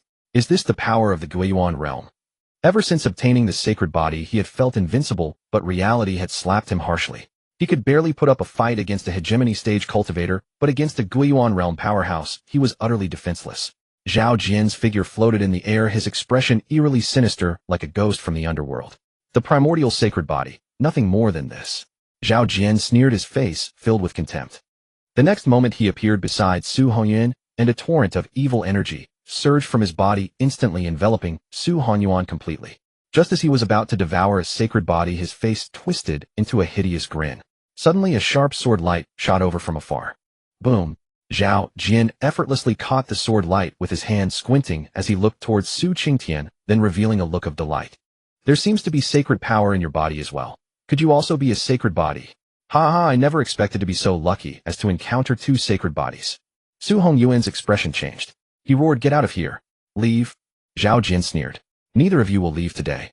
He flicked his hand, and the terrifying force struck Su Qingtian directly, instantly crippling his combat ability and leaving him collapsed on the ground, unable to move. Having done this, Zhao Jian turned back to Su Hongyuan, licking his lips. Time to enjoy the feast. And with that, he prepared to devour Su Hongyuan directly. But suddenly a chill ran down Zhao Jian's spine. He turned his head and stared solemnly into the sky above. There, coiled among the clouds in the upper air, was a colossal creature. As the mist gradually dispersed, its true form was revealed. A massive true dragon, five-clawed, with green scales and a green horn. What was that? Zhao Jian had no strong impression of such a creature, but instinctively he knew that this demon beast was absolutely formidable. He was a creature of the demon realm where dragons did not exist, so naturally he had no knowledge of dragonkind. Half-step return to origin realm. Zhao Jian frowned, his heartbeat accelerating as he felt an inexplicable sensation of being watched by something terrifying. Yet this creature before him only emitted fluctuations of the half-step return to origin realm. Why did it make him feel this way? Everyone in Mingwei City had witnessed the sudden appearance of this colossal creature. What is this? What kind of demon beast is that? Such a terrifying aura. The demon race is the common enemy of both humans and demon beasts. Does this mean we have a chance of being saved? Exclamations erupted endlessly. At this moment, Mingwei City was enveloped by Zhao Jian's demonic aura, and their strength was insufficient to resist. They could only wait for death in silence. They had already fallen into despair, but now behind the azure stone the people of Mingwei City ignited a glimmer of hope. Something's wrong. Look at the shape of this demon beast. Isn't it strikingly similar to the legendary dragons? It really does seem to be. And there appears to be someone sitting on its head. Could this be the mount of a human powerhouse? To tame such a terrifying beast, it seems we may all be saved today. In Mingwei City, a woman furrowed her brow. She had married into the Jing Empire long ago, and had returned today specifically to visit her parents, never expecting to encounter such a situation. Subduing a dragon. Her father had once mentioned a Su family in Mingwei City. Could it be the Su family of Wanyun Mountain? Before she could dwell on it further, a resounding dragon roar echoed from the clouds. Qingshir's figure plunged downward, its massive form circling high above Mingwei City. Qingshir lowered his head and gazed at Zhao Jian. At the same time, Zhao Jian's pupils abruptly contracted, and the malevolent aura around him instinctively shrank back. Of course, it was not because of Qingshir, but because of the young man sitting atop his head, a figure of jade-like grace and radiant countenance. Su Chun remained seated without moving, yet he exuded an overwhelming sense of pressure.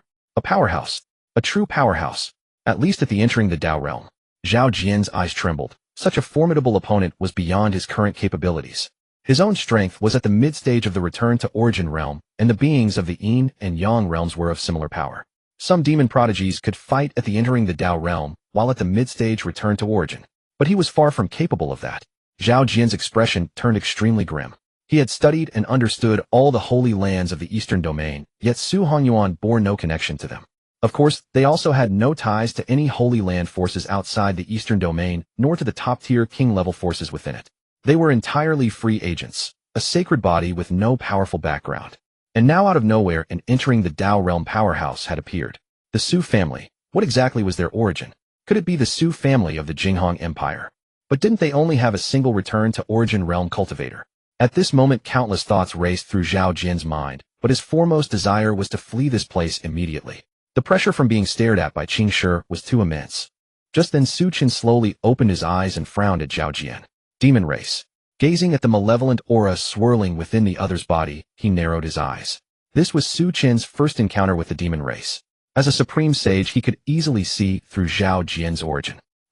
Su Chen's expression turned to surprise.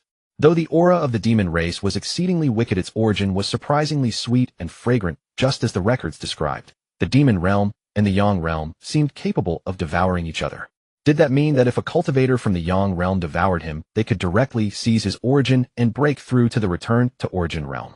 The demon realm and the yang realm were essentially of the same source, but due to their extreme opposition, absorbing each other could compensate for their respective deficiencies.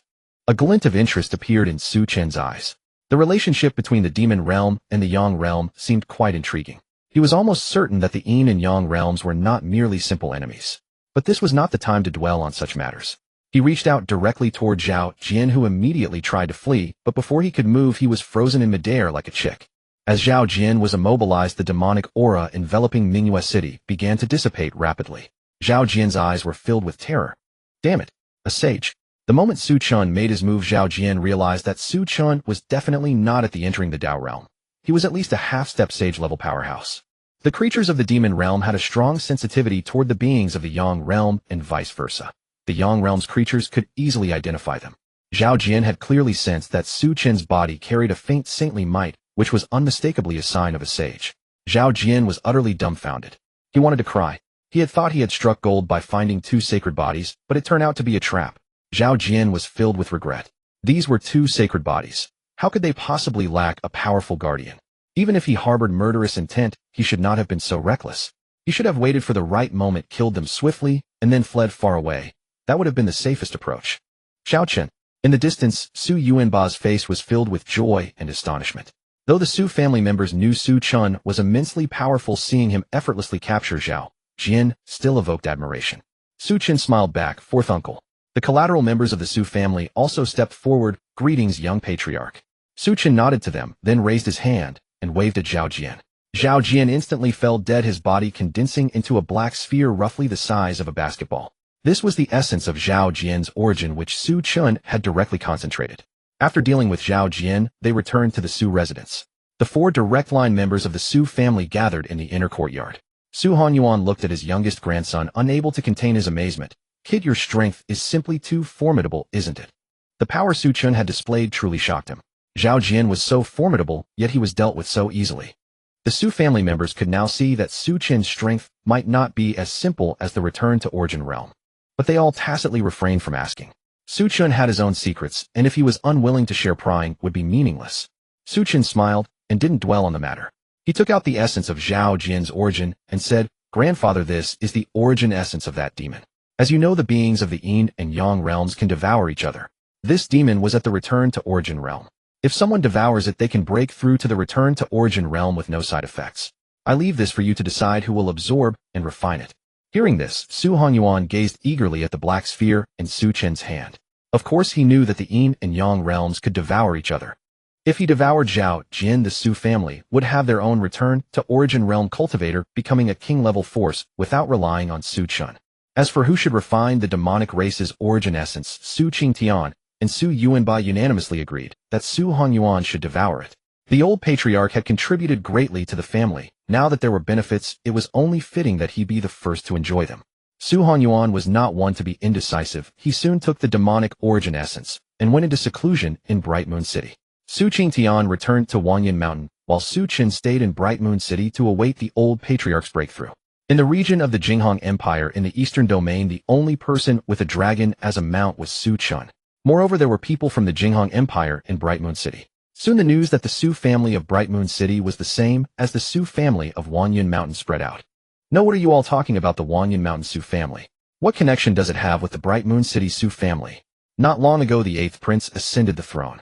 Everyone knows about this, right? And the 7th prince's ascension relied on a return to origin realm cultivator who was precisely the Su family's young patriarch, Su Chen. I also know about this. Later the imperial family found a blessed cave dwelling for the Su family, Wanyan Mountain.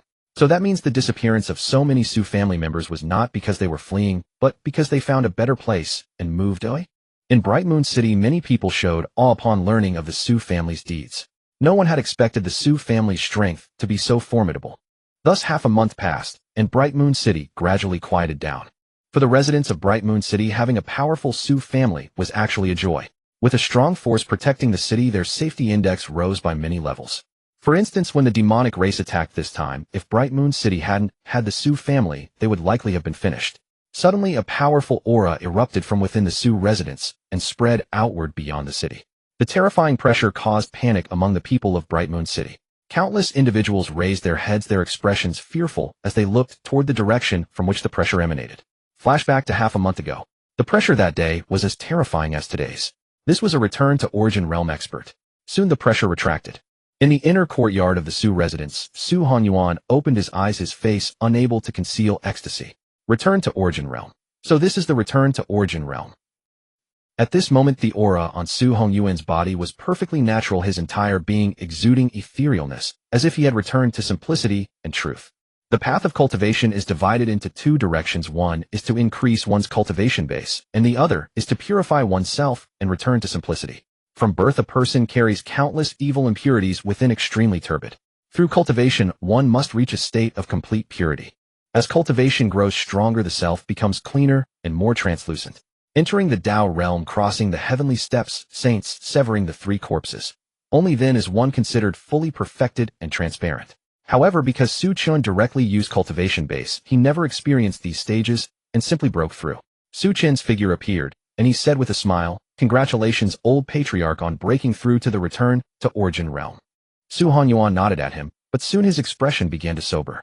He focused his concentration on Su Chen, trying to see through his young grandson, but ultimately found it utterly impossible. Su Chen's entire body seemed shrouded in a layer of mist. No, it should be countless layers. After he peeled away one layer, another awaited him behind it. No matter how many layers he peeled away, there was never an end, like an abyss, infinite and boundless. A somber look appeared in Su Hongyuan's eyes. He had thought that after breaking through to the return to Origin Realm, he could at least roughly know what realm Su Chen was in. But after reaching the return to Origin Realm, he discovered that Su Chen was even more terrifying than he had imagined. He couldn't help but smile wryly. Su Chen's strength was unfathomable. Regarding Su Chen, there were actually many doubts, such as where this strength came from and those heavenly treasures. Previously, Su Chen said he had a mysterious master, but now it seemed that mysterious master was none other than himself. However, Su Honyuan actually felt indifferent about all this. Su Chen also wanted the Su family to prosper. That was enough. No matter how many secrets he carried, he was always a member of the Su family. Su Honyuan said with a smile, "Chener, I'm about to return to Wanyan Mountain. Are you coming back with me?" Su Chen shook his head. "No, I plan to travel around." After entering this world, he hadn't really gone out to explore properly, not even the surroundings of Bright Moon City. He had also grown tired of Wanyan Mountain, so he might as well go out for a change of scenery. Su Honyuan was taken aback, then a knowing smile appeared on his face. "Chener, I think you're not young anymore. How about I choose a good match for you?" Su Chen coughed lightly. "Better forget it. I don't have such thoughts for now." Su Honyuan smiled, didn't press further, turned, and left the Su residence. Su Chen also turned and left the Su residence, strolling through Bright Moon City. After a few hours, he left Bright Moon City and headed toward Pingyang City. In his memory, he had a childhood playmate when he was about 10 years old. Later, she followed her parents to Pingyang City. This time, Su Chen planned to go and see her. In his memory, this playmate had a good relationship with him and was one of the few friends Su Chen had in his childhood. Su Chen was not in a hurry. After leaving Bright Moon City, he slowly headed toward Pingyang City, stopping and starting along the way. Whenever he encountered a scenic spot, he would pause to rest. Traveling alone with mountains and rivers carefree among the setting sun. Su Chen enjoyed this quiet and comfortable life, quietly watching the sunrise and sunset, feeling the universe and all things. The distance between Bright Moon City and Pingyang City was extremely far. Since he wasn't hurrying, it took him nearly 2 months to cover half the journey. On this day, Su Chen was lying on a rock by a small stream, resting, when two figures emerged from the forest beside him. Both were dressed as Taoist priests. One was an old priest in his 60s with a somewhat dull expression and dim light of wisdom in his eyes. Beside him was a young Taoist priest about the same age as Su Chen. However, although he appeared young, his face bore a weariness that belied his years. The moment he saw Su Chen, the young Taoist priest's expression stiffened. In his divine sense, he had not detected the presence of another person by the stream at all. A strong one. In an instant, the young Taoist priest knew that the person before him was definitely not ordinary. In the entire eastern domain, those who could block his perception were few and far between. Just as he was about to leave, Chen sat up and asked with a smile, "May I ask your name, Taoist priest?" The young Taoist paused in his steps, clasped his hands in salute, and said, "I am the true man Xiang of the Nine-Cloud Taoist Temple, and this person beside me is my humble disciple." He exclaimed, "True man." Chen nodded, slightly, a hint of surprise in his eyes. A Taoist who could be addressed as true man must be a cultivator at the sage level. He never expected to encounter a sage in such a place. Chen also clasped his hands and said, "I am Chen." Chen.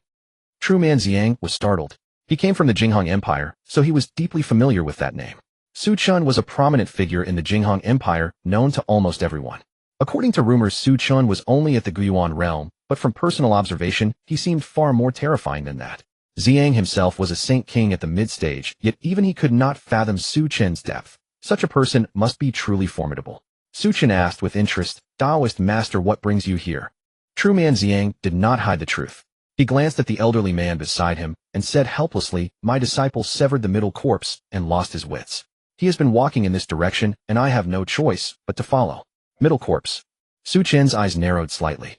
He had not expected that the old man was a cultivator on the verge of breaking through to sagehood. The three corpses are divided into upper corpse, middle corpse, and lower corpse.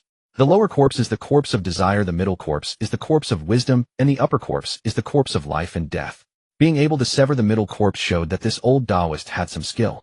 If he could pass through this, then his severing of the three corpses would be more than half accomplished.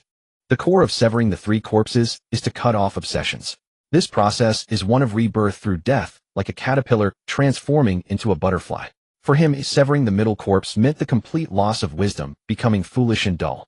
If he could not achieve enlightenment and restore his wisdom, he would likely become truly insane. Each of the three corpses concerns life and death. The lower and middle corpses do not lead to actual death, but failing to overcome the upper corpse results in true death. True man Xiang glanced at his disciple beside him and saw that he seemed to have no intention of continuing. So he found a stone to sit on, gazing at the gently flowing stream, a melancholy expression on his face. The heavenly Tao is merciless. Cultivation. The entire path is fraught with perils. Breaking through from the Guiyuan realm to the Tao realm requires crossing the heavenly tribulation. Failure means certain death. To break through from the Tao realm to sagehood, severing the three corpses, is even more terrifying. Throughout history, countless cultivators have been blocked by this ordeal. As if recalling his own memories of severing the three corpses, he became somewhat sentimental. Chen smiled and said, "Isn't this also a kind of trial? Without experiencing hardship, how can one obtain great power?" True man Xiang was taken aback by these words, then laughed heartily. "Indeed, I was too attached to appearances." As he spoke, he looked toward the old Taoist, again his expression calm. Severing the three corpses is inherently three tribulations. He could have chosen not to undergo them, but since he chose this path, whatever the outcome, it is within the natural order. After saying that, he no longer dwelled on the matter. He believed that his disciple, having chosen to sever the three corpses, must have already prepared for the worst possible outcome. Before long, the old Taoist once again walked blankly into the distance. He stepped directly into the cold stream water, yet remained completely oblivious. The faint glimmer of wisdom remaining in his eyes was guiding him forward. True man Xiang also stood up and bowed to Chen. "I shall take my leave now." Chen nodded and made a gesture of farewell. He watched the direction they departed. It seemed to coincide with his own. Both were heading toward Pingyang City. However, Chen chose not to travel with them. Everyone has their own path to walk. Thus he traveled for another 3 months and finally arrived at Pingyang City. Among the 5 major cities, Pingyang City was slightly smaller than Mingwei City. Following his memory, he arrived at the Ning family. That childhood friend was a collateral branch of the Ning family, having lived in Mingwei City since childhood to manage business there. Later, due to other reasons, she was summoned back by the Ning family. "Young master, may I ask who you are looking for?" The guard at the Ning family gate, seeing Chen's dignified appearance, asked politely. Chen said, "Please inform Ning Yen that an old friend is looking for her." Ning Yen. The two guards' expressions immediately darkened. One of them asked, "Young master, what business do you have with Miss Ning Yen?" Although Ning Yen was a collateral descendant, she was still considered a young lady within the Ning family, albeit not of high status. Chen stated calmly, "Just tell her I am from Mingwei City." Mingwei City. The two guards' expressions relaxed slightly. It seemed this had nothing to do with the Su family. "Please wait a moment, young master." With that, he turned and left. After a while, he returned. "Young master, please follow me." Chen followed him and soon arrived at the Ning family's reception hall. Inside sat a dignified young woman dressed in a long blue robe with a gentle temperament and clear features like a neighbor's little sister. When Ning Yen saw Su Chun, a look of confusion appeared on her face. Su Chun had an extraordinary bearing and was a strikingly handsome man. She was certain she had never met such a person in Minghua City. Seeing his childhood friend, Su Chun felt a wave of emotion. He had not expected that after so many years Ning Yen would have changed so much, leaving almost no trace of her former self. If he hadn't known that this was Ning Yen, he would have doubted whether he had mistaken someone. A girl changes 18 times before she's grown. Su Chun shook his head with a smile. Why don't you recognize me anymore? As he spoke, he took out a light purple stone with the character Yin carved on it. This was something they had found while playing in Minghua City back then. They thought the stone was beautiful, so they broke it into two halves, one carved with the character Chun and the other with Yin. Then they exchanged the halves with each other, which at the time carried the meaning of a token of love. Su Chun had come partly to see an old friend, and partly because he had once had feelings for Ning Yen, but as a young and ignorant boy, he had not known how to express them. As he grew up, his family constantly faced crises from other clans in Minghua City, so Su Chun had put aside this relationship and focused on improving his cultivation. Now that he had some leisure, Su Chun suddenly wanted to visit her as a way to give closure to his past feelings. When Ning Yen saw the stone in Su Chun's hand, she first showed a bewildered expression but quickly realized. Her face lit up with joy. You are Su Chun. As she spoke, she took the small purple stone from her waist and placed it on the table. Seeing Ning Yan's stone, Su Chun was stunned. He had not expected that Ning Yen would still keep this stone. After so many years, he had thought she would have long discarded it. Su Chun nodded and said with a smile, long time no see. Looking at Su Chun's smile, Ning Yen felt tears welling up in her eyes. Especially when she thought of the fate she was about to face, her heart was filled with immense sorrow. But Ning Yen forced a smile and said, Su Chun, it's so good to see you again. Upon seeing Su Chun again, Ning Yan's heart was filled with a tumult of emotions. The childhood playmate who once stood by her side had now grown to a height she could never hope to reach. The Su family governed 5 cities, and according to reports from Bright Moon City, Su Chun himself was a formidable cultivator of the Guiyuan realm. Whether in power or status, the gap between them had become insurmountable. Su Chun asked with a gentle smile, so how have you been? I've been in Bright Moon City all this time, yet you never came to visit me. Ning Yen let out a bitter laugh. Faced with that question, she found herself at a loss for words. In truth, ever since returning to the main family, her branch of the Ning clan had been relentlessly oppressed and singled out. It was the grand elder of the Ning family who had orchestrated their return. Ning Yan's father had managed the Bright Moon City operations so efficiently that their scale had nearly increased tenfold. The direct line, perhaps coveting their achievements, sought to steal the fruits of their labor. Since returning to the Ning estate, even leaving the manor required reporting. How could she ever find the chance to see Su Chun? Noticing her troubled expression, Su Chun asked with curiosity, what's wrong? Were you bullied? Ning Yan's heart trembled at those words. In the old days, whenever she was scolded by her parents, she would run to Su Chun and cry her heart out. And every time Su Chun would ask that same question, were you bullied? Even now, Ning Yen could still vaguely recall the look on his face, a mixture of anger and concern. For some reason, a warmth spread through Ning Yan's heart.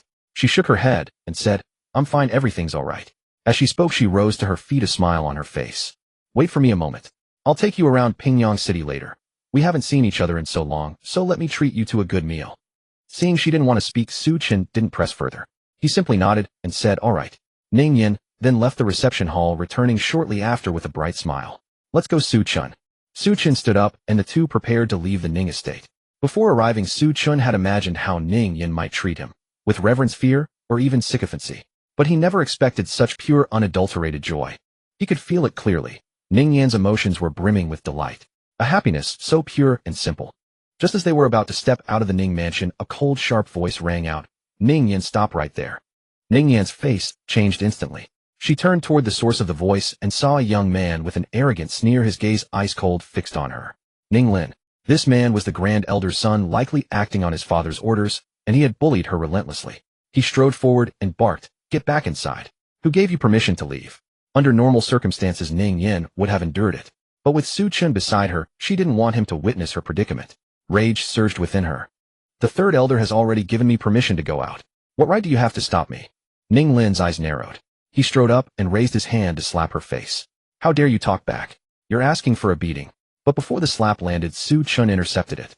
Seeing that Su Chun dared to interfere, Ning Lin's face twisted with fury. Where did this bastard come from? How dare you meddle in Ning family affairs? You're courting death. He unleashed the power of the Foundation establishment stage, trying to wrench free from Su Chen's grip, but he found himself utterly unable to move. Su Chen's hand was like a vice, locking him in place. Struggling in vain, Ning Lin snarled in humiliation, "Damn it. Let go of me, or I swear I'll kill you today." Su Chen gave a light push with his palm, and Ning Lin flew backward like a broken kite, crashing to the ground. Blood spurted from his mouth, and his aura withered to a faint shadow. Get lost. If it weren't for the fact that Ning Lin was Ning Yan's clansman, Su Chen would have killed him outright, instead of letting him continue his insolence. At the same time, a powerful aura erupted from within the Ning estate, and a figure rapidly appeared before them. The newcomer was none other than the Grand Elder of the Ning family, Ning Wei. Seeing him, Ning Lin shouted excitedly, "Father! He dared to hurt me. Kill him now." Ning Wei first glanced at Ning Lin and ordered a servant to take him for treatment. Then he turned his gaze to Su Chen, his face cold as ice. "You have quite the nerve, sir, to injure a member of the Ning direct line." He then looked at Ning Yan. "Ning Yan, did you bring this person into the Ning estate?" Meeting Ning Wei's gaze, a flicker of fear crossed Ning Yan's eyes. Her voice stammered, "Grand Elder, he is my friend. And it was young Master Ning Lin who attacked me first. He wouldn't let me leave the manor. Insolent." Ning Wei bellowed, his fury boiling over, especially seeing his son gravely wounded. He was nearly driven mad. Had it not been for the need to preserve the face of the entire branch, he would have slapped Ning Yan to death right then and there. "Ning Lin is of the direct line. You are but a branch. You do as you're told. Even if the third elder agreed, if Ning Lin says you're not allowed to leave, then you are not allowed to leave. Besides, you are a betrothed woman of the Su family. What kind of behavior is this, consorting with other men? Because of you, Ning Feng has been thrown into the dungeon. Do you want your mother to join him as well? Get back inside. In half a month you will marry into the Su family obediently." Hearing the Grand Elder's cold words, Ning Yan lowered her head, her eyes reddening. Ning Feng was her father. Half a year ago, Ning Wei had framed her father, forcing her to agree to marry into the Su family. The Su family was a paramount power in Pingyang City, boasting 3 nascent soul cultivators. The 4th young master of the Su family had always harbored feelings for her, and Ning Wei used her to curry favor with him. Ning Yan naturally did not wish to marry the Su family's 4th son, but with her parents' safety at stake, she had no choice but to acquiesce to the Grand Elder's demands. Thinking of all this, an overwhelming sense of injustice welled up in Ning Yan's heart. She had done nothing wrong, and neither had her branch, yet they were constantly targeted by the Grand Elder. Ning Wei's tone brooked no argument, leaving Ning Yan no room to negotiate. Then he turned his gaze to Su Chen, his voice dripping with icy, murderous intent. "Now, young man, it's your turn. You strike a member of the Ning direct line. If you cannot offer a satisfactory explanation today, you may enter through this gate, but you will not leave it." Ning Wei stared at Su Chen, his eyes glacial. Had it not been for the young man's dignified bearing, which hinted at a formidable background, he would have already killed him where he stood. Su Chen cast a glance at him, a faint sneer curling at the corner of his lips. "And what explanation do you expect me to give?" he said, turning his gaze toward Ning Wei with keen interest, curious to see what he would do next. Ning Wei's eyes darkened as he fixed his stare on Su Chen. Over the years, Ning Yan had rarely left the Ning family estate, and even when she did, she never ventured far. It was impossible for her to have any powerful friends. With this thought, Ning Wei's eyes turned icy cold. "Boy, you're asking for death." The next moment, he transformed into a blur as he lunged at Su Chen, his momentum appearing formidable. Yet Su Chen's gaze was filled with nothing but disdain. A myriad. As his words fell, a terrifying pressure descended upon Ning Wei, forcibly pressing him to his knees on the ground.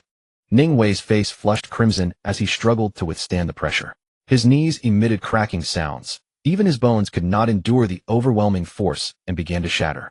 How is this possible? In that moment, Ning Wei's heart was filled with sheer terror. If mere pressure alone could inflict such devastation, then if Su Chen actually attacked, wouldn't he be instantly annihilated? Ning Wei's heart was consumed by dread.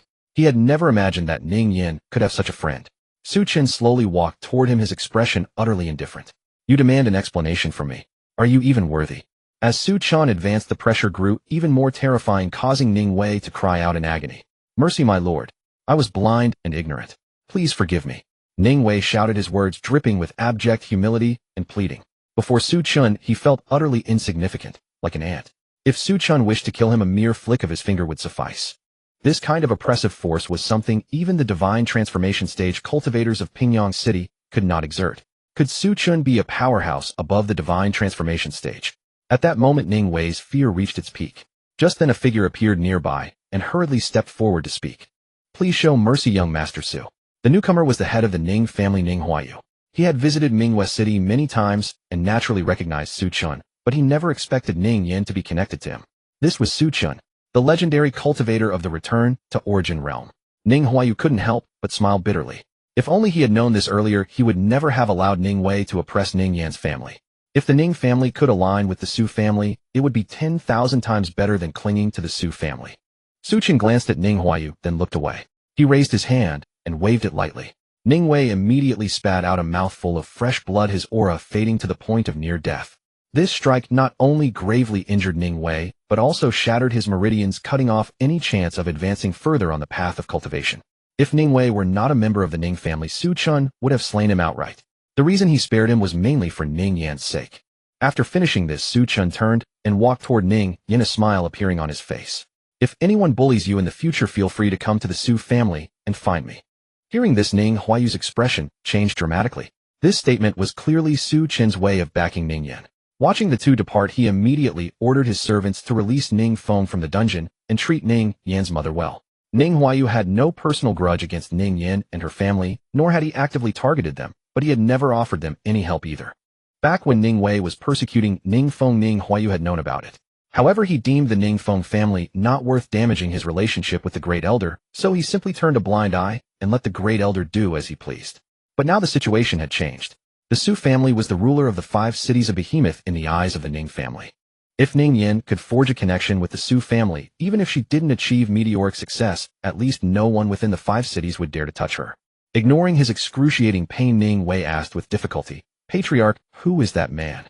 Ning Huayu cast him a cold glance and replied in a flat, indifferent tone, "Great Elder should have heard of the Su family's young master Su Chen." What? Ning Wei's eyes widened in shock. He felt like a deflated ball collapsing weakly onto the ground.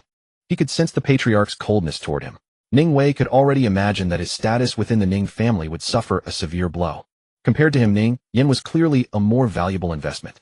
If she was close to Su Chen, who would dare to move against the Ning family? Yet Ning Wei couldn't understand why Ning Yan and Su Chen had such a good relationship.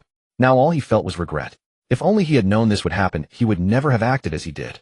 If he hadn't targeted Ning Feng and framed him, at least there would still be room for maneuvering.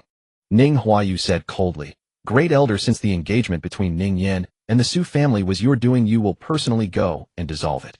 Ning Yan's relationship with Su Chen is clearly not ordinary. If Su Chen finds out about this matter, whether you can keep your life remains to be seen. Hearing this, Ning Wei's heart trembled. Normally, he wouldn't dare to go to the Su family to cancel the engagement, but now that Ning Yan was connected to Su Chen, a mere mention of Su Chen's name would surely make the Su family relent. Thinking this, Ning Wei couldn't help but let out another bitter laugh. A loss for a trifle. If he hadn't oppressed Ning Feng's branch, he might have been able to use Ning Yan to climb up the Su family's ladder. Outside the Ning family estate, Ning Yan wiped the tears from the corners of her eyes, a smile blooming on her face again. "Su Chen, thank you." Su Chen shook his head. It was nothing. In the following time, Ning Yan took Su Chen sightseeing around Pingyang City, eating and drinking along the way. Ning Yan had intended to pay, but the Ning family had exploited her too harshly, leaving her with too few spirit stones. In the end, Su Chen footed the bill. But Su Chen didn't mind. The two chatted idly as if they had returned to the days of their childhood, back when they were just like this. Being with Ning Yan gave Su Chen a sense of ease and comfort, free from pressure. When they were together, there was never an awkward silence for lack of topics. Even a simple walk felt pleasant.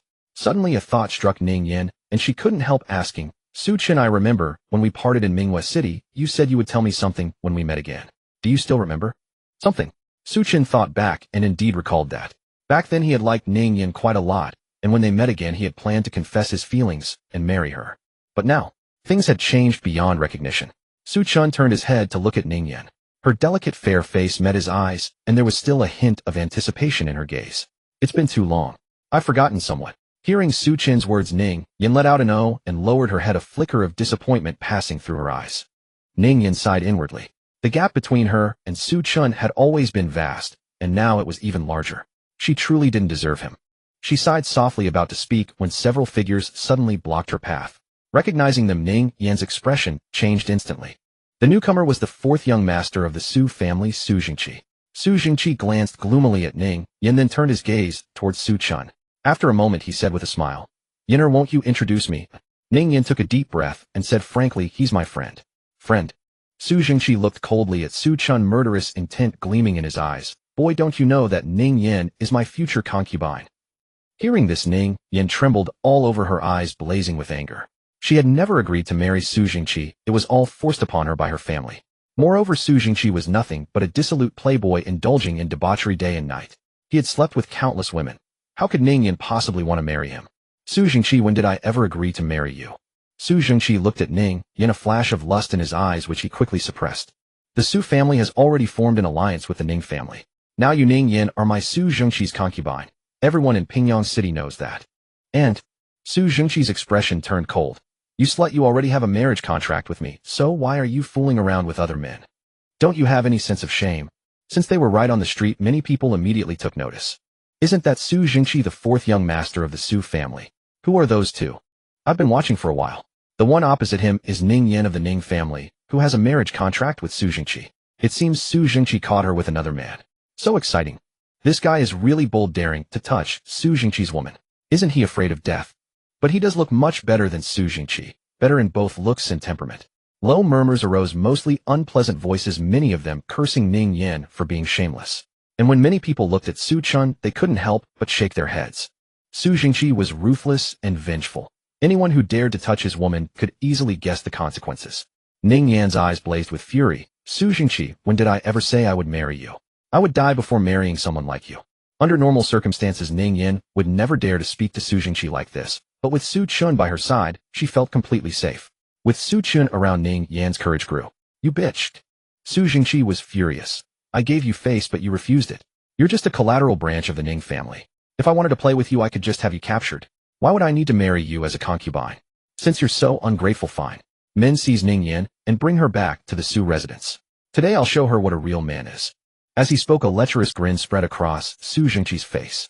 Normally, after taking a fancy to Ning Yan, he could simply have her taken by force without any problem, and the Ning family wouldn't dare to say a word. However, during that period, the Su family head had told him not to cause trouble, and Ning Yan's beauty had genuinely moved him, so he agreed to Ning Wei's proposal to have Ning Yan come as a concubine. Otherwise, why would he have let Ning Yan enter the Su family? After all, she was merely a lowly collateral. As you command.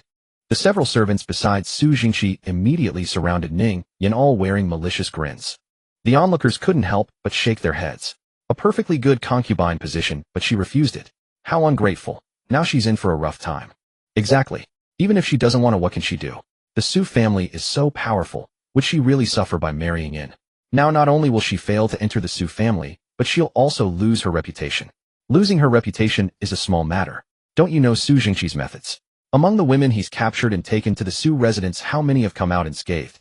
I've heard that fourth young master Su has some very perverse tastes. What a pity. Ning Yan was my goddess before. Now she's going to be defiled by Su Jingqi. Ning Yan was considered quite attractive in Pingyang City, otherwise the picky Su Jingqi wouldn't have taken a liking to her. She naturally had many admirers. Now many men around were shaking their heads and sighing as they witnessed Ning Yan's impending misfortune. But not a single person stepped forward to help. The Su family's influence was too great. They were the undisputed tyrants of Pingyang City. Who would dare to provoke them? Su Chen watched from the side, feeling speechless. He just wanted to enjoy a peaceful stroll. Why did people keep coming to seek death? With a casual wave of his hand, a sword light shot out, instantly killing the men advancing toward Ning Yan. Blood gushed forth. This sudden turn of events stunned the crowd. It took a long moment before they came to their senses. He actually killed someone from the Su family. Isn't he afraid of death? Oh my god, he's doomed for sure. Laying hands on someone from the Su family. That's a whole different level of offense. Under the terrified gazes of the crowd, Su Chen looked at Ning Yan with a warm smile. Why didn't you tell me about this? It's just a mere Su family. I can take care of them for you. Remember when we were kids, you always came to me for help whenever you faced a problem you couldn't solve. Well, now that you're older, have we grown distant? Looking at Su Chen's expression, Ning Yan, who had been flustered, suddenly felt her heart calm down. A faint blush colored her cheeks, and she didn't know how to respond. Su Chen let out a soft laugh, and then turned his head towards Su Jingqi. At this moment, Su Jingqi's face showed a mix of panic and fear. Among his servants, there was one at the core formation perfection stage. To instantly kill him, Su Chen must be at least at the nascent soul stage. Su Jingqi, accustomed to being arrogant, put on a fierce expression and said, "You dare to kill a servant of the Su family. The Su family will never let you off." Su Chen remained expressionless. Without even moving, he unleashed a force that blasted Su Jingqi away, killing him on the spot. This man was too noisy and had ruined his mood. There was no way he would let him live. Seeing this, the surrounding crowd was filled with terror. He even dared to kill Su Jingqi. Didn't he know that this was the fourth young master of the Su family? Many people had already started to quietly back away, afraid of being implicated. Since he had killed Su Jingqi, the Su family would definitely not spare Su Chen. In their eyes, Su Chen was as good as dead. Su Chen smiled and said, "Since I have nothing to do, I'll accompany you to the Su family to cancel the engagement." What audacity! Suddenly, a furious roar rang out accompanied by a terrifying pressure from afar. Divine transformation stage. The bystanders who had been watching all retreated far away, their faces filled with fear. Soon a figure appeared before Su Chen. He was tall and imposing, his face shrouded in gloom. His heaving chest made him look like a volcano about to erupt. The newcomer stared at Su Chen with murderous intent. You killed a member of the Su family and still dare to come and cancel the engagement. Your audacity knows no bounds. Su family's Grand Elder Su Hua. Late-stage divine transformation cultivation. Ning Yin instinctively felt a trace of worry, but upon recalling that the person beside her was Su Chen, she slightly relaxed. Although the Su family was a dominant force in Pingyang City, they were nothing before the Su family. Not to mention Su Chen, any direct line elder of the Su family, was beyond the Su family's ability to provoke. It's over. Since Su Hua has come out, that kid is definitely dead. I really don't know what he was thinking. He's probably at the nascent soul stage too. With that strength, why didn't he just run away? Su Jingqi probably couldn't have killed him anyway. Why did he have to provoke the Su family? Now look, he's lost his life. Probably for that woman Ning Yin. Since ancient times, beauty has been a disaster. That makes sense. The Su family's authority had been established for a long time, and in this place of the 5 great cities, no powerful experts usually came. Su Chen appeared unfamiliar, so almost no one believed he possessed the strength to oppose the Su family. At this moment, Su Hua's eyes were filled with murderous intent. Su Chen dared to kill a direct line member of the Su family. That was no different from openly challenging the Su family. If he could not kill him today, the Su family's prestige would suffer a severe blow. Su Hua said coldly, "Boy, today, I will make you understand the consequences of offending my Su family." As he spoke, he raised his hand and struck a palm towards Su Chen, containing immense power. His entire demeanor was that of a powerful expert, his eyes filled with indifference and contempt. The aura emanating from Su Chen was not strong. Even if he could kill Su Jingqi and the others, he was at most at the nascent soul stage. There was no way he could withstand this strike. Su Chen glanced at Su Hua, a flicker of impatience crossing his eyes. "Since you insist on seeking death, I will grant your wish." Suddenly, a massive rift tore open in the void of the sky, directly swallowing Su Hua. Accompanied by a scream, Su Hua was annihilated within the void. Only those at the void refinement stage had the power to withstand the void. Su Hua was merely at the divine transformation stage. There was no way he could survive in the void. Su Chen directly tore through the void with Ning Yin, and they arrived above the Su family. Without hesitation, Su Chen raised his hand and struck down a palm, unleashing a terrifying aura that flattened the entire Su family to the ground. Watching the Su family being destroyed by his own hands, Su Chen's eyes were only indifferent. He knew there were many innocent people in the Su family, but that did not matter. He understood the simple principle of uprooting the entire danger. This would also bring fewer troubles to the Su family. Moreover, wasn't this world one of survival of the fittest? The weak are killed by the strong. There are no many reasons. If one day Su Chen were to be killed by some powerful expert, it would be because the Su family's own strength was insufficient. Of course, whether anyone could actually destroy him was another matter. A tremendous explosion echoed through Pingyang City, and countless people turned their heads toward the direction of the blast, their eyes filled with terror. What had happened? However, at the place where Su Chen had been earlier, the crowd also snapped out of the shock of Su Hua's death. He can tear through the void. He is a void refinement stage expert. Among the 5 great cities, only the Su family has a void refinement stage cultivator. Could this be a member of the Su family? The Su family. Damn, now that you mention it, that young man looks somewhat familiar. He seems to be Su Chen, the young master of the Su family. I happened to see Su Chen once in Minghua City a few years ago. These words instantly caused an uproar, and the eyes of the crowd were filled with terror. No one had expected that the person beside Ning Yin was actually Su Chen. Everyone now recalled the words Su Jingqi had said to Su Chen earlier, and suddenly felt that was simply courting death. If he had known at that time that the person before him was Su Chen, he might have been scared out of his wits. In Pingyang City, everyone knew Su Jingqi was a bully who only targeted the weak. A few years ago, a direct line member of the Su family had visited Pingyang City, and Su Jingqi had groveled like a sycophantic dog to curry favor. Soon news of the Su family's annihilation spread from Pingyang City. Everyone who heard the news showed terror on their faces. The Su family. This was the absolute ruler of Pingyang City. What kind of person could have the strength to destroy them? Other divine transformation stage forces, upon hearing this news, were all somewhat frightened. But soon another piece of news spread saying that the Su family was destroyed because they had provoked Su Chen. Everyone was stunned. Was the Su family that reckless? They dared to provoke even the Su family. Ning Wei, who was on his way to the Su family to break off the engagement, heard this news and was so scared he nearly lost control of his bladder. He felt a chilling numbness in his scalp, thinking that he had also offended Su Chen before he suddenly felt very uneasy. If he were not a member of Ning Yan's clan, Su Chen would probably have killed him already, right? 2 hours after the turmoil. Feng Hua Shuiyu. This was a fairly famous restaurant in Pingyang City where the food was very distinctive. Ning Yin and Su Chen sat in the top-floor private room, the table laden with delicious dishes, their aroma enticing and making one's mouth water. Ning Yin gazed at the handsome and charismatic man before her, a ripple of emotion sparkling in her beautiful eyes. Especially when she recalled Su Chen's terrifying strength, she found herself even more captivated. But she no longer agonized over her feelings for Su Chen. Ning Yin felt that things were fine as they were. After all, in this world, there were very few people who could be this close to Su Chen. She only needed to maintain her image in Su Chen's heart. If Su Chen could come back to see her when he had nothing to do, she would be very happy. Unknowingly, Ning Yin had become a little love-struck follower of Su Chen and extremely blind at that. In the following period, the two of them toured all of Pingyang City and even left the city for a trip. This tour lasted 3 months. This period was the most relaxed time Su Chen had experienced since arriving in this world. After returning to Pingyang City, Su Chen gave some resources to Ning Yin and helped her upgrade to a heaven-grade spirit root. As for Ning Yin, Su Chen already regarded her as a friend he could confide in. As for how their relationship would develop in the future, he would let nature take its course. On a small path not far from the Ning family, Ning Yin turned her head to look at Su Chen, tears glistening in her eyes. Su Chen, will you come to find me again in the future? Su Chen smiled and said, I will. Ning Yin took a deep breath. She didn't know why, but she wanted to cry. Perhaps she was worried that after this separation the two of them might never have a chance to meet again. Okay, I'll wait for you. Ning Yan's face showed a sunny smile. She didn't want the last impression Su Chen had of her to be a crying and sobbing Ning Yan. Perhaps she herself did not know what great price she would pay in the future for the words she spoke today. In the end, the two parted ways. That day the dusk was exceptionally beautiful, with crimson clouds spreading across the sky, dyeing the earth blood red. Su Chen also prepared to leave Pingyang City. For him, the city's status in his heart had changed. He would forever remember this city and forever remember Ning Yan. Ning Yan's appearance was not truly stunning enough to captivate a nation. She was even slightly inferior to Lin Yiming. Yet she was the woman who left the deepest impression on Su Chen. Moreover, he firmly believed that they would meet again.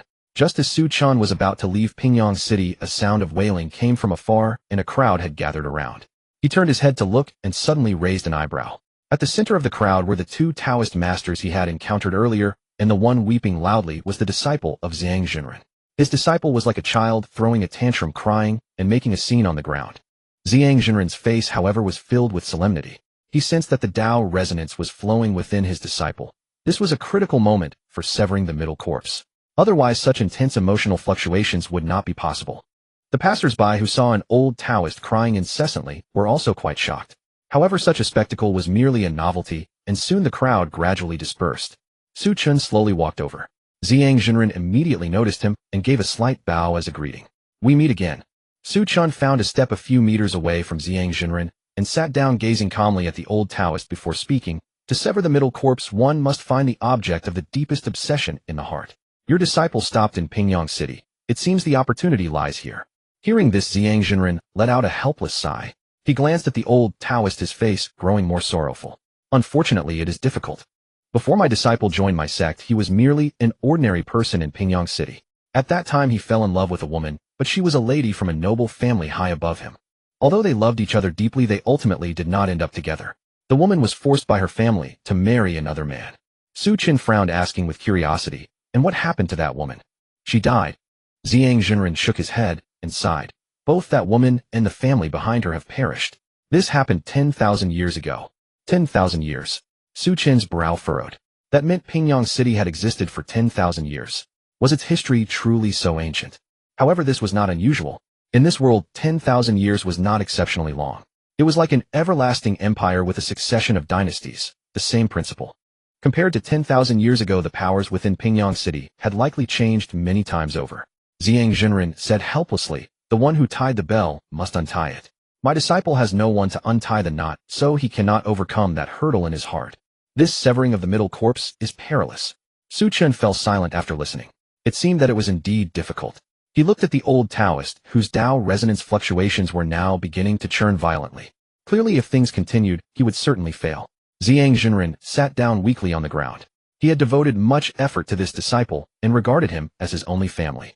Now, seeing his disciple on the verge of death, his heart was filled with anguish. Severing the middle corpse, though failure would only result in the loss of all intelligence, turning one into a simpleton, was in reality no different from death. Wasn't this like becoming a soulless husk? Time passed second by second.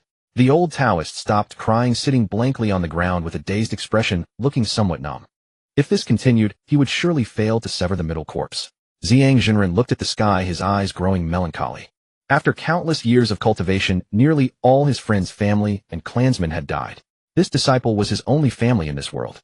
And now he was about to watch his loved one slowly die. For a moment, boundless sorrow surged in Xianxia's heart.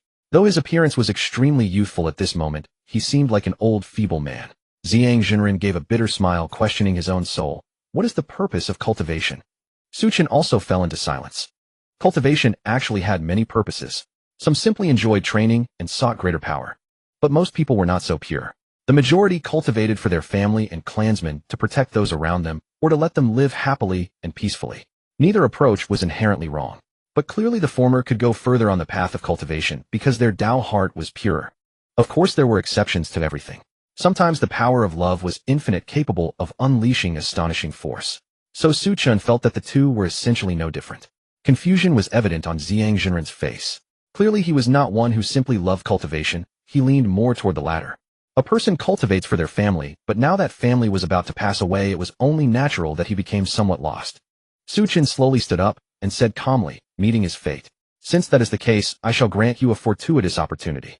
As the words fell, the previously chaotic Tao resonance on the old Taoist's body became solid and condensed again, and his aura grew much stronger. Gradually the old Taoist's eyes regained clarity, completely devoid of the previous numbness. The old Taoist looked around, his eyes filled with confusion. What happened? Did I successfully sever the middle corpse? At that moment Xianxia also came to his senses. He abruptly stood up, his eyes filled with horror. Impossible. Chen could forcibly interfere with the severing of the three corpses. It was known that severing the three corpses was a rule of the heavenly Tao which no one could defy, not even a saint sovereign. Could it be? He was at that realm. Above the saint sovereign was the ancient saint. Only this realm could interfere with the operation of the heavenly Tao, when naturally intervening in another's severing of the three corpses would be easy. But cultivators who reached this realm were all powerful figures in their own right, impossible to be so unknown. Why had he never heard the name Chen? Xianxia turned to look at Chen, but the other had already vanished without a trace. Coming and going without a shadow, a peerless, powerful being. His gaze was extremely solemn.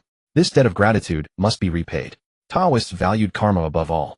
Chen had saved his disciple. Such a great kindness must be repaid, even at the cost of his life.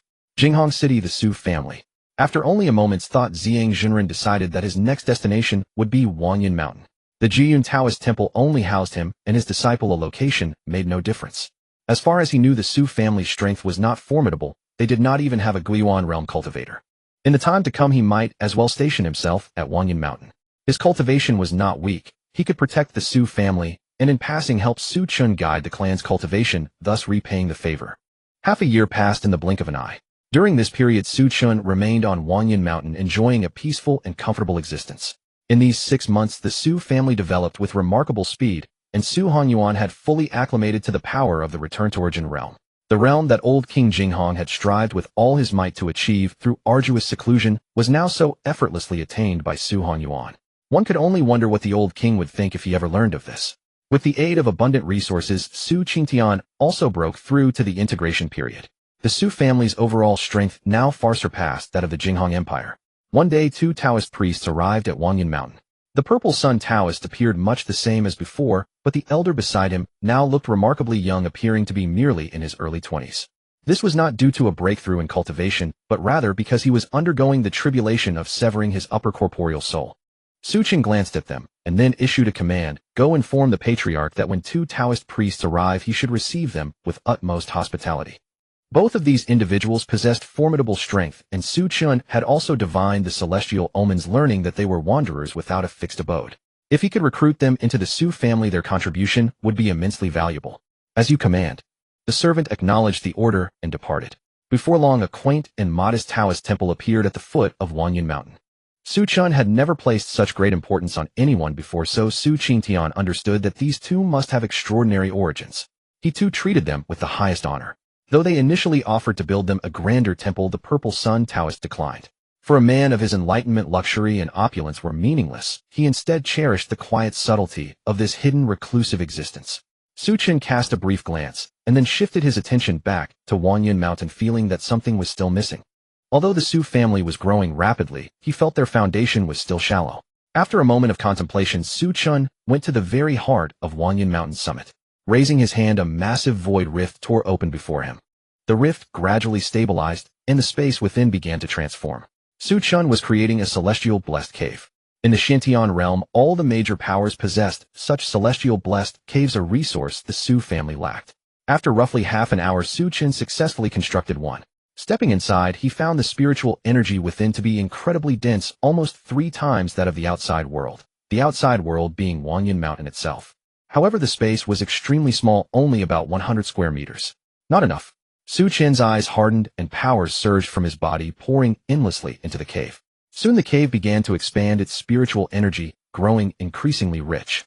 After several more hours, Chen felt weary, his holy power nearly depleted. The cave underwent a dramatic transformation. What was once a mere 100 square meters had now expanded to 10,000 square meters, with spiritual energy density reaching 15 times that of Wanyan Mountain. Yet a problem remained. Although the density was 15 times higher, the rate of spiritual energy generation was still only about twice that of the outside world. The laws within the celestial blessed cave were incomplete, so the slow generation of spiritual energy was to be expected. Chen quickly devised a solution, retrieving a 7-colored spirit stone from his system inventory. Immortal grade, 3rd rank Dao source crystal. This was a consumable item specifically used to perfect the laws of a celestial blessed cave. As the Dao source crystal slowly dissolved, the entire space began to tremble. Being of the immortal grade, far surpassing the emperor grade, its effects were nothing short of extraordinary. Chen could clearly sense that the rate of spiritual energy generation within the cave had surged to at least 30 times that of Wanyan Mountain. It was absolutely astonishing. Most crucially, the Dao source crystal had fundamentally reshaped the cave, transforming it into a self-contained microcosm that could perpetually generate spiritual energy of its own accord. Other celestial blessed caves were essentially consumable resources. While they could produce pure spiritual energy, it came at a price, requiring other treasures to serve as fuel. Chen's cave, however, had no such issue, all thanks to the Dao source crystal. He glanced at his system inventory.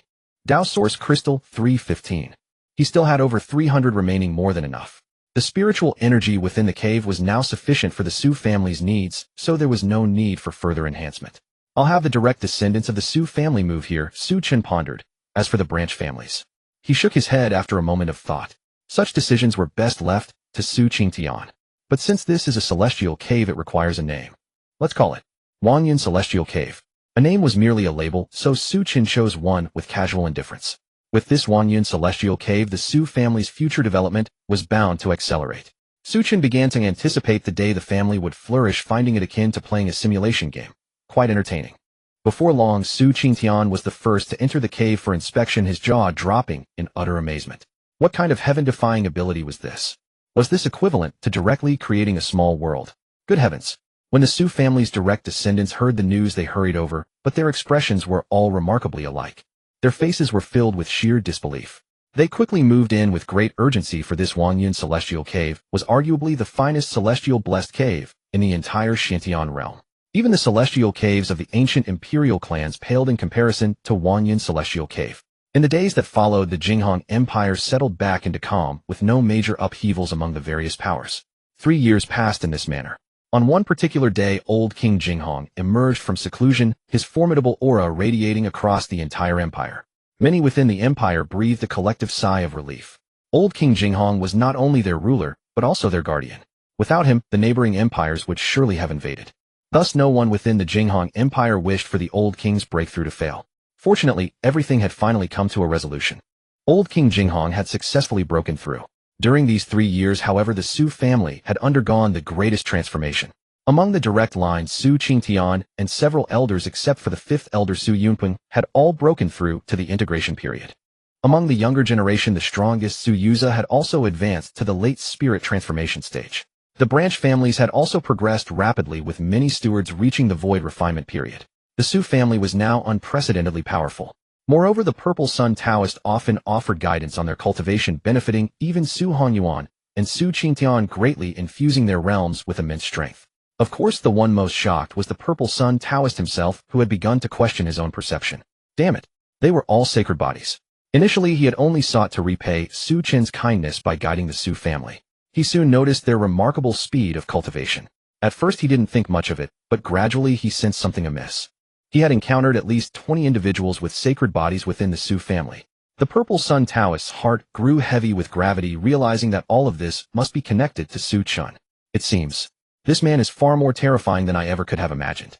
After the establishment of Wanyun Cave Heaven, the Su family's strength skyrocketed once more. Within a single year, all the elders of the Su family had broken through to the integration period. The Su family now boasted 1 expert at the return to origin realm and 5 at the integration period.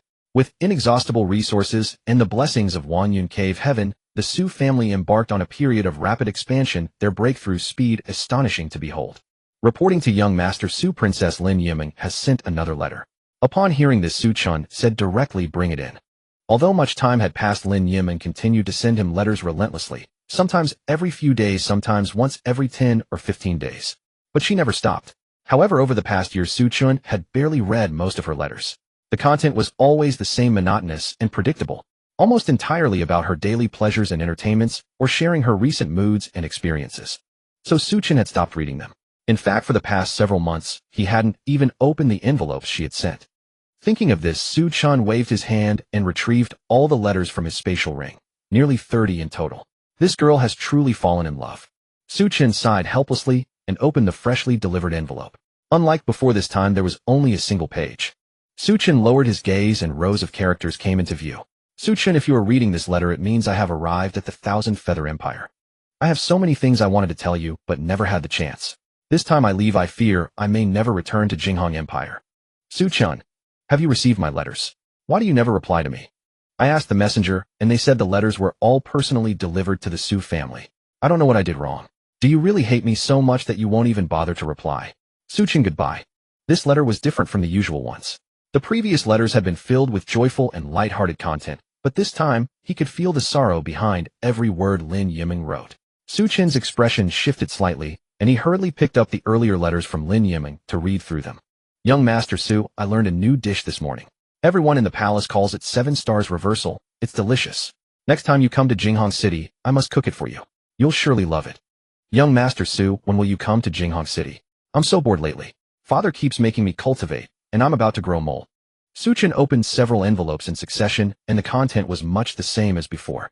But as he opened another envelope, the content gradually began to change.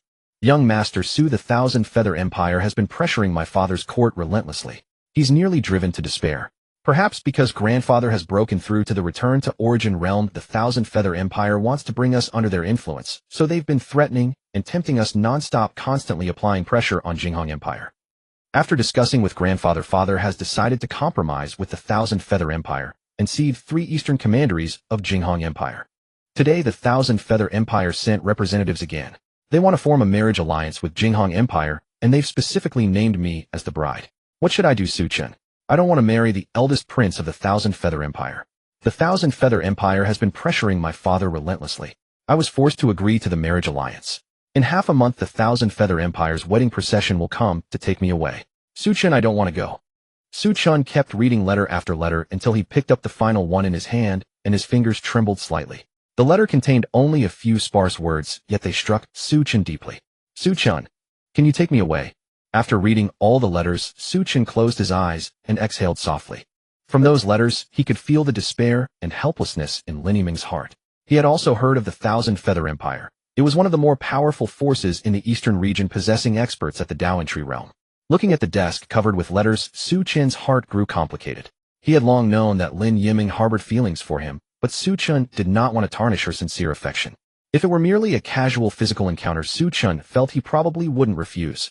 After all, turning down a beauty would hardly make him a man. But he truly couldn't say he loved Lin Yiming. Even if they had been together, he suspected his feelings toward her would eventually resemble those for Ruashi, someone he would visit when the mood struck him. He was very clear about his own heart, which is precisely why he had never given her any response. He simply didn't want to betray Lin Yiming's feelings.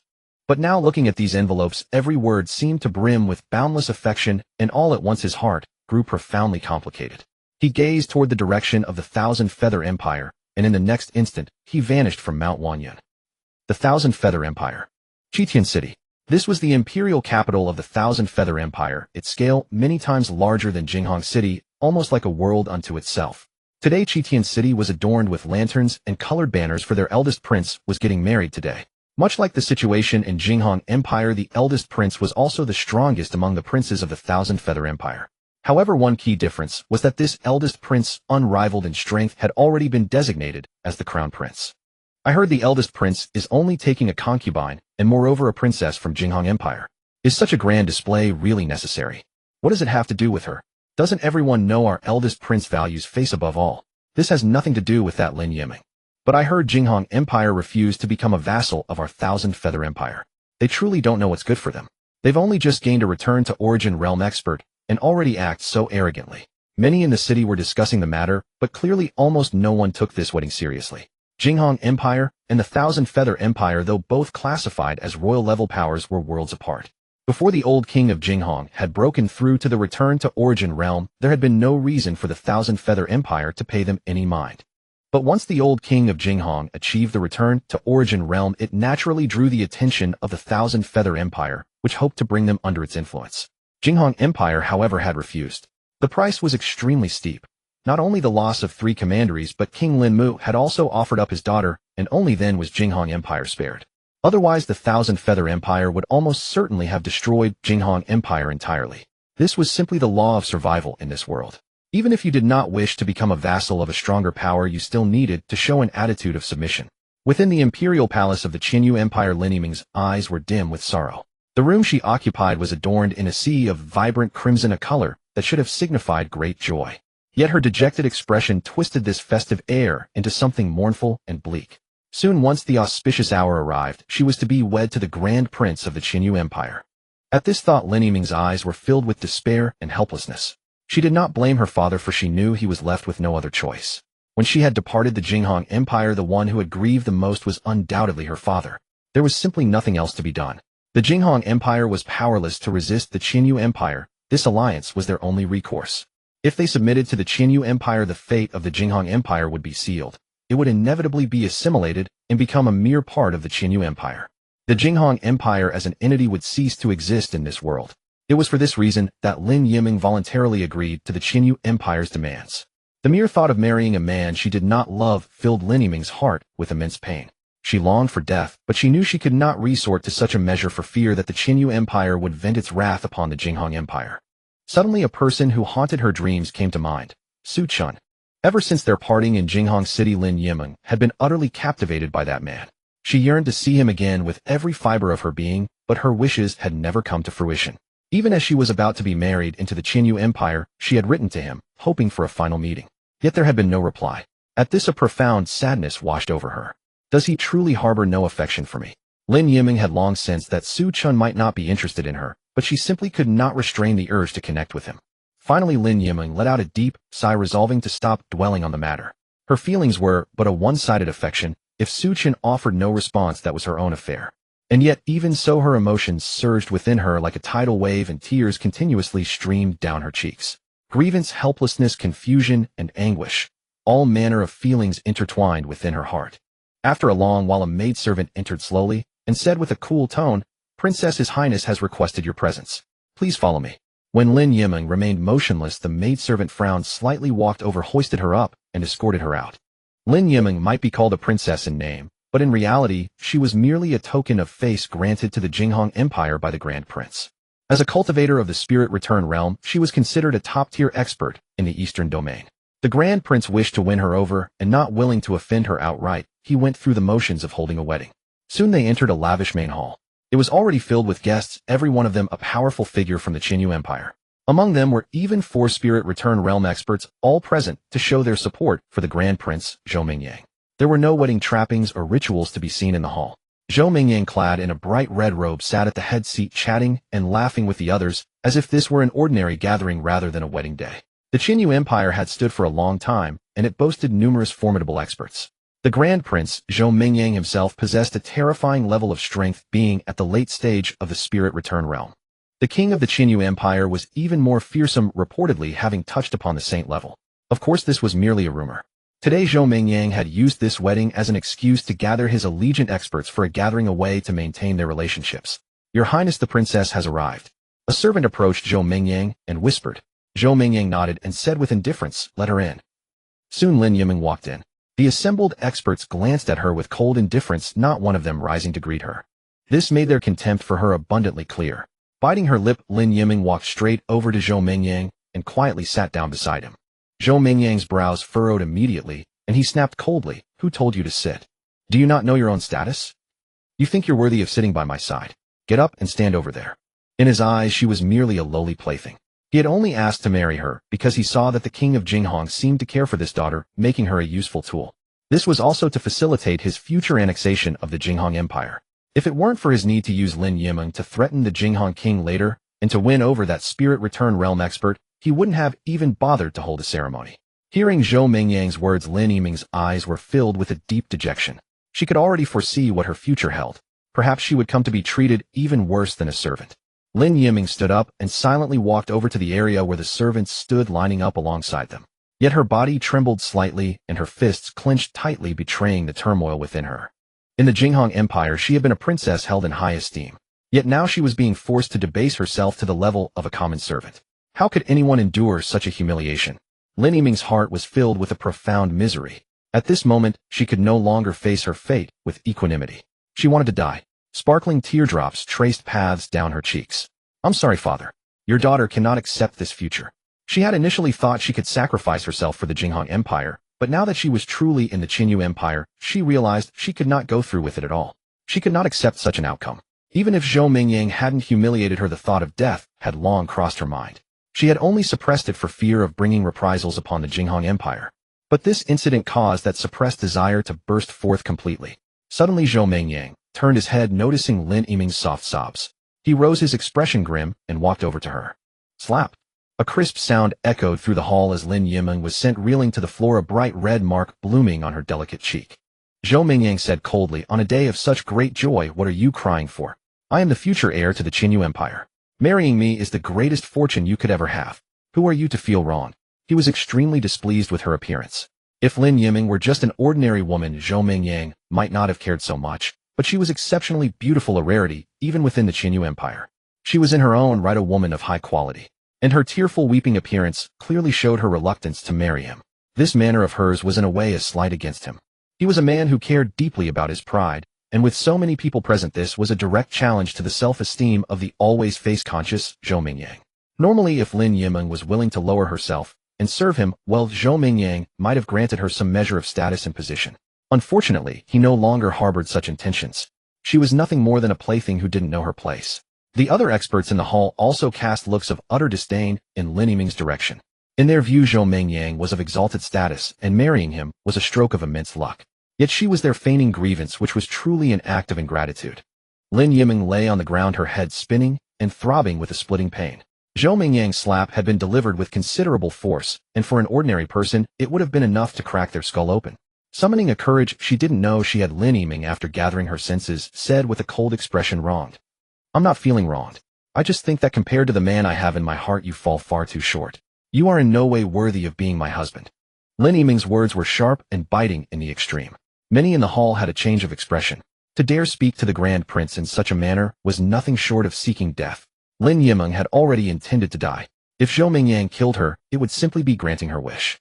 Upon hearing her declaration, Zhou Mingyang's face darkened like a storm cloud, and a chilling, murderous intent blazed in his eyes. Zhou Mingyang observed her suicidal gaze, and let out a cold sneer, "You wish to die." As he spoke, he waved his hand, directly imposing a restriction on Lin Yiming, preventing her from taking her own life. "Now that you've entered my Qinyu Empire, do you truly believe you can leave this place? You insolent wench, how dare you curse me? I shall make you wish for death, but find it impossible." Zhou Mingyang's tone was icy. Lin Yiming's contemptuous words ignited a blazing fury within him. Naturally, he would not end her life so easily. "You refuse to marry me, do you? Then I shall humiliate you, let you taste the true meaning of despair." Zhou Mingyang cast a cold glance at her, sneered, and then turned his attention away. At that very moment, the void within the great hall began to ripple violently, and a figure slowly emerged from the shimmering space.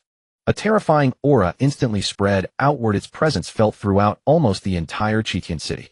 Countless people lifted their heads in shock, their faces pale with terror. What manner of supreme expert is this? Zhou Mingyang sprang to his feet, his eyes filled with dread. Such a fearsome aura, it far surpassed even that of his imperial father. This was a powerhouse beyond the Dao entry stage. In that instant, Zhou Mingyang's heart trembled with fear. a saint-level expert. After all, his imperial father was a late-stage Dao entry cultivator. For someone's power to exceed his by such a magnitude, it could only be a saint. What was more, Chen seemed to have come with a purpose, specifically seeking him out. From the moment he entered the great hall, his gaze had remained fixed on Zhou Mingyang. "Greetings, senior," an aged voice echoed as the figure of Qianyu King materialized. He looked up at Chen with a mixture of fear and reverence, his posture exceedingly humble. No one could have imagined that the mightiest expert of the Qianyu Empire, a late-stage Dao entry cultivator, would appear so abject. This time Chen made no effort to conceal his power. He unleashed the full might of a saint. Seeing Qianyu King himself so humble, the others in the hall dared not remain seated. They rose one after another to bow to Chen, Zhou Mingyang included. At the same moment when Lin Yiming caught sight of Chen, her eyes widened in disbelief. "Chen," she murmured softly, her gaze tinged with doubt. Was she hallucinating? She even wondered if the slap earlier had left her dazed and seeing things. Then Chen slowly began to speak. "What's wrong? Why are you frozen? I've come to take you home." Chen's calm voice resonated through the hall, leaving everyone stunned. Hearing that familiar yet strange voice, Lin Yiming was taken aback, but soon tears streamed down her face. "Chen, is it really you?" Chen did not answer. He simply raised his hand and waved, instantly slaying Zhou Mingyang. The pupils of everyone present contracted sharply, yet none dared to act. They could only lower their heads in submission. This was a saint. Chen. So that was the name of the saint. Many were filled with terror. They all knew Lin Yiming's identity, the princess of the Jinghong Empire. Yet no one had imagined she was connected to a saint. Zhou Mingyang had dared to covet the woman of a saint-level expert. The powerful figures in the hall had all followed Zhou Mingyang, but none would choose to die for him. In the next instant, Chen and Lin Yiming vanished from the spot. Throughout the entire exchange, Chen had not even deigned to glance at anyone else. In the palace, Qianyu King appeared somewhat panicked. Only after Chen had left did his emotions settle slightly. It seemed this saint was not here to destroy the Qianyu Empire. Although he had long secluded himself in the deep palace, he was well aware of everything happening outside, including Zhou Mingyang's recent actions. That woman must be Lin Yiming of the Jinghong Empire, right? That fool dared to compete with a saint for a woman. He glanced at the dead Zhou Mingyang, feeling no desire for revenge whatsoever. Thinking this, Qianyu King felt a surge of anger in his heart. He spoke to Zhou Mingyang's corpse. "Fool, you nearly brought catastrophic ruin upon the Qianyu Empire. Your death is far from sufficient." With that, he swept his gaze across the others in the hall, let out a cold snort, and turned to leave. If Zhou Mingyang had heard Qianyu King's words, he would undoubtedly have felt deeply aggrieved. Who would have thought that an ordinary royal-level power like the Jinghong Empire could be connected to a saint, and that the saint would personally intervene? Feeling Qianyu King's icy stare, everyone in the hall trembled with fear. Wanyan Mountain. The figures of Chen and Lin Yiming slowly emerged from the void. At the summit of Wanyan Mountain, only Chen's Wanyan courtyard remained. Everyone else had moved into the Wanyan Grotto heaven. The place seemed quiet and weeds had begun to grow at the peak. Chen and Lin Yiming strolled along the small path, feeling the breeze from the horizon. Neither spoke. Lin Yiming wanted to say something, but found herself at a loss for words. After a long while, Chen handed her a jade pendant and said gently, "This contains a strand of my aura. From now on, if anything happens to you, I will know." Lin Yiming nodded softly, acknowledging with a quiet She looked up at Chen's profile, thinking of the letter she had written to him some time ago, and her cheeks flushed crimson. He must have seen it right. Or maybe he hasn't. Somehow Lin Yiming now hoped he hadn't. It was simply too embarrassing. It was almost like a confession. Chen did not say much more. After a few casual exchanges, they parted ways again, and Lin Yiming was arranged by the Su family to stay in a guest room at the waist of the mountain. But Lin Yiming did not stay long. After 2 days at the Su residence, she set off to leave. However, as she departed, she stood at the foot of Wanyan Mountain, turned her head to gaze at the summit, her eyes burning with determination. "Chen, one day I will catch up to you," Lin Yiming resolved in her heart. At present, she was indeed not worthy of Chen, so she would cultivate diligently until she could stand on equal footing with him and then boldly express her love. Right now, she truly lacked confidence. But can I really catch up? Lin Yiming questioned her soul. From the way Chen had rescued her from the Qianyu Empire, she knew his strength was absolutely terrifying. It was very likely the legendary saint realm, and she was only at the late nascent soul stage. No, Lin Yiming, you must not lose heart. Dreams are always necessary. What if one day they come true? Lin Yiming regained her confidence and set off toward Jinghong City. Chen sat on a cliff on Wanyan Mountain, the scenery below spread out before him. The blazing sun high in the distance made the world seem full of beauty. Cultivators fear neither cold nor heat, so the sun could not affect Chen. Beside him stood a table with a carpet spread on the ground. Ruashi knelt on the carpet, continuously pouring wine for Chen. To be honest, the wine of this world was somewhat beyond the category of ordinary wine. It lacked the typical sensation of alcohol, instead it was mellow and fragrant like celestial nectar. Even Su Chun, who never drank, had become enamored with it. Su Chun watched Lin Yiming's departing figure in the distance, and chuckled softly, shaking his head. This girl. Soon he withdrew his gaze, closed his eyes, and wore a look of contentment. Sitting on the mountain peak, feeling the wind brush past his ears, everything was so comfortable. For someone like Su Chun, who cherished tranquility, this place was truly a paradise on earth. What Su Chun wished to do now was simply watch himself grow stronger step by step. As for matters of romance, he had no intention of considering them at present. Moreover, the items he had obtained through check-ins could hardly be described as invincible. Aside from that summon card of Su Xiaoqua, he truly lacked sufficient confidence. Although he still possessed cultivation spanning tens of billions of years, could such cultivation truly carry him to the pinnacle of this world? Not necessarily. Therefore, Su Chen did not wish to form too many attachments. The Su family alone was sufficient. What if he encountered a powerhouse far beyond his ability to resolve? Su Chen's check-in system grew more powerful the longer he continued checking in, and he was eager to see what treasures awaited him after another million years. After all, he had already obtained something as remarkable as the Su Xiaoqua summon card through a million years of check-ins. Could he perhaps summon other characters as well, such as Xiao Yin or Yi Fan? With such figures at his side, he could even gather a group to play mahjong. It sounded rather thrilling. Though they only existed for 10 seconds, that was perhaps a hurdle. But none of this mattered. Perhaps after another few million years of check-ins, he could summon them permanently. Such a possibility was not entirely out of the question. However, these individuals were so formidable. What if he could not control them? In the blink of an eye, 30 years passed. Throughout those 30 years, Su Chun had not changed significantly. He always found ways to amuse himself, such as fishing or listening to performances in the pleasure quarters, so he was hardly lonely. For all intents and purposes, this was far better than the time he had spent trapped in the system's void space after first transmigrating. Precisely because of that million years in the void, he now found great interest in even the most ordinary things. Take fishing, for instance. Any cultivator would surely find it exceedingly dull, yet Su Chen thoroughly enjoyed it. Over the past 30 years, the Jing Empire had undergone tremendous changes. Su Hongyuan had broken through to the peak of the Guiyuan realm, and was now in seclusion, refining his foundation in preparation for a breakthrough into the Rodeo realm. Su Qingtian had also reached the early stage of the Guiyuan realm, while the other elders had only attained the peak of the heady stage. Over these 30 years, the Su family had recruited countless skilled experts. When they first arrived at Wanyan Mountain, the population numbered merely over 1,000. Now the Su family boasted nearly 100,000 souls. However, the majority of these were not true Su clan members, but rather servants and retainers who had pledged allegiance to the family. Even the collateral branches accounted for only a small fraction. From the heights of Wanyan Mountain, looking downward, the foothills were still densely packed with dwellings resembling a small city in their sprawl. Among these 100,000 souls, not all were devoted to serving the Su family. Many were merely the families of their followers who had settled at the mountain's base, thus swelling the population. Nevertheless, the upper slopes of Wanyan Mountain remained sparsely populated, for only those of at least collateral branch status were permitted to reside there. Meanwhile, the Zhixiao mountain range had been entirely brought under the Su family's control, with no outsiders allowed entry.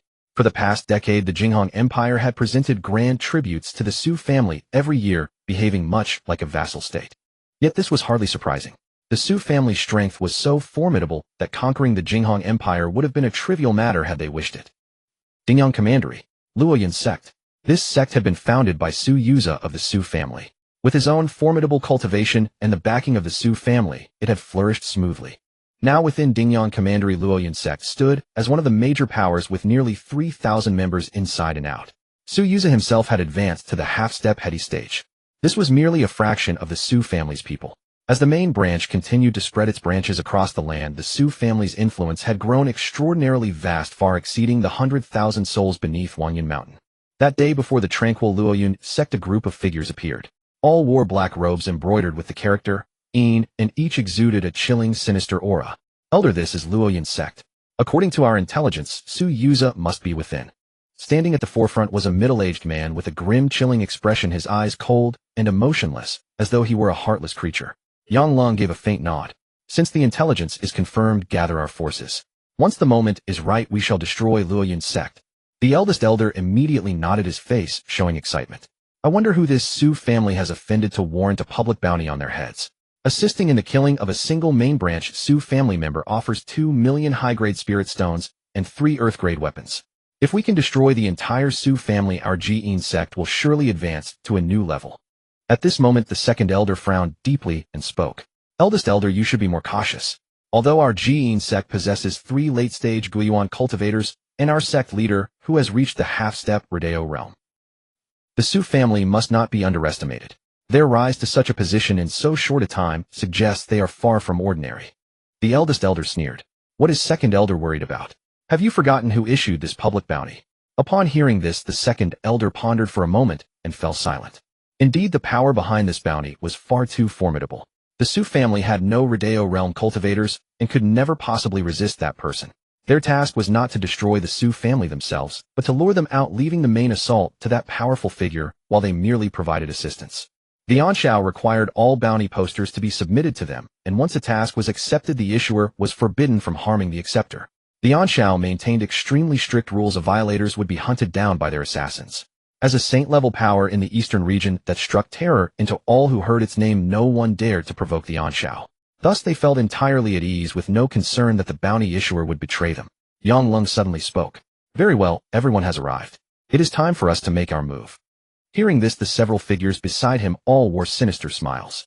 In an instant, terrifying auras erupted, enveloping the entire Luoyun sect. The oppressive pressure filled the sect, striking terror into every soul within. Some quick-reacting elders immediately shouted into the compound. Enemy attack. Everyone prepare for battle. Yet before his words had even faded, a distant blade aura descended and sliced him down. Su Yuza burst forth from within the sect, his expression grave beyond measure. Which mighty expert dares to attack my Luoyun sect? Have the courage to reveal your name. Even as he spoke, he hastily sent a message to the Su family. These individuals radiated extremely powerful auras, each at least at the Guiyuan realm. These were powers beyond his current ability to handle. Yang Lung's figure materialized instantly, and he directly raised his palm, delivering a crushing strike towards Su Yuza. The devastating force struck Su Yuza as though his entire body were shattered. He was sent crashing down into the sect, grounds, the thunderous impact enough to make one's scalp tingle with dread. It was as though a person had fallen from a 5-story building, hitting the ground with terrible force. Yang Lung looked down at him with mockery and sneered, a mere Lianshu stage ant. Do you deserve to know our names? Su Yuza, they call you the prodigy sect leader of the Jinghong Empire. I hear you broke through to the half-step heady stage before the age of 60, a cultivation pace that rivals even the prodigies of sacred lands. Unfortunately, you ultimately lack the backing of a sacred land. Yang Lung's lips curved slightly upward, his expression one of cruel amusement. I simply delight in destroying geniuses like you. It's over. The sect master has fallen, we're all doomed. Isn't the sect master a member of the Su family? Can we summon the Su family to assist us? These people's auras are incredibly powerful, far surpassing the void refinement stage. Could they be at the integration stage? No, this must be the returning origin stage. Panicked voices echoed within the Falling Cloud sect, and all the disciples and elders trembled in fear. Fortunately, these attackers targeted only the strong experts of the Falling Cloud sect, not the ordinary disciples. However, even the mere shockwaves from the battle devastated the disciples, killing nearly 300 of them. Yang Lung slowly descended from the air. Below him, Su Yuza lay on the ground, racked with unbearable pain, too weak to even move. Returning origin stage. No, you're not at the returning origin stage. You're at least at the half-step Dao entry stage. Why do you invade the Falling Cloud sect? Su Yuza roared hoarsely, his voice low and deep like a dying but furious lion. Although he was backed by the Su family, he never sought trouble. The Falling Cloud sect had always developed steadily and cautiously. He was certain he had never provoked a powerhouse of this level. So why were they attacking the Falling Cloud sect? From their attitude, they clearly intended to annihilate the sect entirely. Yang Lung sneered, these things are not for you to know. Go ahead and send a message to your Su family. Only they can possibly save you. Send a message to the Su family. Hearing this, Su Yuza's expression changed drastically. These people were targeting the Su family. Summoning all his remaining strength, Su Yuza took off the jade token from his waist, intending to send a message to his family, warning them not to come to avoid falling into the trap. He would rather die than let the Su family be implicated. If his actions brought disaster upon his family, he would be a sinner. But as soon as he moved, a searing pain shot through his arm, nearly breaking him. A low agonized cry escaped his lips. His eyes were bloodshot, his face twisted in pain. His entire arm had been severed. For a void refinement stage expert, losing an arm was not a fatal wound, and the limb could be regenerated, but the pain remained excruciating. Yang Lung calmly sucked the jade token into his hand, a smile curling on his lips. It seems you've already contacted them. Then there's no need for such trouble. He slowly stepped forward, a sinister, wicked smile spreading across his face. Now it's time for the feast. My favorite pastime is to dismantle prodigies like you and watch the terror and panic in your eyes. Ha! Prodigies. Bullshit prodigies. In my hands you're nothing but mere dogs and pigs. Just as his words fell, Su Yuze suddenly erupted, shooting toward Yang Long like a cannonball. Pale purple stripes began to emerge across his face. This was his sacred body, the tripolar phantom spirit body. Yang Long, caught off guard, was sent flying back hundreds of meters. Su Yuze did not pursue. Instead, he tore through the void to escape, only to find the space already sealed. With no other choice, he fled toward the distance. But he had barely gone far when a giant hand suddenly grabbed at him. And I didn't expect you to possess such power. Su Yuze's expression changed. The purple patterns on his face suddenly shifted, turning pitch black, like ink. Simultaneously, his body swelled by nearly 30%. Bang! Yang Lung's palm strike sent Su Yuze flying once again. But this time Su Yuze didn't suffer severe injuries. Instead, he used the force to fly even farther away. The patterns on his body shifted back to purple. This was the power of the tripolar phantom spirit body. The body manifested three forms. The purple patterns represented a dramatic increase in speed and strength. The black patterns represented defense and recovery, and the final form, yellow, enhanced spiritual power and soul strength. With Su Yuze's current mastery of the tripolar phantom spirit body, these enhancements amplified his abilities by at least 7-fold. He could even activate 2 or even all 3 forms simultaneously, albeit at the cost of reducing the amplification of each individual form. What? Yang Lung's face contorted in disbelief. His previous strike, though restrained, was equivalent to the power of a half-step returning origin stage. After taking that hit, he could still move? His eyes were filled with grave caution. Earlier, when he had struck Su Yuze with the power of the integration stage, the latter could still speak, which had already surprised him. Now Yang Lung could be certain. Su Yuze was definitely hiding some profound secret. Su Yuze was only at the half-step integration stage. It was already absurd for him to withstand attacks from a full integration stage expert, let alone strikes at the half-step returning origin level. It was a miracle he hadn't died instantly. Yang Lung's eyes burned with avarice. No wonder the Su family was targeted. They indeed held a major secret. To possess strength comparable to the half-step returning origin stage, while only at the half-step integration stage. Even within the Holy Lands, only the most exceptional prodigies could achieve such a feat. Thinking this, his aura violently erupted. Within 2 breaths, Yang Lung caught up with Su Yuze and pinned him brutally to the ground. Although Su Yuze's defense rivaled the half-step returning origin stage, Yang Lung's true cultivation was at the half-step Dao entry stage. The gap between them was immeasurable. No matter how talented one could not leap across so many realms. Su Yuze struggled desperately, further fueling Yang Lung's excitement. With such formidable power, even a full integration stage expert cannot match you. The Su family holds many secrets indeed. Yang Lung wore a sinister grin. I'm reluctant to kill you outright now. A body this powerful, if refined into a spirit puppet, it would be quite commendable. Spirit puppet. At the mention of that term, Su Yuze's pupils violently contracted, and a look of terror spread across his face. He had heard of spirit puppets before, a technique developed by a demonic sect many years ago. But due to its extreme wickedness, that sect had long been eradicated. A spirit puppet was not a true puppet. Instead, it involved parasitizing a portion of one's own divine sense into another person's body, allowing that fragment of consciousness to take control of the host. The original soul of the host would be forced to watch its own body act against its will, powerless to resist or change anything. This technique was typically used on prodigies, ensuring the puppet would obey while retaining its growth potential and a degree of sentience. Su Yuze's face was filled with terror. He did not fear death, but being turned into a puppet was something he could never accept. You beast. If you have any spine, kill me now. Facing Su Yuze's futile rage, Yang Lung maintained a look of contempt. Provocation. Such childish tricks won't work on me.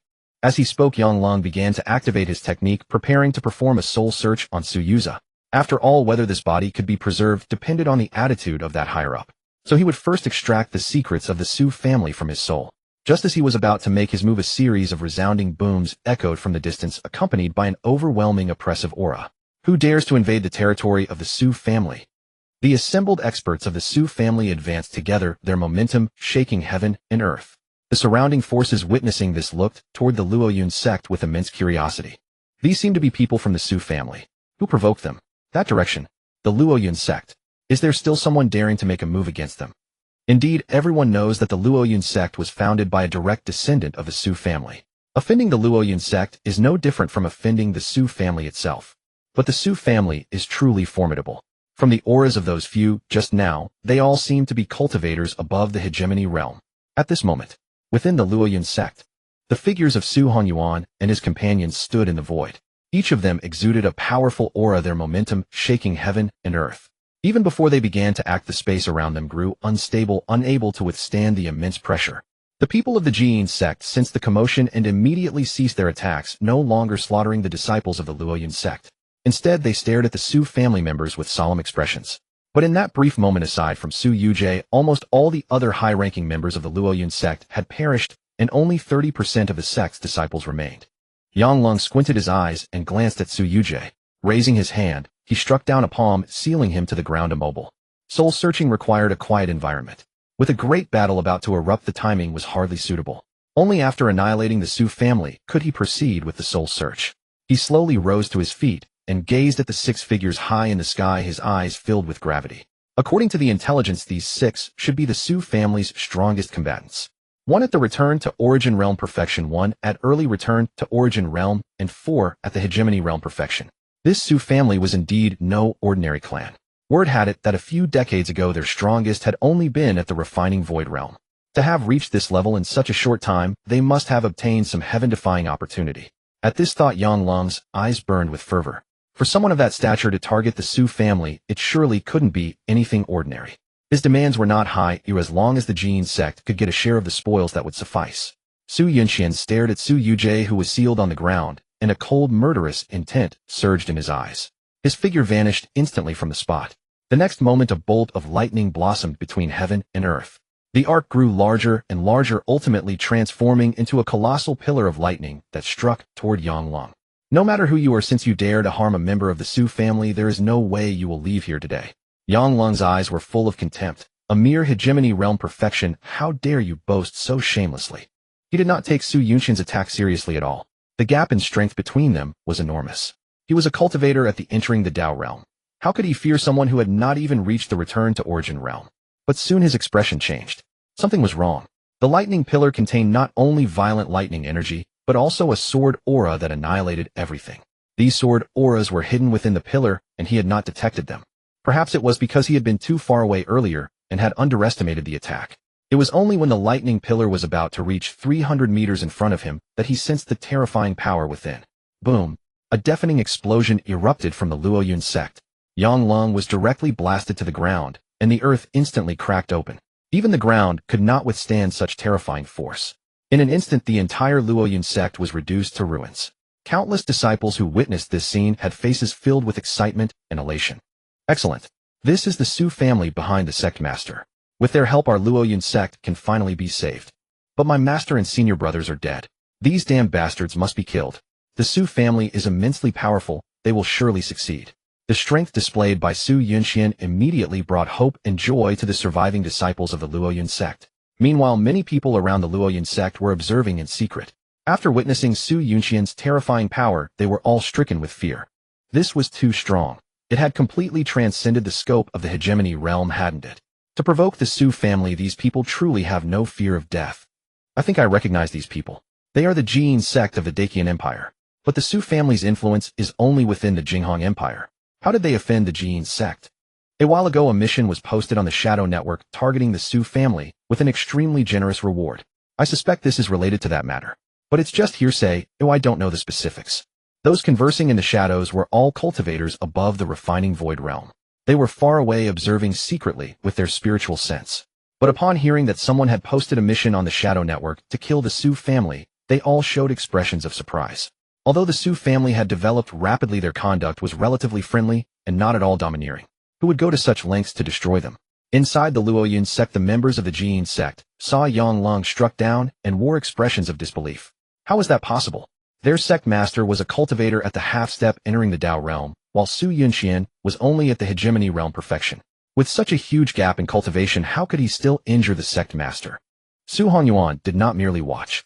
His figure descended like Mount Tai, crashing heavily toward Yang Lung, carrying boundless momentum that was startling to behold. He was already at the return to Origin Realm Perfection, and on top of that, he possessed a sacred body. Crossing realms to fight against those below the mid-entering the Dao realm was no problem. So even though Yang Lung was at the half-step entering the Dao realm, Su Hongyuan was not afraid. Heaven collapse. Su Hongyuan channeled all his power into his foot. This was a technique he had learned from Xiang Daoist, a basic operation for powerful body cultivators. concentrating all their strength into a single point. This ability was simple for those who used spiritual energy, but the strongest aspect of a body cultivator was not spiritual energy, it was raw power. Concentrating that power into a single point required masterful control. Yang Long had just picked himself up from the ground when he sensed Su Hongyuan charging at him again. This time he dared not underestimate the attack and used every trick he had to defend. Boom! A tremendous explosion rang out. The entire area where the Luoyun sect stood sank several meters into the ground. Such was the terror of a body cultivator. A mouthful of blood sprayed from Yang Long's lips. His entire body felt as if it were falling apart, and his eyes were filled with shock and confusion. What the hell was that? A return to origin realm perfection. Before Su Hongyuan, he had absolutely no power to resist, as if they were not even on the same level.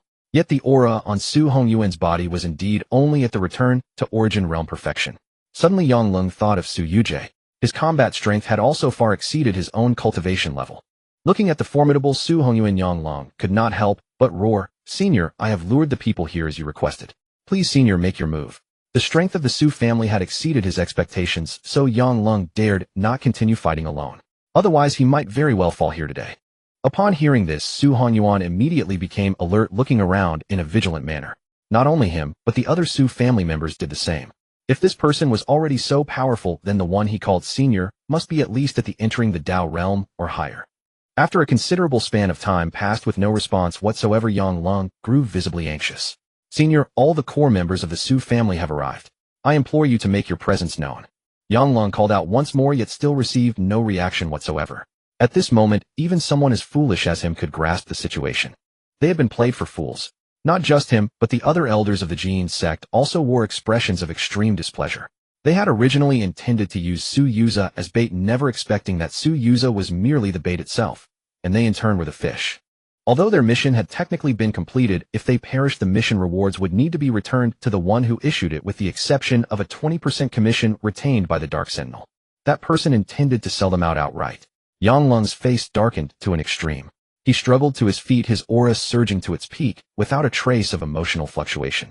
In this dire situation, his only path was to accept reality. Though the Su family's members were formidable, the Jing sect was no slouch either. Forging a path to survival was still achievable.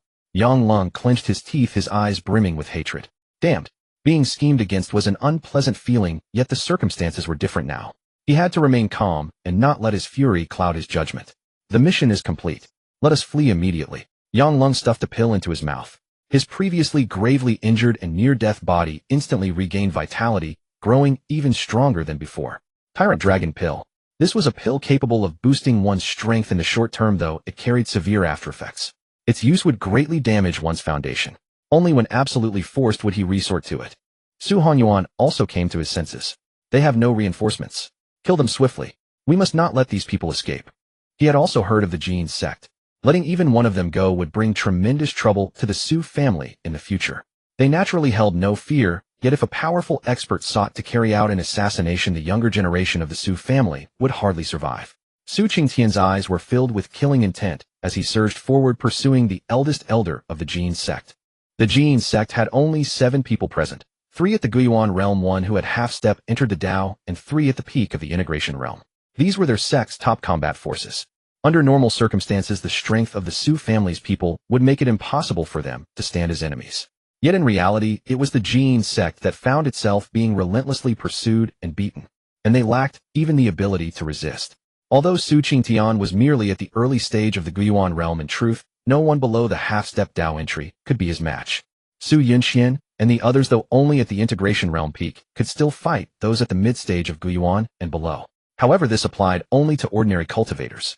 Furthermore, with the Jing sect's sect master being suppressed and beaten outright, even if the remaining Jing sect members could hold off Su Qingtian and the 5 others once Yang Long perished, who among the Su family could withstand Su Hongyuan? Witnessing the ferocity of the Su family's people, the disciples of the Luoyun sect grew thoroughly excited. The Su family is simply too overpowering. Is this truly the Su family? With a powerhouse like the Su family protecting us, what is there left to worry about in the future? Yang Long had believed that after consuming the Tyrant Dragon Pill he could escape, but he quickly found himself completely unable to do so. Su Hongyuan's speed was simply far too fast. At least the strength of mid-stage Tao entry. Despair filled Yang Long's heart. In a desperate moment, he turned his head, intending to fight to the death. but Su Hongyuan, taking the blow directly upon his body, delivered a single devastating punch that killed him. At the same time, Su Hongyuan himself suffered severe injuries. A gruesome hole appeared on his lower abdomen, blood streaming from the wound, a result of Yang Lan's desperate counterattack piercing through him. Yet within an instant the wound healed completely. For someone possessing the primordial ancient sacred body, any injury could be rapidly restored as long as he himself did not perish. Even fatal wounds were no exception. Su Hongyuan then turned his killing intent toward the remaining members of the Jing sect. In that brief span, only 3 elders of the Jing sect remained alive. However, with Su Hongyuan joining the fray, the remaining Jing sect members possessed no resistance whatsoever and were swiftly annihilated by Su Hongyuan. With that, the entire Jing sect delegation had perished. The hidden powerful figures around the area witnessing this scene could not help but feel stunned in their hearts. Just how formidable was the Su family? Why did all of them possess the ability to slay enemies beyond their realm? Su Yunxian hurried to Su Yuza's side, his expression filled with concern as he asked, "Yuza, what is your condition?" Su Yuza forced a smile onto his pale face. "Father, I am fine." Although his arm had been severed and his body bore severe injuries, they were not fatal. With a period of recuperation, he would recover. After Su Yuza recovered a fraction of his strength, he activated the 3 extremes illusory spirit body. Black patterns instantly spread across his entire body, and his flesh began to regenerate at a rapid pace, including that severed arm, which quickly regrew in full. Within merely 5 or 6 breaths, he was completely restored to how he had been before. However, since the newly grown arm was still fresh, it remained considerably more fragile than before and could not be used for combat in the short term. In terms of recovery ability alone, Su Yuza's 3 extremes illusory spirit body was nearly comparable to the primordial ancient sacred body, though the two still differed significantly. The 3 extremes illusory spirit body required active activation, whereas the primordial ancient sacred body needed no such effort, for it was his innate recovery ability. In full recovery mode, it was at least 3 times that of the 3 extremes illusory spirit body. That said, the 3 extremes illusory spirit body possessed more diverse abilities. Watching Su Yuza's terrifying recovery capacity, Su Yunxian could not help but sigh in admiration. This recovery power was truly monstrous. Even his own thunder lightning sword body could not compare. Su Yuza gazed upon the ruins of the Luoyun sect, his eyes brimming with sorrow. For this sect he had invested an immense amount of effort and devotion. Many elders and disciples within the sect had perished in this great battle. Su Yuza clenched his fists tightly. It was his own strength that was insufficient. I must become stronger. Su Yunxian observed his son's demeanor and could not help but sigh helplessly. Just then Su Hongyuan, far in the distance, shuddered suddenly. He hastily spoke toward the void. "Who goes there, senior?" Just now he had sensed an overwhelmingly powerful aura, far surpassing anything he had encountered before. Upon hearing these words, the people of the Su family all stiffened. They rose to their feet, their expressions growing grave. "TSK, TSK, TSK. I never expected the Jing sect to be so weak, defeated without any ability to resist." A cold, clear voice rang out, and the sky rippled like the surface of water. Immediately afterward, a figure slowly emerged from within, clad in white robes with his hands clasped behind his back, his entire bearing exuding extraordinary momentum. His aura was concealed, making it impossible to fathom his true depth. Yet even so, it sent a chill running down one's spine. It was an instinctual intuition, much like a lamb encountering a fierce tiger. Even if the tiger made no move, the lamb would still feel terror. The newcomer cast a glance towards Su Hongyuan, a flicker of surprise crossing his eyes. "Quite perceptive. Even the slightest trace of my aura was detected by you." The moment Su Hongyuan laid eyes on the man, his entire being tensed up as if he had encountered a natural predator. His heart shuddered and his gaze was filled with solemnity. "Senior, why must the extreme Yin sect attack the Falling Cloud sect?" The man let out a contemptuous laugh. "Are you questioning me?" With a wave of his hand, a terrifying force instantly descended from the heavens. Su Hongyuan, possessing the primordial sacred body, was directly struck to the ground under this blow. His body nearly shattered into pieces and golden blood flowed incessantly. His face twisted in pain, his eyes filled with disbelief. Dao Entry Realm. No, was this a cultivator above the Dao Entry Realm? A saint? He tried to restore his broken body, but found it utterly impossible. Within him, a far more formidable force blocked his power, preventing him from regenerating his flesh.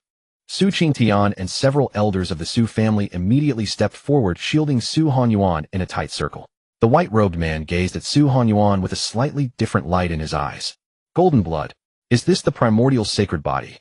The Su family members' expressions shifted instantly. The sacred body had always been their family's secret, and such a revelation could never be leaked, or the Su family would face a catastrophic disaster. As their cultivation progressed, the Su family members also understood how incredibly difficult it was to endow someone with a sacred body from nothing. Although Su Chen was immensely powerful, this world held even greater beings beyond him, enemies he could not overcome. If someone coveted the Su family's secret, what then? The white-robed man swept his gaze across the Su family members, unleashing a vast tide of divine soul power. They felt as if stripped naked with no secrets hidden from him. You? The white-robed man's pupils suddenly contracted. All of you are sacred bodies. His eyes were filled with shock and disbelief. In the Eastern domain, even a saint-level force possessing 1 or 2 sacred bodies was considered extremely rare. Such a constitution was too fortuitous to encounter. But this Su family had so many sacred bodies. Most crucially, they all originated from the same force. The probability of such a thing was far too low. The white-robed man narrowed his eyes. It seems your Su family harbors an extraordinary secret. My master ordered me to annihilate your family. Decades ago, you were merely a minor power. To have grown to this extent within such a short time, you must have stumbled upon some heaven-defying opportunity, haven't you? Decades earlier, he had thoroughly investigated the Su family's intelligence. At that time, the entire clan did not possess even a single top-grade spiritual root. Because they were so weak, he casually posted a bounty in the Dark Outpost and paid them no further attention.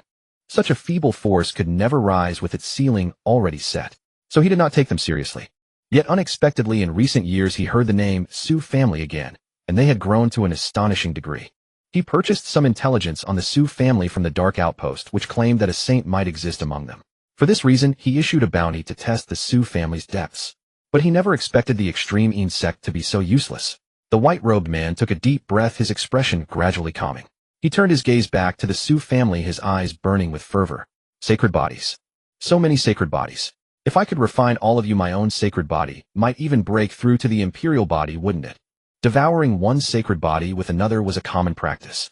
In the current era, sacred bodies were few and cherished by major powers, so such incidents were rare. However, hundreds of thousands of years ago, when great emperors still existed, such events occurred frequently. Hearing these words, the Su family members' faces instantly changed. The white-robed man's expression grew increasingly ferocious due to excitement. He laughed heartily. Who would have thought? Your Su family could present me with such a grand gift. And the secret of how you gave birth to sacred bodies. All of these will belong to me. Suddenly he felt that his earlier decision to tell his master the Su family had been wiped out just to save trouble was the most brilliant choice he had ever made. Otherwise, the Su family's secret might not have fallen into his hands. The white-robed man's saintly might erupted violently in oppressive pressure, so terrifying it crushed down upon the Su family members, sending them all collapsing to the ground, unable to move. This was a saint. Merely by his aura, he could immobilize others. Though only one realm separated a saint from the Tao entry realm, the gap was enormous. Even a peerless prodigy could not bridge this chasm. Only one with the talent of a great emperor could defeat a saint while in the Tao entry realm. Though the Su family members all possessed sacred bodies, they still fell short of great emperor talent. Sacred bodies were not uncommon in the xianxia realm, but those who became great emperors from sacred bodies were indeed few and far between. However, the talent of a great emperor was not measured by constitution. Throughout history, many great emperors rose from obscurity, starting as ordinary bodies and ascending to become the supreme powers of heaven and earth. Opportunity and timing, both were indispensable. The white-robed man turned his gaze back to the Su family and reached out his hand toward them. This giant hand contained saintly might and a terrifying refining power. If grasped, the Su family members would be completely refined in just a few breaths. The Su family members could only lie prostrate on the ground, watching helplessly as the giant hand descended upon them. Despair and helplessness filled their hearts. This was the most powerful foe they had ever faced. No, this was not the first time. Back then, Yi Qingling's clansmen had been just as formidable. Su Qingtian's face was full of unwillingness. He still had so much he wanted to do. He wanted to find Qingling to reunite the family. If he fell here, he would never rest in peace. At the same time, he finally understood the level of Yi Qingling's clansmen. They were definitely saint level, and extremely powerful saints at that. In the past, Su Qingtian might have been overwhelmed by despair, but now his cultivation was advancing rapidly. Given time, becoming a saint would certainly not be difficult for him. But now everything was about to end. He was unwilling. Su Qingtian exerted every ounce of his strength to break free from the pressure, but found himself utterly incapable. Just as the giant hand was about to seize them, a breath of spring-like, gentle energy permeated the air, directly melting the hand away. At that moment, a soft breeze swept through heaven and earth, bringing an incomparable freshness. Before the giant hand, an elderly Taoist appeared. His face was weathered and calm, and his eyes were filled with kindness. He spoke with a smile. Fellow cultivator, would you be willing to spare the Su family and grant them a way to survive? At the same time, the oppressive pressure that had weighed upon the Su family dissipated. They looked at the middle-aged Taoist and trembled all over. "You are Master Yuhua." The Su family members' eyes were filled with disbelief. They had always known that the two Taoists of the Nine-Cloud Temple were extraordinary, but they never imagined they were saints. Master Yuhua smiled and nodded, his entire demeanor as gentle as a spring breeze, bringing comfort to all hearts. The white-robed man looked down upon Master Yuhua from on high, his eyes filled with icy coldness. "So you are the saint of the Su family, aren't you? A mere newly ascended saint dares to block me. How utterly arrogant. Very well, I have not fought in a long time. Today I shall slay a saint, and make the Eastern Domain remember the name of Guishu, saint once more." As Guishu saint finished speaking, an overwhelmingly powerful aura erupted from his being. This aura shook the heavens and the earth, and was detected not only throughout the entire Jinghong Empire, but also by the surrounding empires. "Saintly might. This is saintly might," someone shouted in terror. "How many years has it been since the Eastern Domain has felt the presence of a saint? Who has provoked a saint? That direction. Let's go quickly. Seeing a saint in action is worth even death." Many of the fearless immediately rushed towards the source of the aura, their eyes burning with fervor. In their eyes, saints were figures of myth and legend. Among those rushing to watch were many strong cultivators at the Tao entry stage, hoping to witness a saint's power and gain insight into the saintly Tao. Though the benefit might be minimal, any understanding of a saint was valuable. At this moment, within the Luoyun sect, Yuhua real person looked calmly towards the sky. His gentle eyes now held a deep solemnity and a hint of killing intent. 10 years prior, he had successfully slain the upper corpse. For him, the middle corpse was the most difficult of the three corpses to overcome, while the upper corpse was relatively simpler. As a cultivator of the Taoist path, he had cultivated his mind and nature since youth, viewing life and death with a certain detachment. Su Chen's help in slaying his middle corpse meant he owed the Su family a monumental karmic debt, one that might even require his life to repay.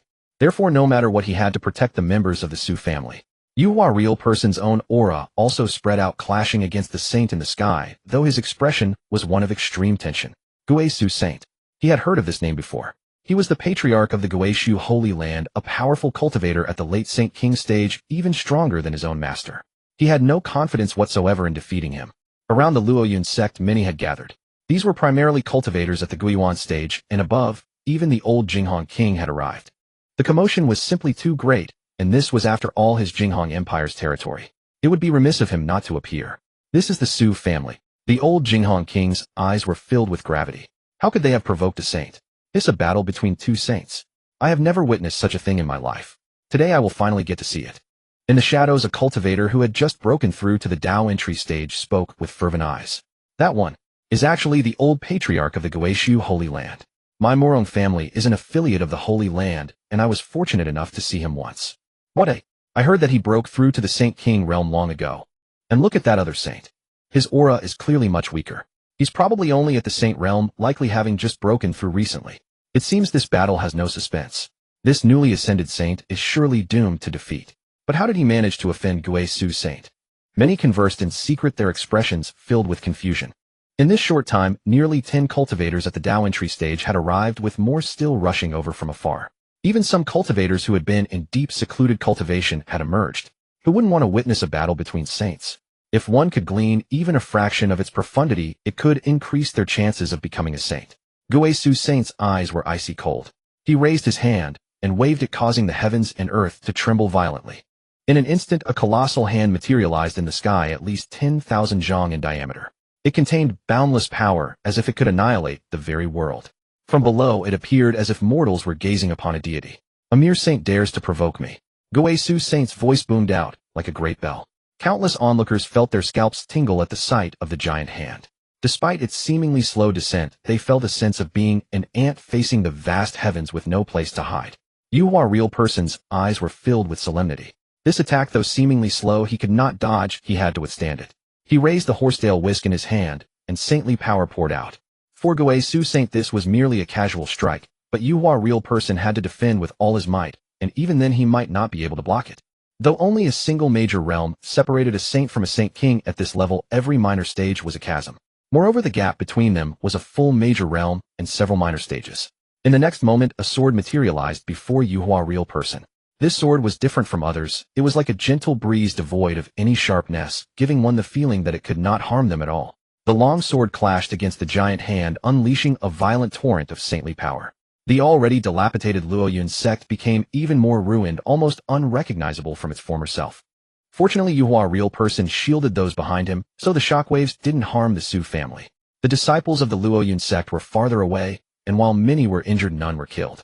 However, Yuhua real person's sword could not hold against the giant palm and began to shatter inch by inch. The hidden observers witnessing this scene couldn't help but shake their heads. It seems this newly promoted saint is about to lose. What a pity he falls right after his ascension. A newly broken saint actually dares to provoke a Saint King powerhouse. Truly, he doesn't know his place. I expected a grand battle, but it's just a total slaughter. Boring. Boring. Many who had come specifically to witness a battle between saints were disappointed to see Guo, Su's saint, in the fight with a single move. This left many who had traveled from afar feeling rather disheartened. Yuhua real person stared at the colossal hand in the sky, his expression one of extreme gravity. That move just now was his full power attack, one that could trouble even a mid-stage saint. Yet it was so easily shattered by his opponent. The gap between a saint and a Saint King is just too vast. Yuhua real person smiled bitterly and said, "Master, I must trouble you." As his voice faded, a figure appeared beside him. The newcomer looked like a young man, but his aura was ancient and profound, radiating a powerful Tao resonance. Xiang real person glanced up at the giant hand in the sky. He released his full aura, raised his own hand, and struck upwards, directly shattering the colossal palm. It was effortless and simple, unlike the great struggle Yuhua real person had faced. At this sight, everyone's pupils constricted in shock. Another saint. No, a Saint King powerhouse. Guo Su's saint's eyes narrowed, his expression turning serious, his earlier flippant attitude gone. Xiang real person's saintly power was immense, almost on par with his own. Did the Su family have such a powerhouse backing them? Soon a burning intensity returned to Guo Su's saint's eyes. Could it be that the Su family's current state was due to these two saints? However, he felt this possibility was low. Even a Saint King, though powerful, wouldn't have the ability to create a saint body. But even if they weren't the creators, they were certainly connected, and at the very least, these two must know the inside story. The members of the Su family witnessed this scene, their eyes overflowing with unconcealable shock. They had already found it extraordinary that priest Yuhua was a sage, but they never expected this Xiang perfected one to be one as well. Could it be that the Su family actually had two sages guarding their gates? Though calling it guarding the gates might seem somewhat disrespectful, it was indeed the truth. The Jiyun Taoist temple was situated at the base of Wanyun Mountain, right at the junction between the mountainside and the foot of the mountain. Above it lay the residences of the Su family's core members, encompassing both the collateral and direct branches. Below it were the quarters of the Su family's servants. Therefore, it was not an exaggeration to say that the Jiyun Taoist temple served as their guardian. Xiang perfected one cast an indifferent glance at Guo sage and spoke calmly. "Fellow Taoist, turn back. Today the Su family is beyond your reach." His tone was plain, yet brimming with confidence. Though his cultivation was slightly inferior, if a full-scale battle were to erupt, he was wholly confident he could overcome Guo sage. The reason was simple: his seniority was far greater than that of Guo sage. Long before the establishment of the Guo Holy Land, he had already achieved sagehood, but his unassuming style had always kept him out of the limelight. Even within the Eastern domain, he was known for keeping a low profile, which was why the two had never crossed paths. Over the years, he had amassed countless techniques and methods. Xiang perfected one had absolute faith in his ability to subdue this Guo sage. Guo sage's gaze remained unchanged as he coldly stared at Xiang perfected one. Despite the formidable aura emanating from his opponent, there was not a trace of fear in his eyes. "A mere Saint King, and you dare to oppose me?" As he spoke, a primordial aura was unleashed from within him. He transformed into a wild beast, his demeanor turning exceptionally ferocious. The aura radiating from his body surged several-fold, becoming incredibly violent. Even the Tao entry and return to origin cultivators spectating from the periphery felt a scorching sensation sweeping over them merely from being brushed by it. This heat did not originate from temperature, but from the influence on the blood within their bodies, causing their spiritual power to seethe. This trip is worthwhile. It turns out to be a battle between two Saint Kings. Someone revealed an excited expression, their eyes filled with fervor. A battle between Saint Kings would certainly not be decided in a short period, providing them with more opportunities to learn. Nevertheless, there was an element of risk. If they were caught in the aftermath of the Saint Kings battle, they would likely be instantly annihilated. Guo sage looked at Xiang perfected one, his eyes filled with contempt and disdain. "In my prime, I was a peerless prodigy. Do you, a mere mid-stage Saint King, truly believe you can defeat me?" Seeing Guo sage's arrogant demeanor, Xiang perfected one's expression turned extremely grave. Especially upon witnessing the awe-inspiring aura radiating from him, his heart tightened with apprehension. Xiang Perfected One seemed to have forgotten a crucial fact. Most of his confidence stemmed from the assumption that his opponent was an ordinary cultivator. But this man was different. He was a prodigious sage. When Xiang Perfected One had first attained sagehood, Guishu Sage was only at the Dao entry realm, just beginning to make a name for himself in the Eastern domain. Now Xiang had only reached the mid-stage Saint King, while Guishu Sage's cultivation had already broken through to the late-stage Saint King. If Guishu Sage were just an ordinary late-stage Saint King, the trump card Xiang had accumulated would surely be useful. But if his opponent was a prodigy, then victory might be beyond his grasp. Because prodigies are usually accompanied by great fortune and their trump cards are equally numerous. Xiang Perfected One said with a solemn expression, "Yuhua, take the others and leave immediately." Seeing Xiang Perfected One's serious demeanor, Yuhua Perfected One's expression changed abruptly. However, he did not hesitate for a moment and swiftly led the Su family members away. As for the disciples of the Luoyun sect, he had no time to spare for them. Their fate was left to the heavens. Su Yuza, witnessing this, felt a surge of unwillingness and rage. As the sect master, he found it deeply difficult to accept the act of abandoning his own disciples. If these members of the Luoyun sect were to be wiped out, the pain in his heart would be even greater.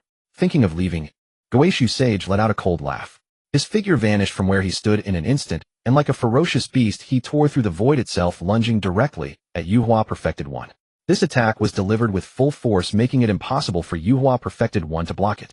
Xiang Perfected One's expression changed, and with a flicker of his form, he intercepted the blow, unleashing a vast surge of saintly power from his body. Behind him, a phantom silhouette materialized. The figure sat cross-legged upon a Dao lotus, eyes tightly shut, with a majestic and imposing stature vaguely resembling the form of a young man. He radiated an endless aura of Dao resonance, as if he were a supreme deity. This was the Dharma image of the Taoist school, a visualization of an ancient supreme deity of Taoism, and also the true heritage of their Jiyun Taoist temple. As for who this supreme deity was, Xiang Perfected One himself was uncertain. He only knew that the visualization artifact bore an inscription of two characters, xianxia. Xiang Perfected One's Dharma image was colossal, spanning hundreds of thousands of zhang in height, visible across the entire Dingyan commandery. Countless people looked up, their faces etched with sheer terror. What in the world is happening? If the full-scale battle were to erupt today, the entire Dingyan commandery and even the whole Jinghong Empire would be reduced to ruins, all because of the clash of Saint Kings. And as the weak, they wouldn't even be able to fathom the root cause. Meanwhile, Guishu Sage's eyes were filled with contempt. The aura around him grew more violent, and his hands became sharp, resembling the claws of a wild beast. This was his saint body, the mad beast saint body. Even among all saint bodies, this constitution could rank within the top 30, granting him extraordinarily formidable combat power. Boom! A tremendous collision sounded. Raging winds howled, spreading outwards in all directions, leaving a vast area of 10,000 meters in utter silence, utterly devastated by the terrifying force. Just as the group from the Luoyun sect was about to perish in the shockwave, their figures suddenly vanished from the world, as if they had never existed, disappearing into thin air. This group was frail and weak, and Guishu Sage paid them little heed, naturally unaware of when they disappeared. Crack, crack, crack. A crisp sound echoed as cracks appeared on the Dharma image behind Xiang Perfected One. His face changed drastically. This was impossible. So this was the power of a prodigious sage. It had been many years since he last fought. This was his first battle against a saint in nearly 10 millennia, and one of the few times he had faced a prodigy. The result was invariably the same as before. He was at a disadvantage. Damn it. Xiang Perfected One's face turned extremely grim. If he could truly comprehend the core of his heritage, Guishu Sage would never have shattered his Dharma image so easily. He might even have been able to obliterate Guishu Sage. He could sense that the inheritance of the Jiyun Taoist temple held immense power, but sadly, he simply could not grasp its true essence. Guishu Sage raised his hand once more and struck down with his palm. The world shook violently, and a terrifying force surged towards Xiang Perfected One. Xiang Perfected One's expression shifted again as he prepared to unleash all his power to block this attack. However, after executing this move, Guishu Sage did not continue his assault. Instead, he tore through the void and vanished, moving with incredible speed, catching up to Yuhua Perfected One in an instant. In his view, there was no need to be entangled with Xiang Perfected One. Although he was absolutely confident of victory, it would not be achieved without considerable effort. A cultivator who had reached the Saint King realm was no pushover. His priority was to devour the Su family's saint bodies, who, once his power grew further, he could then deal with this Saint King at his leisure. Xiang Perfected One saw this, and wanted to stop him, but it was already too late. Damn it. Xiang Perfected One was not actually worried about the Su family's safety. He was merely annoyed that an opportunity to repay his debt of gratitude to the Su family had slipped right through his fingers. If he could rescue these people, it would surely be enough to clear his debt. But now it seemed there was no chance. After blocking Guishu Sage's attack, Xiang Perfected One did not act again. Instead, he cast a cold, disdainful gaze in the direction Guishu Sage had fled. With that person protecting the Su family, do you really think you can do anything to them? The outcome of today's battle is still unknown. Su Chen was a powerful being who could interfere with the beheading of the 3 corpses. Killing a Saint King would be child's play for him. He could crush him with the slightest ease. On the other side, Guishu's Saint, enveloped by boundless power, reached out toward Yuhua, true man, his overwhelming force also engulfing the members of the Su family. Do you think you have the right to escape from my grasp? Guishu Saint's tone carried contempt and excitement. He was about to devour the Su family's sacred bodies. Once he could ascend to the imperial body, not only would his combat strength greatly increase, but his cultivation limit would also rise significantly. He believed that with a little more time, he could break through to the Saint Emperor realm. Though the gap between Saint King and Saint Emperor was but a single line, the two were fundamentally different concepts.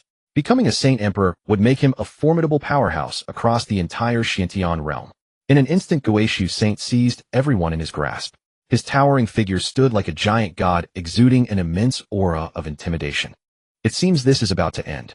Guishu Saint is still too powerful. No wonder he is the patriarch of the Guishu Holy Land. Indeed, the difference in strength between a Saint King who possesses a sacred body and one who does not is vast. I advise you not to think that way. For a person to reach the Saint King realm without a sacred body shows how extraordinary his methods are. If a real fight broke out, that Taoist could escape, even if he could not win, and might even kill Guishu Saint. Whispers continued to rise from the shadows, but this time only the cultivators at the Dao initiation realm communicated. Those at the return to origin realm no longer dared to observe and had long since fled.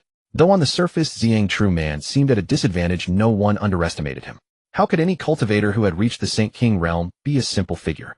Guishu Saint held the group in his hand, a cold smile curling at the corners of his lips, sending chills through the onlookers. Meanwhile, the Su family had fallen into utter despair. The enemy they faced this time was far too formidable. Although the Su family still had one ultimate trump card left in use, they now no longer wished for Su Chen to come. Because in their eyes, even if Su Chen arrived, he would surely be unable to defeat Guishu Saint. The Saint's overwhelming power left them with not a shred of confidence. Guishu Saint paid no attention to the Su family. He turned his head to look behind him, his brow slightly furrowed. Why had that Saint King not pursued him? Could it be that he knew he was outmatched and chose to flee? At this thought, Guishu Saint sneered. At least you have some self-awareness. Then he looked around, spotting many Dao initiation realm cultivators, and in the distance several return to origin realm cultivators cautiously peeking. Guishu Saint narrowed his eyes. Under normal circumstances, he would have killed all those who dared to approach and watch. But cultivators who had reached the Dao initiation realm often had backgrounds, perhaps as vassals of some holy land. His main goal now was to devour the Su family's sacred bodies and obtain their secrets. Triggering a conflict with other saint-level forces was unnecessary and would only invite unforeseen complications. After some thought, Guishu Saint abandoned the idea of killing them. He looked again at the Su family members in his palm, grinning ferociously. So many sacred bodies. How interesting. The secrets of the Su family belong to me now. Held in the giant hand, the faces of the Su family members were filled with hopelessness. They could not move at all, unable even to circulate their spiritual energy. The disparity in strength was simply too great. Su Qingtian's eyes were full of worry. If this man learned the secrets of the Su family, Su Chen would surely fall into his hands as well. Guishu Saint did not waste any more time. He was about to turn and leave when, just as he prepared to move, a sudden chilling sensation crawled up his scalp. His entire mind tensed, and he spoke seriously toward the sky above. Which distinguished personage is there? The onlookers who had not yet left gazed at this scene with strange expressions. Could there be another hidden powerhouse? At that moment, high in the endless sky, Su Chen sat cross-legged in the void. He slowly opened his eyes and looked down. In truth, he had arrived long ago, but had not yet intervened. With his help, the Su family had been on a smooth path, encountering almost no setbacks. It was good for them to learn that there are always heavens beyond heavens, and people beyond people. Thus, Su Chen had remained hidden, watching from the shadows, while also protecting a group of Luo Yun's sect disciples. Now it seemed the time was right. After a moment, Su Chen slowly descended from the high sky. His expression was languid, his face utterly calm. Within his body, almost no aura leaked out. He appeared as ordinary as a mortal. Su Chen. The Su family members were startled, but their hearts were filled not with joy, but with worry. Why had Su Chen come? In their view, as long as the Su family still had Su Chen, they were not yet destroyed. There would always be a chance in the future for the family to rise again. But if Su Chen came and something happened to him, then the Su family would truly be finished. However, the family members could not speak, so they could only use their eyes to plead with him to leave quickly. But Su Chen did not even look at them. On the other side, Guishu Saint's expression was extremely grave. He could not detect the depth of the person before him. This could only mean two things: either Su Chen was a mere mortal with no cultivation, or he was a cultivator far stronger than himself. Yet since Su Chen could fly through the void, how could he be immortal? This meant that his strength was indeed far superior. With this thought, Guishu Saint's eyes became extremely cautious. He cupped his hands and said, "Fellow Taoist, may I ask if you have some business?" He had never encountered Su Chen before. In Guishu Saint's mind, the other party must have also noticed the condition of the Su family members and had come to claim a share of the spoils. That was the only reason he could think of. Guishu Saint began to calculate in his heart how to divide the Su family's sacred bodies. With a cultivator even more powerful than himself involved, it would be difficult to swallow all of the Su family's sacred bodies. Su Chen's expression was indifferent. He sat in the void, propping his head with his hand, and asked with some curiosity, "You must be the one who placed the bounty on the Su family at the dark outpost back then, right?" "I recall it was 200,000 high-grade spirit stones." Hearing these words, Guishu Saint's face changed drastically. What did he mean? Had he not come for the sacred bodies? Had he come for him? Su Chen made no mention of the Su family's sacred bodies, directly bringing up the bounty he had placed on the Su family at the dark outpost. This made Guishu Saint uneasy. Especially facing an unknown powerhouse, his anxiety grew. Though tense inside, Guishu Saint maintained a stony expression. What does fellow Taoist mean by this? The Su family members heard the caution in Guishu Saint's tone. Their eyes were filled with shock. Could it be that Su Chen's strength rivaled that of a saint? Was his power truly so formidable? In the distance, Xiang True Man, seeing Su Chen appear, finally breathed a sigh of relief. He had truly feared that his little disciple might be killed in the crossfire.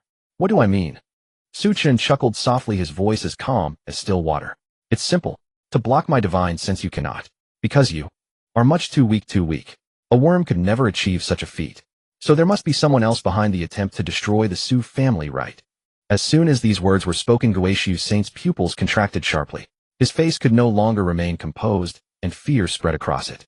The next moment, he completely beastified, transforming into a wolf-like creature.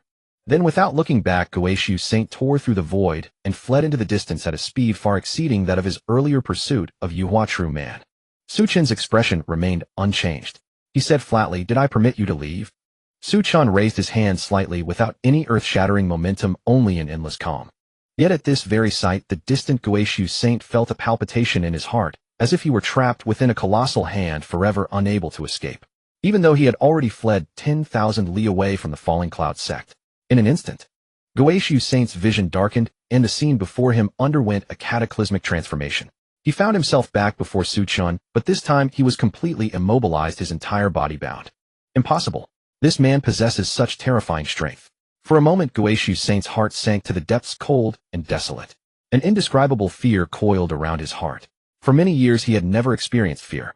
But this time it not only appeared, but was overwhelmingly intense. Guishu Saint had never encountered such a helpless and desperate situation. Before Su Chen, he felt like an insignificant ant, utterly devoid of any power to resist. They were not even on the same level of existence. Who on earth is this person?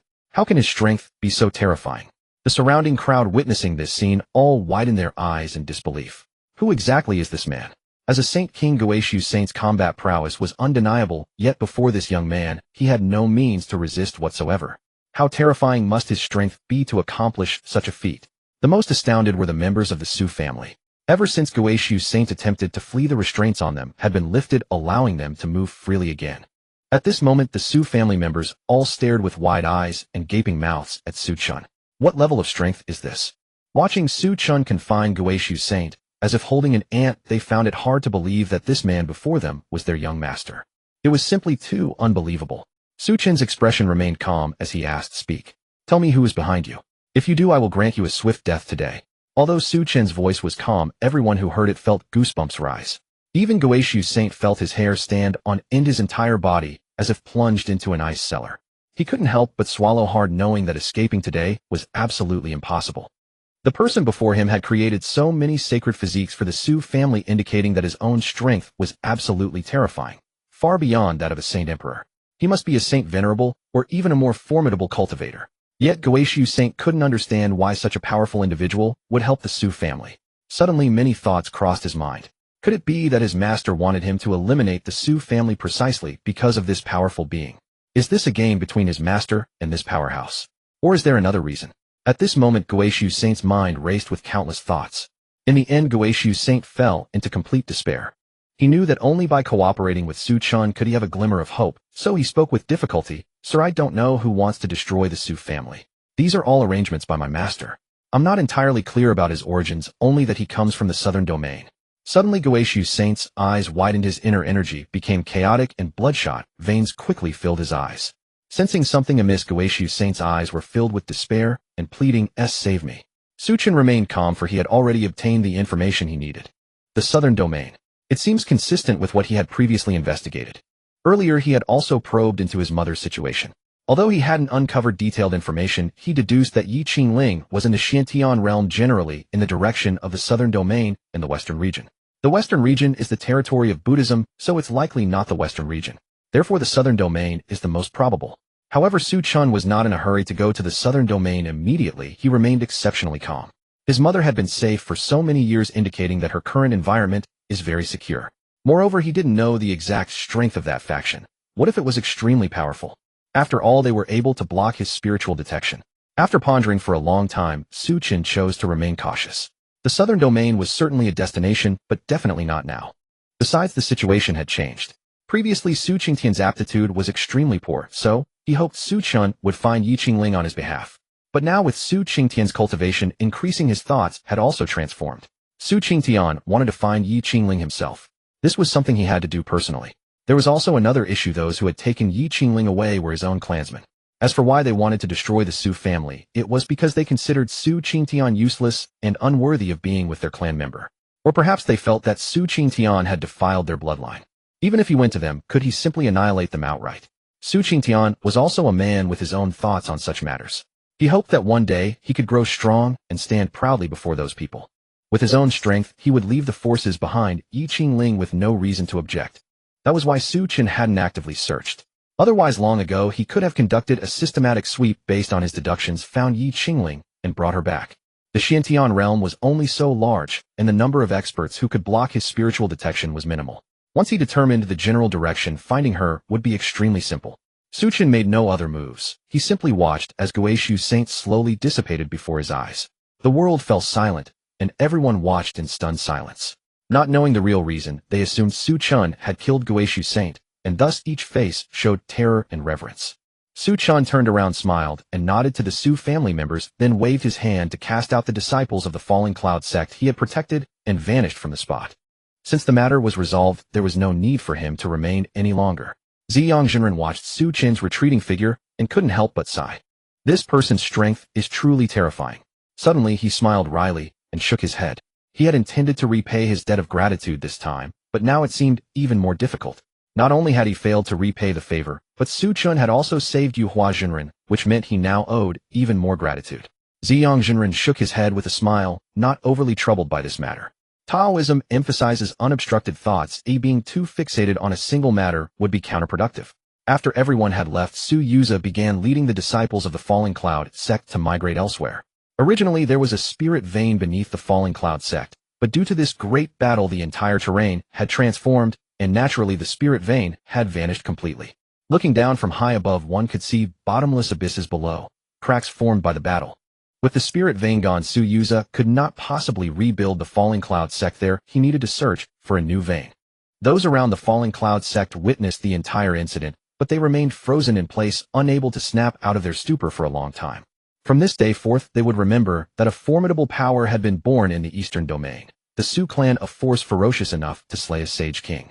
As this news spread, it immediately shook the entire eastern domain, especially the people of the Jinghong Empire, who were the most stunned. The Su clan actually possessed a powerhouse capable of killing a sage king. This was something no one had ever anticipated. When the Su clan first rose to prominence, it was during the battle for the Nine Dragons succession, where Su Chen displayed formidable strength and helped Lin Jin seize the throne. Afterward, the Su clan grew stronger and stronger, becoming increasingly unbelievable. In just a few decades, the entire clan underwent earth-shaking changes. Just when everyone thought that was all, the Su clan dealt them another heavy blow. The Su clan has a sage. Isn't that too absurd? Not only outsiders, but even the Su clan themselves felt it was ridiculously surreal. That Su Chen could actually slay a sage king was something they had never imagined. In an instant, Su Chen became the hero of the entire Su clan. 3 months later, in the center of the Wanyun cave heaven, Su Chen stood in the air, gazing around. Although the spiritual energy in the Wanyun cave heaven was now abundant, it was still somewhat insufficient. The members of the Su clan were breaking through too quickly, and each possessed an extremely powerful physique absorbing vast amounts of spiritual energy. It was difficult to satisfy such a large group. At the very least, supply fell short of demand. If this continued as the Su clan's strength increased, the rate of spiritual energy generation in the entire Wanyun cave heaven would lag even further behind. Su Chen raised his hand and took out 2 Dao essence crystals, embedding them into the Wanyun cave heaven. In an instant, the entire cave heaven began to tremble violently. The members of the Su clan were startled. They all woke from their seclusion and looked around with astonished expressions. But when they saw Su Chen in the sky, they relaxed again. With Su Chen present, everything would surely be fine. As the Wanyun cave heaven shuddered violently, soon an extremely dense spiritual energy began to gush forth. The entire cave heaven underwent earth-shaking changes. Not only did its size double, but the laws within became more complete. Most importantly, the spiritual energy. After absorbing the 2 Dao essence crystals, the rate at which spiritual energy was generated in the Wanyun cave heaven directly surged nearly tenfold. To think that the previous rate of spiritual energy generation in the Wanyun cave heaven was already terrifying many times faster than that of the Wanyun mountain's dragon vein. The dense spiritual energy pervaded the entire cave heaven as if shrouded in mist. Of course, this was not mist, but the manifestation of spiritual energy itself. In fact, because the spiritual energy was so abundant, many spiritual pools had formed on the ground. With the explosive increase of spiritual energy, several auras burst forth within the cave heaven. Cultivators like Su Yunxian, who had reached the harmony integration stage, began to break through to the return to origin realm. 2 Dao essence crystals should be enough for a long time. Su Chen left the Wanyun cave heaven and returned to his small courtyard. Ruashi was also cultivating in the cave heaven at the moment. As his maidservant, she served him diligently, so Su Chen gave her some privileges. She could cultivate in the cave heaven for 3 hours each day. Now Ruashi's strength had also grown rapidly, reaching the late nascent soul stage. However, she had almost no combat experience, so against seasoned cultivators of the same stage, she would likely be at a disadvantage. But that didn't matter. Su Chen had no intention of sending her into battle. Gazing into the distance, Su Chen squinted slightly, feeling the gentle breeze on the horizon, his expression utterly content. His life was also relaxed and leisurely. He only needed to lend a hand when the Su clan encountered an insurmountable difficulty. However, Su Chen narrowed his eyes and looked up at the sky. Over the past few decades, he had noticed that the heavenly Tao of the Xianxia realm was growing increasingly faint. Though this weakening might not be particularly obvious, it was indeed real. In several decades, it had diminished by about 1,000th. That 1,000th might not be fatal, but what if this continued every few decades? If this trend continued, in at most tens of thousands of years, the Xianxia realm would enter an age of Dharma decline, making cultivation impossible. Su Chen's eyes turned slightly cold. He absolutely would not allow such a thing to happen. But why was the heavenly Tao weakening? What was the reason behind it? Thinking this, Su Chen lost his leisurely mood. He left the top of Wanyun Mountain and descended to the Jiyun Taoist temple below. True Person Xiang had existed for a considerable time and might know something. At this moment, True Person Xiang and True Person Yuhua were sitting cross-legged in meditation. Su Chen did not conceal himself. His footsteps were loud. True Person Xiang immediately turned his head, and upon seeing Su Chen rose and cupped his hands. So it's young Master Su. Su Chen smiled, faintly glanced at the simple and rustic facilities of the Jiyun Taoist temple, and asked curiously, do all Taoist masters cultivate in such a unique way, without seeking a blessed cave or paradisiacal land? He had also noticed that these 2 Taoist priests had made progress in their cultivation over the years. Logically, both of them were very powerful. Although Wanyun Mountain was a decent place, it certainly wouldn't be of much help to them. Yet despite that, they had still improved in cultivation, which was quite remarkable. True Person Xiang mused, but did not answer. Seeing this, Su Chen waved his hand and said, no matter, if it's not something you wish to discuss, forget it. True Person Xiang smiled, actually, it's not a great secret.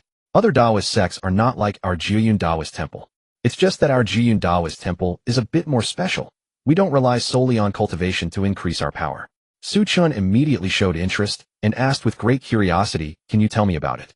True Person Xiang did not hesitate much. He pointed frankly at the portrait hanging in the center of the main hall and said, this is the foundation of the Jiyun Taoist temple. Our increase in cultivation comes from contemplating this portrait in addition to the power of incense offerings. However, the number of people who worship at our Jiyun Taoist temple is small, so the power from incense offerings is limited. The main source is still contemplating this portrait. Su Chen's strength was extremely formidable, so true person Zhang was not worried that he would covet the portrait or try to seize it by force. Moreover, this portrait of their Jiyun Taoist temple could not be taken by others. When true person Zhang was very young, he had joined this temple back when he was only 5 or 6 years old and still immortal. After that, he had followed his master in cultivation until now. During this period, the portrait had indeed been stolen many times, but each time within 3 days it would return to the side of the Jiyun Taoist temple's rightful inheritor. All those who stole the portrait had perished without exception. The method of contemplation was known to many Taoists, but only the people of the Jiyun Taoist temple could truly contemplate this portrait. To others it appeared only as a blur of chaos. In the past, true person Zhang did not know why, but as his cultivation increased, he came to understand the concept of karma. And behind this portrait lay a vast karmic force which decreed that the scroll belonged only to the Jiyun Taoist temple, so no one could take it away. Once taken, the thief would suffer misfortune from being unable to bear the karma. Rather than saying the portrait contained karmic power, it would be more accurate to say it was itself composed of karmic power. Upon hearing these words, Su Chen felt a surge of curiosity and turned his gaze toward the painting. His eyes narrowed abruptly as he realized that though he could see the image with his naked eyes, his spiritual sense failed to probe it, as if it were an intangible presence. Even though he could not perceive it, Su Chen still sensed an extraordinarily terrifying, unique power emanating from the painting's location, like a towering tidal wave that made his heart tremble. The power of causality. Su Chen's heart jolted with shock. He knew that the master of this painting was undoubtedly an immensely powerful being far beyond his current comprehension. For the causality within this painting was too horrifying. An ordinary cultivator could never possess such terrifying karma. However, as long as one did not recklessly disturb the painting, there would be no danger. Su Chen's eyes grew solemn. It seemed that the inheritance of this 9-cloud Taoist temple was extraordinary. With this thought, he slowly stepped forward to examine the painting in detail. The painting appeared ancient and unadorned, depicting a young Taoist seated cross-legged on a lotus, of the way his eyes slightly open, holding a treasured sword in his hands. When viewed with the naked eye, the painting seemed utterly ordinary. Even Su Chen could discern nothing remarkable. Suddenly, he noticed 2 small characters at the top of the painting. Su Chen's pupils contracted sharply, his eyes filled with disbelief. Wasn't this the script from Blue Star? The written language used in this xianxia realm was completely different from that of Blue Star, and this was the first time he had encountered Blue Star script in this world. It was actually xiaoxuan. Su Chen was utterly stunned. Could there be someone who had crossed over before him in this world? Judging from the overwhelming power of causality, the master of this painting was undoubtedly formidable. Su Chen took a deep breath, calmed his inner turmoil, and focused on the 2 xiaoxuan characters, muttering uncertainly. Xianxia. He was not well versed in xiaoxuan and could not confirm the characters. Upon hearing his words, Zhang Daoren and Yuhua Daoren were startled. Young Master Su, how do you recognize these 2 characters? The 9-cloud Taoist temple possessed its own inheritance with only a single scripture, and its text was written in xiaoxuan. This script was entirely different from that of the xianxia realm, and had been passed down orally within the temple, never revealed to outsiders. Thus, when Su Chen uttered the 2 characters, the astonishment on Zhang Daoren's face was profound. But clearly Su Chen was even more astonished. On one hand, it was because he had seen Blue Star script in the xianxia realm, on the other, because these 2 characters signified so much. Xianxia. Su Chen thought of an immensely terrifying figure from Blue Star's mythology, one of the 3 pure ones, xianxia Lingbao Tianzuan, also known as Tongtian Jiaozhu. The 9-cloud Taoist temple was of the Taoist tradition, and Tongtian Jiaozhu was also a Taoist deity. Could there truly be a connection between them? Having spent many years in the xianxia realm, Su Chen had never longed for Blue Star nor wished to return. But at this moment, his understanding of Blue Star underwent a radical transformation. Could those myths and legends be real? Of course, it was only a conjecture. Su Chen turned to Zhang Daoren and asked, "Do you know the origin of this painting?" Hearing Su Chen's question, Zhang Daoren felt a bit embarrassed. In truth, he knew nothing about the painting's origin. Not only he, but even his master had been ignorant. The 9-cloud Taoist temple had suffered several raids, and its inheritors had been killed multiple times, leaving almost no records of the past. Zhang Daoren shook his head. "I don't know. Though I am the master of the 9-cloud Taoist temple, I am not clear about the painting's origin. I only know that our temple's inheritance dates back at least 500,000 years. After speaking, he inquired, "Does young Master Su know?" Su Chen did not respond. Matters concerning Blue Star were his own secret. It was naturally impossible to reveal them lightly. He shook his head, indicating that he did not know. Zhang Jinren's eyes flashed with disappointment. From Su Chen's earlier reaction, he had hoped the young man might know something. What a pity. Zhang Jinren did not dwell on it. He invited Su Chen to sit down, and then asked curiously, "Young Master Su is usually elusive as a dragon. What brings you to my humble Taoist temple today? Chen was not in a hurry. He first took out a set of exquisite translucent tea, whereas then began to brew and pour tea with deliberate grace. At first Xianxia paid no attention, but as the rich aroma of the tea spread, he was jolted. This tea leaf was extraordinary. The fragrance alone gave him a feeling of sudden enlightenment. Considering he was at the Saint King realm, a single cup of tea could produce such an effect. This spoke volumes about the tea's incredible power. Chen poured a cup for Xianxia, then filled his own. Please. Chen smiled. This time Xianxia had acted for the Su family, which was a small favor that could not go unthanked. Xianxia did not refuse. He was not one for excessive politeness. As the tea entered his mouth, his pupils abruptly contracted. This. The power of enlightenment. Could this tea be the legendary leaves of the enlightenment tree? Xianxia had once drunk tea brewed from enlightenment tree leaves. Although the energies were similar, this tea was many times more potent, and the taste was vastly different. This enlightenment tea was mellow and refreshing, bringing comfort to body and mind. And because of this single cup, Xianxia's cultivation base trembled slightly. This was the sensation of breaking through to the late Saint King stage. Xianxia's eyes were filled with shock. He had found the breakthrough trigger because of a cup of tea.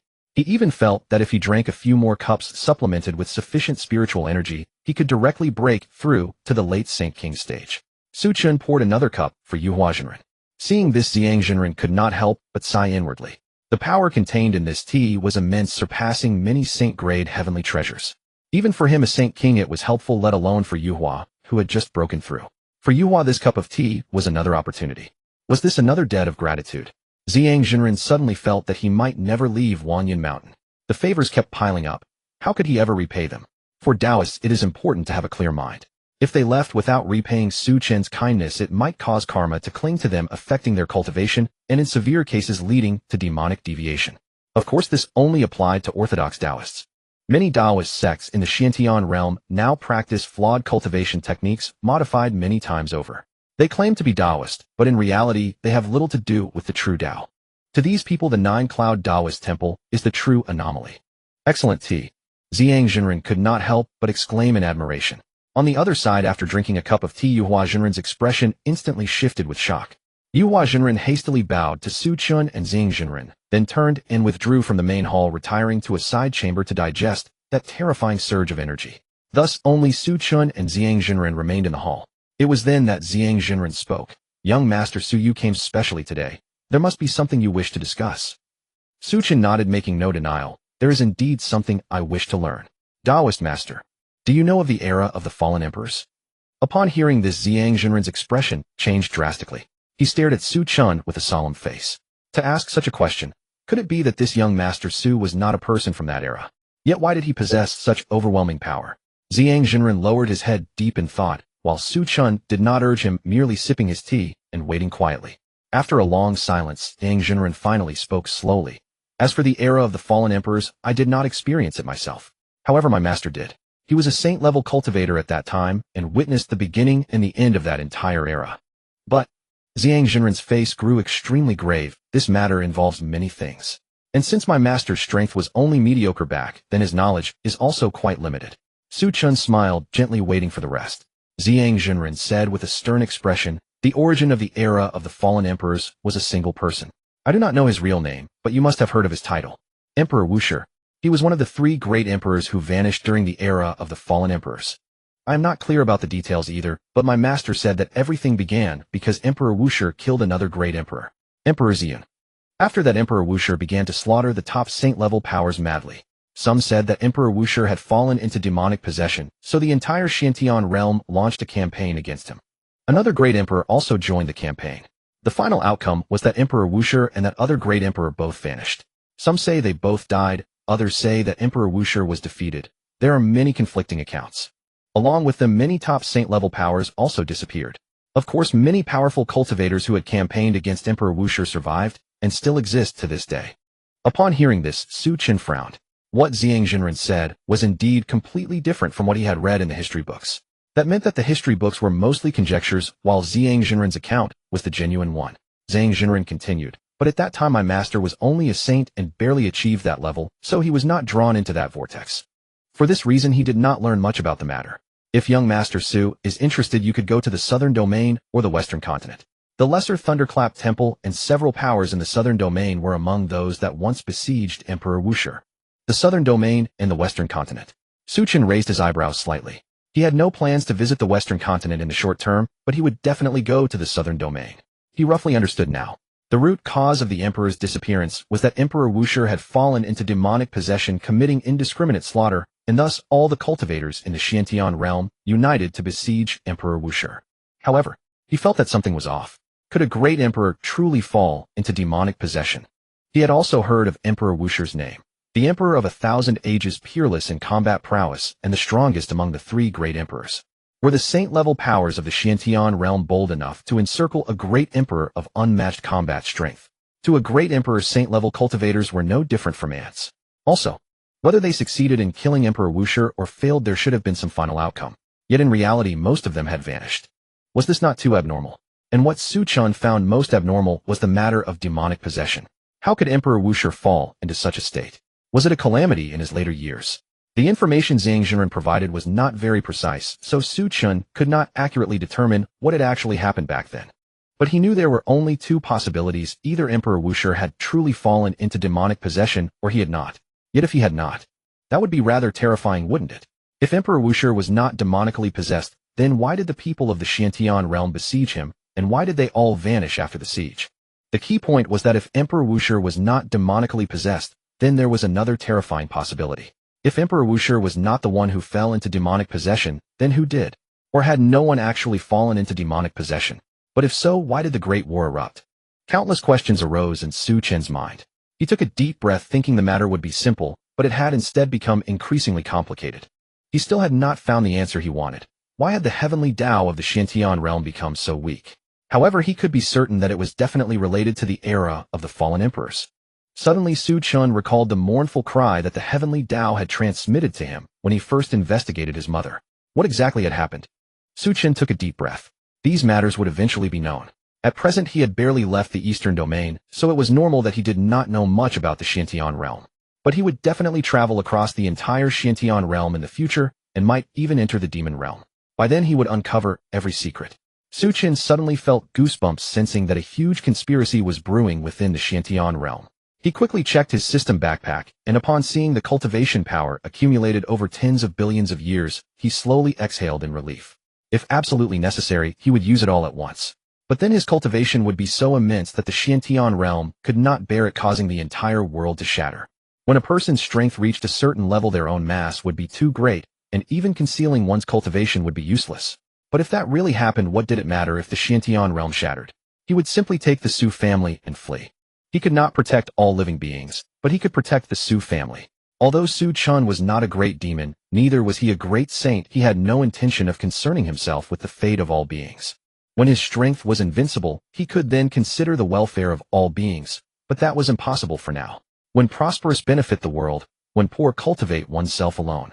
After taking a deep breath, Chen slowly stood up, walked to the front of the portrait, reached out to take 3 incense sticks, inserted them, and then bowed solemnly 3 times. If his guess was not wrong, the person in the portrait should be one of the 3 pure ones, Shangxing Lingbao Tianzuan. At least it was highly likely. To see a mythological figure from Blue Star in this world stirred waves of emotion in Chen's heart. Would he one day meet the owner of this portrait? That supreme god of the primordial era. Thinking of this, Chen smiled with delight. This world was truly fascinating. Seeing Chen's earnest expression, Elder Zhang narrowed his eyes. It seemed the young man indeed knew something. But since Chen did not volunteer any information, he did not press further. After paying his respects, Chen took his leave from Elder Zhang. What he did not know was that just after he left the temple, the young Taoist in the portrait, whose eyes had been slightly lowered, subtly raised them, as if gazing at Chen's departing figure. In but a fleeting moment, the portrait returned to normal. This peculiar occurrence went entirely unnoticed by anyone. After slaying Saint Guishu, the Su family's prestige soared to its zenith, and the Jinghong Empire immediately turned to pledge its allegiance to the Su family. The old king of Jinghong understood well that with the Su family's current strength, they would never remain confined to a single corner. They would inevitably seize an entire dominion. The Jinghong Empire would sooner or later become a trophy of the Su family. Rather than wait for the Su family to come pressuring them, it was wiser to voluntarily submit now and leave a favorable impression. Of course, the main reason was that Chen's strength was simply too terrifying, leaving the old king of Jinghong with no thought of resistance. Let alone Chen. Even Su Hongyuan was more than he could handle. After all, Su Hongyuan had slain a half-step Dao entry cultivator, let alone a mere Guiyuan realm cultivator like himself. Besides the Jinghong Empire, the neighboring Qinyu Empire also came directly to the Su family, voluntarily offering their submission. Compared to the Jinghong Empire, they were actually the more anxious ones. Earlier, Su Chun had personally gone to the Qinyu Empire to seize someone and had even killed the Grand Prince in passing. The king of Qinyu, worried that Su Chun might hold a grudge, decided to take the initiative and pledge his allegiance. If Su Chun was to continue expanding in the eastern domain, he would inevitably need his own territory and vassals. Many forces surrounding the Jinghong Empire had not yet sworn loyalty to anyone. This meant that the Su family would eventually subjugate them all. However, none of them were unwilling. Becoming a vassal merely meant offering sufficient resources to the Su family each year. They would simply forfeit a portion of their profits in exchange for the protection and deterrence of a powerful master. This would bring greater stability and prosperity to their empires, a bargain well worth making. Not only the Qinyu and Jinghong empires, but also many Guiyuan realm forces from the surrounding regions came to declare their allegiance, and even some Dao entry forces without strong protectors chose to submit. The Su family accepted almost all of them. They were merely vassals after all. The family never expected them to be obedient. As long as they provided sufficient tribute each year, that was all that mattered. In the royal palace of Jinghong City, Lin Yiming stood frozen when she heard that the Jinghong Empire had become a vassal of the Su family and that Su Chun was a sage. Her eyes were filled with deep despondency. A sage? How could she ever catch up to him? Lin Yiming bit her lip, her eyes slightly reddening. For some reason, an overwhelming sadness welled up within her, and she felt like crying. She had once thought that as long as she cultivated diligently, one day she would be able to catch up to Su Chun and stand on equal footing with him. Even if she couldn't, as long as the gap wasn't too vast, it would be enough. But now she realized the gap had not narrowed. It had only grown wider to the point of despair. Perhaps it was the realization that the distance between them was ever widening that made her want to cry, because it meant there was no possibility between her and Su Chun. Soon soft sobs filled the air as tears streamed down her face. In truth, she and Su Chun had never had much direct contact, but she simply could not forget him. Especially after returning from the Qinyu Empire, her desire to catch up to Su Chun had grown immensely strong. Sadly, her fighting spirit now sank into deep gloom. Su Chun was simply too powerful. She could never hope to catch up. Who knows how many years it would take her to reach the sage realm, or whether she could even break through to sage at all. Even if she did become a sage, how powerful would Su Chun be by then? At this thought, Lin Yiming was overwhelmed by despair once more. After crying for a long while, she finally stopped. Her eyes still red, she took a deep breath and clenched her small fists. No, I can't give up just like that. Lin Yiming, you must pull yourself together. She encouraged herself. Only a man like Su Chun is worthy of me. No one else has that right, so I can spend the rest of my life chasing after him. Keep going. Ever since she met Su Chun, she had lost all interest in other men. In her eyes now, no other man was good enough for her. Only Su Chun was worthy. With that in mind, she decided to assume she would live out her life alone. If she managed to catch up to Su Chun before her lifespan ran out, then she would have struck gold. If she didn't, it wouldn't matter. She had never planned to be with any other man anyway. Yes, that was it. As if having found a justification, Lin Yiming's confidence returned, and she was once again filled with fighting spirit. From today onward, I must work even harder than before. I need to go out and train, not just sit in Jinghong City cultivating. Saying this, she immediately began making preparations without hesitation. Just 2 hours later, she departed from Jinghong City. In the royal palace, when Lin Jin heard the news, he couldn't help but smile wryly. This foolish girl. But he did not stop her. Lin Yiming had grown up and had her own thoughts in life. He did not wish to interfere too much. But was Su Chun really someone she could catch up to? Thus another 13 years passed. During these 13 years, the Su family's strength grew at an astonishing pace. After the incident with Saint Guishu, the family members realized the importance of power and began cultivating with fanatical dedication. Coupled with the upgrade of the Wangyun Grotto Heaven, the family's cultivators progressed significantly. Su Hongyuan's cultivation even broke through to the mid-Dao entry realm. Apart from Su Chun, the Su family had no sage experts, but with Dao entry realm cultivators, they were still considered a formidable force in the eastern domain. Su Qingtian and the others had reached the late Guiyuan realm on the verge of breaking through. Once they all reached the Dao entry realm, the Su family's power would become truly terrifying. Of course, if they reached the sage realm, that would be even more monstrous. However, Su Chun could clearly sense that once one reached the Dao entry realm, the pace of progress slowed considerably. At the sage realm, breakthroughs would become even slower. But these were minor issues. If one had miraculous heavenly treasures, even helping a sage break through was not difficult. To advance, a sage primarily needed to comprehend the Dao. Many heavenly treasures contained vast quantities of Tao principles, which could naturally assist a sage in breaking through. Moreover, these treasures were born from the purest essence of heaven and earth, their energy incredibly refined, so there was no risk of side effects. However, excessive consumption would leave some residue within the body. This problem was easily solved. One just needed to purge it regularly. Within the Jing Empire, tranquility reigned. Yet today a group of uninvited guests arrived. There were 3 individuals in this group, 2 men and 1 woman, each exuding an overwhelming aura. The elder at the forefront possessed a particularly formidable presence. Among the trio, 2 were sages, and 1 was at the Saint King realm. Such a lineup was exceedingly formidable even across the entire eastern domain. The elder turned to the woman behind him and asked, "Second elder, are you certain that Qinglian is in this vicinity?" Meng Yu nodded, producing a strange-shaped stone, and continued, "According to the indications of the Kongming Pearl, she is definitely not far from our current location." Hearing this, a cold glint flickered in the elder's eyes. That wench Qinglian dared to steal the Kongming Pearl while we were off guard. Her crime is beyond redemption. Fortunately, the ancestor left a contingency when refining the Kongming Pearl, or else she would have taken it for good. Meng Jin also sneered. "Indeed, that bitch dared to set her sights on our Meng family. When we catch her, we won't let her die easily. We'll make her regret ever being born."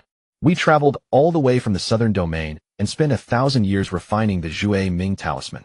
If we don't torment her thoroughly, my rage will never subside. In his mind, he had already begun to envision what would happen after capturing Qinglian. As a sage, she would first have her cultivation sealed, then be toyed with. Once he grew tired of her, he would throw her to the Meng family servants for their amusement, letting that bitch suffer endless humiliation. The thought of a sage reduced to a mere plaything was immensely satisfying. Moreover, Qinglian was quite attractive. Among the sages, she was considered a top-tier beauty. He had long coveted her. Meng Yu shot him a glance, but said nothing, guessing what Meng Jin intended.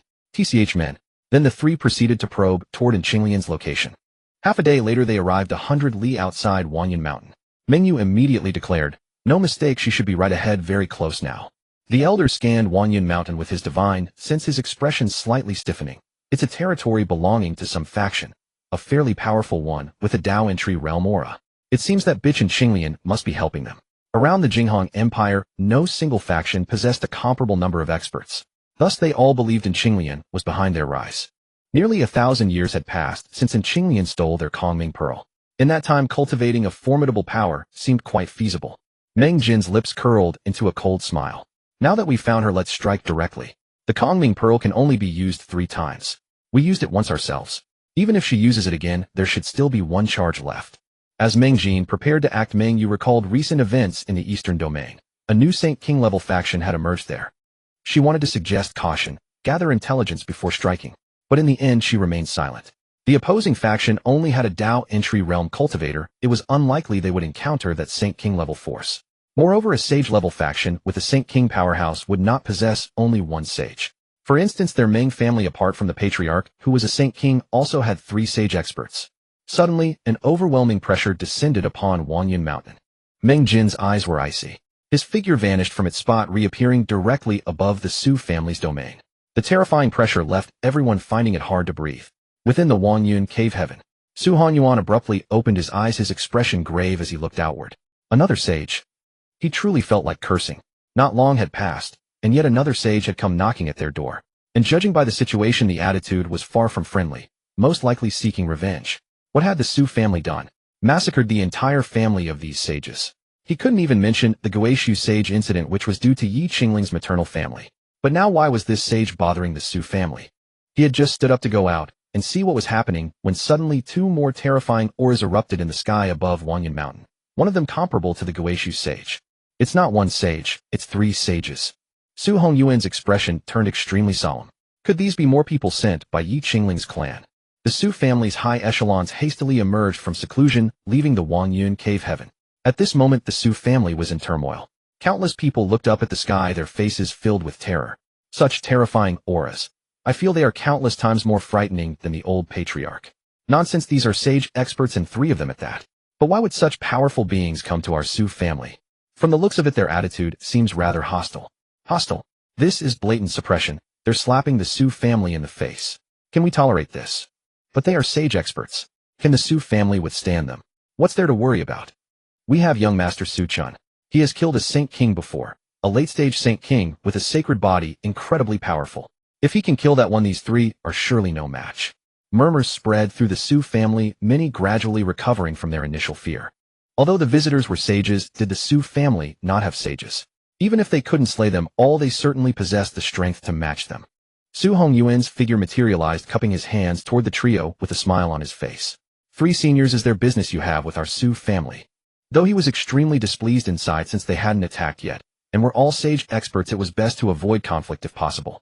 Among the 3 from the Meng family, Meng Yu narrowed her eyes as she looked at Wanyan Mountain and said in a low voice, "This faction is not simple. They even have a cave heaven. When that man came out just now, I sensed extremely dense spiritual energy, at least a high-grade cave heaven." The elder's eyes lit up. A treasure.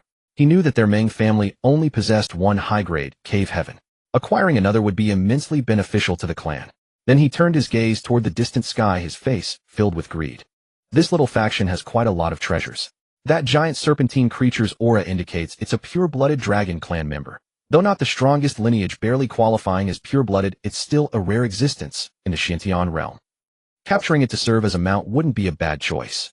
After their exchange, the elder's expression returned to calm. He looked coldly at Su Hongyuan and said, "Ill-mannered insolent. Do you not know that one must kneel in obeisance before a sage?" As he spoke, his aura burst forth violently, enveloping Su Hongyuan. In an instant, Su Hongyuan's figure plummeted, falling straight from the sky. Su Hongyuan's expression shifted. Such terrifying strength. It felt like the days when he was dominated by the Guishu sage. Just as he was about to crash into the ground, a young man in green robes caught him. The youth had a clear complexion, handsome features, and an extraordinary bearing. Su Chen frowned slightly. Were these people sent by his mother's clan again? His eyes carried a chill as his voice spread across the surroundings. Why have you come? The elder's gaze carried a hint of cold sharpness. Boy, are you questioning me? With that, he raised his hand, intending to directly obliterate Su Chen. At that moment, an immensely powerful aura erupted from the mountainside within the Su clan. The elder's eyes narrowed, and he abandoned his intention to kill Su Chen. Just an ant, he could kill at any time. He probed toward that powerful aura, and soon a figure emerged, standing in the void, her eyes filled with cold sharpness. Yuan Meng. After entering the Su clan, she had always been a core member among the servants, enjoying better treatment and environment, so she lived on the mountainside, with status not much different from that of the branch family members. Her own strength had also grown rapidly. Initially, she was only at the half-step spirit transformation stage, but now she had reached the late void refinement stage. She was not inferior to the direct lineage geniuses of the Su clan. The key was that those direct lineage geniuses enjoyed far more resources than she did. However, Yuan Meng also had her own advantage. She had a sage as her personal teacher, a privilege the Su clan's direct line did not possess. That powerful aura, though emanating from Yuan Meng, did not originate from herself, but from the ring on her hand. Meng Jin sensed this familiar aura and said coldly, "In Qinglian, you've made us search far and wide." As his words fell, a figure emerged from the ring in Yuan Meng's hand. She wore a red long dress, her waist graceful, her face stunningly beautiful, like a fairy with ethereal spiritual aura. The aura on Qinglian was powerful, already showing signs of half-step sage. With a little time, she could fully recover to the sage realm. Her physical body had now fully recovered, for she had once been a sage. Thus, she no longer needed to sever the 3 corpses. Once things fell into place, she could directly break through to sage. The elder looked at Qinglian and Yuan Meng, his expression drastically changing. A chilling, murderous intent shot from his eyes, and the entire Wanyan Mountain seemed to plunge into deep winter, making everyone feel icy cold. The elder asked in a cold tone, "Both of you carry the aura of the Void Bright Sacred Body. Did you both use the last 2 chances of the Void Bright Pearl?" The ancestor of the Meng family was of the Void Bright Sacred Body and had once been a peak Saint King powerhouse. Before his death, he condensed all his bloodline power into the Void Bright Pearl. This item could help 3 people acquire the Void Bright Sacred Body, but it required vast resources to activate. Now both Qinglian and the woman beside her carried the aura of the Void Bright Sacred Body. And it wasn't just recently used. Clearly the sacred body had been fully activated long ago. Damn it. Meng Jin and Meng Yu also changed color. They had spent 1,000 years even traveling from the southern domain, all for this Void Bright Pearl. Meng Jin's face was full of fury, and Qinglian, you deserve death. The Void Bright Pearl belongs to our Meng family. How dare you use it? You vile creature. Today I will humiliate you to death. If the Void Bright Pearl had not been used, he would have been the first eligible to use it. Now that it had been used, how could he not be furious? And Qinglian sneered, "Your Meng family annihilated mine family. Isn't this Void Bright Pearl a fair compensation? This pearl is mine, and I will destroy the Meng family sooner or later." Hearing this, Meng Jin raged, arrogant. Instantly, a terrifying pressure spread out, and the entire Wanyan Mountain rumbled as if the earth were shaking. At the foot of Wanyan Mountain, some newly built houses not particularly sturdy collapsed directly. The might of a sage shook heaven and earth. All the members of the Su clan fell into panic, especially some branch members and servants. The direct line, however, did not feel that way. They were merely solemn. Having seen great things, they knew that though Meng Jin's aura was strong, it was still much weaker than that of Gui Su sage. Besides, the Su clan had Su Chen. What was there to fear? Seeing Meng Jin about to act, and Qinglian couldn't help but shout, "Stop! If you want to fight, this is not the place." Are you kidding? Wanyan Mountain was the Su clan's territory. If their battle destroyed this place, Su Chen would strangle her. Meng Jin didn't care about that. He guessed that Qinglian cared about the power she had cultivated. But the more she did, the more his murderous intent surged. Today he would not only kill Qinglian, but also destroy this entire force. His overwhelming might spread out, causing the people in the Jinghong Empire to panic. What a terrifying aura. The aura on Meng Jin reached its peak, spreading out so powerfully that people felt their blood nearly freeze. Just as he was about to make his next move, a cold voice rang out. "I said, can you all stop arguing?" The aura that had pervaded Wanyan Mountain vanished in an instant.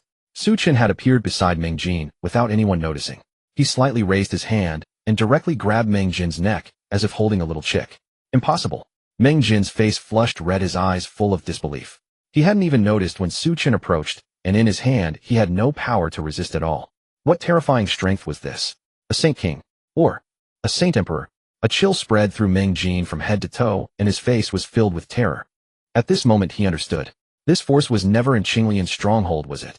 The elder and Meng Yu's expressions changed. They did not step forward to rescue him, but stared at Su Chen with grave expressions. "Who are you?" Su Chen stood in the void, his eyes full of impatience. "You fleas are really annoying. Since you have nothing to do with that force, then please die."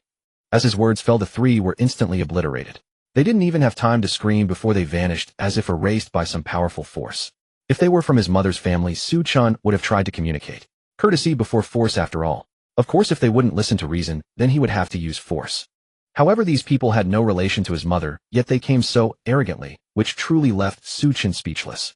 But from their conversation, it was clear these three were also from the southern domain and had come for Qinglian. The Su clan had only recently risen in the eastern domain over the past years. Being far away, it was normal they hadn't heard of it. They could only blame their own idiocy. Didn't they even think to investigate before causing trouble?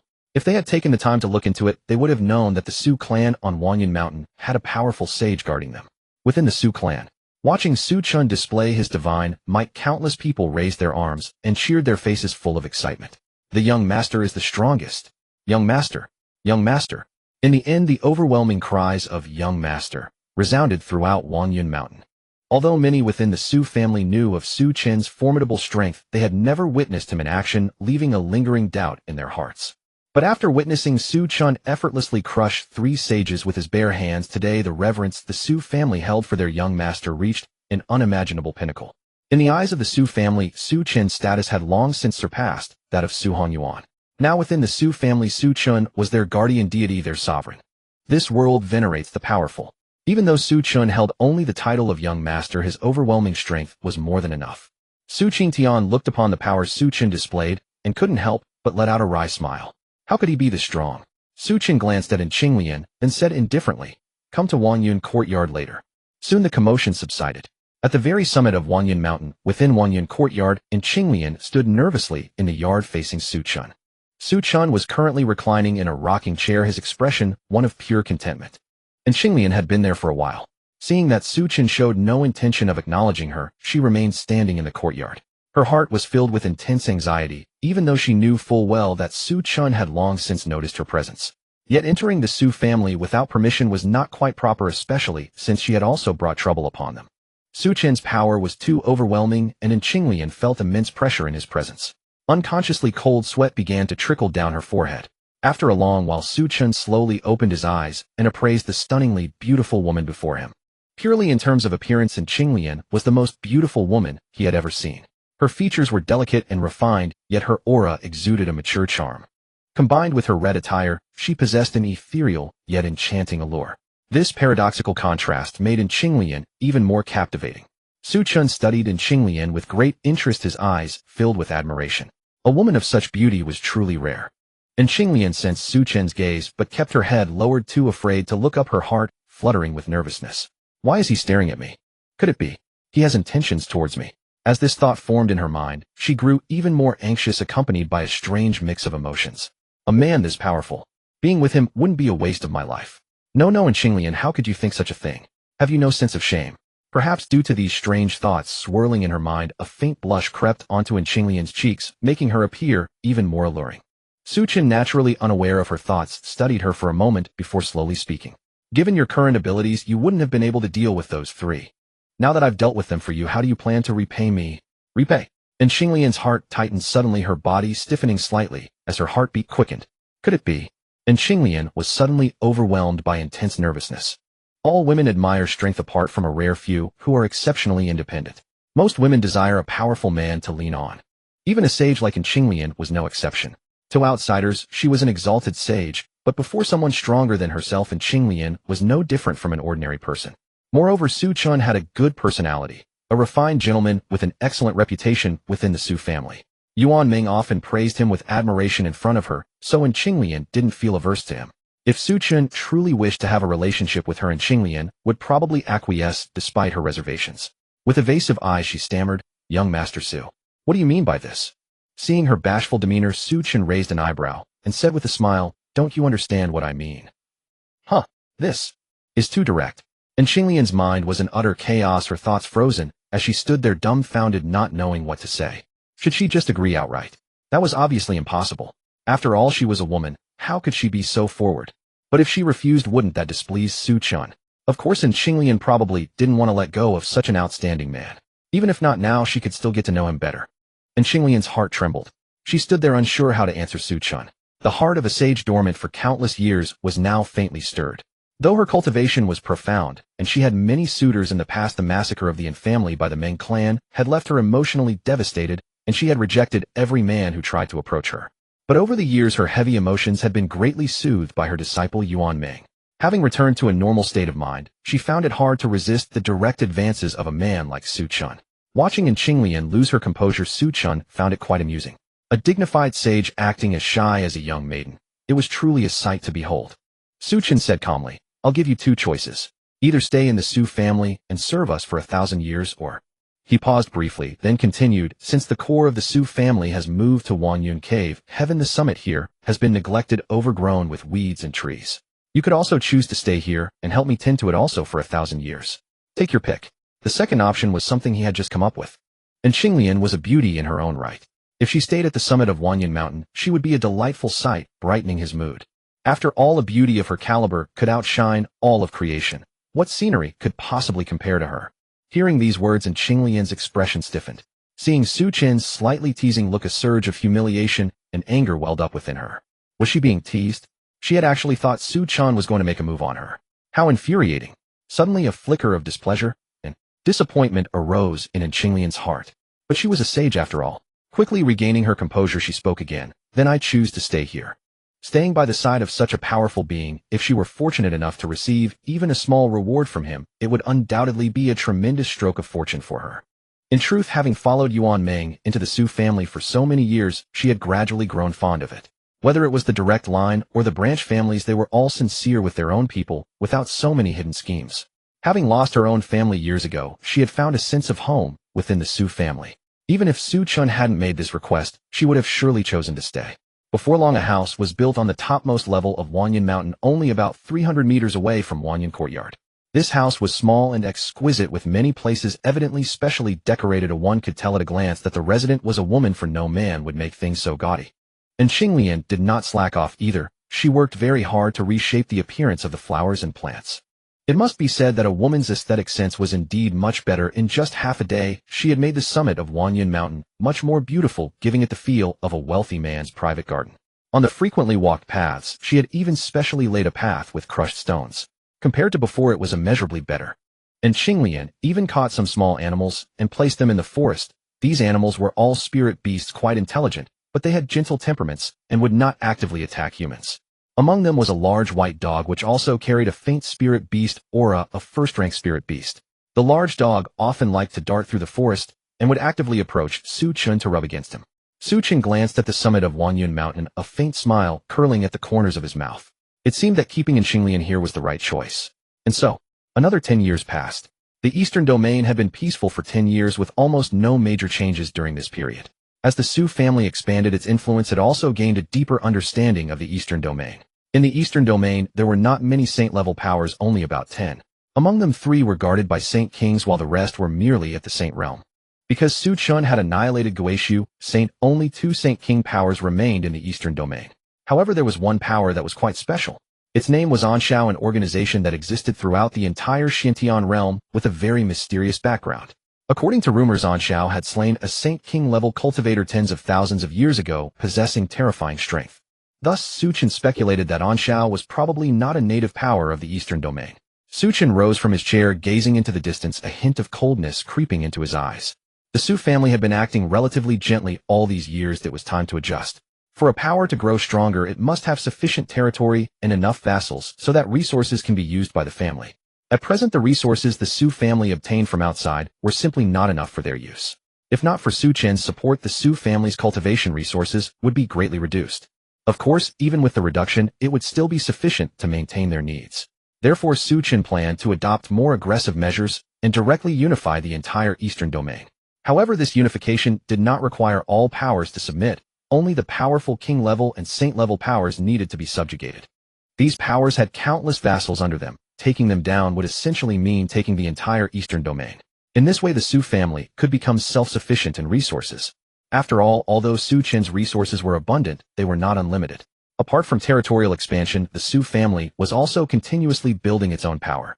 For example, half a year ago, the Su family established a separate city called Wanyun City, located 500 li from Wanyun Mountain, and it had already developed to a certain scale.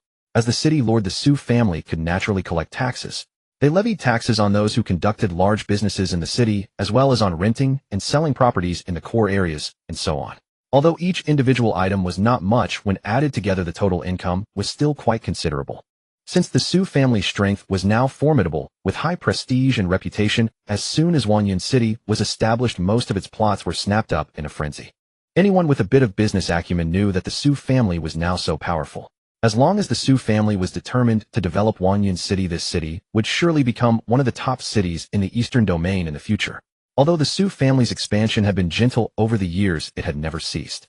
This indicated that the Su family would surely grow steadily in the future. Investing in Wanyun City at this time was a high-probability investment that would yield huge profits, and a guaranteed one at that.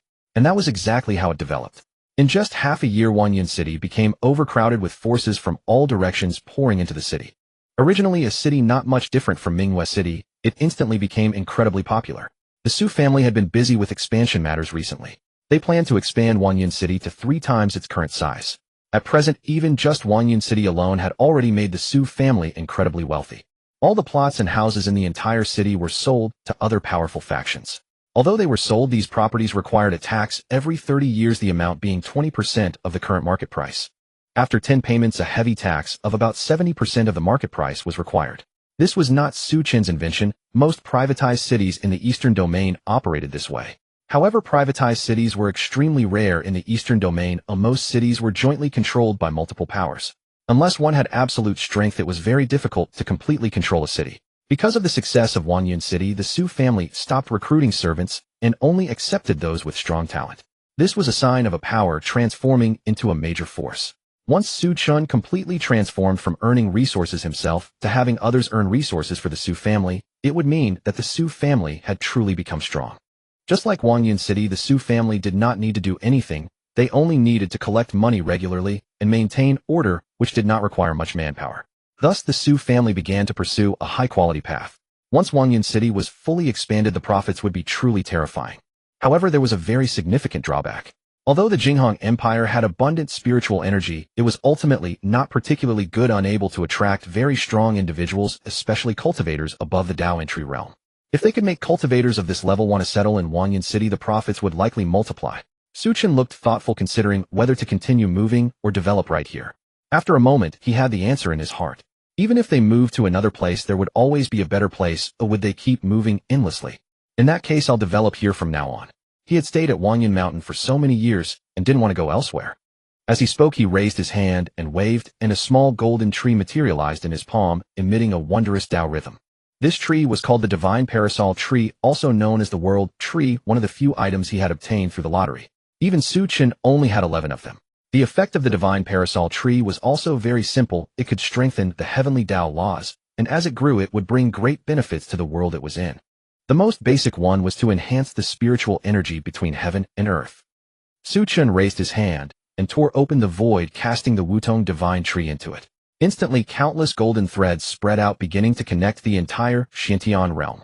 At the same time, the chaotic energies within the void were drawn into the Wutong divine tree, becoming its nourishment.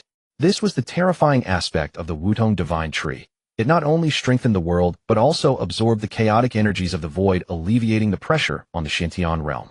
Feeding on the poorest nourishment while giving back the purest essence. Such was the Wutong divine tree. In just a few breaths, the Wutong divine tree had doubled in size.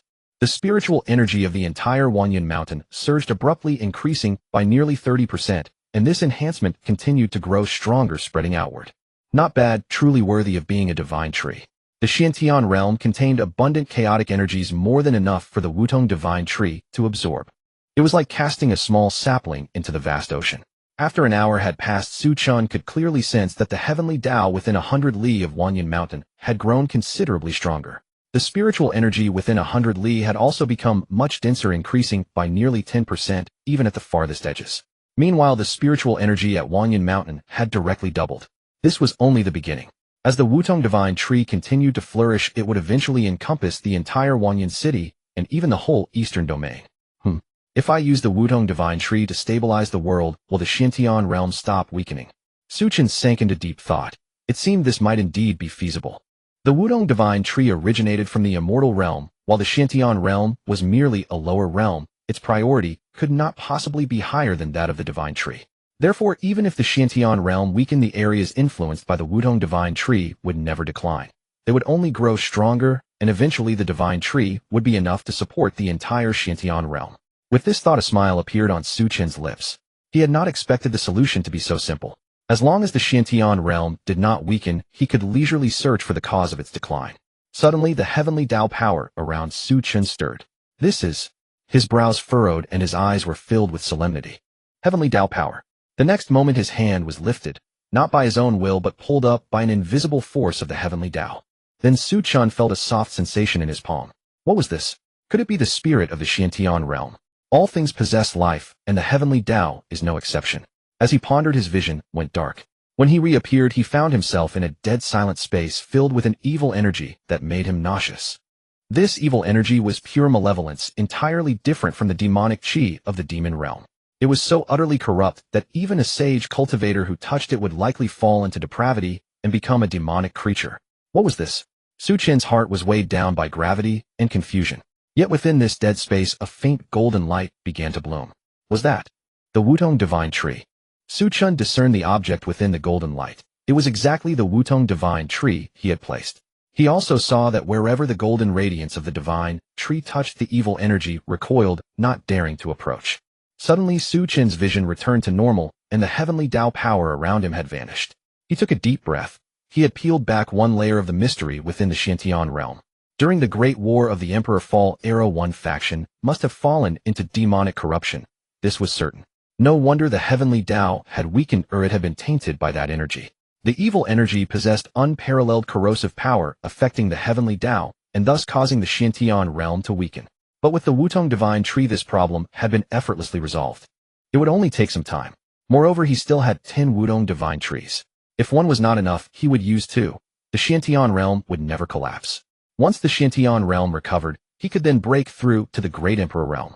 His current cultivation was only a step away from the quasi-emperor stage. If the world could accommodate such a powerhouse, he would have already advanced. But where did this evil energy come from?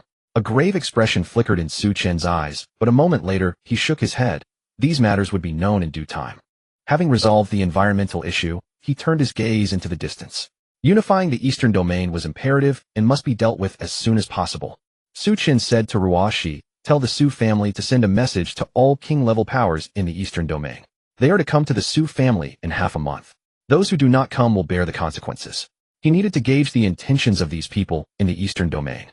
If they were willing to submit, they would become vassals of the Su family. If they were stubborn, he would simply kill them. This would also serve to display his strength. In this world, formidable power could avoid many troubles. If the Su family could bring the entire eastern domain under its control, the family's strength would multiply exponentially, and in the future, there would be no shortage of resources. According to his knowledge among the 4 regions of the xianxia realm, east, south, west, and north, the southern and northern regions were the strongest, followed by the western region. The weakest was their eastern domain, which did not even have a single sage emperor powerhouse. The xianxia realm was weakening, and the eastern domain had been the most severely affected. Before the Emperor Fall era, the eastern domain, though not the strongest, had been roughly on par with the other 3 regions. Now it had fallen to such a state. But these were minor issues. Once the Wutong divine tree grew, the eastern domain would eventually become the strongest region in the xianxia realm. Ruoxi, upon hearing this, bore a look of awe on her face and said respectfully, "As you command." With that, she turned and left the summit of Wanyan Mountain, entering the secret realm. Soon after, she returned and resumed standing beside Su Chen, massaging his shoulders and peeling fruit for him. Ruoxi spent most of her time serving Su Chen, so her cultivation had not advanced particularly quickly. She was currently at the mid-stage of the void refinement realm. If not for the occasional opportunity to cultivate in the Wanyan cave, heaven, her cultivation level would likely be even lower. Feeling the soft touch of her hands on his shoulders, Su Chen smiled. "Ruoxi, your massage is the most comfortable." Hearing this, a faint blush spread across Ruoxi's fair face. Since her aptitude and cultivation had improved, her beauty had also risen several levels. Ruoxi wore a short white dress that reached just above her knees, revealing her slender ankles. Her entire appearance was fresh and lively, exuding the youthful charm of a young girl. She gazed at Su Chen, who was enjoying the massage with his eyes closed, a look of deep affection in her eyes. In this world, if there was a woman who understood Su Chen best, it was undoubtedly Ruoxi. She understood him in both body and soul. Though she was only his servant for Ruoxi, being able to stay by Su Chen's side was already more than enough. The transformation of Wanyan Mountain was soon detected by the members of the Su family. Su Qingtian, suspecting something had gone wrong, hurriedly sought out Su Chen, but upon learning that it was Su Chen's doing, he left with peace of mind. Stepping out of Wanyan courtyard, Su Qingtian felt the dense spiritual energy within Wanyan Mountain, his gaze filled with solemnity. How was this achieved? To have elevated the spiritual power so immensely.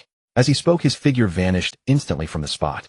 He began to slowly explore beyond Wanyan Mountain, eager to know if the surrounding spiritual energy had also increased significantly.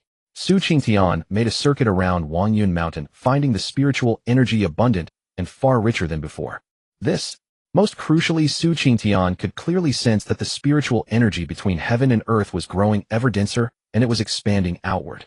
Su Qingtian couldn't help but swallow hard. The Su family's strength was steadily increasing, and Wanyan Mountain had undergone a mutation, its spiritual energy becoming increasingly abundant. Could Wanyan Mountain become the center of the eastern domain? At this thought, Su Qingtian felt goosebumps rise. If so, that would be truly formidable. Such a thing would have been unimaginable in the past, not even in dreams. Yet now it might become reality. How could he not be excited? To witness the Su family's gradual rise filled his heart with indescribable joy. "Linger, our child has achieved greatness." A figure surfaced in his mind, and Su Qingtian's eyes darkened momentarily. But soon his gaze hardened again. "One day I will bring you back. I will let no one stop us from being together." Eastern Domain. Dongheng Mountain. This terrain was towering and magnificent, a rare spectacle across the entire eastern domain. At this moment, 9 people had gathered at the summit, their auras overwhelmingly powerful, each carrying a faint sacred might. These were none other than the rulers of the other sacred-level forces in the eastern domain. Leading them were an elderly man in his 60s and a refined middle-aged man. These 2 were the ancestors of the Qingran Holy Land and the Saint Clan Zhou family, the only remaining Saint King experts in the eastern domain. Qingran ancestor spoke calmly. "You all know the purpose of our gathering today. Su Chen has summoned us to the Su family for a meeting. He was able to slay the Guishu sage, so his strength is likely at least half-step Saint Emperor. What do you all think? Should we go to the Su family?" No sooner had the words fallen than a young man coldly declared, "Half-step Saint Emperor, or not, the Tianlang Holy Land will not go." Upon hearing this, everyone fell into silence, exchanging glances. Although the Tianlang Holy Land was only average in the eastern domain, merely at the mid-sage level, it possessed a terrifying background, the Tianxing sect. This sect was located in the southern domain and was immensely powerful. It was said to have 3 or 4 Saint Emperor experts and had once produced an Emperor-level powerhouse. However, since that emperor was too distant in time, almost all traces of the imperial legacy had vanished. The Tianlang Holy Land might not fear, but the others could not afford to be reckless. A half-step Saint Emperor was an existence they could not afford to provoke. Moreover, the other party might not be just a half-step Saint Emperor, perhaps even a true Saint Emperor. The Zhou family ancestor couldn't help but ask, "What does the Su family want with us?" Tianlang's Saint Master sneered. What else could it be? Thinking he's powerful, he wants to show off. Besides that, I can't think of any other reason. Qingran's Saint Master narrowed his eyes, a glint of cold light flashing within. He too was at the Saint King peak, only one step away from half-step Saint Emperor. In recent years, he had sensed faint signs of breakthrough. If the Su family tried to intimidate him, he would not yield. In fact, Qingran's Saint Master had roughly guessed what Su Chen intended. It was nothing more than flaunting strength, forcing the various forces to cede some territory to him. He also knew about the Jinghong Empire. Though not terribly poor, it was certainly insufficient to support a Saint King or even Saint Emperor level force. The Zhou family ancestor's eyes flickered with hesitation. His lifespan was short, and the Zhou family had only one mid-sage remaining. Offending a half-step Saint Emperor now would be rash. He had already made up his mind. If Su Chen pressured him, he would yield a portion of interests to preserve the Zhou family. Xianxia Saint Master suddenly spoke. The territory of the Guishu Holy Land remains untouched. The Su family could simply take it over. They probably won't set their sights on us, right? At these words, many who had been tense breathed a sigh of relief. Indeed, they had not touched the Guishu Holy Land's territory. Su Chen's summons might be merely a display of power. Of course, this was only speculation. The group had mixed thoughts, some disdainful, some eager to curry favor, and others wanting to resist. But one emotion was shared by all: fear. A half-step Saint Emperor, or even a Saint Emperor, such a being was not to be trifled with. At the Sage Realm, each level was a world apart. Even a half-step Saint Emperor could not be compared to a Saint King, let alone the many sages among them.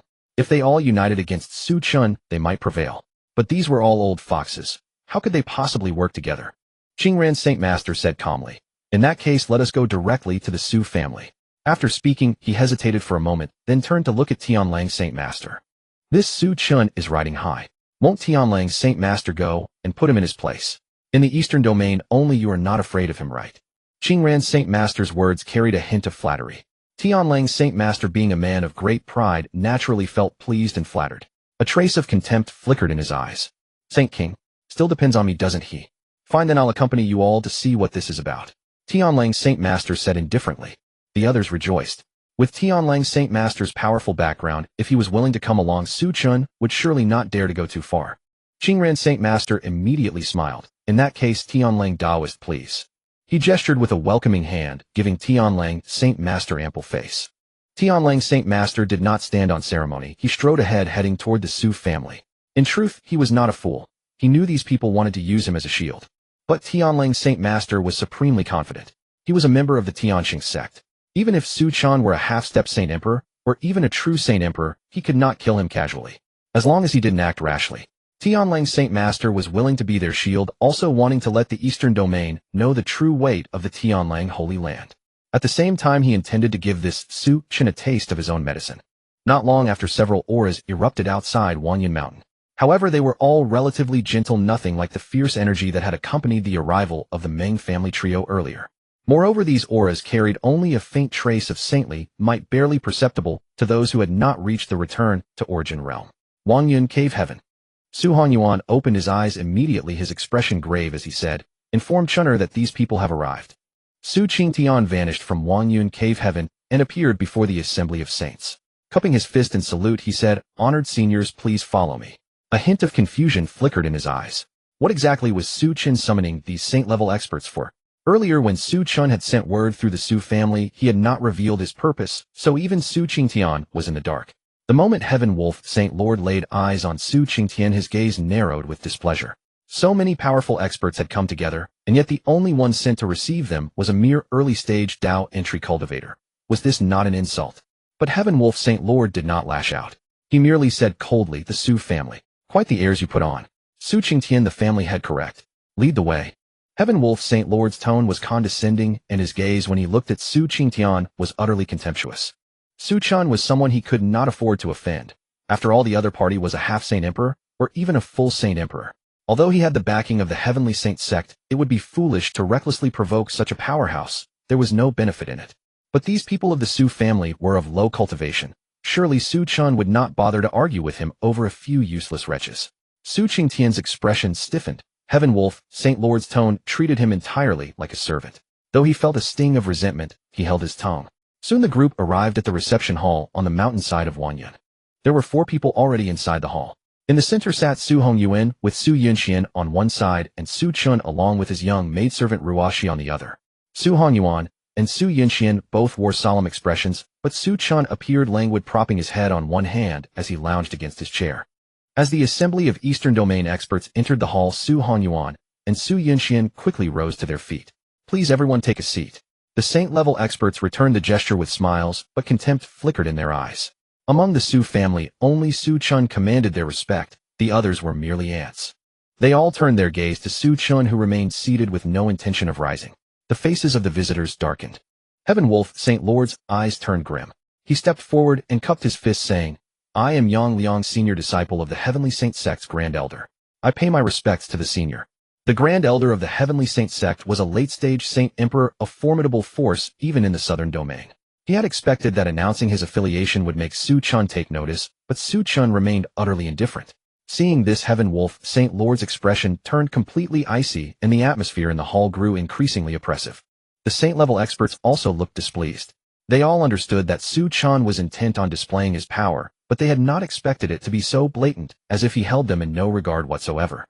Even those who had previously intended to ingratiate themselves with the Su family now felt a growing chill in their hearts. Su Chen's attitude provoked extreme displeasure. The group exchanged glances and silently communicated. Whatever Su Chen planned to do next, they would collectively oppose it. 2 or 3 factions might not worry Su Chen, but if they all stood together in opposition, even a half-Saint Emperor or full Saint Emperor would have to think twice. Of course, the key figures were the 2 Saint Kings and Heaven Wolf Saint Lord. Their stance was crucial. Without them leading the charge, the mere saints could not threaten Su Chen at all. Just then, Ancestor Zhou of the Zhou family stepped forward with a respectful bow. "I am Zhou Yunlong, paying respects to the senior." The other saints, seeing Zhou Yunlong's submission, changed their expressions and suppressed their earlier thoughts. With one Saint King backing down, the united front was abandoned. At that moment, Su Chen slowly opened his eyes. He glanced lazily over the assembly of saints and said in a calm voice, "You've arrived." Seeing Su Chen's nonchalant demeanor, Heaven Wolf Saint Lord ground his teeth in fury. Yet mindful of Su Chen's overwhelming strength, he forced himself to hold back.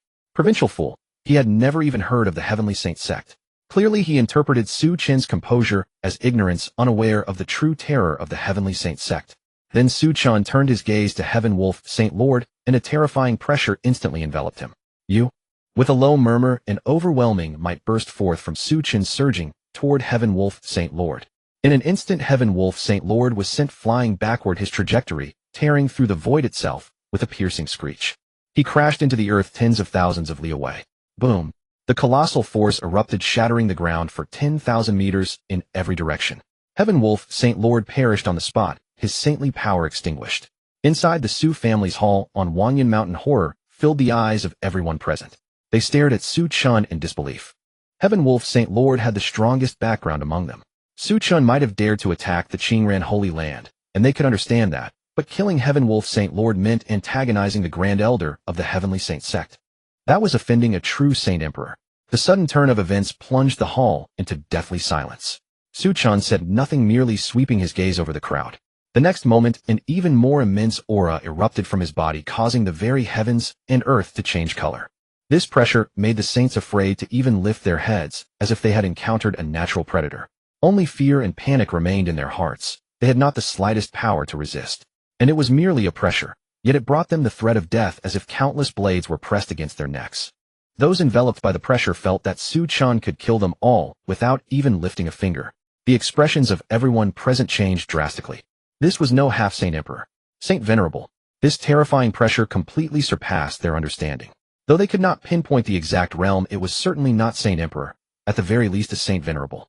The Qingran Holy Lord had been nursing some resentment, but now only terror remained. He genuinely feared following in Heaven Wolf Saint Lord's footsteps. The reason Su Chen had killed Heaven Wolf Saint Lord was probably simple. From the moment he entered Wanyan Mountain, Heaven Wolf Saint Lord had worn an arrogant, defiant expression. Who else to kill but him? The shadow of death hung over the crowd. The dreadful pressure forced several of the saints to their knees, their eyes filled with panic. This fear was akin to a beast encountering a creature of superior bloodline. Su Hongyuan and the other two, feeling Su Chen's aura, wore expressions of shock. Good heavens, he was already this powerful. After a moment, seeing that his show of force had achieved its effect, Su Chen withdrew his pressure and said calmly, "Sit down." Su Chen desired control over the entire Eastern Domain, which is why he needed these individuals to assist the Su clan in governing the region. If he were to slay them, all the Eastern Domain would descend into chaos, a scenario Su Chen wished to avoid. Glancing at their terrified expressions, Su Chen nodded inwardly. They would behave themselves now. The Holy Lord of Qingran and the elder of the Zhou clan exchanged a glance, both swallowing hard before meekly taking their seats on the chairs. Any prior resentment towards Su Chen had long since dissipated. In this world, right and wrong were determined solely by strength. When one possessed power, anything they did was considered correct. Even if a matter was absurdly wrong, a great many people would still follow behind, showering praise upon them. Su Chen remained silent, and the atmosphere in the hall grew heavy once more. With the Heavenly Wolf Holy Lord having perished before them, they dared not provoke Su Chen in the slightest. More importantly, Su Chen's strength was extraordinarily formidable. Even if the Heavenly Saint sect were to arrive, they would certainly not escape unscathed. This was a powerhouse at the Saint Venerable realm. In an era where great emperors did not emerge and sages did not appear, Saint Venerables stood at the pinnacle of strength.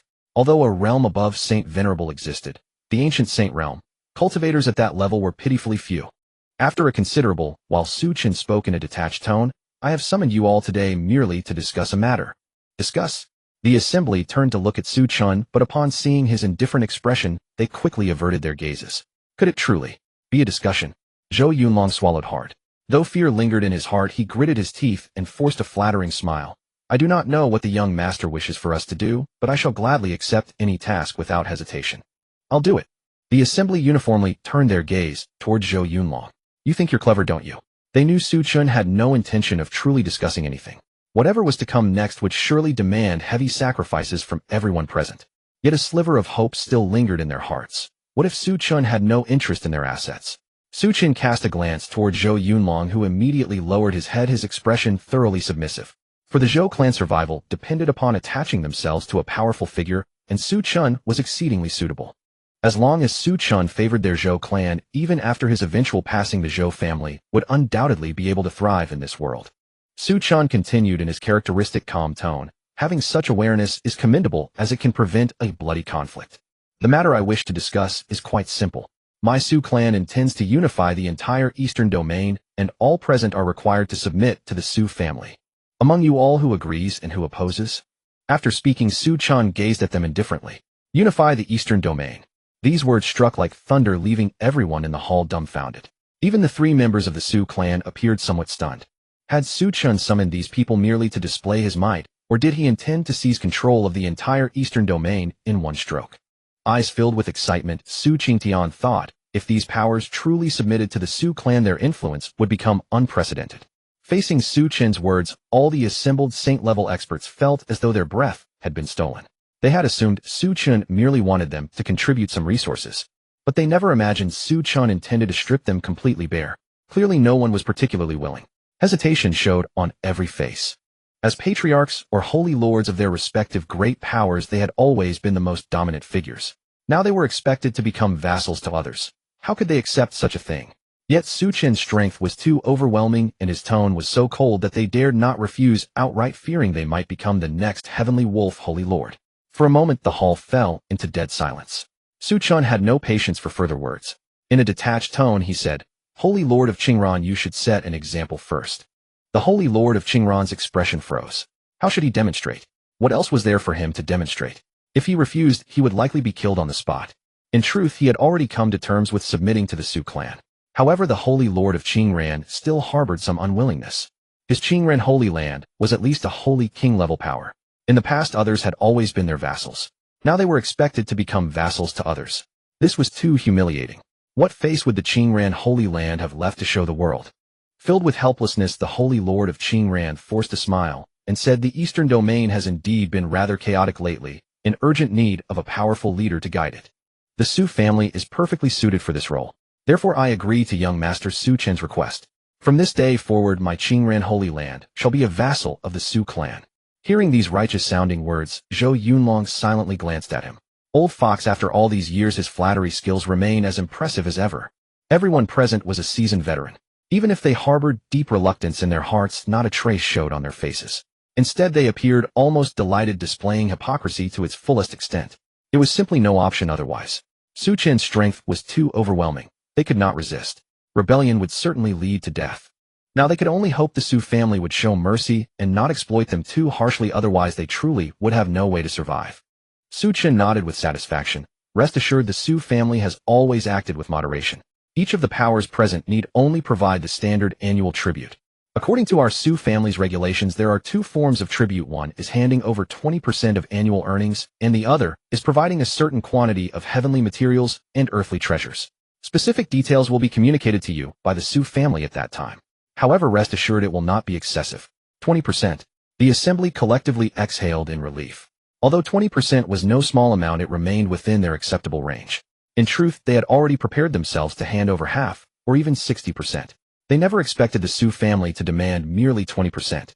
In an instant, their resentment toward the Su family diminished considerably. If it was only 20%, everyone could accept it. Although submitting to the Su family was somewhat humiliating, they were saint venerable experts after all. The strong prey upon the weak. It was only natural. More importantly, the choices before them were only to submit or die. No one wished to seek death. Zhou Yunlong quickly expressed his willingness to submit as well.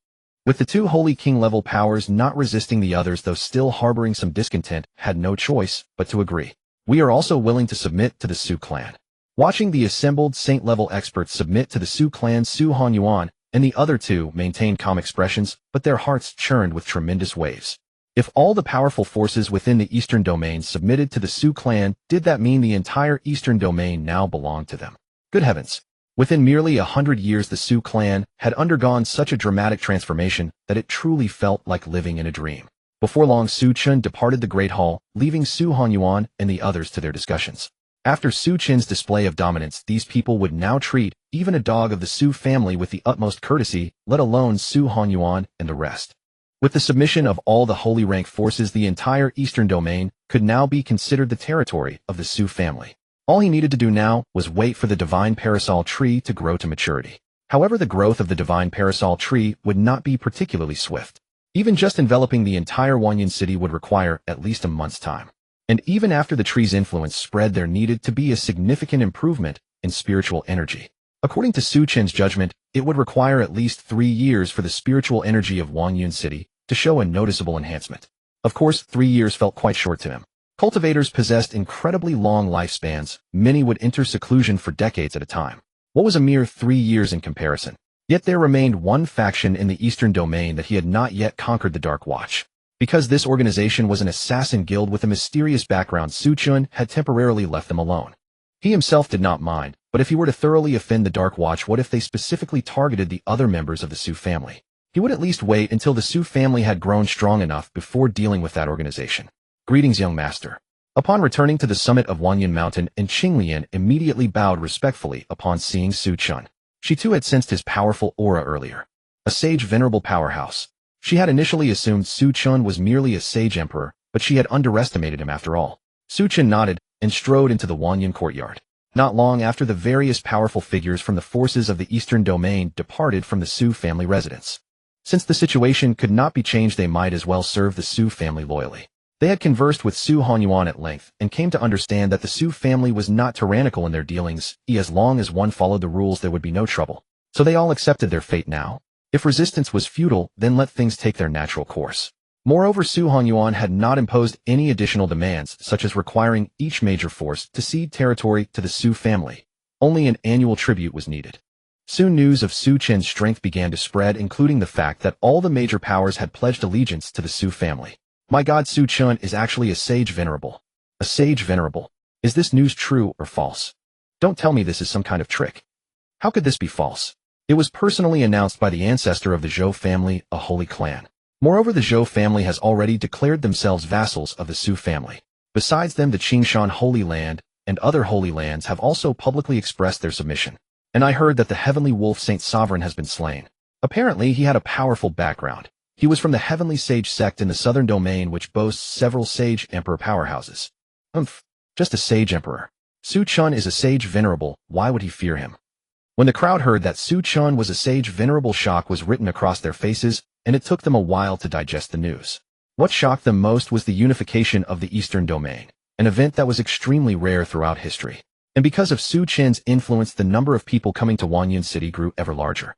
But the same problem persisted: the spiritual energy in Wanyan City was not particularly abundant. Body integration cultivators could barely tolerate it, but it was far from sufficient to attract void core cultivators. Of course, this problem would soon be resolved. In the following period, to protect his family from harm, Chen forged a jade talisman for every important member of the Su family, both direct and collateral. Each talisman contained a strand of his divine will capable of unleashing the combat power of a mid-stage saint enough to save their lives in a critical moment. After that, the Su family entered another long period of growth. 5 more years passed in the blink of an eye. The divine parasol tree had also grown significantly from a mere half-meter tall sapling to over 10 zhang in height. Now within a radius of 1,000 li around Wanyan Mountain, the spiritual energy had increased noticeably. The spiritual energy on Wanyan Mountain itself was the most abundant, having roughly quadrupled. The spiritual energy in Wanyan City had also increased by 70 to 80% compared to before. Don't underestimate 70 or 80%. It was still devastatingly potent.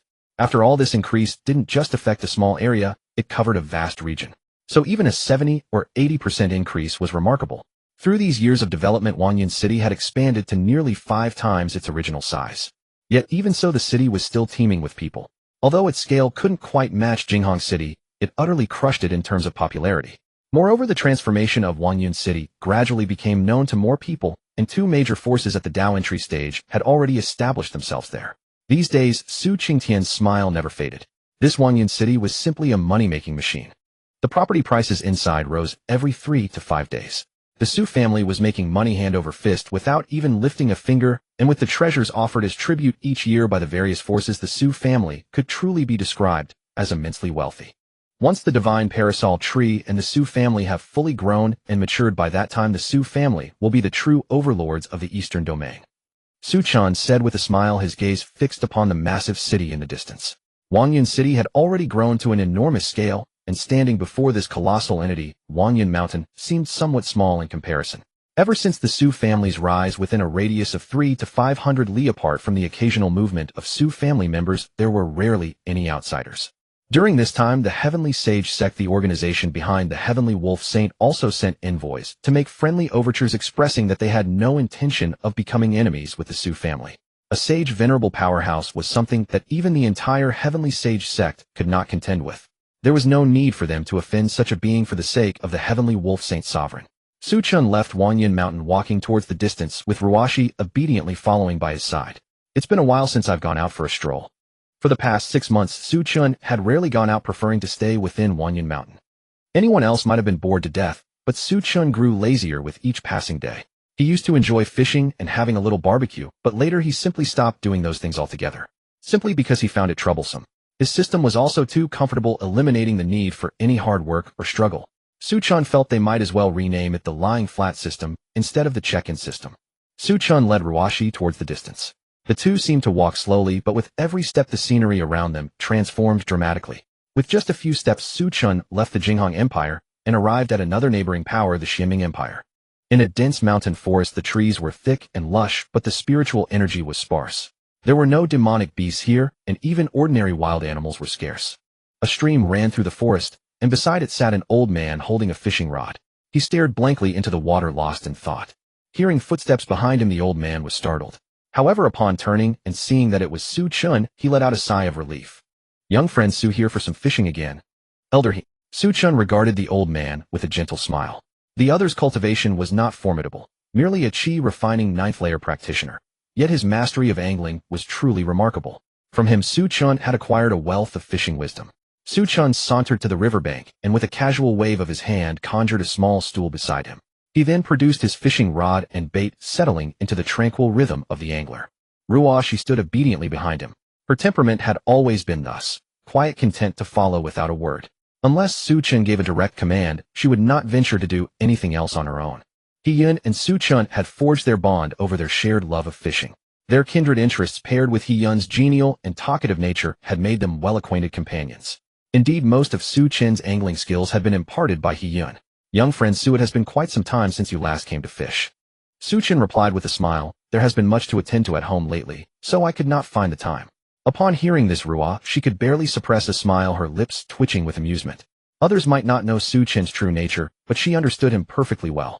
He often spent whole days lazing about. A man of such leisure could hardly claim to be overburdened with affairs. Yet she dared not call him out on his bluff. After previous missteps, she had found herself unable to leave her bed for days, having to lean against the wall just to walk.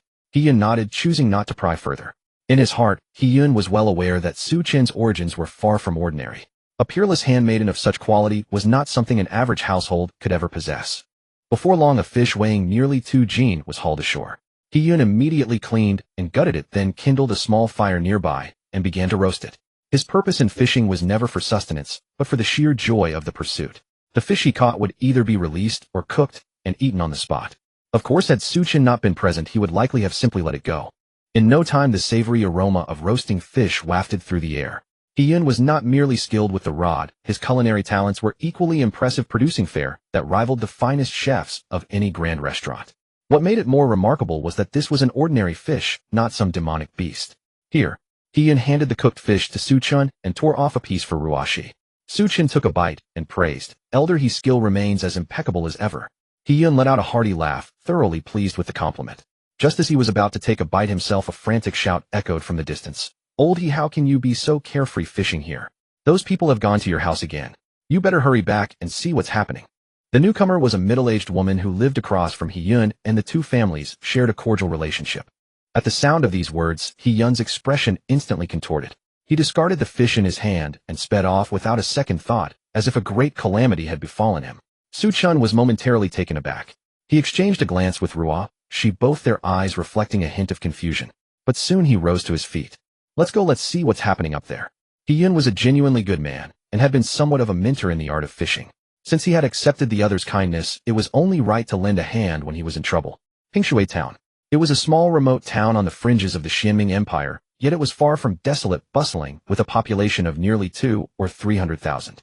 Upon entering the town, He-yun dashed frantically towards his own courtyard. He soon arrived at a small yard where 5 people stood waiting. 4 of them were dressed in opulent robes emanating overwhelming and powerful auras.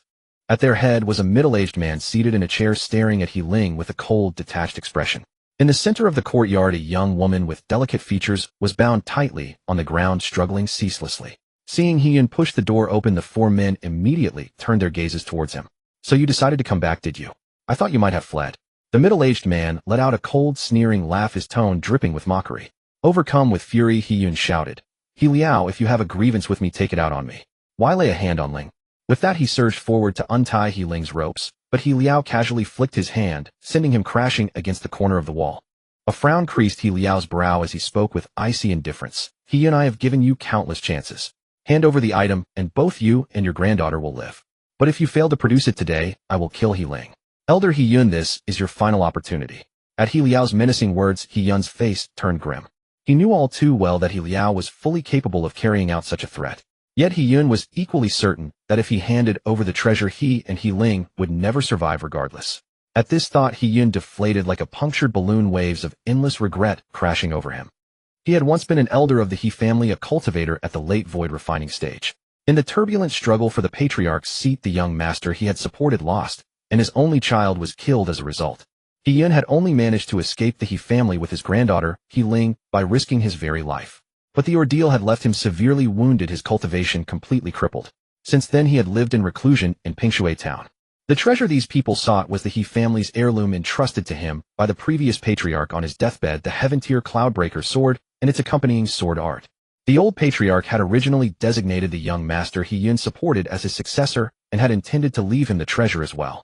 Unfortunately, circumstances had changed unexpectedly. Taking a deep breath, He-yun composed himself and spoke with a stern expression, "What you want is the treasure.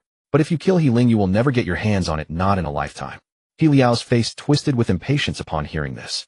He rose slowly to his feet, murderous intent blazing in his eyes. "Old fool, the patriarch's patience has its limits. You've been living peacefully in this town for 20 years, and no one has disturbed you. The patriarch has given you 20 years. Don't you dare force me to take the path of no return." He-yun sneered, "A dead end. Do you honestly believe I'd be spared even if I handed it over?" At these words, He Liao shut his eyes, his face a mask of profound irritation. Gradually, a chilling cold radiated from He Liao's body, causing the temperature of the entire courtyard to plummet. He Liao opened his eyes once more, his voice dripping with menace, stubborn to the bitter end. "Do you truly think I have no way of dealing with you?" Finished speaking, he turned to the young man beside him. "Yang Xian, take He Ling into the room and do as you please with her." Yang Xian was a servant of their clan, a cultivator at the mid-divine transformation stage, loyal to the patriarch. A wicked grin spread across his face upon hearing the order. He acknowledged with a respectful bow, "As you command, third elder." He then strode purposefully toward He Ling, taunting He Yun over his shoulder. Elder He Yun, I won't bother setting up a sound barrier. I want you to hear every cry your granddaughter makes. Ha ha ha.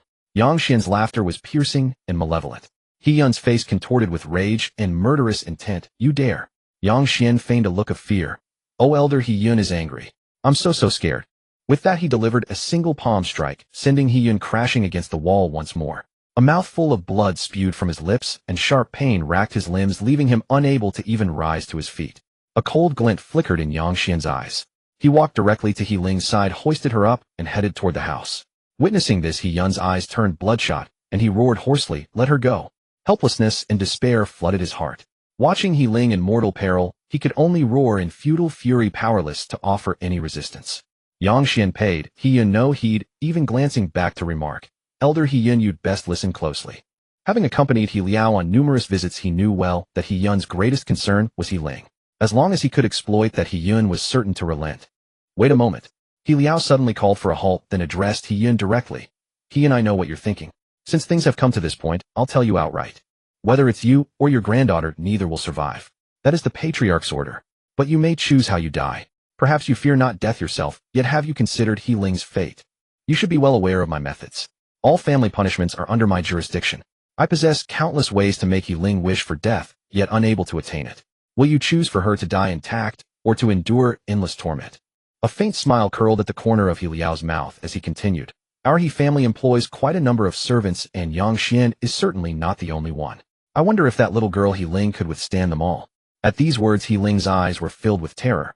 With her mouth gagged, she could only emit muffled whimpers. The implication of He Liao's words was unmistakable. Tears welled in He Ling's eyes as she looked toward He Yun, silently pleading for him to surrender the item. Even death would be acceptable, but she could not bear the thought of being humiliated before her demise. The very notion was enough to make one's scalp crawl. He Yun, gazing upon He Ling's desperate entreaty, felt himself deflate, like a punctured balloon collapsing listlessly to the ground. His heart was consumed by self-reproach. Little Shan, your father failed to keep his promise to protect He Ling. Desolation flooded He Yun's heart, for he knew He Liao would never relent today without obtaining what he sought. In other words, death was the only path for the grandfather and granddaughter alike, the sole difference being the manner of their passing. With that thought, He Yun let out a resigned sigh. His voice low, he said, fine. As long as you don't humiliate He Ling, I'll give you the item. A smile tugged at He Liao's lips as he replied cheerfully, now that's more like it. He Yun suddenly spoke up, but I require you to swear a heavenly Tao oath that you will not defile He Ling and grant her a swift death. Should anyone else attempt to violate her, you, He Liao, must fight to your last breath to stop them. If you can agree to this condition, the item is yours immediately. He Liao narrowed his eyes, for his original intention had been to go back on his word once he obtained the treasure. That old fox He Yun had dragged this out for so many years without toying with him a little. The resentment in He Liao's heart could hardly be appeased. Yet upon reflection, as long as he acquired the item, all was well. Besides, torment need not necessarily take the form of violation. Very well, I agree. He Liao immediately began to swear the heavenly Tao oath. Lightning clouds flashed across the sky above, and an invisible force of heavenly Tao enveloped him, ultimately condensing into a triangular mark upon his brow. Yet within moments it vanished completely. From that moment on, He Liao was bound by the heavenly Tao. Should he break his oath, heavenly thunder would strike him dead without fail. Only then did He Liao speak indifferently, satisfied now. Hand over the item, and I'll grant you both a swift end. He Yun drew a deep breath and was about to speak when a gentle, warm voice drifted in from the entrance. Elder He, for such a trivial matter, why didn't you come to me for help? Su Chen and Ruoshi's figures slowly approached. He walked with hands clasped behind his back, his handsome features exuding an air of extraordinary grace.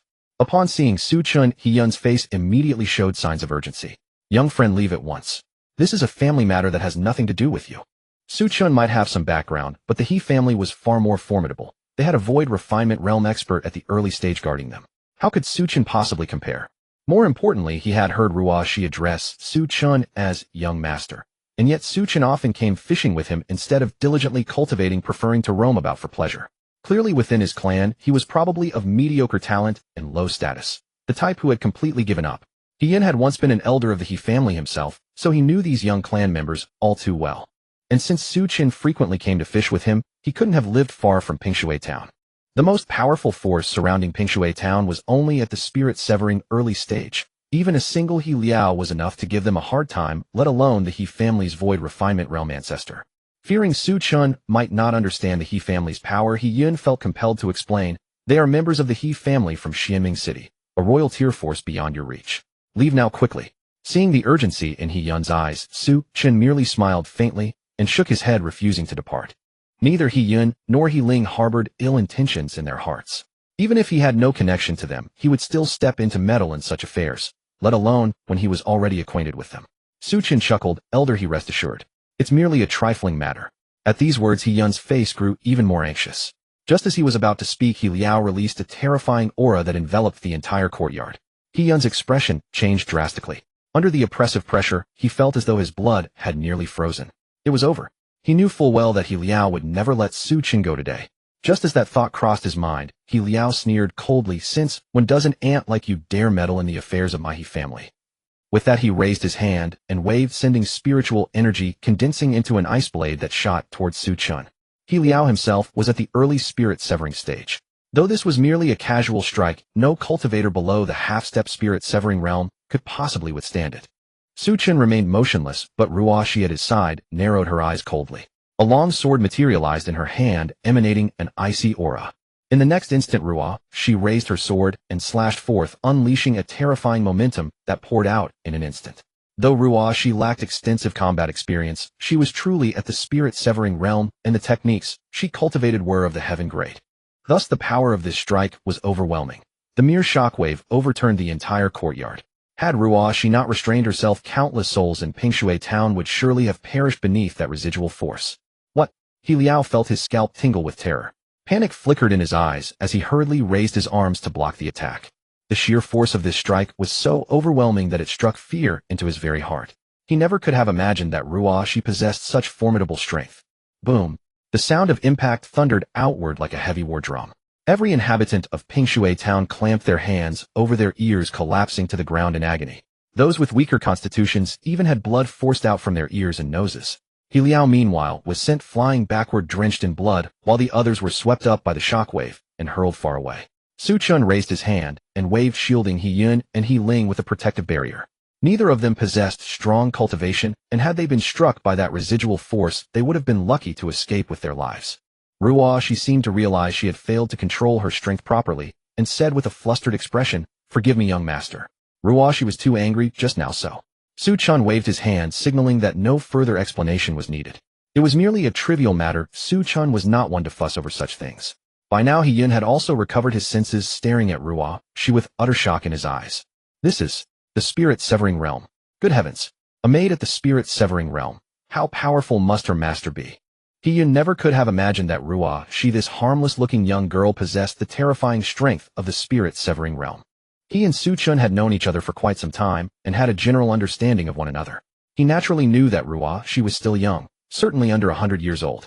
To have reached such a cultivation level at this age was nothing short of genius, even by the standards of saint-level powers. Su Chen said with a faint smile, "Elder, I'll take care of these people for you.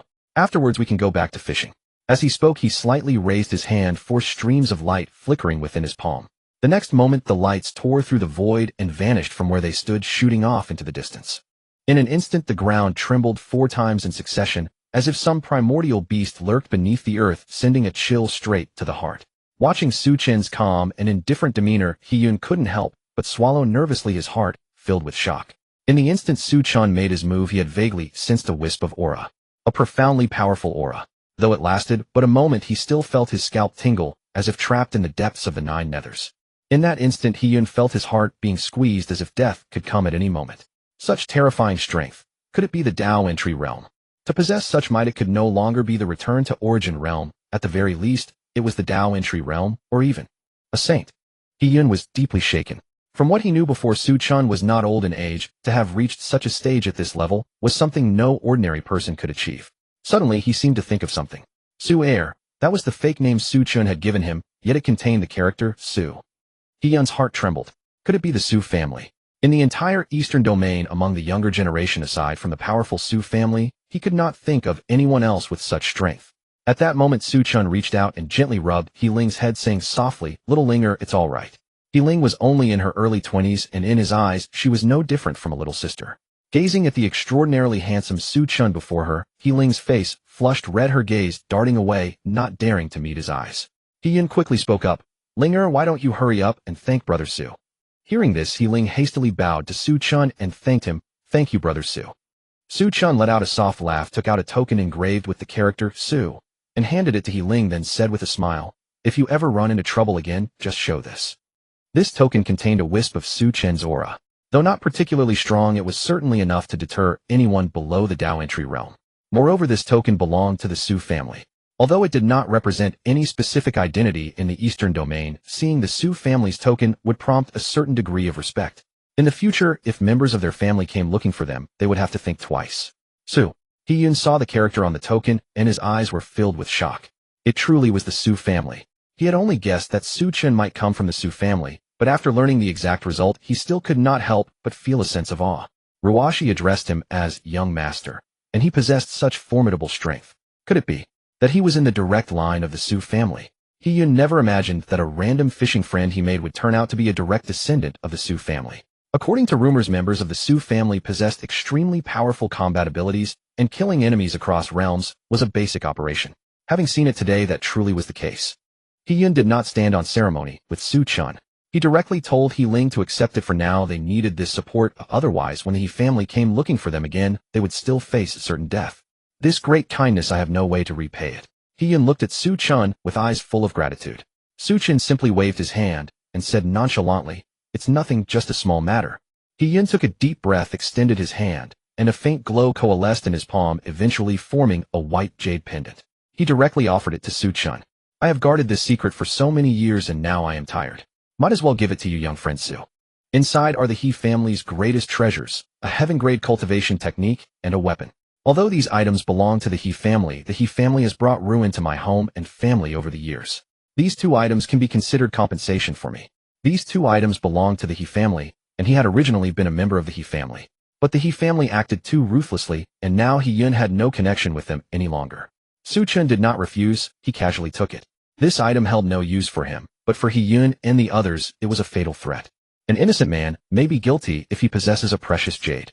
He Yun's cultivation was low, yet he owned such a rare treasure, which would naturally attract attention. Even with the token from Su Chun, there would definitely be those who would risk danger. A heaven-grade treasure was enough to make people attempt risk. Having handed off the hot potato, He Yun felt a sense of relief, as if a heavy burden had been lifted, and his whole body felt light. With a smile on his face and a light tone, He Yun said, since everything is settled, let's go back to fishing. Today I'll bring out the wine I've been saving for you to taste, young friend Su. Soon they left Pingshui town again, and returned to the place where they had first fished. As for the matters in Pingshui town, He Yun no longer cared. After today, he would leave this place. Although he now had the token from the Su family ensuring his safety, it was not absolutely foolproof, so he still needed to be cautious. Therefore He Yun planned to go directly to the Jinghong Empire.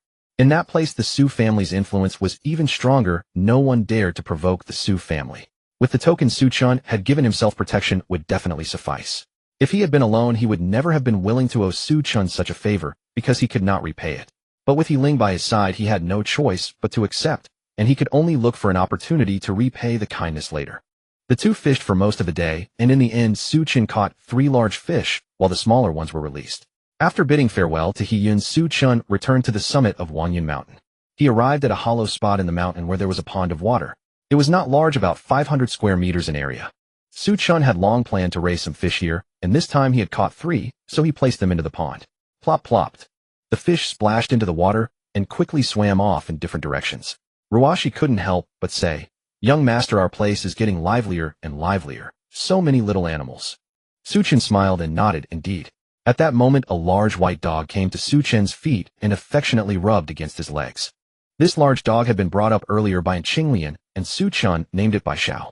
Ever since Bai Xiao had entered Wanyun Mountain, it had lived there. As the spiritual energy on Wanyun Mountain was extremely abundant, Bai Xiao had unconsciously become a demon beast. It was even a second-tier demon beast comparable to the foundation establishment stage among human cultivators. At this moment Bai Xiao's eyes were filled with human intelligence and wisdom. Many dogs are quite understanding of human nature. Bai Xiao had been clever even before becoming a demon beast, and now that it had become one, it could often comprehend even a single glance from Su Chun. After that, Su Chen's days returned to calm. 70 more years passed in this manner. That year Su Hongyuan had reached the pinnacle of the Dao entry realm and was preparing to undergo the slaying of 3 corpses. This time Su Chen did not help. The purpose of slaying the 3 corpses was not actually to hinder a cultivator's breakthrough to sainthood, it was merely a threshold. Although slaying the 3 corpses was fraught with danger, if one could overcome it on one's own, one would surely gain much from the experience. Those with exceptional comprehension might even skip the saint realm and directly enter the saint king realm, though such people were extremely rare. Of course, if Su Hongyuan truly could not overcome it, Su Chen would step in to help. Although external intervention would result in somewhat weaker combat power at the moment of breakthrough. However, this side effect would gradually fade as one cultivated, eventually disappearing completely, so it was not particularly serious. 5 years later. The Beifeng dynasty. This place was extremely far from the Jinghong Empire, located at another corner of the eastern domain. The Beifeng dynasty had 2 void refining stage powerhouses guarding it, making it a behemoth-level force in the surrounding area. Back then, the Su family was situated in the Beifeng dynasty, except at that time the Su family was still called the Qingfeng gang. Su Hongyuan walked forward with a calm expression. Although there was some confusion in his eyes, it was filled with determination. Su Chen followed closely behind, 10 meters away.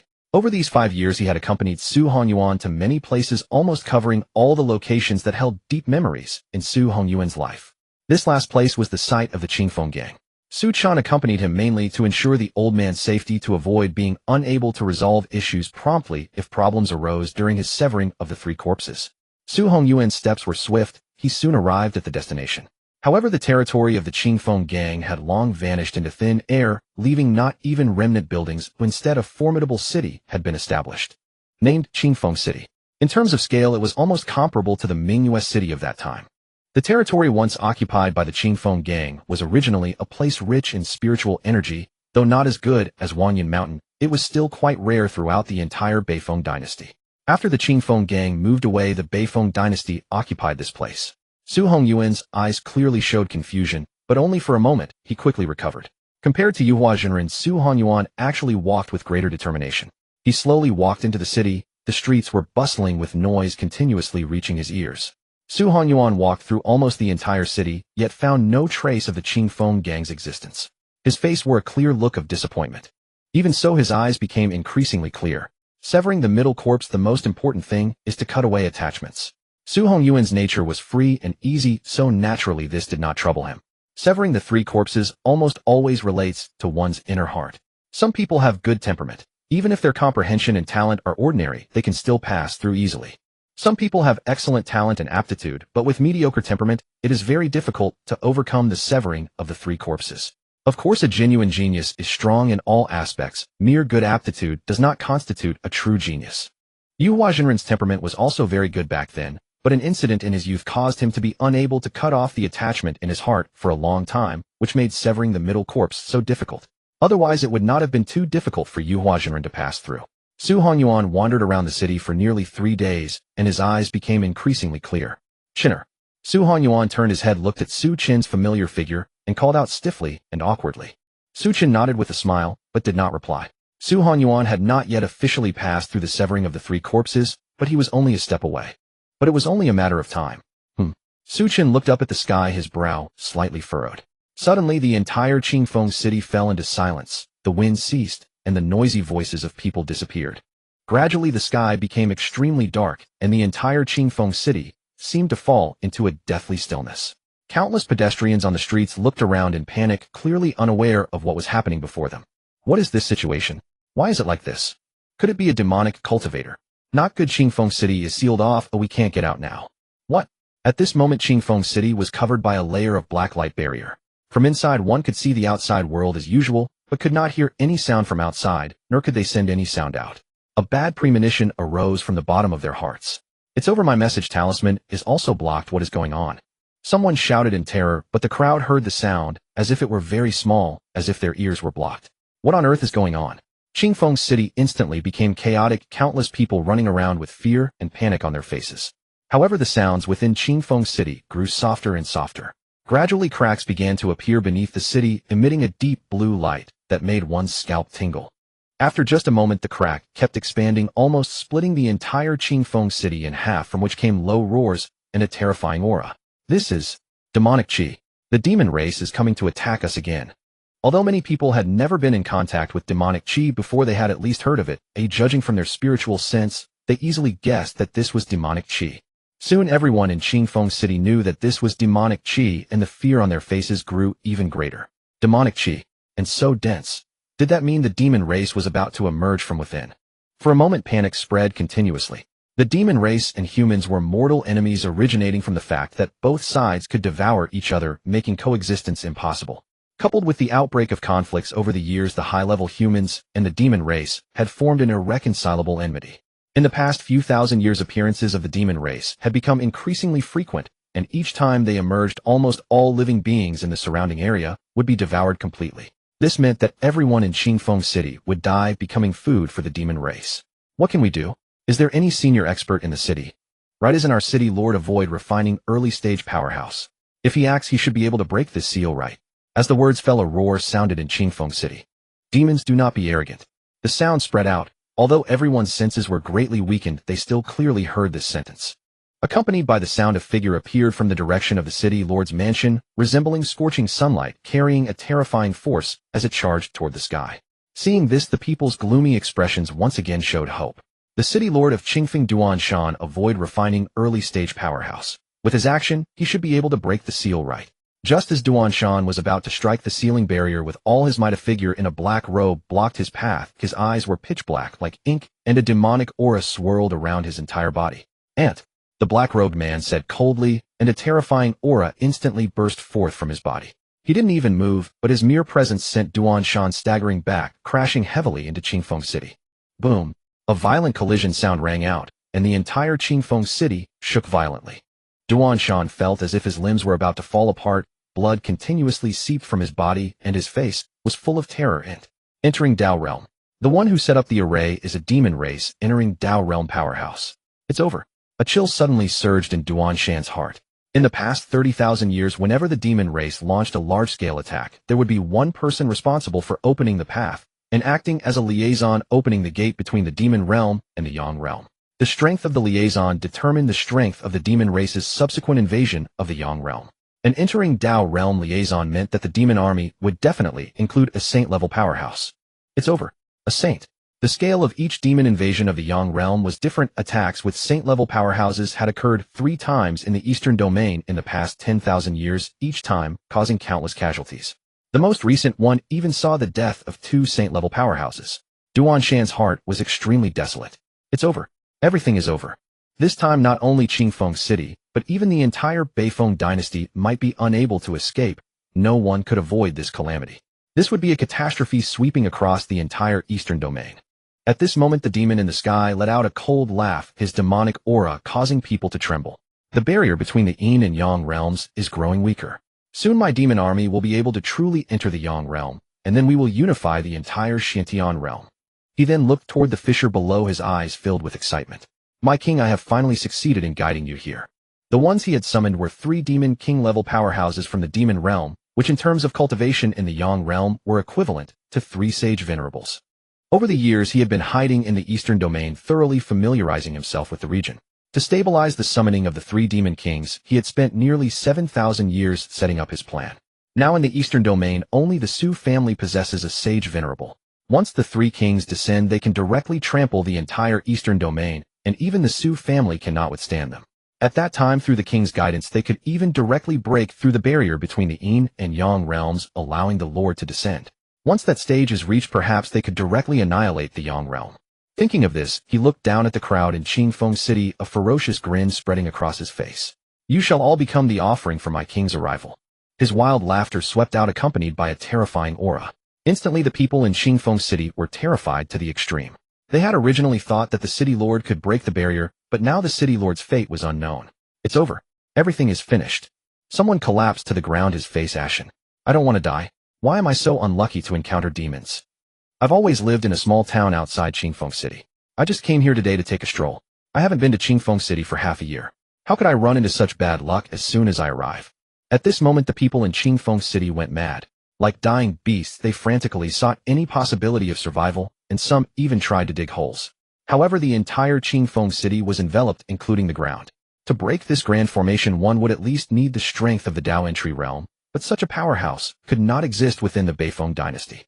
That demon man let out a cold laugh and said mockingly, "A bunch of ants, yet you dare to dream of breaking my formation. Truly laughable." Suddenly the barrier enveloping Qingfeng City shattered, directly dissolving into specks of light and vanishing. What a... The demon man was first stunned, then the smile on his face instantly froze. Then an expression of disbelief flooded his eyes. The formation. Broken. How is this possible? Is there a cultivator above the Dao entry realm in Qingfeng City? This is impossible. How could such a cultivator exist in the Beifeng dynasty? The demon man's eyes were filled with gravity as he frantically searched the city for the one who had just broken the formation. Why? Why did a Dao entry realm powerhouse suddenly appear in Qingfeng City? Could it be that his plan had been discovered by the people of the Yang realm? Or was that Dao entry realm cultivator just passing by? At the same time, Su Chen glanced at Su Hongyuan, whose expression was somewhat confused. After confirming that he had not been affected, his figure instantly vanished from the spot. When he reappeared, he had already arrived beside the demon man. The Dao entry realm's essence. Another Dao entry realm powerhouse can be added. Su Chen's voice instantly startled the demon man. He immediately turned his head to look, and the moment he saw Su Chen, an intense feeling of dread crept over him. Who are you? The aura emanating from Su Chen was extremely faint, yet it made him feel terrified. It was like a dog encountering a dog butcher, instinctively filled with fear. Even though Su Chen's aura was weak, he could not help but be afraid. A powerhouse. The one before him was definitely a powerhouse of the Yang realm. The demon man's heart was filled with caution, and he dared not move rashly. However, he already had a guess: the person before him was definitely a sage-level powerhouse. And in the Eastern Domain, he had met almost all the sages except for one whom he had never seen. The Su family's Su Chen, that sage venerable level powerhouse. The appearance of the person before him also matched Su Chen's. At this thought, the demon man's eyes were filled with terror. If the person before him was truly Su Chen, then before the demon king could descend, he would be doomed. Su Chen did not bother to waste words with him. He raised his hand and waved, and a terrifying force smashed down, sending the demon man crashing directly into Qingfeng City. Qingfeng City had already been split in two, and with this additional blow, it nearly shattered into 4 pieces.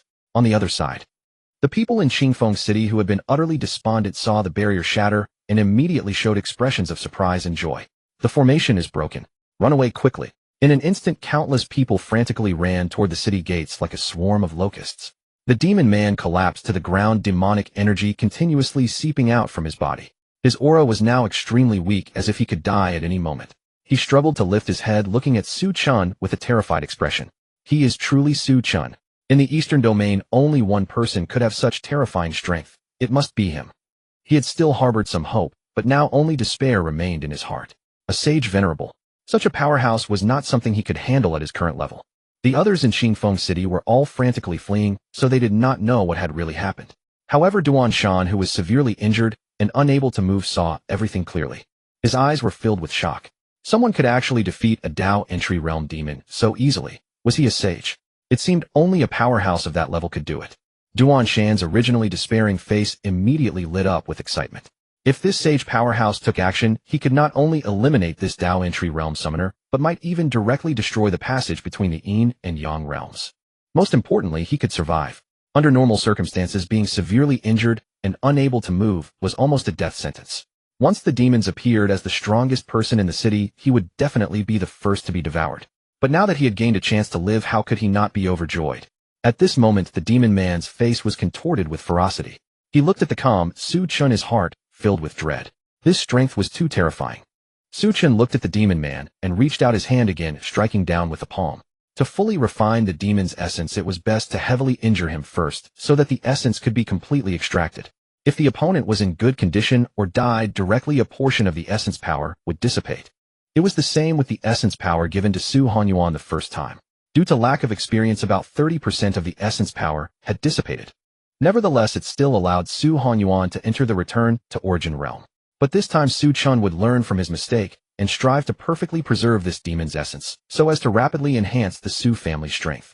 Not only this demon, but also the demons that would soon arrive in the Yang realm would all be refined into essence by him. Su Chen was also quite knowledgeable about demon-related matters, so he naturally knew about the summoners. Since this Dao entry realm cultivator was a summoner, the demons entering the Yang realm would be at least sage-level powerhouses. If he could refine a sage's essence, the Su family's strength would skyrocket in a short time. Demon essence. This is truly a good thing. Su Chen wore a warm and gentle smile, but in the eyes of that demonic man, it was no different from a devil's grin. For Su Chen, the demon race was truly nothing to fear. On the contrary, he was quite fond of these experience bundles. Absorbing their origin essence had no side effects whatsoever. The only drawback was that his cultivation base would be somewhat unstable, but that problem could be solved with a little time. Bang! A huge palm materialized, and the demonic man was right at the center of it. This strike was casually thrown by Su Chen, containing not a trace of holy power, only the strength of his physical body. Of course that was not all. His Hongmeng immortal body was immensely powerful. If he unleashed a full-force strike, even the mere wind pressure would be enough to reduce this demon to dust. The demonic man was completely immobilized, his eyes filled with terror. Too terrifying. In front of Su Chen, he was like a toy, utterly powerless to resist. The two were simply not on the same level. He knew that Su Chen would never let him go today. Finally, with a hardened expression, he roared at Su Chen, "Since you want to kill me, then no one will have an easy time." Without another word, the demonic man directly self-detonated, and a terrifying burst of demonic energy exploded instantly. Su Chen's expression changed. He was about to gather the demonic energy, but then he stopped because he noticed that the energy was all flowing toward the rift between the yin and yang realms. Su Chen, you're doomed. Once my king arrives, your entire Su family will become the food of our demon race. That cold, sinister voice echoed throughout the heaven and earth. He was sacrificing himself to allow the demon king to descend faster. Only then could Su Chen be killed. After the void passage absorbed the demonic man's energy, it began to rumble loudly, and the crack continued to expand. Terrifying demonic energy was released from it, and the entire Qingfeng city was shrouded in a black vapor, looking extremely eerie and horrifying. Seeing this, Duanshan couldn't help but shout, "Senior, quickly destroy the passage. Otherwise, if the demon clan's strong ones enter the Yang realm, our entire eastern domain will be in danger." Although Su Chen's strength was formidable among the demon clan's experts this time, there were definitely saints. Perhaps even saint kings and saint emperors. Once experts of this level entered the Yang realm, it could lead to extremely terrifying changes. Because saints could also serve as conduits, if they were not killed as quickly as possible, the entire Yang realm might fall, and all these people would become mere energy. Su Chen paid no attention to Duanshan. He stared fixedly at the crack. After carefully examining the aura within, a smile spread across his face. What a terrifying aura! It should be comparable to a saint emperor. This must be a demon king level expert. It seems my Su family will gain 3 new saint emperors. Su Chen took a deep breath, his previously relaxed demeanor turning somewhat serious. It seems I need to be more serious and strive to perfectly refine the origin essence of all 3. The people of the Su family all had saint bodies. If the origin power of these 3 demon kings could not be fully refined, even after absorbing it, they might not break through to saint emperor. They might only reach saint king realm. After reaching the saint realm, breakthrough speed would become very slow. Directly breaking through to saint emperor, even if the cultivation base was somewhat unstable, would still save a lot of time. Because breaking through from saint king to saint emperor, even with resource support, would take a very long time. Duanshan saw that Su Chen was not taking any action at all, and his face was full of anxiety. "Senior, if the passage cannot be destroyed, it will be an apocalyptic crisis for our Yang realm. Please take action quickly." He was not so noble as to be thinking of the entire Yang realm. It was just that if the demon clan's experts entered, he would be the first to die. With his injuries, it would take at least 3 to 5 months to recover. When the demons came to the Yang realm, wouldn't they devour him alive? The aftermath of the battle between Su Chen and the demon clan's experts would also be enough to finish him off. However, just as Duanshan finished speaking, the entire North Wind Empire was shrouded by a mass of dark clouds. What is this? How can there be such thick, dark clouds? Countless people looked up, their eyes full of confusion as they watched the scene, puzzled about what was happening. Something's wrong. This doesn't seem like dark clouds. Can you sense a different aura from it? Isn't it demonic energy? Don't scare me. With such thick demonic energy, what level of demon clan expert must be descending? With such a terrifying phenomenon, I estimate at least a saint-level demon. In the North Wind Empire, some cultivators who had reached the void refining stage sensed this aura and immediately fled without a word. Demonic energy. It was real demonic energy. Other cultivators of weaker cultivation might not sense it clearly, but they distinctly knew that this was demonic energy. Another demon had descended upon the Yang realm, and an extremely terrifying demon expert at that. It's over. Within the royal palace, the North Wind King's eyes were filled with panic. He also wanted to flee directly, but he was reluctant to abandon the foundation of the North Wind dynasty. However, after a moment of hesitation, he still chose to run away. The North Wind dynasty, no matter how important, was not as important as his own life. A dynasty could be rebuilt, but if he himself was gone, everything would be over. In Qingfeng City, the void crack began to spread wildly, and vast demonic energy overflowed from it, sending chills down everyone's spine. Immediately after, a gigantic hand reached out from it. Then a second, then a third. 3 enormous figures struggled out of the void crack, as if with great difficulty. These 3 figures were all extremely ferocious, with green faces and fangs, and one of them even had a pair of wings on its back. The aura emanating from them was terrifying, and within a radius of 1,000 miles horrifying demonic energy spread. Ha, this king has finally entered the Yang realm. I Qing Gui Wang will surely feast well this time, and strive to break through to Demon Emperor. That green-faced Fang Demon King laughed loudly, his voice extremely harsh. Hearing these words, Duan Shan's face was full of despair. It's all over. Everything is over. Sensing the auras of the 3 demon experts, and recalling those words, his heart was as dead as ash. Demon King level experts. This meant they were at least holy venerables. 3 holy venerables. This time not only would he die, but the entire eastern domain would fall. Even if the Su family intervened, it would be useless. After all, the Su family only had Su Chun as a holy venerable level expert. 1 against 3 demon venerables. He had no chance of winning. Duan Shan's eyes were filled with despair. Had the barrier between the Yin and Yang realms become so weak? Even Demon King level experts could enter the Yang realm now. Soon the 3 demon kings completely broke free from the crack and truly entered the Yang realm. Instantly, a terrifying aura swept across the land, felt by almost the entire eastern domain. These 3 auras were simply too powerful. Countless experts were jolted awake, and they looked toward the North Wind Empire with solemn expressions. What is happening over there? Demonic energy, extremely terrifying demonic energy. The demon clan's experts are attacking the Yang realm.